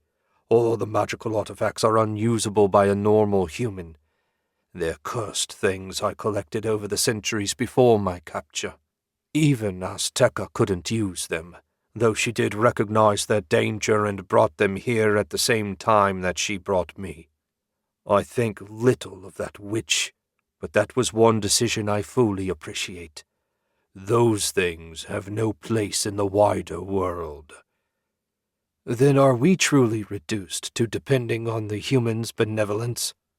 We truly are, my son. Help him however you can. Do everything in your power to prove that we aren't a threat to him or his empire. Or better yet, that we can be reliable and trustworthy allies. He already has an undead priestess at his side, so clearly he has no bias toward non-humans. Scar bowed his head. I will do my best, Father, but he never asks for anything, so it's difficult. We can only do our best. I have been here for many centuries. If I must wait for another wizard to show up, I can do that. Father's durability couldn't be questioned. Nevertheless, Scar wanted him free, and he would do everything in his power to make it happen. Chapter 42. Otto had taken a full day to rest after fixing the portal. The process had gone perfectly, and he was confident that they now had a way to escape should the worst happen. It wouldn't be easy given the time it took the portable capacitor to charge the portal, but it was better than nothing by a fair distance. That had been nearly a week ago, and he was now back to full strength. The scouts had used their time well. All the broken arrows had been replaced, and they were back to having a complete complement, plus backups. Given how effective the mithril arrows were, Otto was glad he told Axel to bring as many as they could manage. Avoiding a direct physical confrontation with Lord of the Dead and his thralls would be ideal. Not that Otto had any confidence they'd get that lucky. The team had been extraordinarily fortunate so far, and there was no doubt that wouldn't last forever. Now it was simply a matter of waiting. He spoke to Lady White every day, and she assured him that Lord of the Dead was getting closer all the time. In fact, she expected him to be at their doorstep either tomorrow or the next day. The fight was going to be awful, but Otto, and he felt certain everyone else, was eager to have it over with so they could go home. Speaking of home, one thing Otto hadn't done was teleport back to check on the Empire. He was confident that everything would run smoothly in his absence, and he wanted to give everyone the chance to prove they could handle the day-to-day operations on their own, especially to themselves. He groaned and stood. Every eye in the library focused on him. Well, all save Karina's. She was oblivious to everything save her latest book. She'd become obsessed with them, nearly as badly as Lady White was with the orb. I'm going to check in and see if anything's changed. If the enemy is close enough, I may take a peek myself. Since this was what he'd been doing around this time every day, no one felt the need to comment. They all just went back to their various card games. At least no one was complaining. He slipped out the library door and made the now familiar trek up to the top floor. When he pushed the treasury door open, he found Lady White in her usual spot cuddling the orb. No matter how many times he saw it, he couldn't wrap his mind around what she got out of such behavior. Oh well, it wasn't like he had anything else for her to do. She looked up after a moment. Has it been a day already? I lose track of time when I'm contemplating the orb. Contemplating the orb. That was an interesting way to describe it. Where is Lord of the Dead now? She closed her eyes and her pale brow furrowed. About 20 miles out and making good time. He'll reach the city by nightfall. Fighting at night was not ideal for human warriors. He could always conjure lights if it came to it, but using even a fraction of his power for something like that was a waste. Actually, that would be a perfect job for Karina. Will you be ready to fight when the time comes? I will. Lord of the Dead knows I'm here. When the battle begins, only one of us will survive. He claims leadership of the cult, but I will not serve him. Our positions can be rectified in only one way. Astaroth will decide which of us he wants as his champion. Thanks for the update. When he's a mile out, let me know and we'll get the archers in position on the ledge. It'll be up to us to hold off Lord of the Dead's magic while the archers do their work. That will be difficult for you. Otto's first reaction was to bristle at the insult, but he immediately caught himself. Lady White wasn't the sort to throw out insults, at him anyways. Why is that? Lord of the Dead wields corrupt ether, the same as I do. While I have no doubt that you could defeat me should it come to battle, Lord of the Dead is getting a massive power boost from the rod. His strength will be easily 3 times my own, whereas your attacks will be muted simply due to the miasma of corruption that surrounds him. You can sense all this from so far away? She nodded. This might seem like an odd way to describe it, but the flavor of this corruption is perfectly aligned with Astaroth's hell. Now that I can get a better feel for it, I believe the rod acts as a permanent portal to the endless graveyard. That's why he can summon and control so many demon spirits without using sacrifices. And the orb? What purpose does it serve? This is just a guess, but I believe that this drop of Astaroth's blood creates a resonant link between the rod and his hell, thus allowing the portal to open even wider and sustain ever greater numbers of thralls, possibly even true demons. Right, that sounds every bit as bad as I feared. Of course, if we kill him, that solves all our problems. For the moment, at least. Make sure you don't lose track of time. Otto gave the orb a pointed look. Though I may not look it, I am fully aware of everything going on around me, as well as the approaching danger. Have no fear on that account. He had his doubts, but chose not to comment. Well enough. I'll see you when it's time. Otto turned on his heel and marched out. 20 miles. Assuming they weren't sprinting and the jungle would make that nearly impossible, Lord of the Dead should arrive in about 5 hours, give or take. That seemed like both very little and a great deal of time. Well, they were ready. It was just a matter of putting everyone in place and spearing fish in a barrel. Smiling to himself, he returned to the library. He could only wish the fight would go that well. When he entered, everyone looked up. How long? Axel asked. They're about 20 miles out. 5 hours at most. Then they'll arrive after sunset. Not ideal for us. Otto shook his head. No, far from ideal. When the fight begins, providing light will be Karina's task. She was still reading and hadn't heard a word he said. He sent a thread of ether into the book, and a moment later, a line of fire followed. Karina yelped when the dry pages burst into flame. Otto snuffed them out a moment later. When I'm speaking, I expect you to be paying attention. She couldn't meet his gaze. Yes, master.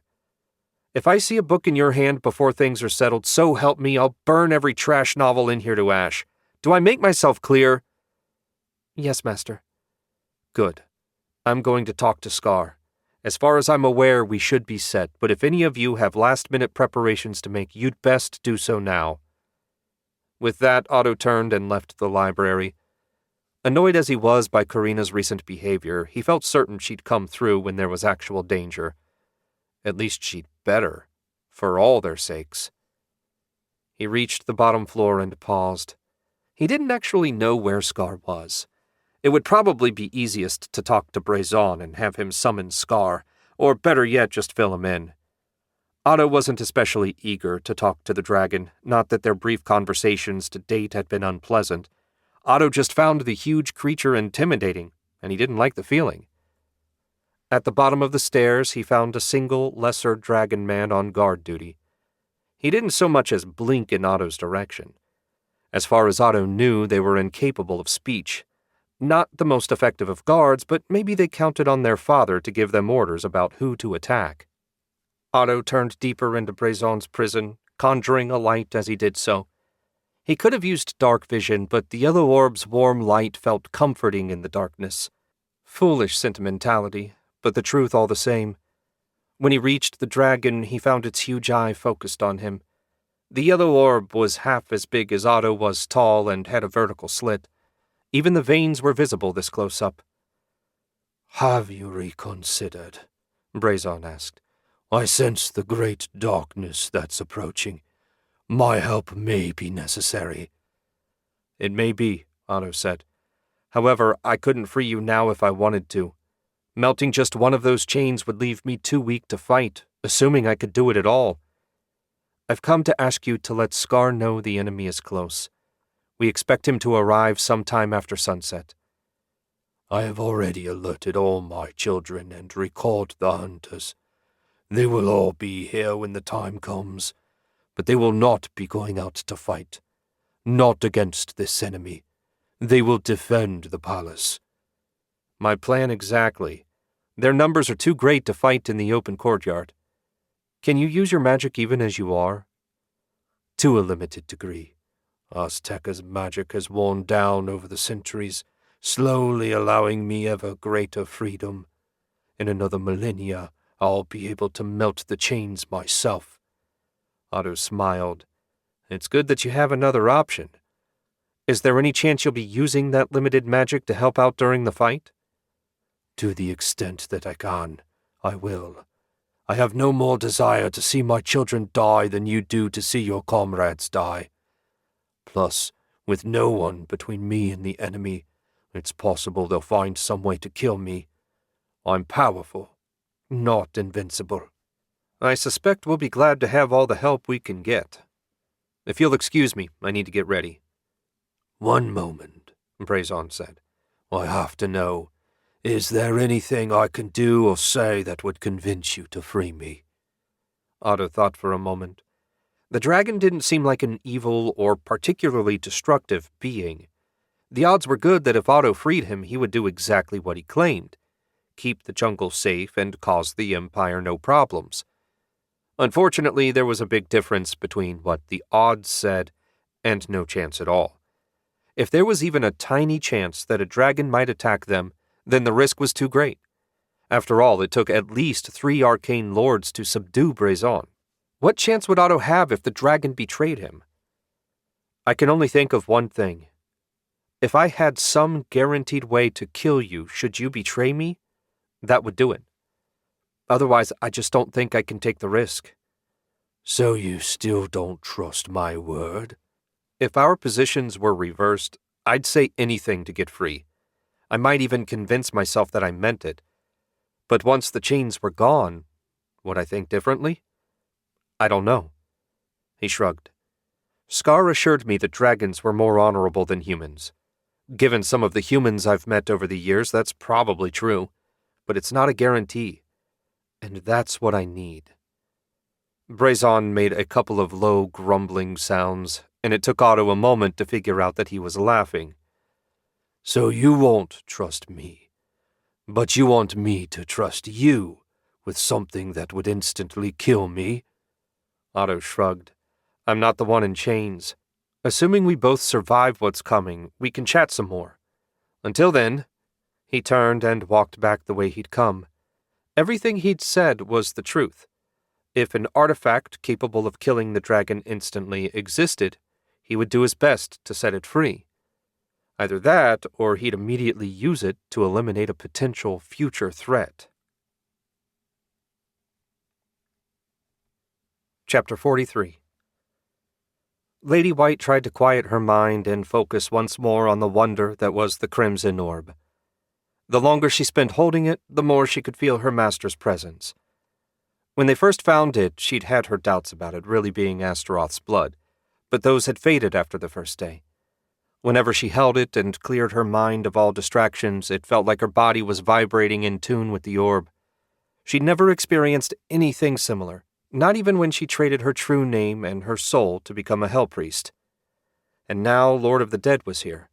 His presence was like a thorn in her brain, preventing her from concentrating. Had she the power, Lady White would have happily killed him for that defense alone. To add insult to offense, every step he took in her direction drove the thorn a little deeper. Finally, she shook her head and stood. There was no chance of proper meditation now. Until matters were settled, she would have to accept that she was finished with her contemplations. She set the orb on its bench, but her hand lingered. Leaving it alone seemed wrong.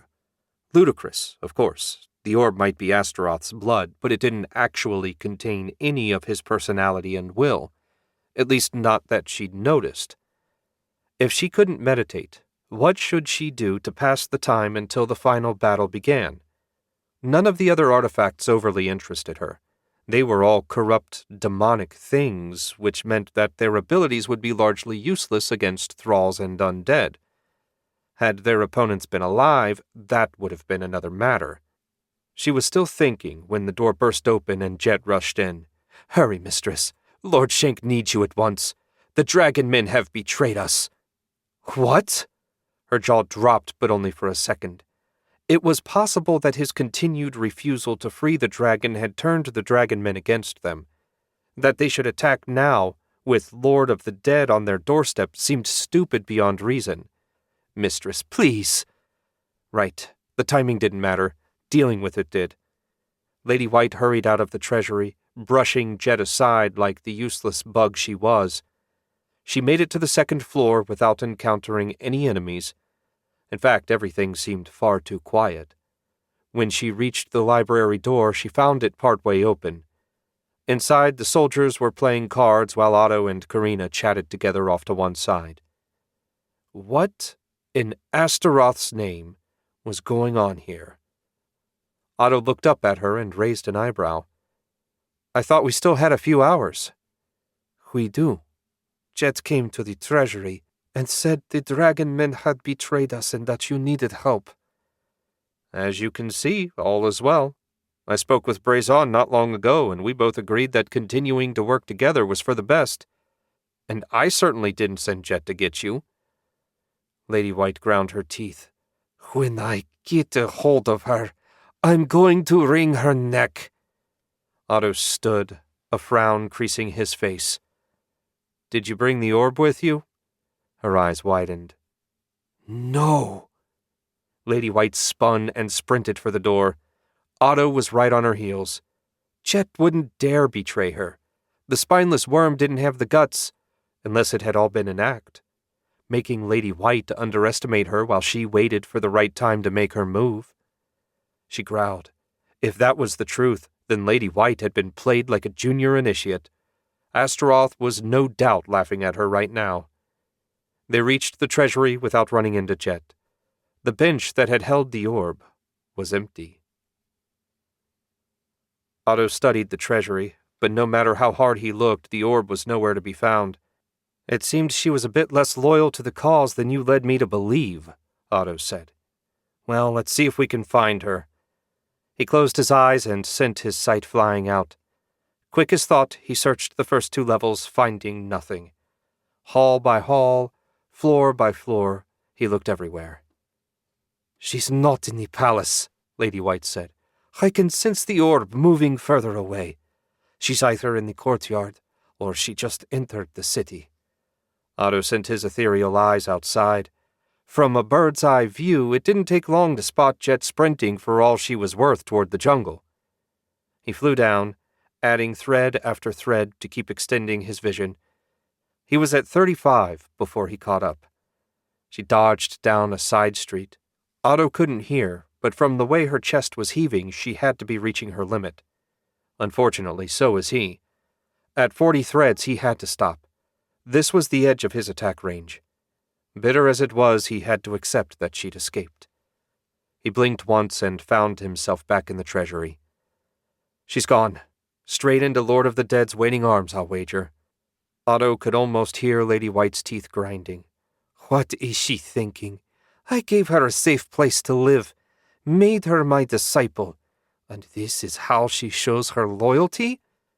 Perhaps she's thinking that Lord of the Dead will give her what she wants in exchange for the orb. He can't give her what she wants any more than I can. There are no secrets or shortcuts. To become a hell priest like me, you have to kill everyone that knows your name, then offer it in sacrifice to Astaroth, along with your soul. Only Astaroth himself can change the rules. Certainly Lord of the Dead can't. Sometimes people believe what they want to believe rather than facing reality. It's an unfortunate habit we humans have. Still, what's done is done. We have to prepare for the worst-case scenario. Come on, we need to brief everyone. The pair left the treasury and returned to the library. Everyone was standing, faces tense and hands on the hilts of their swords. How bad? Axel asked. Bad enough, Otto said. Jet stole the orb and we assume is taking it to Lord of the Dead. When he combines it with the rod he already possesses, Lady White, you take over. Right. With the orb in place, the rod's power will at least triple. He will have the power to summon demons directly from Astaroth's hell, and to make his thralls even more powerful. As far as his offensive magic is concerned, I'm not completely certain, given that I've never seen Lord of the Dead in a fight. I assume he's stronger than me, but my specialty lies outside of direct combat. Great, Axel said. Will our mithril weapons still work? Absolutely, Lady White said. In fact, they will be your best hope for survival. Not only will they kill any thrall or demon you face, but having mithril close to your body will purify the corruption, thus weakening any spells Lord of the Dead might cast. Arrows, unfortunately, might be less effective, assuming he takes precautions. So, we have to fight those things toe-to-toe? One of the scouts, Otto didn't know the young man's name, asked. Probably, Otto said. We won't know how effective arrows are until the battle begins. If they work, fantastic. If not, then we do it the hard way. We've had it easy up until now. Pretty soon it will be time to earn your pay. Karina hesitantly raised her hand. I don't have a mithril weapon. You don't need one. Otto walked over and tapped the apprentice ring on her left ring finger. This is mithril and will protect you just as well as a weapon. Don't forget to channel your spells through it. The purifying and strengthening effects will make your magic much stronger. That might be the difference between taking an enemy down or not. I'll remember, Master.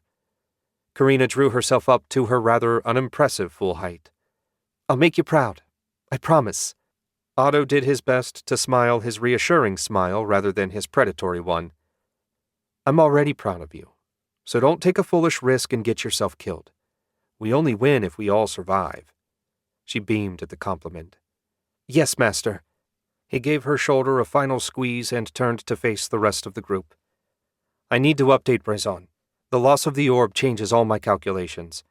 I have a backup plan, but I can't do it without the dragon's help. What backup plan? Axel asked. You never said anything about a backup plan. We didn't need one before. Remember in the Deadlands when I activated the portal and it weakened the ghouls? I figure I can do something similar here. The problem is, with Voltan dead, there's no one to power the portal. Which is why you need the dragon's help, Hans said. Precisely. I'll likely have to promise to free him after the battle, which is a risk, but at least we'll all be alive to worry about it. I'll be back shortly. Otto left the others behind and made his way once more down to the dragon's cavern. He hated to go bargaining in such a weak position, but then again, at least he wasn't chained to the floor, so he had that going for him. He reached Brazon's side, and the dragon said, I didn't expect to see you until after the battle. I didn't expect to visit you until after the battle. Unfortunately, our situation has deteriorated. Otto explained about the stolen orb. That changes our strategic situation a great deal. Can you use your magic to power the portal? I can, but you'd have to guide the ethereal flow into the correct rune. After that, maintaining it would be simple. My endurance is another matter. I could manage an hour at most, then I'd be drained. An hour was less than Otto would have liked, but better than nothing. Assuming I do, what's in it for me? Brazon asked. Not getting killed by Lord of the Dead? And assuming we live, I'll free you. Under the same terms you mentioned. You agree not to trouble the Empire, and you keep Aztecaland peaceful. Agreed. When do you wish to begin? I don't know. Otto rubbed the bridge of his nose. It will depend on the flow of the battle. I'll contact you when it's time. Very well. You made the right decision. I truly have no interest in you or your empire. Dragons are very territorial. Once we settle in a place, we never leave it unless driven out by a stronger dragon. Otto offered a polite bow. That's very reassuring. If you'll excuse me. He retraced his steps to the exit. Had he made a good deal or a bad deal? Time would tell, but his lack of certainty did nothing to calm his already jangled nerves. Of course, if he could get out of this mess with nothing worse than jangled nerves, he'd consider himself lucky indeed. Jet sprinted through the jungle, her heart racing, and not just from the exertion. She couldn't decide what surprised her more, that her plan worked or that she'd escaped the city safely. In her arms, she cradled the wondrous crimson orb. Surely Lord of the Dead would share the secret of becoming a hell priest with her in exchange for this. Jet cursed her stupidity for choosing to follow Lady White instead of the leader of the cult. She'd been so full of hope, but all she got for her efforts were lies and disappointment. Well, no more. Jet would get what she was due, one way or another. She stumbled over a hidden root and staggered into a tree, jamming her shoulder. She paused to catch her breath and wipe the sweat from her brow. Since no magic had struck her down, she assumed she'd gotten a safe distance from the city. Part of her actually felt bad about betraying Lord Shenk. He'd shown her kindness of a sort. He was one of the few people that ever had. But if she had to sacrifice him to attain her destiny, then she would do so. With her breathing back to normal, she pushed away from the tree and got moving again. This time she kept her gaze on the jungle floor. There were plenty of roots and vines to trip up the unwary. In that way, it was much like life. According to Lady White, Lord of the Dead was approaching from the northeast. Jet was hardly a scout, but even she knew enough to get her bearings. The only question was whether or not she would find him before some of the jungle's nastier inhabitants found her. Jet kept moving, only occasionally looking up to check the shadows and confirm that she was moving in the right general direction. Time didn't mean much, as only the growing burning in her tired legs let her know she was making progress. The jungle looked the same despite the miles she'd covered. Eventually, a chill ran down her spine and she stopped. A faint rustling reached her. Wisps of darkness curled around her feet, and when she looked up, she found the nearby trees appeared to be dying. The darkness had to be visible corruption. That meant she was close. Jet hurried toward the noise. 30 or so strides later, she rounded a tree and found herself face to chest with the largest monkey she'd ever encountered. It had charred gray fur and stood at least 8 feet tall. It stared at her with burning red eyes. "Take—" The word came out as a terrified squeak. She cleared her throat and tried again. "Take me to Lord of the Dead. I have something he wants." The giant monkey snorted through its nose, turned and trudged away. Jet fell in behind it, confident that it would take her where she wanted to go. She glanced left and right and caught movement in the shadows. Figures nearly as big as her guide were moving around out there. More thralls, no doubt. Deeper darkness curled around her ankles, numbing her feet.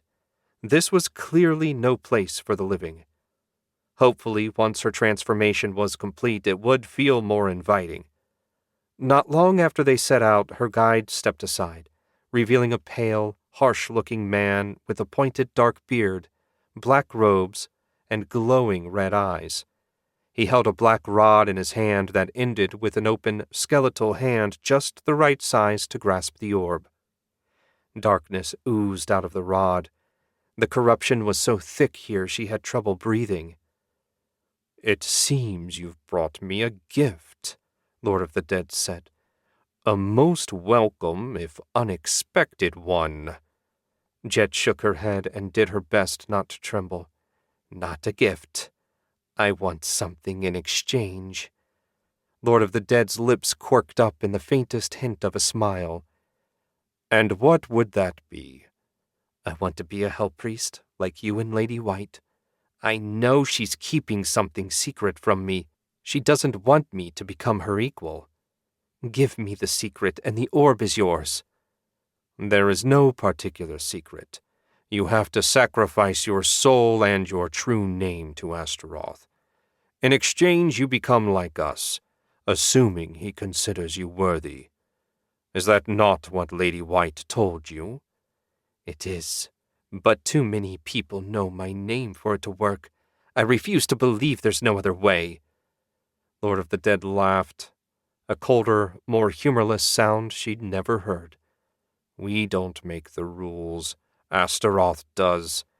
When the first demon binder contacted him, this was what he told us. No one that I know of has ever become a hell priest any other way. I suppose if you could convince Astaroth to grant you the power you seek directly, that might also work. But the Lord of the Undead isn't known for his flexibility or his generosity. However, I can arrange for you to ask him." Jet's brow furrowed in confusion. "What?" There was a sharp pain, and she knew nothing more. Lord of the Dead looked down at the woman's corpse and shook his head. He'd met plenty of stupid people over his long life. It was unavoidable, really. But this woman took the top prize for absolute foolishness. Imagine walking up to him, carrying the thing he wanted, and trying to bargain. If she'd hidden it, then maybe. Of course, he still could have killed her and compelled her corpse to show him where the orb was hidden. What would Astaroth do with her soul? Considering her uselessness, he'd probably just let it get absorbed into the essence of his hell and make it a bit stronger. Her ultimate fate didn't interest Lord of the Dead. He had what he needed now. Once the Rod of Terror was complete, the pitiful defenders would have no hope of defeating him. The corruption would overwhelm Azteca's wards, and the palace would fall soon after. He smiled and touched the skeletal hand to the orb. The fingers wrapped around it without his having to do anything. As soon as they closed tightly, darkness exploded out in all directions. Ecstasy filled him. Power, unlike anything he'd ever dreamed of, danced at his fingertips. With this, he could conquer this continent, then return to the land of the demon binders and crush the arrogant fools that dared cast him out. His revenge would be sweet indeed. Pain lanced through his brain, a none too subtle reminder that he needed to finish one thing at a time. "Yes, Master, the city and its defenders will fall." "Why did you have me kill this one?" Throng towed the dead woman's body. "I could have just taken the orb. Is killing others of your kind not a taboo among humans?" "I haven't been human in a long time, and no, it isn't. Humans kill each other all the time and think little of it. It's one of their more positive traits. As for this one, she had no value alive and only moderately more dead. Lord of the Dead waved the rod over her body, and it rose, transformed into a thrall as easy as that. There, now she'll be of some use. Do we continue our march on the city, Master? Throng asked. Indeed we do. By the time the sun rises, it will be a city of the dead, and I will be its king. Chapter 44. Otto stood on the second-floor ledge and stared out over the jungle. The sun was turning the sky a stunning orange and purple, but Otto had eyes only for the dark blot on the ground about 5 miles out. The trees were rotting and falling to the ground. Lord of the Dead had carved a black scar through the jungle that a blind man could follow. Just seeing it gave Otto a pretty good idea of the sort of power they were dealing with.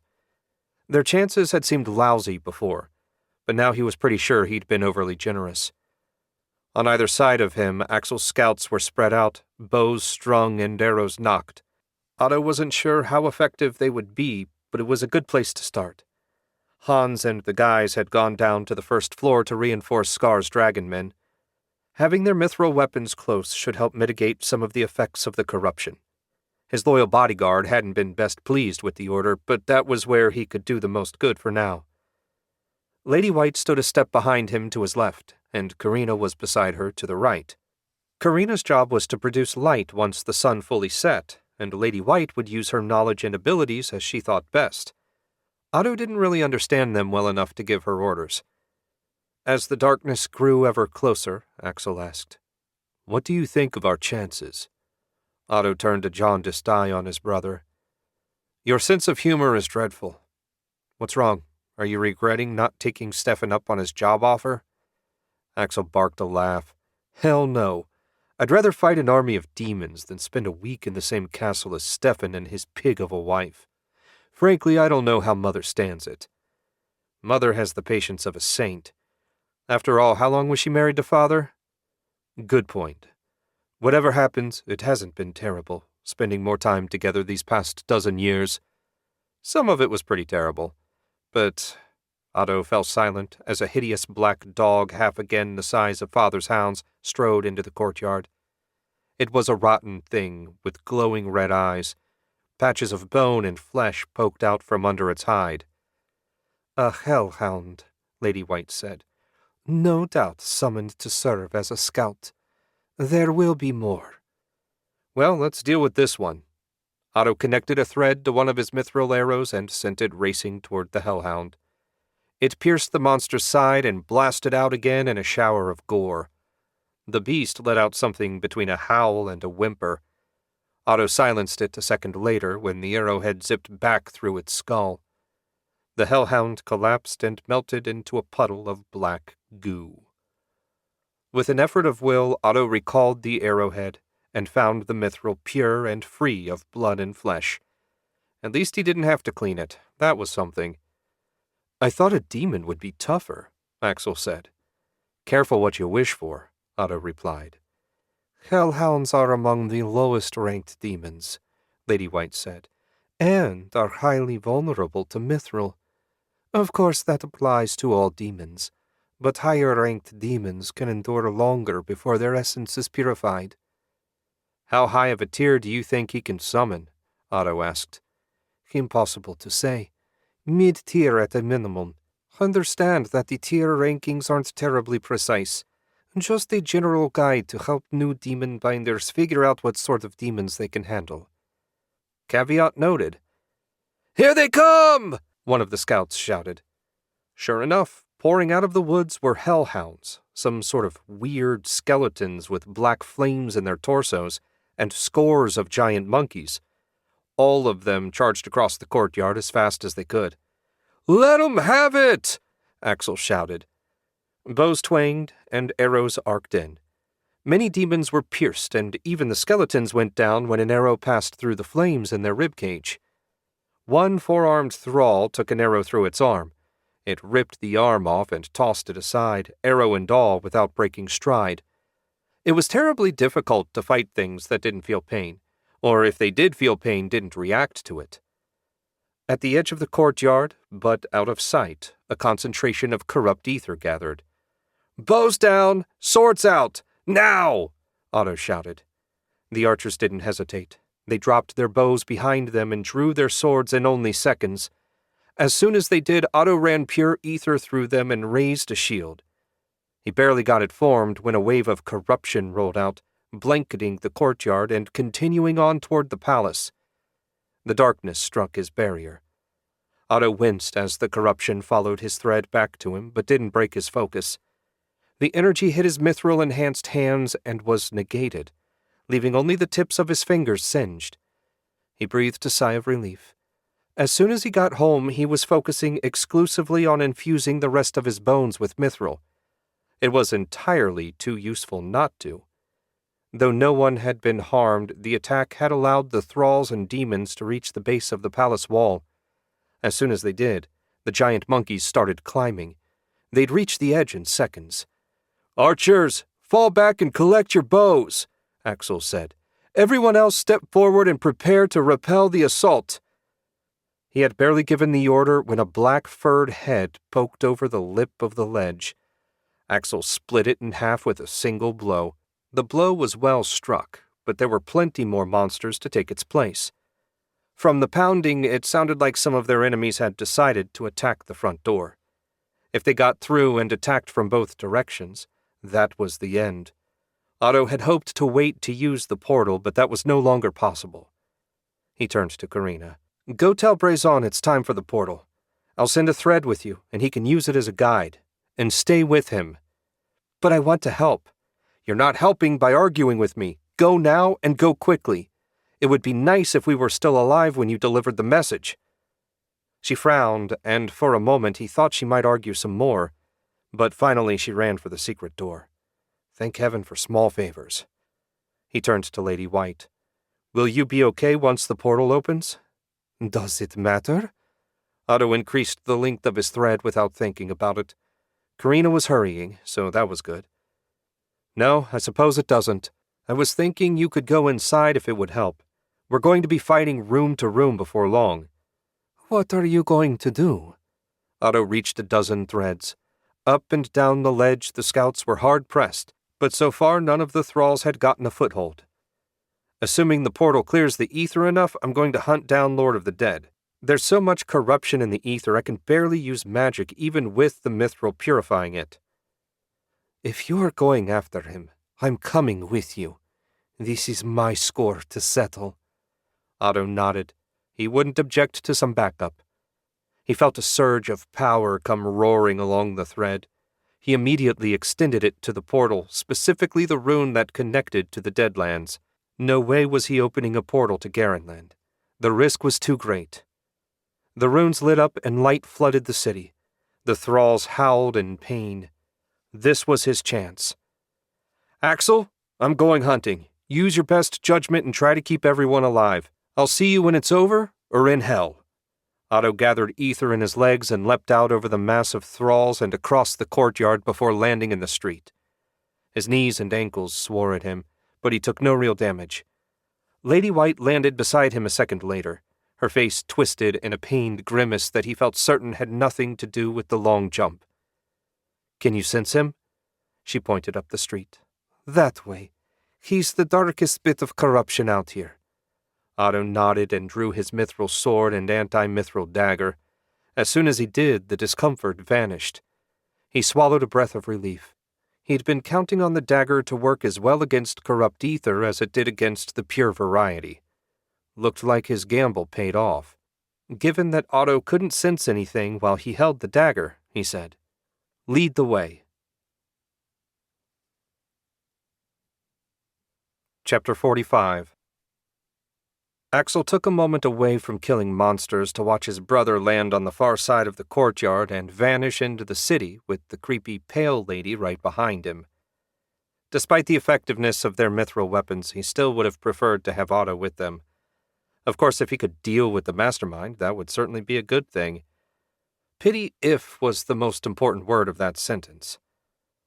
A low moan drew his attention to one of the skeleton demons, or whatever the hell they were. It had crested the top of the ledge and was reaching for the leg of a rookie that was busy hacking away at some other weird-looking thing that Axel figured would haunt his nightmares for the rest of his life. 3 quick strides closed the gap, and he sliced the reaching hand off 6 inches from the young man's ankle. A thrust through the chest snuffed out the black flame. The skeleton disintegrated before it hit the ground. The youthful scout kept fighting, seeming completely unaware of how close he had come to dying. Since the portal activated, the monsters had definitely gotten slower, but their numbers showed no sign of diminishing. For every one they killed, it seemed 2 more emerged from the city and ran into the courtyard. There had to be an end to them. At least Axel hoped there was. One of the scouts screamed as an orange 4-armed thing hurled him off the ledge to the ground. The fall didn't kill him, but the hellhound that breathed a blast of blue flames at him did. A few seconds later, his charred body rose and turned toward the palace, clearly ready to join in the assault on his former allies. In the column of small favors, at least he couldn't wield his mithril sword anymore. The other scouts finished off the orange monster, but there were more coming all the time. It was time for a strategic withdrawal. Fall back! We'll hold them at the door! Move! Axel got there first and waved his men through. They streamed past him, monsters of all sorts nipping at their heels like herding dogs. When the last man was in, he leapt through. The men slammed the door shut just ahead of the first monster. The magic did its thing, locking the door tight. Axel lay on the floor and panted for breath as he stared at the ceiling. All around him, the men were doing the same. He offered no criticism. From the pounding outside, it wouldn't be long before they were fighting again. Far too soon, Colton appeared and looked down at him. "What's the plan, sir?" He found it equally pleasing and amusing that Colton imagined he had a plan. "We fight and hold them off as long as we can in the hopes that my brother can deal with the source before our strength runs out. If we can't, we die." "Not your best plan ever, sir, though when we're working with Lord Shenk it does seem to be our fallback. Assuming we make it home, Cobb will be sad he missed this one. When we make it home and tell him the story, Cobb is going to laugh at us and tell us how glad he is to be retired. Then we'll all drink ourselves unconscious. Definitely a better plan than our current one." There was a loud crunch. Axel sat up and found a hairy, orange fist the size of a ham had punched through the stone door. "I was hoping it would be sturdier," Axel muttered. Colton held out a hand. "Time to get back into the fight." Axel let Colton pull him to his feet. "Up, you lot! There are demons in need of killing, and we're just the ones for the job." Hans drove his mithril sword through the chest of a black-furred monster that one of the dragon men had knocked down. For all their strength and toughness, the dragon men's claws and fangs couldn't kill the demons, and while they could rip the thralls to pieces, the amount of time and damage it took to destroy one meant a dragon man could be tied up for minutes, leaving it vulnerable to attacks from the side and behind. Ultimately, they'd found it easier to use the dragon men's strength to knock the monsters down, making it easier for Hans and his men to finish them off with the mithril weapons. Much as he hated it when Lord Shenk left him behind, Hans had to admit this was the correct place, strategically, for him to be right now. The front door of the palace had been smashed to pieces, but a wall of dragon men made for just as effective of a barrier. The light from the portal made it easy to see what they were facing. Whether knowing what was coming helped or hindered the defense, he had yet to make up his mind. There was a lull in the fighting, and the front rank of dragon men swapped places with the row behind them. Scar rotated out and ended up behind Hans. His green scales didn't have a mark on them, which put him well ahead of some of his fellows, one of whom had been forced to withdraw to the side with bloody, blackened wounds on his arms and chest. Hans had pressed the flat of his blade into them until they stopped steaming. That should at least prevent any more corruption from seeping into the wounds. "How are you holding up?" Hans didn't look away from the battle as he spoke. "Dragon men are far more durable than you humans. We could fight for days without rest if necessary." "I'm pretty sure this is going to be over way before that. Lord Shenk said we had an hour from the moment the portal became active. If we're still fighting when it goes dark, we lose the modest advantage it grants us." Hans lunged into a gap and ran a hellhound through the skull. It collapsed into black goo. When he recovered, Scar asked, "Do you have faith that your master can defeat this enemy in that length of time?" Hans wished he could give an absolute yes, but the truth was, when they spoke, Lord Shenk hadn't seemed sure himself. "I don't know, but if anyone can, he can. You wouldn't believe some of the things I've seen him do. Hell, I was there and I hardly believe some of them. I have faith that he'll do all he can, and if he fails, we won't be around long enough to complain." Scar made a little chuffing noise that Hans interpreted as amusement.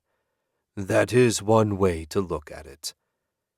The conversation was interrupted by what sounded like a thunderous pounding of hooves. Hans hadn't heard anything like it since the time they were nearly trampled by a herd of cattle.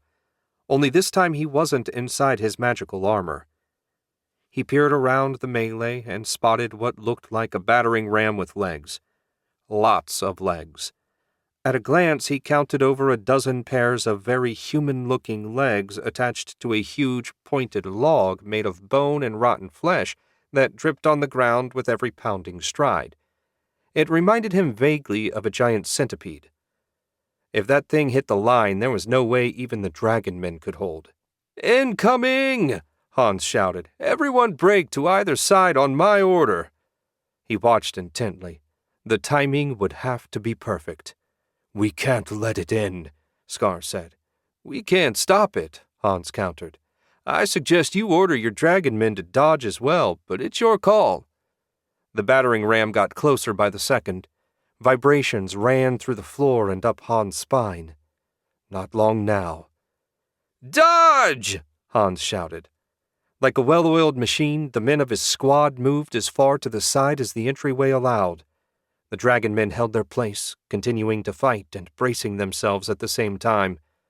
The battering ram made no distinction between friend and foe, smashing demons and thralls with the same enthusiasm it would have crushed Hans's men. When it hit the dragon men, their claws scraped the stone floor, leaving grooves under their feet as they fought to stop it. The battle was a losing one. For all their strength, they couldn't stand up to its momentum. Scaled bodies went flying. One ended up under the ram's many legs and was torn to bloody bits. It was an impressive show of bravery, if not intellect. "From the flanks! Now!" Hans shouted. The guys lunged in unison, driving their blades up to the hilts into the slowed ram. Its remaining momentum cut deep gashes in its side even as the mithril purified the corruption that kept it alive. It took 10 seconds to finally collapse and start rotting away. Hans leapt onto it and ran down its length toward the still staggered demons. "Kill as many as you can before they recover!" His men joined him, and they set to slaughtering demons as fast as they could swing their swords. Unfortunately, unlike human soldiers, the demons recovered their wits far faster. As soon as they started counterattacking, Hans shouted, "Back inside!" They made it to the doorway, but the dragon men were still recovering and in no shape to help hold the opening. The guys formed up with Hans in the center. They hacked down any demon that came close. They were holding for now. How long that would last was an entirely different question. Chapter 46. Otto followed Lady White down the street. They didn't run, too much danger of stumbling into a trap, but they did hurry. At least the light from the portal made it easy to see. It also made Lady White wince with every stride, but there was no helping that. He glanced down a side street and found it empty. How much further away was he? Every second gave Lord of the Dead's minions more time to breach the palace and kill everyone. While Otto had great faith in Axel and Hans, defeating a small army of demons was a big ask. "Are we getting close?" Otto didn't bother to pitch his voice low. Lord of the Dead would have no trouble sensing them approaching. "Yes, we should be nearly on him." Otto tightened his grip on his weapons. He wasn't looking forward to a fight without his magic, but given what they were dealing with, he doubted there was much chance of him winning a wizard's duel. 20 strides later, they stepped out into a little square. In the center of it was a black disk as tall as Otto. As he watched, A hellhound emerged and sprinted off toward the palace. What he didn't see was any sign of Lord of the Dead. Lady White let out a gasp. It's a portal connected directly to Astaroth's hell. I never imagined such a thing was possible. As long as it's open and he doesn't run out of power, Lord of the Dead can summon as many demons as he wants. That's a problem. How do we close it? You don't. A pale man in a black robe stepped out from behind the portal. He clutched a spike-covered black rod in his right hand. The rod ended in a skeletal hand that clutched the crimson orb. You've come a long way to die, my former subordinate. You tried to kill me once already, Lady White snarled. Figured I'd see how you did when we were face to face. Lord of the Dead barked a laugh. You couldn't have beaten me before I got the Rod of Terror. What makes you think you could beat me now? You might hold the rod, but I can wield the corruption it emits as well as you. Plus, I didn't come alone. Neither did I. Lord of the Dead snapped his fingers and a huge gray-furred monkey stepped out from behind the portal. It made the four-armed orange ones look like children. Your bodyguard can play with Throng while we commence the real battle. I hope he's more loyal than the last one I met. She couldn't turn against you fast enough. Not very impressive. Lady White said nothing to dispel his misunderstanding of their relationship. That suited Otto fine, as he preferred to keep his magic a secret until it could do some good. A surprise spell might just be enough to turn the tide.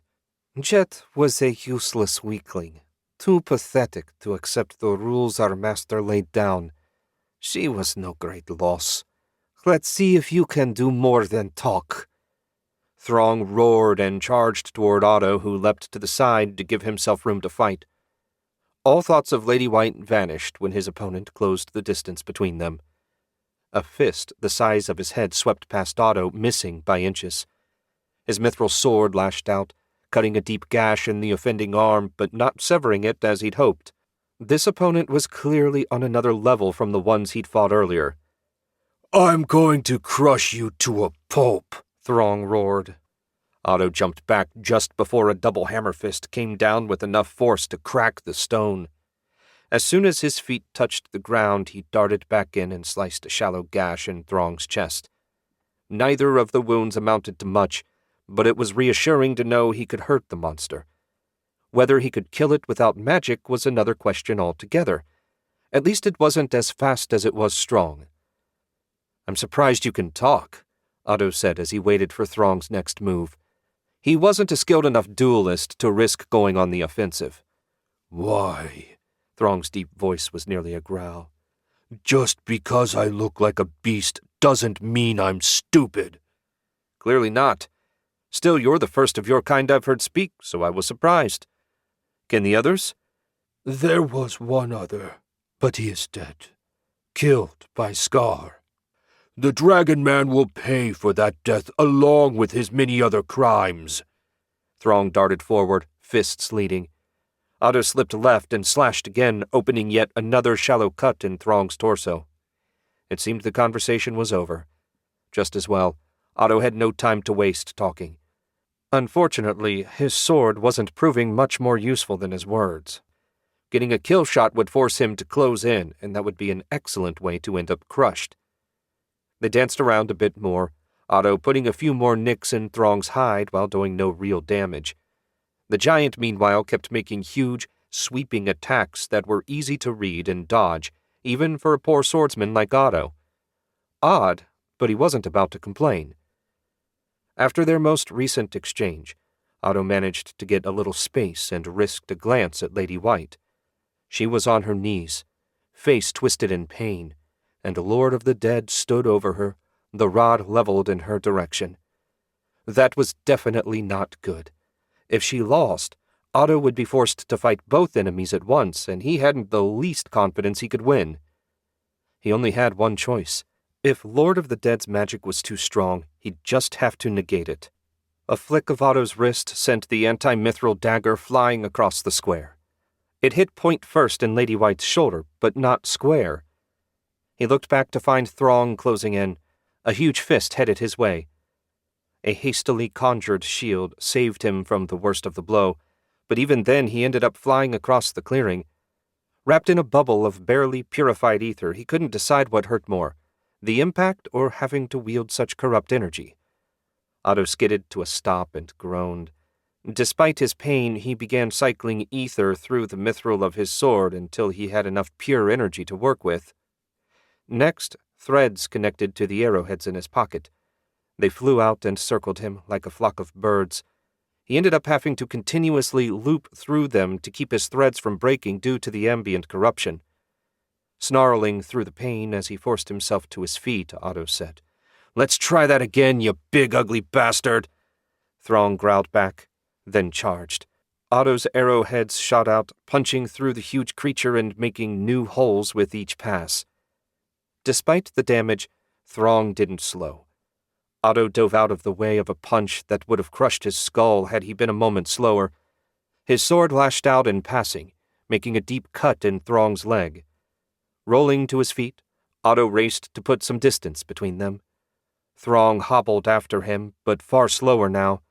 That last blow must have cut deeper than he first thought. This was his chance to end it. The arrowheads flew in, burying themselves in Throng's chest, but not coming back out. He would let the mithril do its work. Chopping the thing apart a piece at a time clearly wasn't working. Throng kept coming, but slower every second. At last he collapsed at Otto's feet and stared up at him. "You have to stop Lord of the Dead," Throng said. "If he wins, we will hunt down my people and turn them into things like me." Otto frowned. "Isn't he your master?" "The metal you struck me with has loosened his control. I only joined him because my desire for revenge overwhelmed my good sense. I regret many things, but none more than that." Throng's mouth worked, but no sound came out. Just when Otto thought he'd reached his limit, Throng continued. "He is evil. Evil beyond anything I ever imagined. Stop him. I beg you." Those were the brute's last words. Otto saw no more corruption in his carcass. When time permitted, they would have to burn the body, but time certainly didn't permit right now. "Don't worry," Otto said. "I have every intention of killing Lord of the Dead. Should your people be saved as well, so much the better." A bit of mental effort yanked the arrowheads back out of Throng's body. The gore and flesh sizzled off of them until they were as perfect and silver as the day they were forged.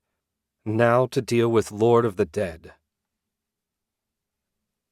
Lady White had no idea how Otto would fare in a fight with the massive, overpowered undead, and she didn't have the focus to spare to worry about it. Lord of the Dead stood facing her, an arrogant grin twisting his lips and making him even uglier. His whole body practically vibrated with corrupt energy. Could she really beat him? Yes, Astaroth curse him. Any doubts would weaken her magic. She had to believe it or she had no chance at all. "I'm so pleased you traveled all this way to see me," Lord of the Dead said. "When my thrall was destroyed, I feared I'd have to wait decades, if not centuries, for another chance to punish you for your disobedience. So thank you for your thoughtfulness." "I didn't come here to be thoughtful. I came here to kill you." He laughed. "Arrogant son of a bitch. Kill me? As I am now, I doubt all the cult leaders together could defeat me, much less an underling whose talents lie outside of combat. Still, I will take pleasure in your pointless flailing before I end your worthless existence. Perhaps, should Astaroth be in a cruel mood, you'll find your former minion waiting to enjoy whatever punishment awaits failures like the two of you." Lady White had heard enough. She gathered energy, formed it into a black spear, and hurled it at his heart. Lord of the Dead didn't even flinch. The spear just veered away from him without any visible effort on his part.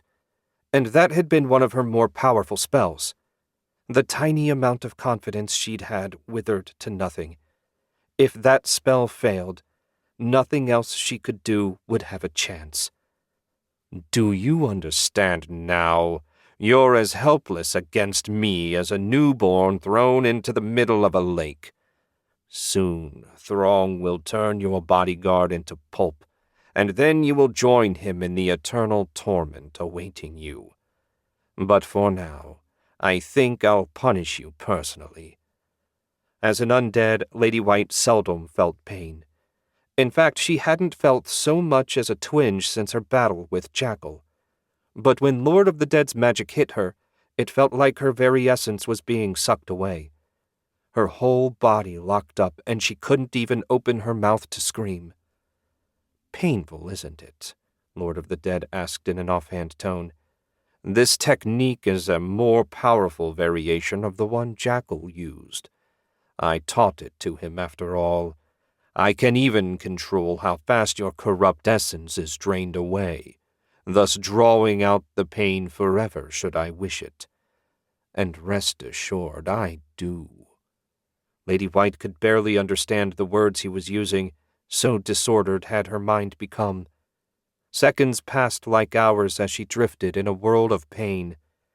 And then, like someone had dropped a shield in front of her, the pain vanished. She also noticed a cut on her back. How had that happened?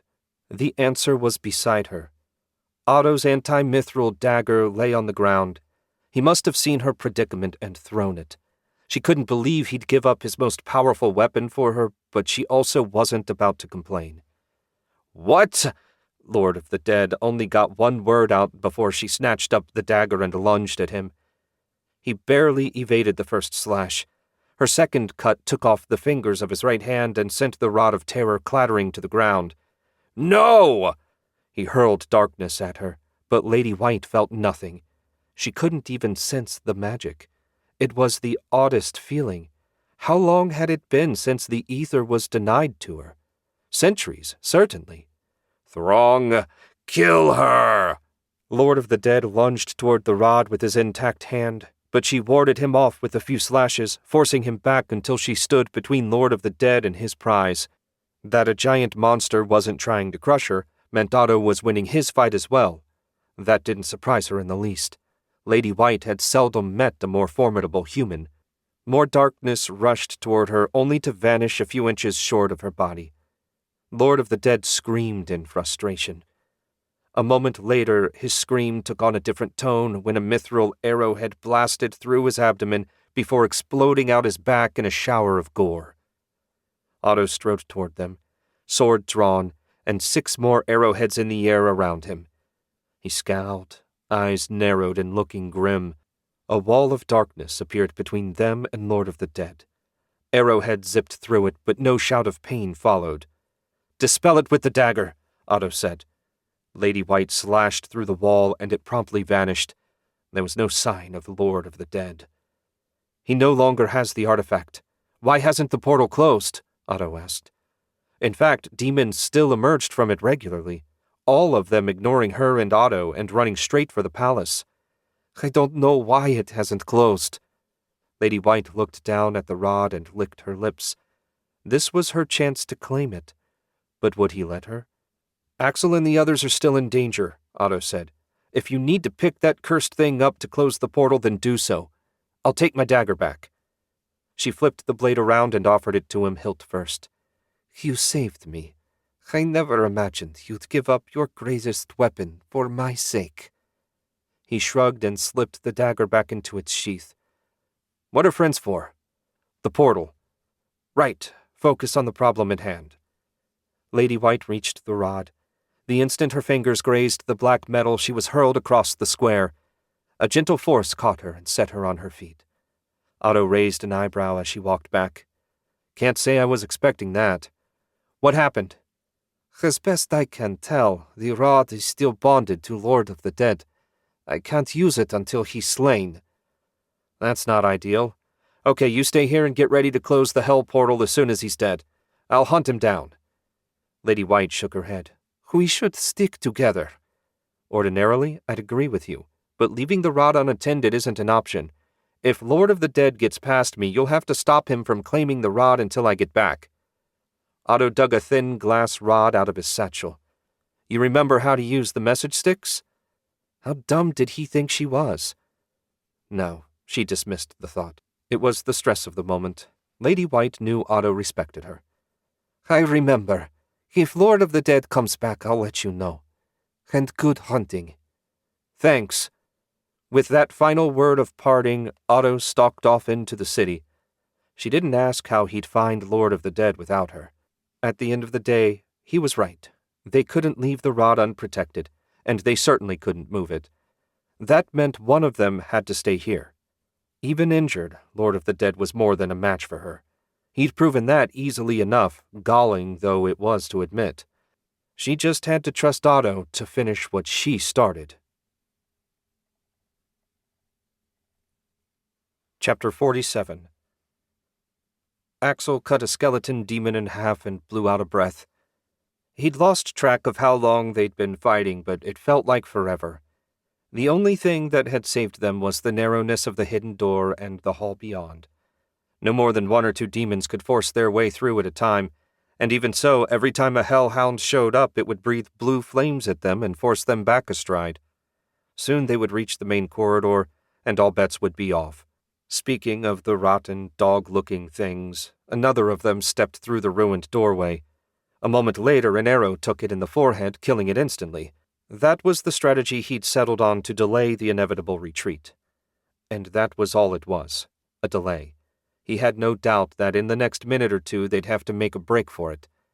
Apparently he wasn't the only one that thought so. Colton moved closer and asked, "When the time comes, are we going up or down, sir?" Axel cut the head off some weird-looking zombie thing, then answered, "Down. We'll meet up with Hans and the Dragonmen for a final stand. Maybe the dragon can be of some help. Hell, even Karina's magic might buy us a minute or two." "I like Karina," Colton said, "but if we're depending on her to save us, we're doomed." Axel couldn't argue with that. A surge of brutal fighting ended any conversation and cost him 2 more scouts. That's when the floor shook, and a massive, 4-armed skeleton forced its way through the gap. Unlike the littler ones, this one had black flames in its eyes rather than its chest. He appreciated them. The ugly things at least showed them where to aim. And aim the archers did. A pair of arrows streaked out, only to get slapped aside before they could hit home. Not only was this one big, it was fast, too. Axel knew a sign when he saw it. "Back to the first-floor landing! Go!" No one needed to be told twice. The scouts broke and ran with Axel bringing up the rear and Colton on point. That wasn't an accident. With his uncanny sense of direction, Colton was sure to get them to their destination. The others were good, but Axel planned to take no chances on running into a dead end. He risked a glance over his shoulder. The giant skeleton had dropped to all 6 limbs and was rapidly closing the gap. Its claws clattering on the stone floor gave Axel a chill. Behind it came a snarling mob of ugly that Axel didn't even want to think about. It was going to be damn close, whether they reached the stairs first or the demons reached them. Axel offered a little prayer to any watching archangel that they won the race. And they did, by the narrowest of margins. As soon as Axel cleared the doorway, he spun and sliced a skeletal arm off as it groped through the entrance. That didn't slow the monster down any, and he soon found himself hacking and dodging for all he was worth as the remaining arms darted in and out. One hand got through and shredded his tunic.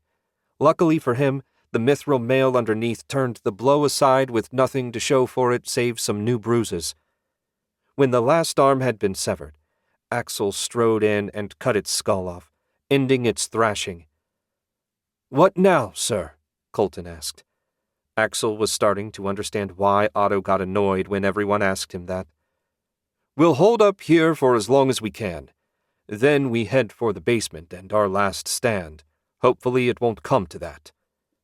Colton looked skeptical, and Axel didn't blame him. He felt just as skeptical, but he had to at least sound confident. The truth was, Axel figured the odds were they were all going to die here. Hans couldn't begin to say how glad he was when the Dragonmen regained their feet and fought their way to the front of the line. The 2 minutes his squad had been forced to hold the entrance on their own were among the longest of his life. Though it still didn't feel as comfortable in his hand as his trusty steel blade, Hans swore he would never complain about having to wield a mithril sword again. He stood panting as his team worked with the dragonmen to slay demon after demon. It was an impressive display, and he was proud of them. There wasn't a more disciplined group in the Imperial Army, he felt certain. Despite the danger in front of him, Hans couldn't stop thinking about Lord Shenk. Worrying about someone that could kill them all in the blink of an eye seemed foolish. But he couldn't help himself. His job was to keep his lord safe, and he couldn't do that if he didn't even know where he was. Hans imagined having to tell Abby that her father was dead, and the image tied him in knots. Your men fight well. Scar had disengaged from the melee to take a breather. It made Hans feel better that the incredibly powerful dragon man still got tired. They're the best we have. Your people are impressive as well. We were created to be so. Created to serve as the guards of a master that vanished centuries ago. It seems pathetic to say it out loud.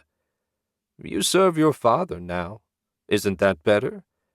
Yes, better, but less satisfying. My soul wants to serve Lord Azteca. I can't explain it any better than that. Hans was saved from having to reply by a roar that shook the air. By the archangels, what now? The answer came a moment later when the largest demon yet, an 8-foot-tall, bloated corpse with 2 heads and 3 arms, one of which was growing out of its back, came lumbering toward the entrance. Each of its arms carried a crude axe made out of bone. That seemed a poor choice of weapon material, but somehow Hans doubted it was regular bone. Do you think it can fit through the door? Hans asked. Barely, Scar said, but I'd prefer that not happen. Hans wholeheartedly agreed. Stopping it, on the other hand, would be no easy feat. Unlike the battering ram from earlier, this monster gave its smaller brethren time to get out of the way as it approached. That suggested some level of intelligence. Hans preferred his opponents stupid, but you had to deal with what was in front of you. Take a step back, Hans shouted. Don't attack until it starts to enter. The doorframe will hinder its movement. The guys hastened to obey, and to his surprise, so did the dragonmen. Hans's plan didn't amount to much. Instead of trying to squeeze through, the monster drew back and struck the entry with stone-shattering force. Literally. Stone went flying, and 3 blows later it easily stepped through the now far larger opening. So much for Plan A, Hans muttered. Do we fight or fall back? We can't hold the entrance now anyway. That thing might attack Father. We have to kill it. Hans didn't give a damn about the dragon, but if they lost their allies, they'd be in trouble. You take the lead, I'll back you up. The rest of you deal with anything that comes in behind it. His order wasn't met with much enthusiasm, but everyone formed up again. Scar roared and charged, his flame breath leading the way. Hans didn't know why he bothered. None of the demons they'd fought seemed flammable. A bone axe came swooping in at Scar's head. He ducked, then pounced, leaping forward and raking his claws across the monster's bloated stomach. The sickly yellow flesh parted easily, spilling stinking guts out and releasing a cloud of gas that looked exceedingly toxic. Scar fell back, coughing and gagging. The arm in its back came down, ready to slice Scar in half. Hans lunged forward and swung his sword. The axe and hand went flying. Even better, the mithril negated the toxic cloud, dispersing it and sparing Hans any ill effects. The monster roared, whether angry, in pain, or something else Hans didn't know. A responding howl from the monsters outside sent a shiver down Hans's spine. It was calling for backup. He needed to end this quickly. Giving no thought to defense, Hans waded in, sword swinging. The first slash cut a huge lump out of the monster's massive gut and sent more innards spilling to the ground. The poison might be gone, but he was going to have to watch his footing. As soon as he thought it, his foot slipped. Out of the corner of his eye, he caught a glimpse of the right side axe coming down. No way could he block it in time. Despite Lord Shenk's best efforts, It seemed it was his time to die after all.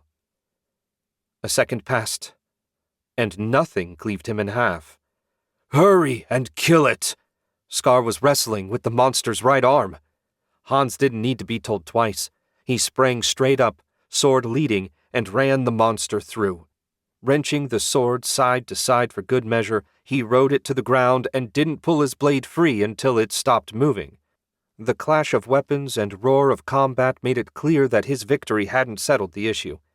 The combined force of dragon men and humans was getting pushed back and would soon be in danger of getting surrounded.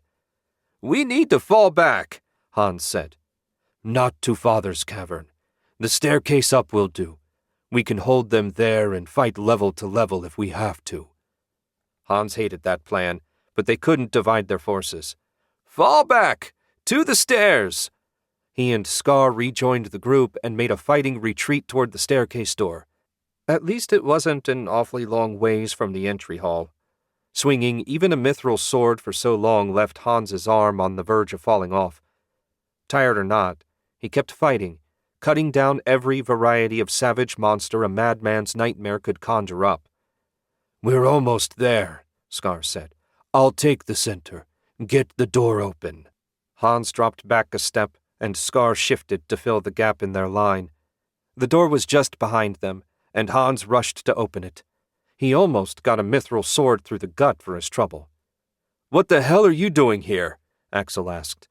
On the stairs above him, the scouts were holding off a demonic force of their own. "Regrouping. We got pushed out of the entry hall." "Shit. We were planning to join you and fight to the basement." Hans shook his head. "Scar won't allow it. We're making our stand here, for better or worse." Axel's laugh was bitter. "I doubt it could get much worse." Hans dearly hoped he was right. Chapter 48. Otto stalked through the shadowy streets with one eye closed. He'd conjured an ethereal construct and connected it to one of his mithril arrowheads, and now it was flying overhead. It was a beautiful setup. The mithril made it easy to maintain and use pure ether, so he felt no pain as he searched. A minute ago he spotted a hint of movement, and as far as he knew, Lord of the Dead was the only one out here. The oh-so-mighty leader of the cult of Astaroth was running like his life depended on it, which it very much did. The problem was, Otto didn't dare run after him for fear of stumbling into a trap. Another hint of movement, this time ducking into one of the huts. Why would he do that? There was only one way in or out of those stone buildings. Something was fishy, but Otto didn't have time to worry about it. Lady White couldn't close the portal until Lord of the Dead was destroyed, and every second he delayed, more demons emerged. Picking up the pace and ignoring his many aches and pains, Otto hurried to the hut. Nothing troubled him during his jog there, and when he checked the doorframe he found nothing in the ether to indicate a trap. Everything in him screamed that this was a mistake, but he gripped the hilt of his sheathed anti-mithril dagger and stepped through anyway, leaving the ethereal construct outside so he could watch his back. Inside, Lord of the Dead stood facing him. His black robe was rumpled, and gobs of what Otto assumed served as his blood dotted the front. The man couldn't get any paler, but somehow he managed to look even more corpse-like. "Stop, please," Lord of the Dead said. "Surely we can make a deal.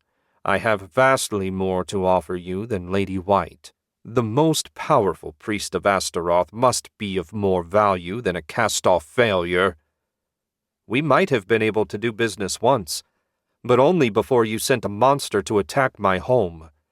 For that offense alone I would kill you 12 times. Unfortunately, I can only do it once." There was a flash of movement outside. Otto spun and thrust. His sword slid through something, and a moment later the rotting carcass of some sort of little demon wavered into view. Magic gathered behind him. Otto drew the black dagger and slashed an incoming spell apart. A flick of his wrist sent the demon's body flying across the room to splatter against Lord of the Dead's chest. Before he could react, Otto closed the distance between them and ran him through. Just to be sure, He drove the anti-mithril dagger into Lord of the Dead's shoulder, thus cutting him off from his magic. They stood a foot apart, staring at each other.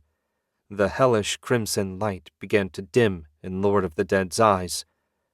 It wasn't supposed to go this way. I was going to build an empire for Astaroth's glory. This continent, no, this world was to be mine. Life is full of disappointments, Otto said.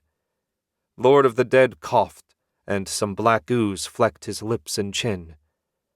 Isn't that the truth?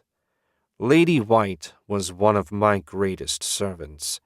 She betrayed me, and she'll betray you too. She didn't betray you. You used her as a scapegoat for your own failures. And you remained loyal to her, she would still be serving you in the land of the demon binders. But your loss is very much my gain, so I'm not about to complain. If she had been a properly loyal servant, she would have died quietly rather than lived to make her master's life difficult. Otto was about to offer a rejoinder to that bit of stupidity, but before he could speak, he noticed the light had fully gone out of Lord of the Dead's eyes. He sheathed the anti-mithril dagger and checked the ether. Sure enough, Lord of the Dead's body was just a body. It was over. At least this part was. He jerked his blade free, went outside and collected the arrowhead that had clattered to the ground when he drew the dagger. Now to get back and help Lady White shut that hell portal. Lady White paced, tapped her toe, paced some more, all the while never taking her eyes off the rod. It lay there, corruption streaming out of it, mocking her. A few yards away, demons continued to emerge from Astaroth's hell every few minutes. She felt confident that the flow was slowing, but it was impossible to say for sure. Otto thought she could close the portal, and she hadn't said anything to contradict him, but the truth was she had no idea how the rod worked, and if Astaroth's will had any control over what happened, he might not allow her to close it. Of course, she wouldn't know for sure until she tried. She finally dragged her gaze away from the rod and looked in the direction Otto had gone. Even injured and on the run, Lord of the Dead was a formidable enemy. She shook her head at her own foolishness. Otto wasn't the sort to get taken by surprise. Despite his youth, she had never met anyone more dangerous. A chill ran up her spine, and she immediately focused on the rod. It looked exactly the same, but somehow she knew that she could safely pick it up. If you'd asked her how she knew, Lady White wouldn't have been able to answer. She just did. Steeling herself, she bent down and grasped the black metal in the clear space between the spikes. A bolt of power ran through her, and she found herself floating in the eternal graveyard. Directly ahead of her stood the giant skeletal form of Astaroth himself. Even though she knew it was a vision, his power still nearly overwhelmed her. I knew it was a mistake to trust that useless fool, Astaroth said. But no matter. You will take up the rod, slaughter the living, and raise an empire of the dead in my honor. Your new name shall be Lady of the Dead. Lady White's heart hadn't beat in a long time, but if it had, it would have been racing right now. Doing as Astaroth commanded would put her in direct conflict with Otto, a conflict she didn't want and doubted she'd survive. The human worm is nothing. Overwhelm him with demons, then finish off the survivors and the dragon. With that done, nothing will be able to oppose you. I swore an oath on my true name not to betray him. Will the magic not prevent me taking such an action, master? She tried not to sound hopeful, lest she'd give offense. Breaking such an oath will be quite painful for you, but with the rod enhancing your power, it won't prove fatal. I sense your reluctance. Does this speck of a human frighten you so? He is an impressive wizard, likely the most powerful living. She hesitated, then added, He has also shown me loyalty and kindness, even when he had to go out of his way to do so. I would have been destroyed long ago if it were not for his intervention. Pain racked her body as Astaroth turned his ill regard upon her. It sounds to me like you have misplaced your loyalty. Whatever this human may or may not have done for you, first and foremost, you serve my will. Perhaps you need a further reminder of who your proper master is. Pain unlike anything she'd ever dreamed of in her entire life or undeath assailed Lady White. It felt like her very essence was being torn apart. It lasted for what could have been moments or days for all she knew. And then it was gone. I trust you have no more doubts about where your true loyalty lies, Astaroth said. None, master. All shall be as you say. Indeed it shall. She blinked and found herself back in the square. Otto stood on the far side, his mithril sword drawn. Her throat worked as she tried to swallow the lump choking her. Just thinking about betraying him triggered the ritual that bound her not to work against Otto, but this minor pain was nothing compared to what Astaroth would do to her should she fail. "Lady White," Otto said, "were you unable to seal the portal?" She tried to speak, to lie, anything, but her bond with Otto wouldn't allow it.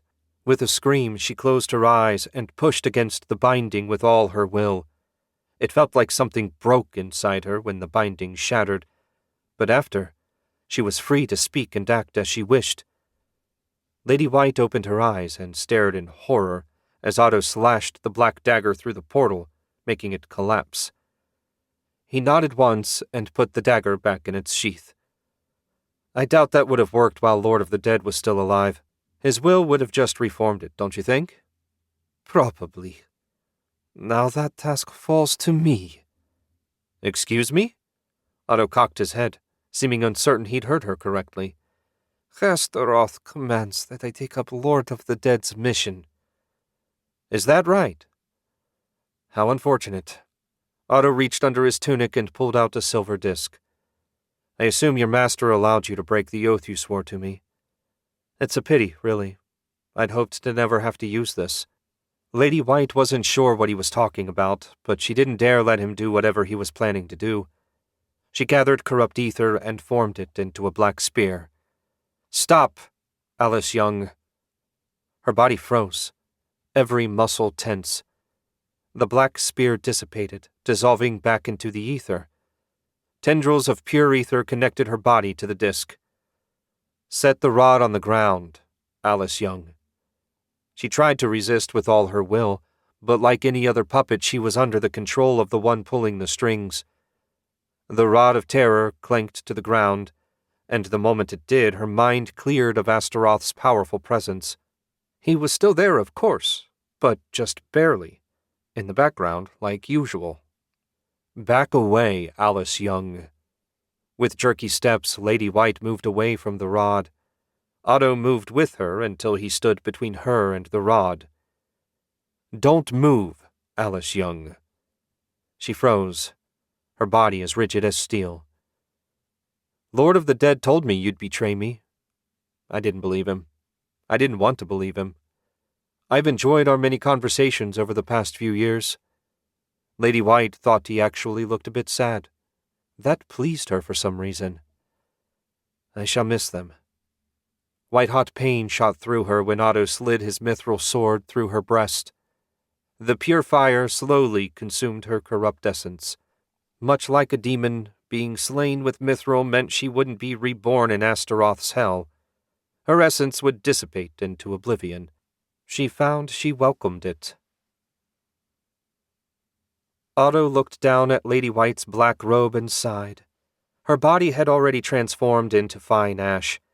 The mithril amulet Lord Coronin had helped him make worked perfectly. It really was a shame that he'd been forced to destroy someone so interesting. Even better, the rod was no longer pumping out corruption. Without that, the demons wouldn't be able to sustain themselves for long in this reality. Axel, Hans, and the others should be fine now. Otto didn't doubt for a moment that they'd found some way to survive. Hans and his brother were too clever and talented not to. Still, best not to dawdle. Some of the demons might linger longer than the others. He had no desire to touch the rod with his bare hands, so he wrapped it multiple times with Lady White's robe. A ginger tap with his right forefinger confirmed that it was safe. Otto snatched it up and ran back toward the palace.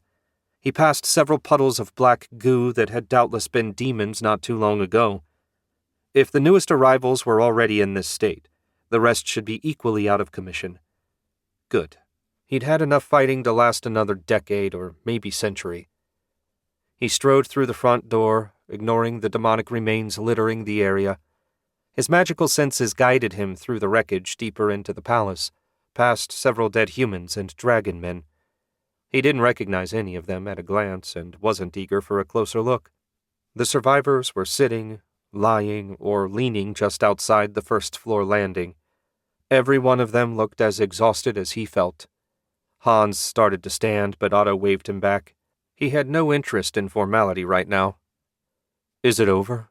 Axel asked. "More or less. There are a few odds and ends to sort out, and I have to keep my promise to free Brezon.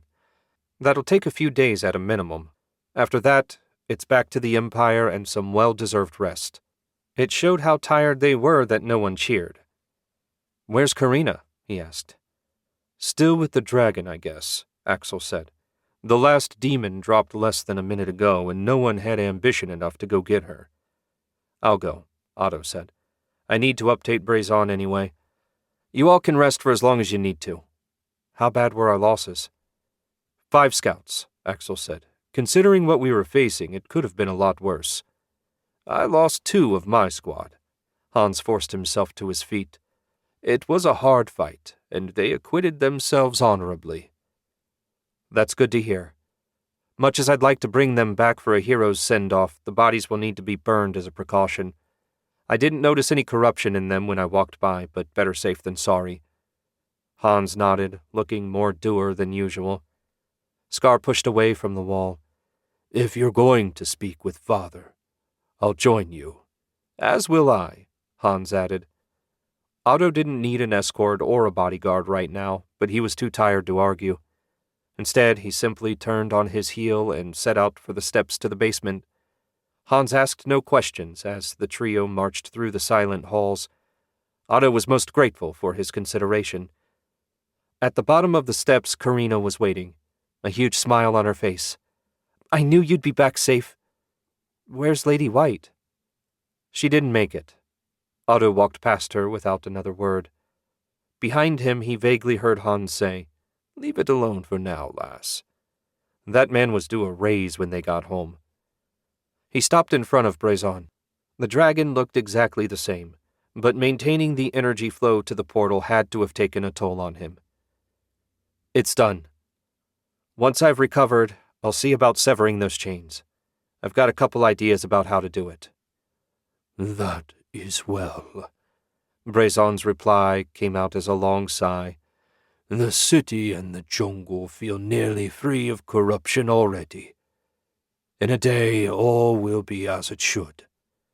Otto nodded. Everything back to the way it should be. That result suited him very well. "What about the rod? Is there some way to separate it into its constituent pieces once more? Leaving it intact strikes me as a poor idea." "You're quite right about that. Working together, we should be able to manage it. Will you leave half with me and take the other?" "That was my plan. I'd prefer to take the orb if that's acceptable to you." "Perfectly acceptable. I assume you have a secure place to store it." Otto considered the many vaults filled with magical items scattered around the Empire and nodded. "I believe I can manage. For now, I'd like to leave it here." "That's fine. Will you begin tomorrow?" "Assuming I'm recovered enough, yes." "That is also acceptable. I shall sleep as well." The dragon closed his huge eyes, signaling the end of the conversation. That suited Otto fine. The sooner he could lie down, the happier he'd be. Chapter 49. Otto ended up sleeping not just through the night, but half the day as well. When he climbed out of his bedroll, he found most of the soldiers still sleeping. Even Hans was snoring away. Only Axel and Karina were awake, and she had her nose stuck in a new novel. He ambled over to Axel, who offered him a wordless nod, a flask of water, and an alchemy cookie. Otto gratefully ate and drank. As soon as the magical food hit his stomach, energy filled him. He let out a sigh. That was so much better. "What's the plan for today?" Axel asked. "I need to melt some chains. You guys need to collect any corpses that haven't melted away and burn them. I don't know what the rotting body of a thrall dedicated to the Lord of the Undead may do, and I prefer not to find out. Scar's way ahead of you. He had his people out and collecting bodies before I woke up this morning. That's convenient. If the dragon men are handling body collection, you can let everyone sleep for as long as they need to. I'm headed to the basement." "Want some company?" Otto shrugged. "Up to you. The process isn't going to be very exciting, but if you wish to observe, it won't bother me any." "Mostly I'm sick of watching them sleep. I had horrible nightmares last night." "Shocking. You'd think you'd spent several days fighting demons." "Karina." She flinched and looked up. "Master? You said it was okay if I read another one after the battle. I'm not going to chastise you, but I do need you to tell the others that we've gone to see about freeing Brazon." Karina slumped with relief. "I will, Master. Count on me." Otto forced himself not to roll his eyes and headed for the door. Axel fell in beside him. "Want to talk about what happened yesterday?" "Meaning?" "Meaning you and your pale girlfriend went out together and only one of you came back. Doesn't take a genius to figure out what happened." "Lady White and I didn't have the sort of relationship you're suggesting. She was my friend and a useful ally. When I finished off Lord of the Dead, their master commanded her to pick up where he left off. A demon-worshipping priestess can't exactly refuse her master's commands. An Empire of the Dead, even one an ocean away from home, doesn't appeal to me. Destroying her was unfortunate, but necessary." "You seem to be taking it well. It's not like you have so many friends that the loss of one shouldn't sting a bit." "This is as much emotion as I can muster, Axel. Ever. It will be the same when you die. It will even be the same when Mother dies. It's one of the prices of the power I've gained." "And is it worth that price?" "If I lacked it, we'd all be dead many times over." Axel stopped in the middle of the empty hall and Otto turned to face him. "That's not what I asked." "I know perfectly well what you asked, but the question is irrelevant. I did what I did with my eyes open. For better or worse, this is who I am and who I will be for the rest of my very long life. It's not something that can simply be undone like a bad hairstyle." Otto resumed his march, and Axel did him the kindness of asking no more questions. In the cavern, there were 3 lesser dragon men on guard duty, along with Scar. The idea that they imagined they needed to guard the massive green dragon struck Otto as absurd, but given what Lord Azteca created them for, protecting the one they perceived as their master was no doubt instinctive. "Are you finally prepared to do the right thing?" Scar asked. Otto swallowed a biting reply. "When I give my word, I keep it. But I will be needing your help to make it work." "We can't do magic," Scar said. "I'm perfectly well aware. What I need is for you to pull the links apart once I heat them to melting. Be sure to grip them well back from the molten end. Mithril melts at about 3 times the temperature of steel. Durable as you are, I suspect a burn from something like that would hurt." "We'll be ready. Just say when." Otto went to the nearest chain. This one ran from one side of Brazon's body across his shoulder, pinning him to the floor. The links were easily a foot in diameter, smooth as glass and still polished after all this time. Otto wouldn't have been surprised if Lord Colt had been responsible for their creation. Hopefully he'd been having a bad day when he made them. Otto conjured a thread and wrapped it around the link to serve as a guide. He made the route as narrow as possible to minimize heat loss. Speaking of heat, he rubbed his fingers together and began amplifying it. He needed 15 threads worth just to get the mithril to glow orange, not nearly hot enough to melt. Otto added more threads, slowly building up the heat until at 30 the metal started to glow white. Almost there. At 35 it started to drip. "Now!" Scar and his brothers snarled and pulled as they struggled to separate the molten metal. Otto pushed harder, going all the way to 40 threads. With a final heave of effort, the dragonmen pulled the link in half. Otto immediately ended the spell and pulled the heat back out, hardening the metal and making sure no one would get burned. He wobbled, but didn't pass out or fall to his knees. That was a nice change of pace. Wiping the sweat from his brow, he said, "One of those a day will be enough for me. If my count is right, there are 6 more. Though if I do them in the right order, I think Brazon will be able to slip out from under the one holding his tail." "That was more difficult than I expected," Scar said. "We will be ready when you arrive tomorrow." "Good enough. When your people finish gathering the bodies, let me know. I should be sufficiently recovered in a few hours to oversee burning them." Scar lowered his head, the first overt gesture of respect he'd shown so far. As for Brazon, the dragon slept through the whole procedure. Must be nice. It had taken a week, but Brazon was now free of his chains. Otto didn't know exactly what he'd expected the dragon to do, but just continuing to lie there, unmoving, wasn't it. At least he was awake now. The giant yellow eye staring at him was somewhat disconcerting, especially since there were no longer any bindings preventing the dragon from moving. They had also succeeded in separating the crimson orb from the Rod of Terror. The orb was now sitting in his satchel like an especially ugly tumor. "I had my doubts that you would keep your word," Brazon said. "Plenty of the humans I met before my capture would have thought nothing of betraying me once they had what they wanted." "Betrayal is a tricky thing," Otto said. "It's an easy choice, but once you begin betraying, it can become a habit. I prefer to keep my word if it's at all possible." "You are wise beyond your years. Is it still your intention to leave today? It would please me to have a chance for further discussion." Otto shook his head. "I've been gone for long enough. However, I did leave a rune circle in the library upstairs. That will make it easy for me to come and go." "Why not use the portal?" Brazon asked. "Never one to mince words," Otto replied. "I plan to disable the link between here and Garen. It's not that I don't trust you, it's just that I prefer not to take chances." Brazon's chuckle sounded more like the rumble of thunder. "Real trust takes time to establish, and what has been broken can't always be repaired." Otto offered a polite bow. "Your understanding is much appreciated. May I ask a potentially impolite question?" "Go ahead. Whatever you may think you know about dragons, rest assured that I, at least, am not so easily offended." That was good information to have. "Why have you not left the cavern? I would have thought that after so long imprisoned you'd be eager for fresh air and sunlight."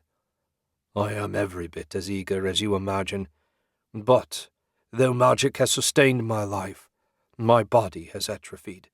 My dragon men will bring meat, and that will restore me, but it won't be a quick process.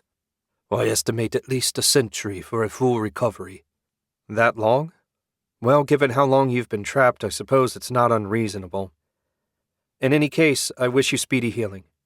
Until we speak again." Otto bowed. "Farewell, Otto Shenk. May the winds of fate blow gently for you." Otto turned on his heel and strode out of the cavern and up the stairs. Everyone should be gathered by the portal by now, and he was eager to get going. Despite what he said, Otto was in no hurry to return for another chat. Brazon seemed pleasant enough, but he was still a dragon, and that made Otto nervous. Just outside the shattered entry, he found Scar waiting. The leader of the dragon men offered a little bow of respect. "Thank you for freeing Father." "I kept my word, no more and no less. I wish you and your people all the best. Hopefully we can all enjoy a nice, long, quiet spell." Scar chuffed a laugh. "That would suit me very well, but I doubt the jungle will be so generous. That said, I would be very happy to never see another demon." "That makes 2 of us. Farewell."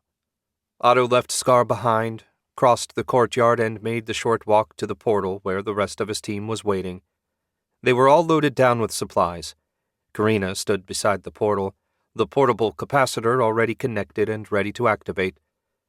"Are you sure you don't wish me to come with you, Lord Shenk?" Hans asked.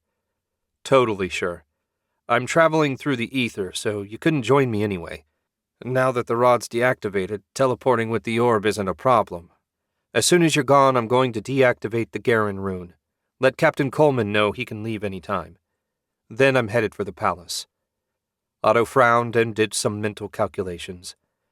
"Scratch that last one. If I'm right, it'll be night when we arrive.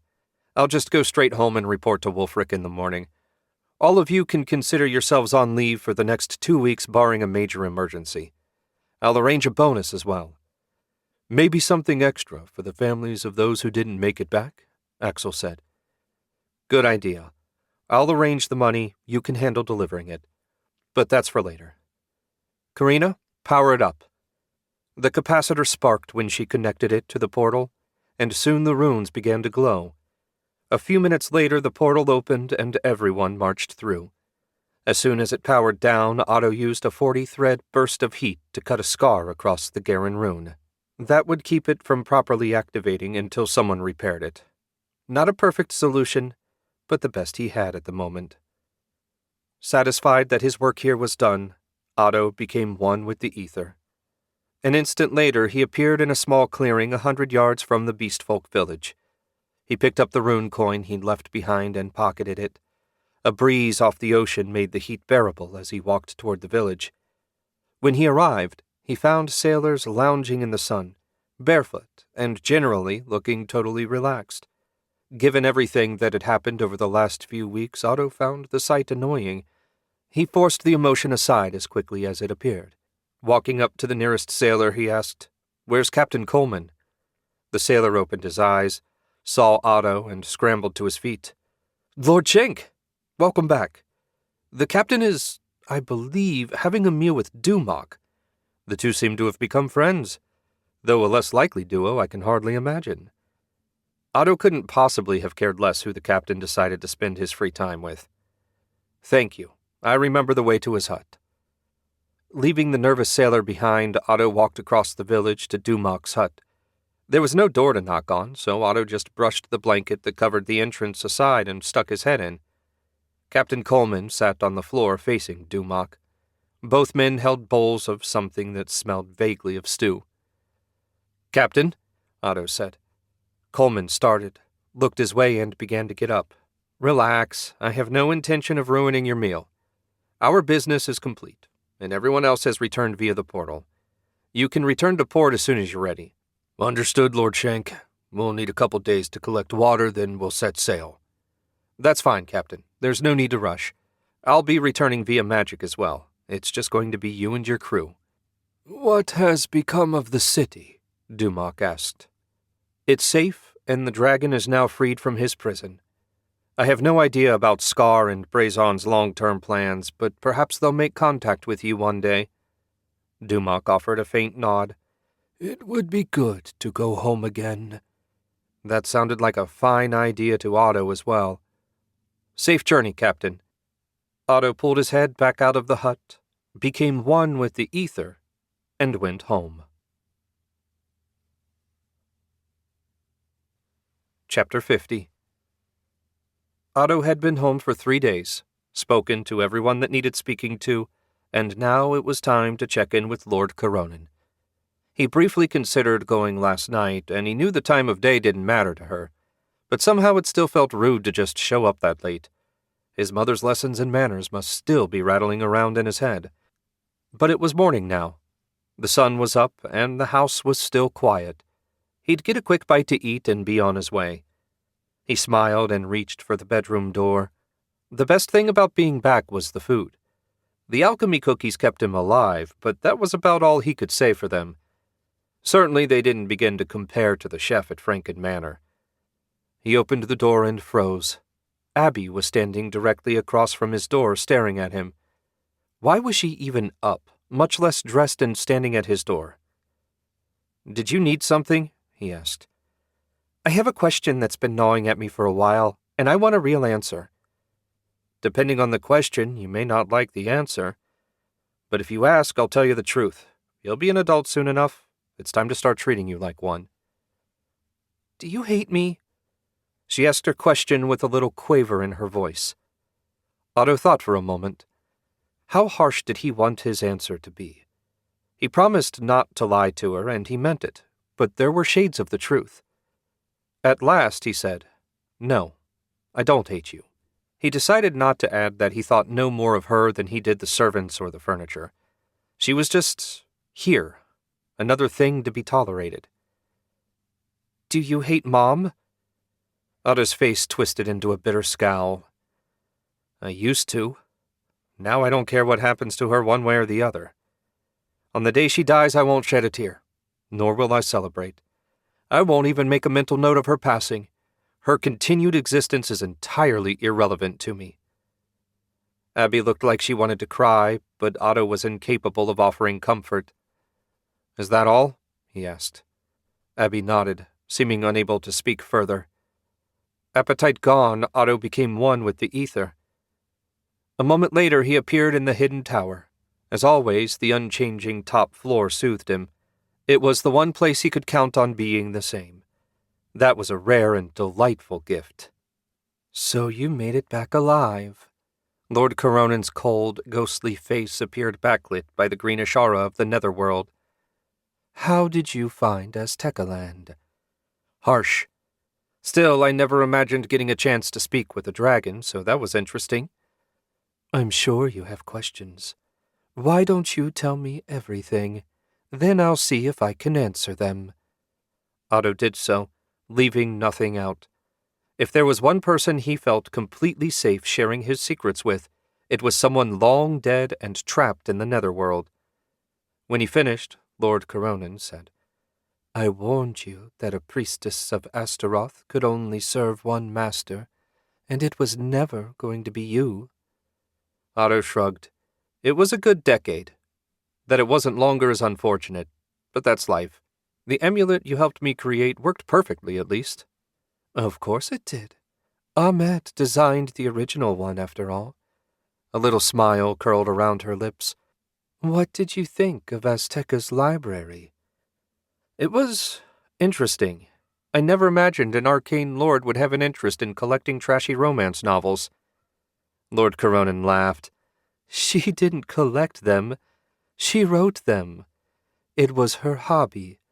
Heaven knows why. Out of all of my peers, she was the one I understood the least.